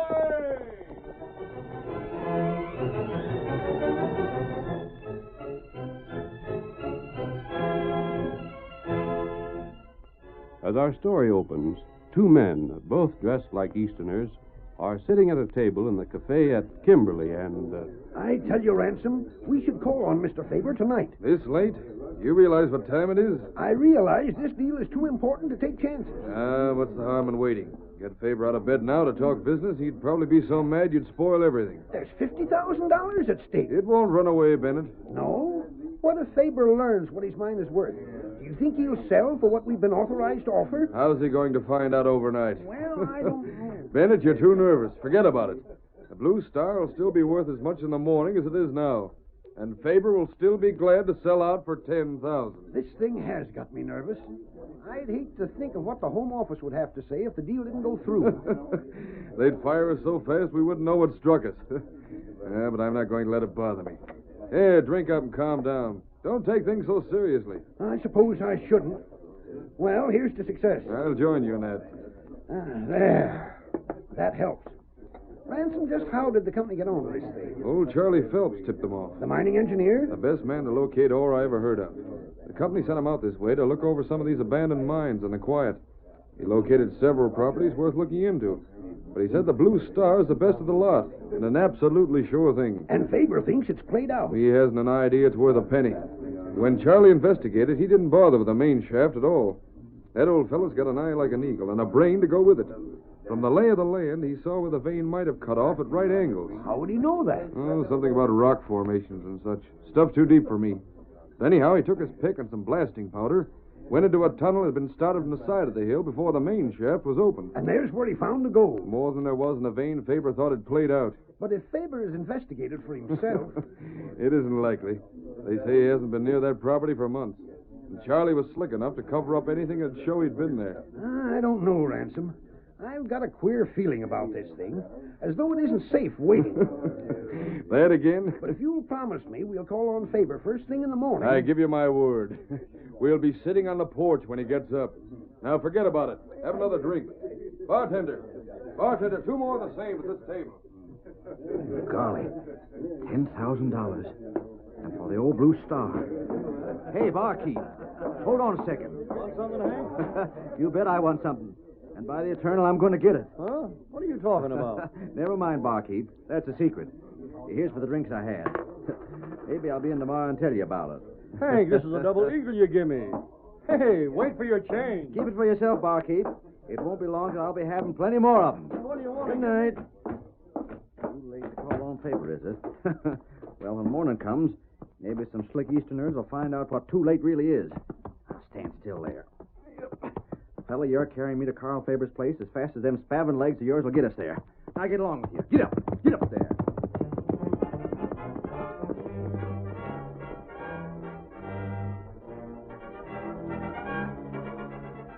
It was nearly noon the next day when Hank Dobbins arrived at the abandoned Blue Star mine and reined in his horse before the side tunnel end.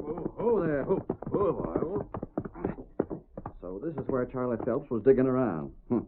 Well, I'll bet he didn't cover up so as I won't find that vein. What the? 2 horses. And gosh, what horses they are. Must be somebody camped inside. Well, I'll blame soon find out. Where till I get my pick? Stand still, blast you. There we are. Now, if there's anybody in there, I'll soon show them whose property they're trespassing on. This doggone tunnel's so low, a fellow's got to stoop to get inside.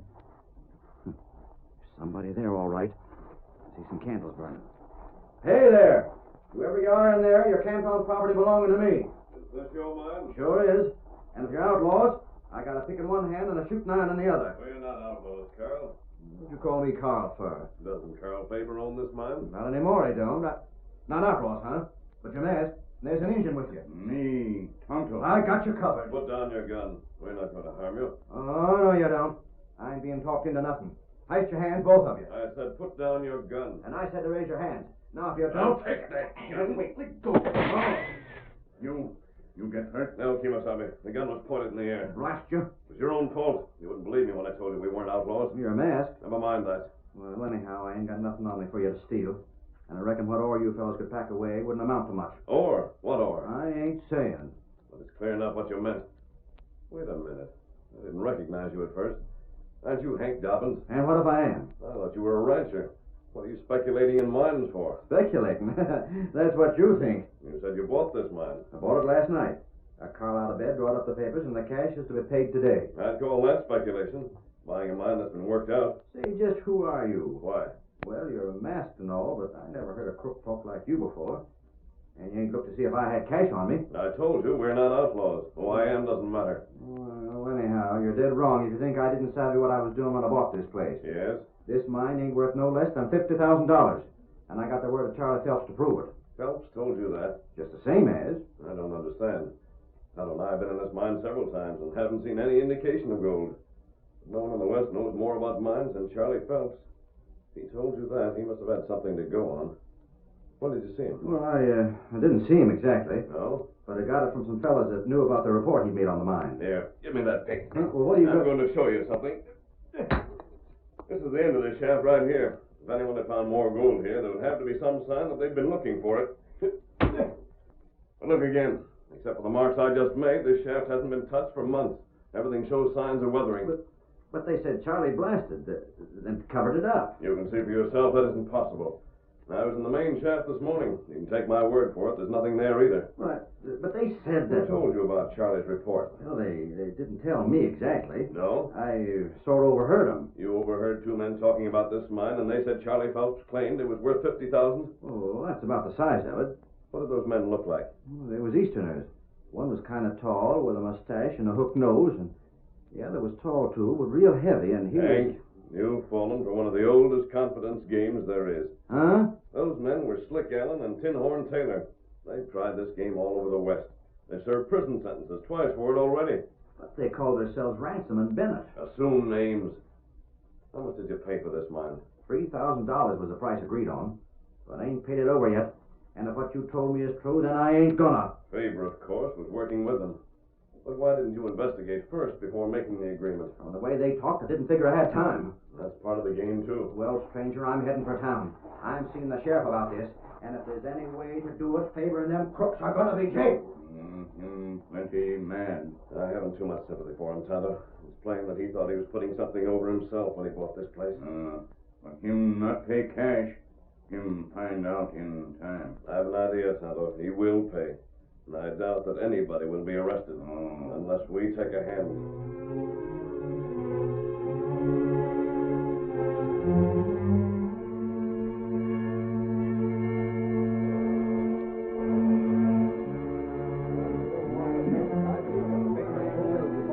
Sure of what you told me, Hank? That's just what happened, Sheriff. Everybody knows Carl ain't to be trusted. This ain't the first time he's tried to sell that worthless mine of his'n. Carl's been mixed up in a lot of funny deals. The sheriff get the truth out of him. You bet I will. Here we are. You inside, Carl? Just a second. Howdy, Sheriff. Hey, what's all the crowd for? You back too, Hank? And back for a showdown. Now, we'll talk this over inside. Look here, Sheriff. I'd like to know what this is all about. Hank's got a complaint to make. It's a mighty serious one, too. Yeah? You sold me that Blue Star mine of yours. Leastways, you tried to sell it to me. Tried to? I did. I got the papers here to prove it. Gosh, he admits it. Does he think he can get away with a stunt like this? He's got more gumption than I give him credit for. You're admitting you sold Hank the mine? For $3,000. And Hank's to pay it today. Then I guess there's nothing left to do but jail you. Jail me? What for? For swindling, that's what. You're loco. You just admitted it. You did. I admitted I sold Hank the mine. I never admitted I cheated him. It's one and the same thing. Doggone it, Sheriff. Ain't there no justice to be had in this town? You can't jail me without giving a reason. Hank says there was a couple of strangers in town last night that pretended to be Easterners. What about them? Now, don't pretend they wasn't in town, Carl, because I was tending bar in the cafe when they was there and seen them myself. And right after Hank left, they rode away. Why would I say they wasn't in town when I don't even savvy what you're talking about? They was your friends. It was them that tricked me into thinking your mine was worth something. Hank, why don't you confess you haven't told the half of it? When you came here last night, I told you right out you was a fool to buy the Blue Star. You said that to Hank? I did, but he wouldn't listen. I thought it was mighty funny him rousing me out of bed the way to buy a worthless mine. I didn't want to be bothered, but he wouldn't pay no attention. I named $3,000 as the price just to get rid of him.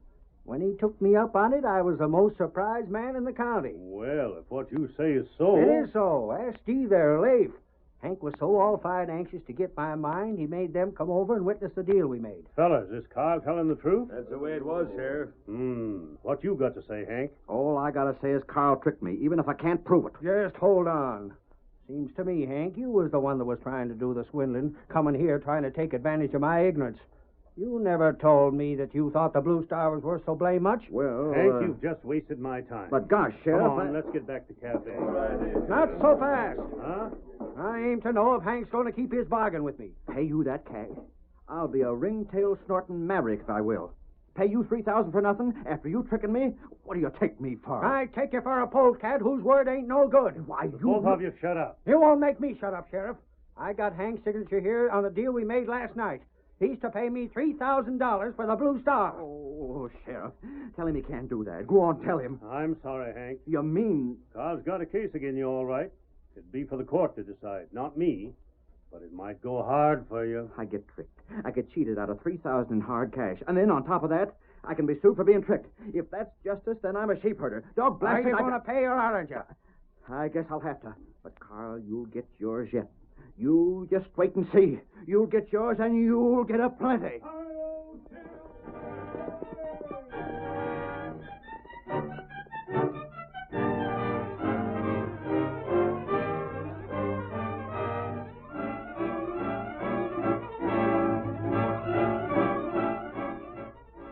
The curtain falls on the first act of our thrilling Lone Ranger drama.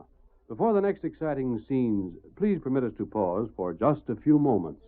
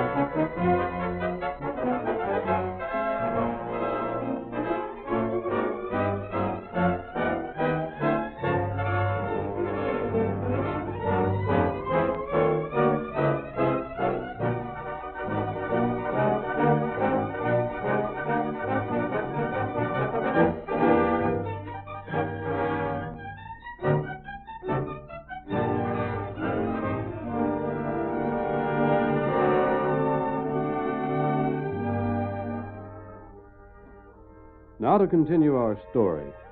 Hank Dobbins was forced to pay the money his bargain called for, in spite of the fact that he knew he had been swindled. Our next scene opens just outside town, where the masked man and Tonto have halted their horses under cover of a grove of trees. It went just as I thought it would, Tonto. Hank wanted to get rich quick. Like many others, he was so greedy for a big profit, he risked his money and then investigated. Tonto, no other feller do that. Hank's not the only one by any means. But it's not going to be easy for Hank to get his money back. That'd be plenty hard. Slick Allen and Tin Horn Taylor, of course, are a long way from here by now. And nobody knows where they went. And without them, Carl's trickery can't be proved. But you got plan. I have, Tonto. But you'll have to get that information I spoke about first. Tonto, get it. And you'd better return to town right away. I'll go back to the mine and move our things to a safer place. We'll make camp near the marsh. There's plenty of cover there. You'll be able to find me by reading my trail. And I'll wait in camp until you've learned what I want to know. Tonto, maybe come back soon. Maybe long time. But you wait. Right. Now I'll get going, Tonto. Get him up, Scout. Come on, Silver.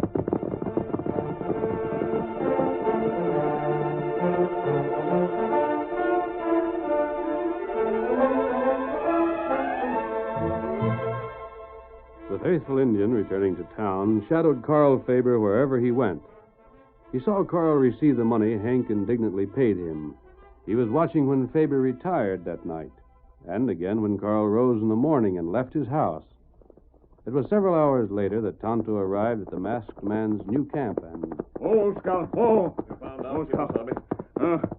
It on stage. Leave town 1 hour from now. What name did Carl use? Him sent a feller named Bennett. Good. Here, Silver. Tonto, you stay in camp for a while and rest. Then as soon as you've slept, get back to town and keep on watching Carl. Tonto, do that. When I've finished, I'll join you. Me not rest long. You get back quick. Perhaps that would be best, Kimosabe. And I'll see you again in about 4 or 5 hours. Come on, Silver.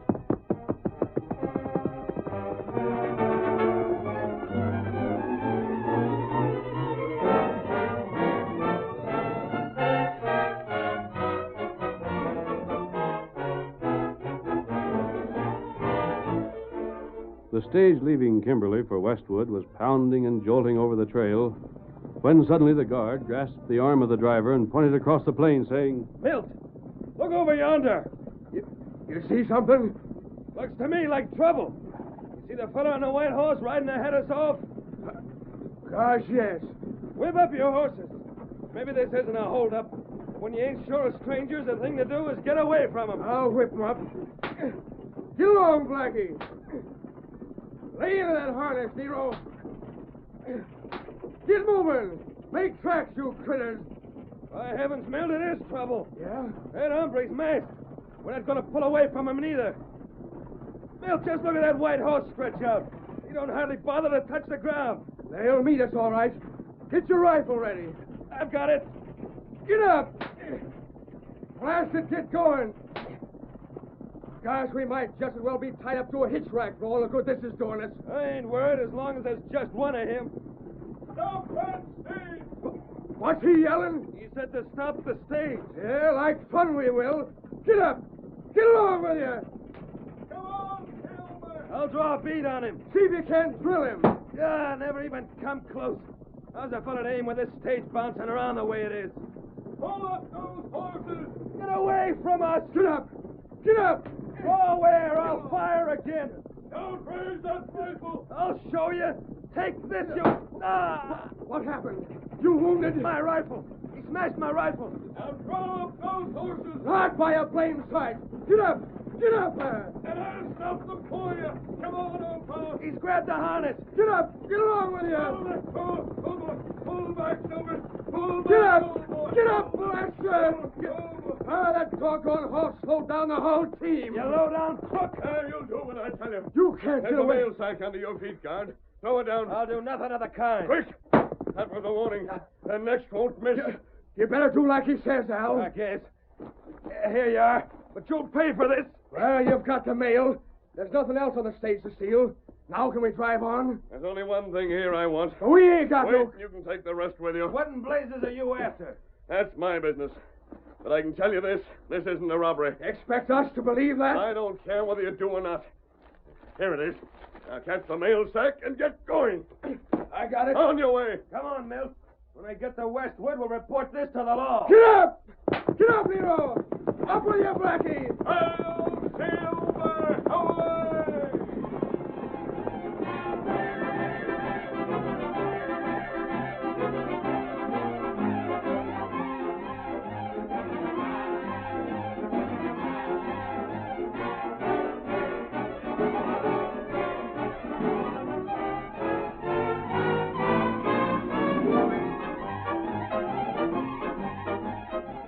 With the package in his possession, the Lone Ranger raced back to town.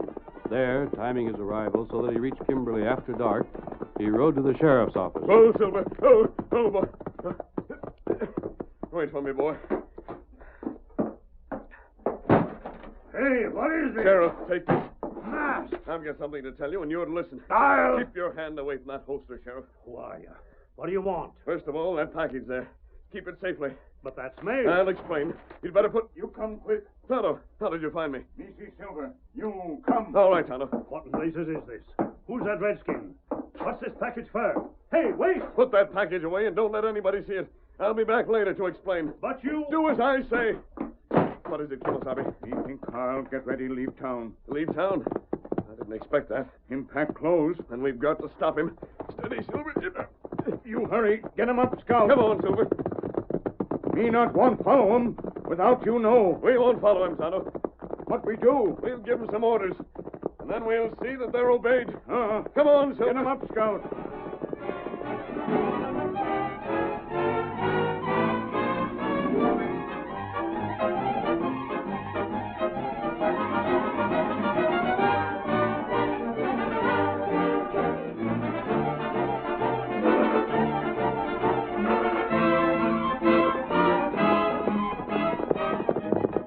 Come on, Tonto. There's his horse in front of his house. Him put saddle on horse. I wonder where he expected to go. Maybe him meet outlaw friend. No, I don't think he planned to meet Slick and Tin Horn.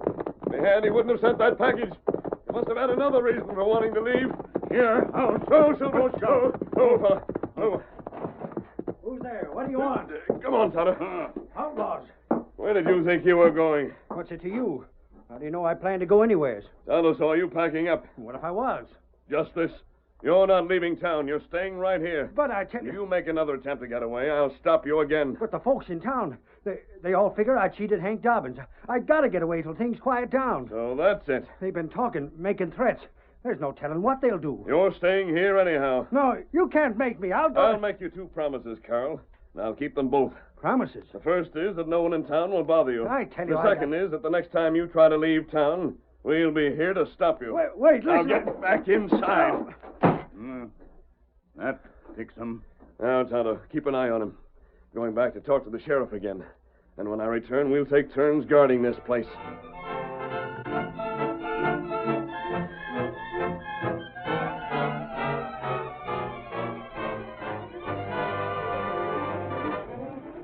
More than a week went by, and a dozen times Carl Fibber tried to escape. But each time he discovered that either the masked man or Tonto was on hand to prevent it. We see him now on the evening of the 10th day as he peers through the window that looks out on the street. Too dark to see him, even if they was around, blast him. It's enough to drive a fella loco. Never knows where they are, what they're up to. If I could just get a clean shot at one of them and... What's that? On the back door. If it's the redskin or the masked man, I'll show him. The gun. Yeah, there. Just one shot. Who's there? Open up. Ain't the redskin's voice or the masked hombres. Who are you and what are you... Oh, you double-crossing skunk. Slick. And here's Tin Horn. I'll take that gun. You are looking for us, huh? Waiting to drill us, is that it? What's the matter? What are you fellas doing here? As though you don't know. Hold out our share of the cash you got and then pretend you don't savvy why we come back. That's not so. We've been waiting over a week for that cash you promised to send. And not a sign of it. You figured we'd be scared to come back here to claim it, didn't you? Well, this should prove different. I sent you the cash. Honest, I did. I sent it the next day. It went out by stage. Save your lying for someone that'll believe you. But you gotta believe me. Even meet us with a gun in your hand. I can't figure this out. You don't need to. All you've got to do is hand over that cash. And this time we'll take all of it. Wait, You heard us. The cash, quick. Where'd you got it hid? Please, wait, listen. There's something wrong about this. I suppose now you'll say that Hank didn't fall for our scheme. You think we didn't hear about him buying your mine for $3,000? The news got around all right. Hank fell for it. Sure he did. I ain't claiming he didn't. I already told you I sent the cash. It must have slipped your mind. There's only the 1,000 here I kept for myself. I can show you. Here, it's in my desk. Hey, What's the matter? That window. There's someone outside. What? The masked fella. What masked fella? The fella that... Not just the masked man, you crooks. The law's here, too. Come on in, fellas. Hey, trap! You did this, Carl. Carl's not to blame. You trapped yourself. What in... Slick, Carl sent you the money all right. But the masked man got it back and give it to me. There, I told you. We knew you'd be coming back to find out why you hadn't got your share. And you crooks not only come back, but you said enough in our hearing to send you to jail for a good long time. Slick, run for it. Take one step and you'll stop lead. And I'm just itching to pull this trigger finger. They've got us. But you fellas ain't got nothing on me. I can't help what they done. I just... You're in just as bad as anybody else, Carl. So stop your yelling. And give me back the rest of my cash. I got the 2,000 the masked fella gave the sheriff, and now I aim to have the 1,000 you got. It's in that desk. It better be. I heard Carl say it was when I was listening outside. But, Hank, now you got your cash back, you'd better take some advice. Huh? Like the masked man said, the next time you figure you're going to get easy cash by making a fool out of some fella, be blame sure he ain't making a fool out of you instead. I'll Silver,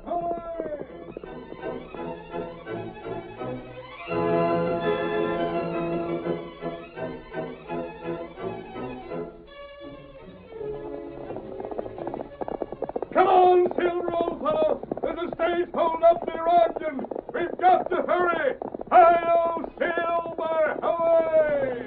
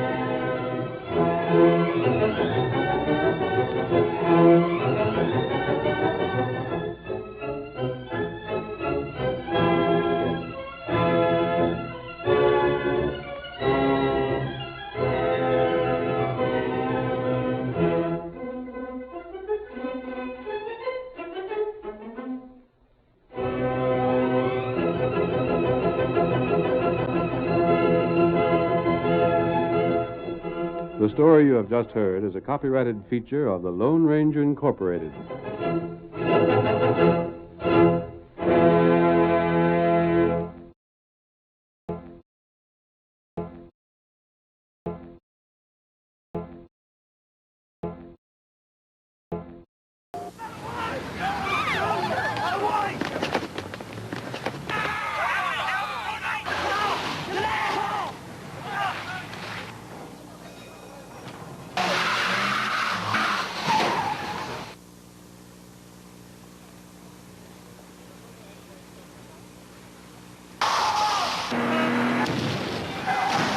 Over the mountain. Rated M for mature. Groucho Marx is your host, as some of the most interesting contestants you will ever meet compete on You Bet Your Life. Up next. Ladies and gentlemen, the secret word tonight is spoon. S-P-O-O-N. Really? You bet your life.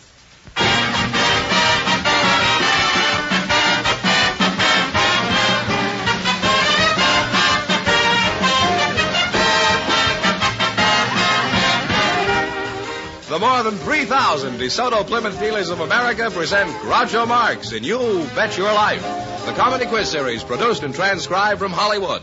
And here he is, the one, the only... When you call me that, smile. Oh, that's me.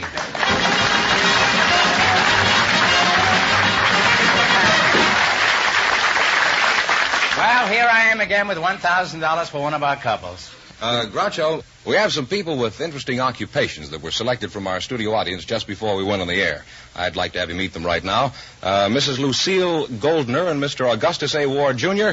Come on in here and meet Groucho Marx. Well, welcome for the DeSoto Plymouth dealers. Say the secret word and divide $100. It's a common word, something you'll find around the house. Lucille Goldner. Mrs. Lucille. Oh, well, it changes my whole attitude. And Mr. Augustus A. Ward, Jr. Yes. Mrs. Goldner, where are you from? I'm from Sherman Oaks. Sherman Oaks? You were born in Sherman Oaks? No, I was born in Lebo, Kansas. Oh. You're from the cow country, yeah? That's what they tell me. Oh. Who told you that? My mother. Oh. Interesting conversation, Liz. How did you meet your husband, Lucille? He removed my appendix. And then? Well, then, a few years later, I married him. A few years later? Yes, uh-huh. You were waiting for this wound to heal, was that? But, he kept you in stitches most of the time. Yeah, we've got it cut up. Yes. Oh. Well, those are the standard jokes we expect when we have a physician on the show. Mrs. Goldner, I understand you have an interesting occupation. Just what is it you do? Well, besides luring doctors. I raise chinchillas. How high? What do you mean you raise chinchillas? Well, I'm a chinchilla rancher. Oh, well, what is a chinchilla? Well, a chinchilla is a very beautiful and luscious small rodent. You mean it's a rat? Well, it's a rodent in that it has a simple stomach. But has a what? A simple stomach. Why doesn't he go see your husband? And it's very, has a very dense fur. It has between 80 to 90 to 100 hairs out of each hair follicle, whereas you only have one. And so, of course, you can see the... Let's keep this on an impersonal basis. I don't mind you describing a rat, but don't include me in it.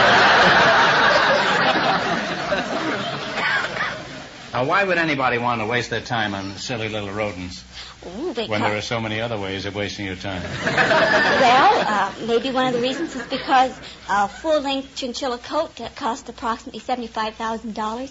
How many of these $75,000 coats can you make from a chinchilla? Well, it takes approximately 200 chinchillas to make one $75,000 for a coat. Sounds like they have a powerful union, these kids. I suppose I wanted to buy one of these little rodents. What's the cheapest you'd sell me one for? Oh, I'd sell you one for about $500. $500. That sounds reasonable. Now, wait a minute. One chinchilla isn't going to do me any good. I wasn't born yesterday. How much will a good pair cost me? Well, a good breeding pair, the standard price is $1,650. Apparently these chinchillas weren't born yesterday either. Now, Mr. Augustus A. Ward, that's a pretty highfalutin name, isn't it? What is the A for? I hate to say, sir, it's Afton. Now, what should I call you, Augustus? Should I call you Gus? No, sir, call me Jerry. It's my nickname. Your nickname is Jerry, eh? Yes. Well, that's good enough for me, Tom. Now, Gus, what sort of work do you do? I'm dropped by parachute into forest fires to fight fire, sir. Oh, some people are born lucky, aren't they? They just fall into those soft gravy jobs. You drop into fires? What kind of a job is that? They call us smoke jumpers, sir. Oh, smoke jump. I used to smoke jumpers, and I switched to cigars. Half the time I can't tell the difference. The jumpers taste a little better, that's all. Now tell us about smoke jumping. For example, why do they have to drop you by parachute? Well, the main reason is, sir, is they drop us where they can't get to the spot where the mobile unit cannot get to, or by foot. In addition to smoke jumping, what other soft jobs have you done? Deep sea diver, sir. Well, could you tell us something about your diving experiences? Have you had any close calls while you were submerged? Yes, sir. I was submerged under mud out in San Pedro, 8 feet of mud over me. And this time I got stuck in the mud, and there was another barge about 25 yards away that was diving, and there was a girl aboard, and she came down and pulled me up. Later become my wife. And you've been stuck in the mud ever since? Well, I must say you're an unusual couple, and I must say that because it's true. And Augustus Afton Ward, Jr., I wish you the best of luck in the work you're doing. Now, in just 1 minute, you're going to play You Bet Your Life for a chance at the $1,000 question. Right now, here's something of particular interest to everybody. Everywhere, folks are talking about the beautiful new 1952 DeSoto. The car designed for you and your budget, too. And when you get behind the wheel of the 1952 DeSoto, you'll be talking, too, about those big, wide doors you walk through instead of crawl through, and that roomy, uncrowded interior where you sit naturally. You relax in seats that are chair high. You'll be talking about the DeSoto Oriflow shock absorbers that give you one of the smoothest rides you've ever known. About DeSoto waterproof ignition that gives you sure starting in even the dampest weather. And how you'll like those famous DeSoto safety rim wheels because of the protection they give your family in case of blowouts. Sure enough, from every standpoint, the exciting new 1952 DeSoto is designed for you and your budget, too. So don't wait. See it today. Ride in it. Drive the great 1952 DeSoto. Now at your DeSoto Plymouth dealers.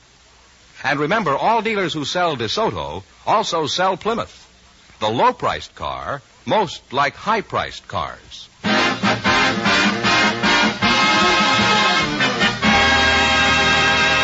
Now, let's see how you work together as a team. George, explain the rules.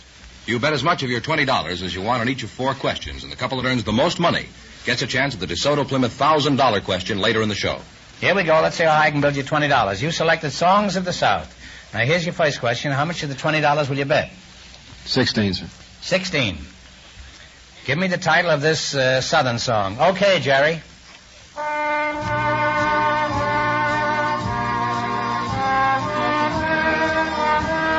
Oh, Kentucky Home. Oh, Kentucky Home is right. Poor Jerry doesn't get a chance to play.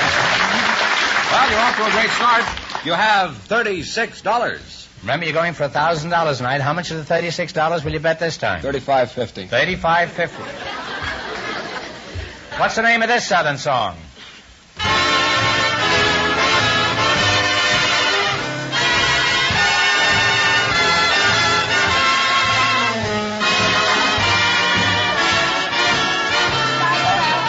What is it? Stars Fall in Alabama is right. That's what You're really fine. climbing, you have $71.50. Here's your third question. How much of the $71.50 are you going to bet? 71. Okay, let's see if you can identify this song. Play, Jerry.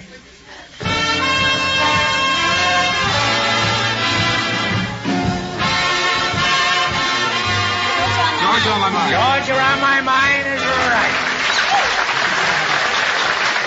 While you're really climbing, you have $142.50. And this is your last chance to beat the other couples. What are you going to go for? All of it. Okay, what's the title of this song? Texas. Deep in the heart of Texas. Put it there. And you wind up with a grand total of $285.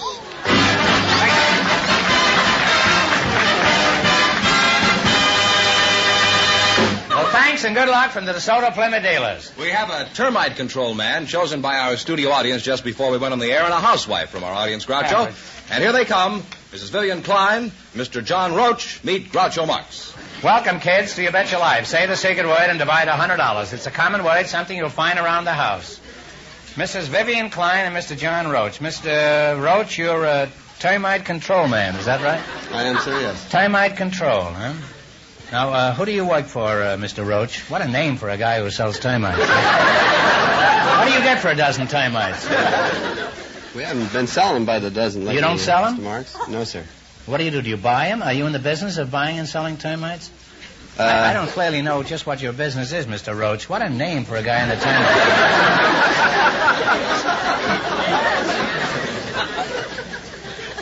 Well, who do you work for, Mr. Roach? I have my own place of business.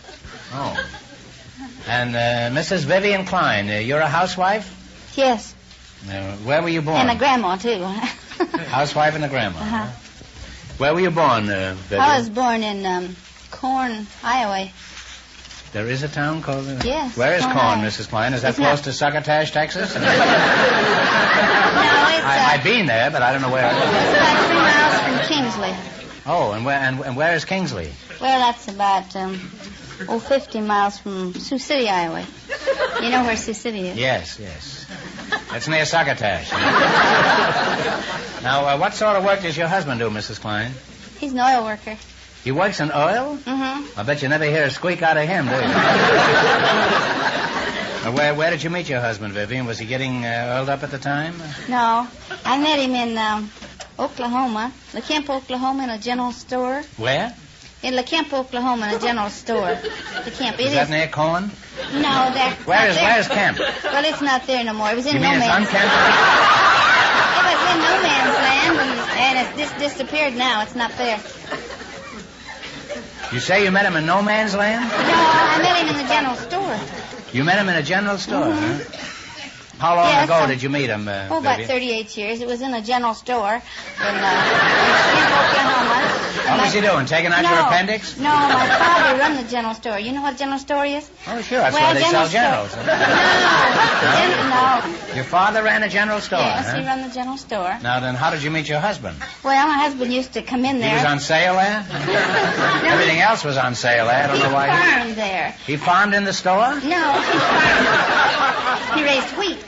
In the store? No, not in the store. Oh, he raised succotash But in he the used store. to come in the store, and he'd come in the store and we'll get some groceries, and then he'd give my mother arithmetic problems with a catch to them, you know, that you have to figure out on. Yeah. And then, Like what? Then while my mother's figuring out these problems, well, he'd sit around the stove and talk, you know, and so, you know, these big stoves, those great big fat stoves, you know, like you burn wood and coal in. What kind of stoves? Great big fat stoves. They call them potbelly stoves, I think.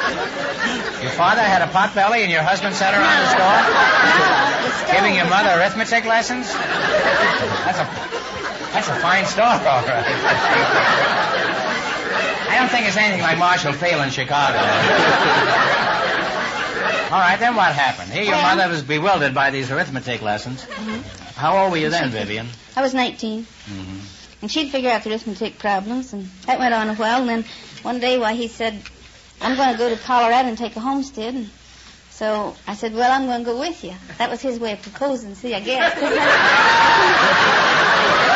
my way of taking it, anyway. So... Just a moment, Vivian. Are you going to tell me that every time a man said he was going to Colorado, you got married? No, but just him, see? He said he was going to go take a homestead, and He said he was going to take a homestead, and he was looking at your mother, wasn't he? No, he was looking at me. He was eyeing you up? Uh-huh. And you said yes, huh? I just said I was going to go with him. Did you start for Cripple Creek immediately? No, we had to get ready first because he butchered, see? He butchered who? Butchered a hog. He butchered a hog for the wedding? No. He's a really romantic fellow, this guy. He says, will you marry me? And then he went out and killed a sow. And then I made peach butter. We like peach butter, and I made Peach butter? I wouldn't get married with any other kind. I made 8 gallons of it, see? You made 8 gallons of peach butter? 8 gallons of peach butter. And then you went to Cripple Creek. So then we got the covered wagon out, and he got the mules out. We had mules. Bill and Lade, we called them. Who? We called them Bill and Lade. Oh, I remember them very well. So then we went and... It used to be Bill and Lading. It was originally. And they shortened it to Bill and Lade. Covered wagon then. Well, what is peach butter? Don't you know what peach butter is? No, I said. Oh, I'll bring you over sometime. Well, it's I wish good. you would, huh? Well, you put your peaches and you cook them down and put sugar in them and cook it down till it gets thick. Oh, it's just preserves, in other words, huh? No, it's peach butter. It's different. And we went on down to the homestead. Then, we dug a dugout. Do you know what a dugout is? No, is there anything like peach butter? No. We dug a dugout. You dig that down in the ground like a cellar. And when you're sitting down, you can't see out the windows because just little windows about this high, you know. And this was your honeymoon cottage? Yes, uh-huh. And we had lots of ground, and we had to haul water 12 miles in barrels. Well, you certainly have the pioneer spirit, Vivian. Sure. It was people like you who helped to make America what it is today. It was a lot of fun then.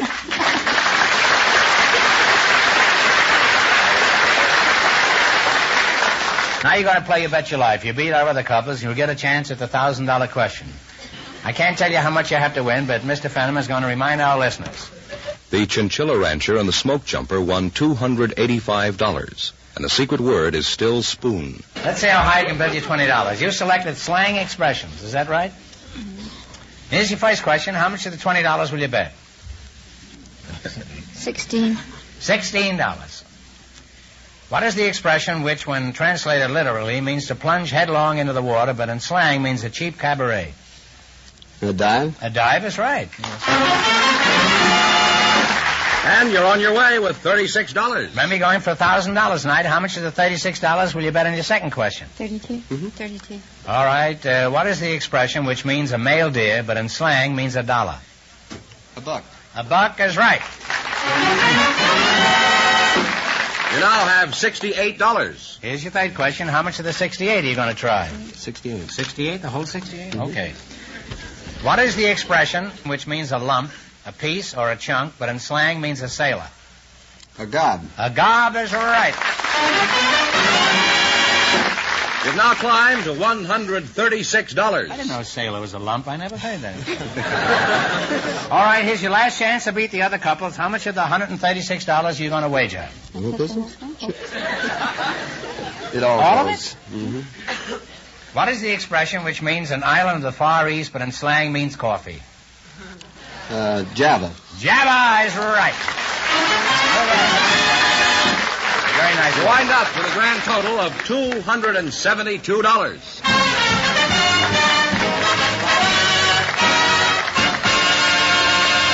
Thanks and good luck from the DeSoto Plymouth dealers. Groucho, I saw a piece in the paper about an unusual college student, so I asked him if he'd join us tonight. And here he is, Mr. Bush Manson and his son, Bush Manson Jr.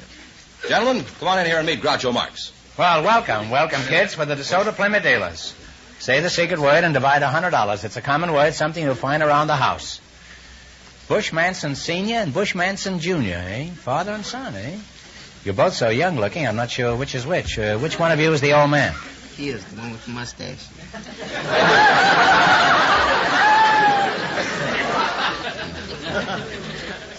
Now, since you're both named Bush, I'll get all confused when I address you. Bush Jr., what do your pals call you? Bush.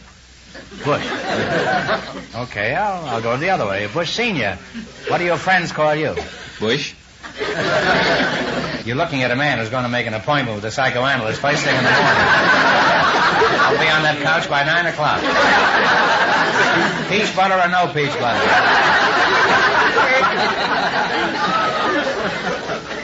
Senior, what do you call Junior? And if you say you call him Bush, I'm going back in the Baltimore with Harpo and Chico.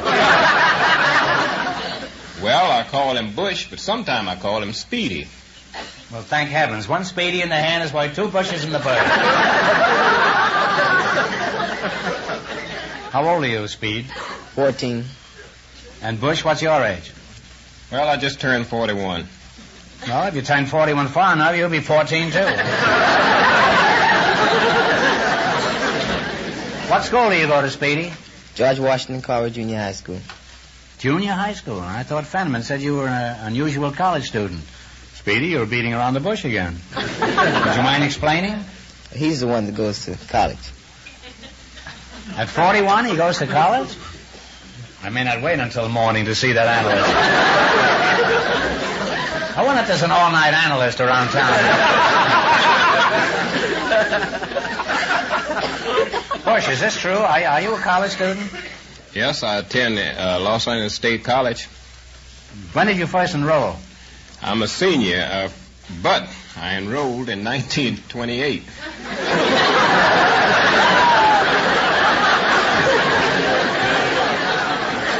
Bush, you've been in college for 24 years. Well, nowadays, that's about par for the course, isn't it? How come you've been that long in school? Well, I went to school 3 years, and then I had to fall out, and after 19 years, I went back again. You were absent from school for 19 years? Imagine the excuse he brought his teacher. Dear teacher, please excuse Bush for being absent. He overslept. Signed, Rip Van Winkle. How did you happen to leave college 19 years ago? Well, I got married, and after the birth of a child, I had the family to take care of.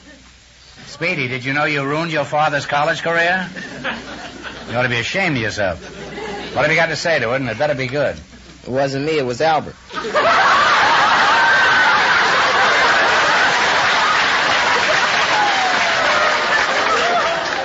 A likely story. And an old one, too. It wasn't me, it was Albert. Bush, who was Albert? He's my older brother. How much older? He's 17. Well, give him my regards, will you? Do you have a job in addition to your college studies? Yes, I work, say, 7 days a week. Drive a produce truck 6 of those days, and over the weekend, I work as a playground director, assistant playground director. He's quite an amazing man, this fellow.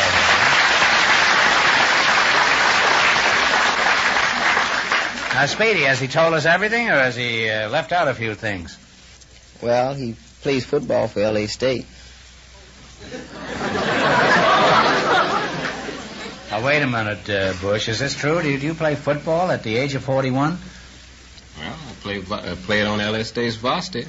I should have known that's the only thing that could keep a man in college for 28 years. Aren't you pretty old for that sort of thing, Bush? Well, they tell me I'm the oldest collegiate football player in the country. Now, Speedy, is the old man pretty good with the football? Yes, he is. He played national championship for 3 years. Well, practically all-American Negro football player, huh? Yes.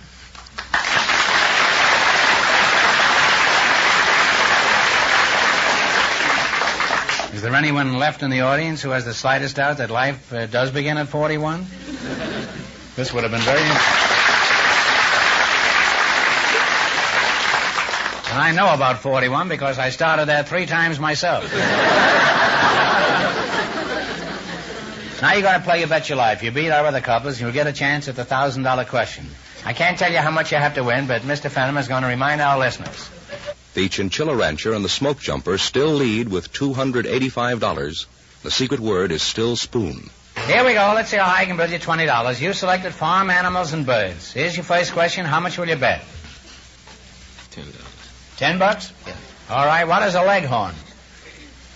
A chicken. A chicken is right. Well, you're off to a good start. You have $30. Remember, you're going for $1,000 tonight. How much of your $30 will you bet on your second question? You still go 10. 10. What kind of an animal is a Poland China? Poland, China.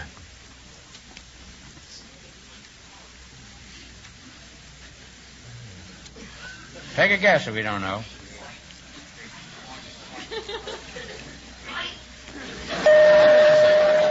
Duck, isn't it? No, they gave you the wrong oink. It's a pig, huh? You now have $20. Now you have $20. All right, here's your third question. How much will you bet?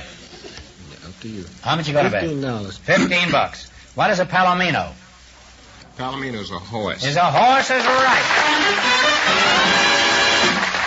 You're climbing again. You have $35. $35 is your last chance to beat the other couples. How much you going to go for? 25. What is a Hereford? Is a cow. A cow is right. And you wind up with $60. And that means the Chinchilla Rancher and the Smoke Jumper with $285 in just 1 minute. Get the chance at the DeSoto Plymouth $1,000 question.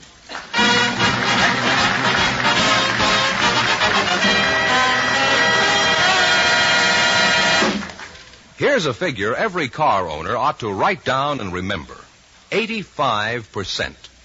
Because 85% of all car repairs are caused by either faulty lubrication or no lubrication at all. That's how important it is to have your car lubricated regularly at a place where they work according to factory standards. And I mean your DeSoto Plymouth dealers. You'll find there's a vast difference between ordinary grease jobs and the thorough lubrication your DeSoto Plymouth dealer gives your car. And you'll be glad to know, too, DeSoto Plymouth dealer mechanics are qualified to handle any and every type of service. They're not only well-trained, they have the experience and skill, plus the most modern tools and equipment, and the right factory-approved parts. So, for a first-class lubrication job, or any kind of repair, take your car where you see the famous sign of better service, the friendly sign of a DeSoto Plymouth dealer.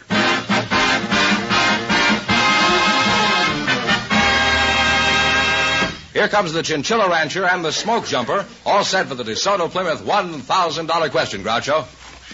All right, here we go for $1,000. I'll give you 15 seconds to decide on a single answer between you. Think carefully and please no help from the audience. None of that oink oink out there.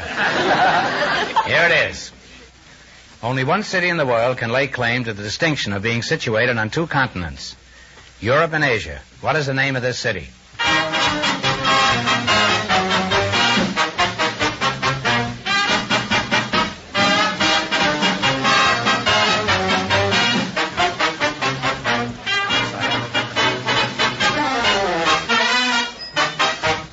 All right, what's the answer you two have decided upon? Come on. No answer. We'll say Berlin. Huh? No. No, I'm saying it's Istanbul, Constantinople. You were a long ways off. That's the correct answer. Istanbul, Constantinople, and we quote as our source the Encyclopedia Americana.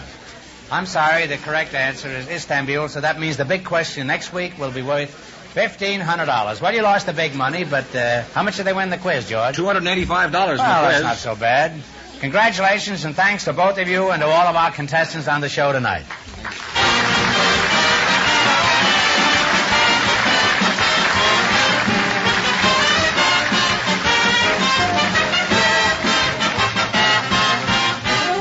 Be sure to tune in again next Wednesday night at the same time for the Groucho Marx Show, when the big question will be worth $1,500. And don't miss Groucho's television show, also presented by the DeSoto Plymouth Dealers of America.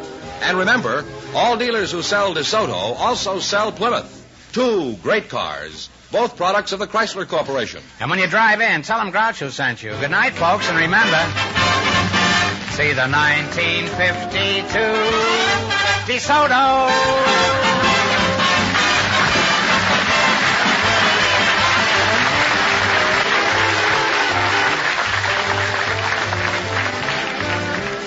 Folks, here's a reminder from the National Safety Council. Take time for safety. You Bet Your Life, transcribed from Hollywood, is produced by John Goodell, directed by Robert Dwan and Bernie Smith. Music by Jerry Fielding. This is George Fenneman signing off for the more than 3,000 DeSoto Plymouth dealers from coast to coast.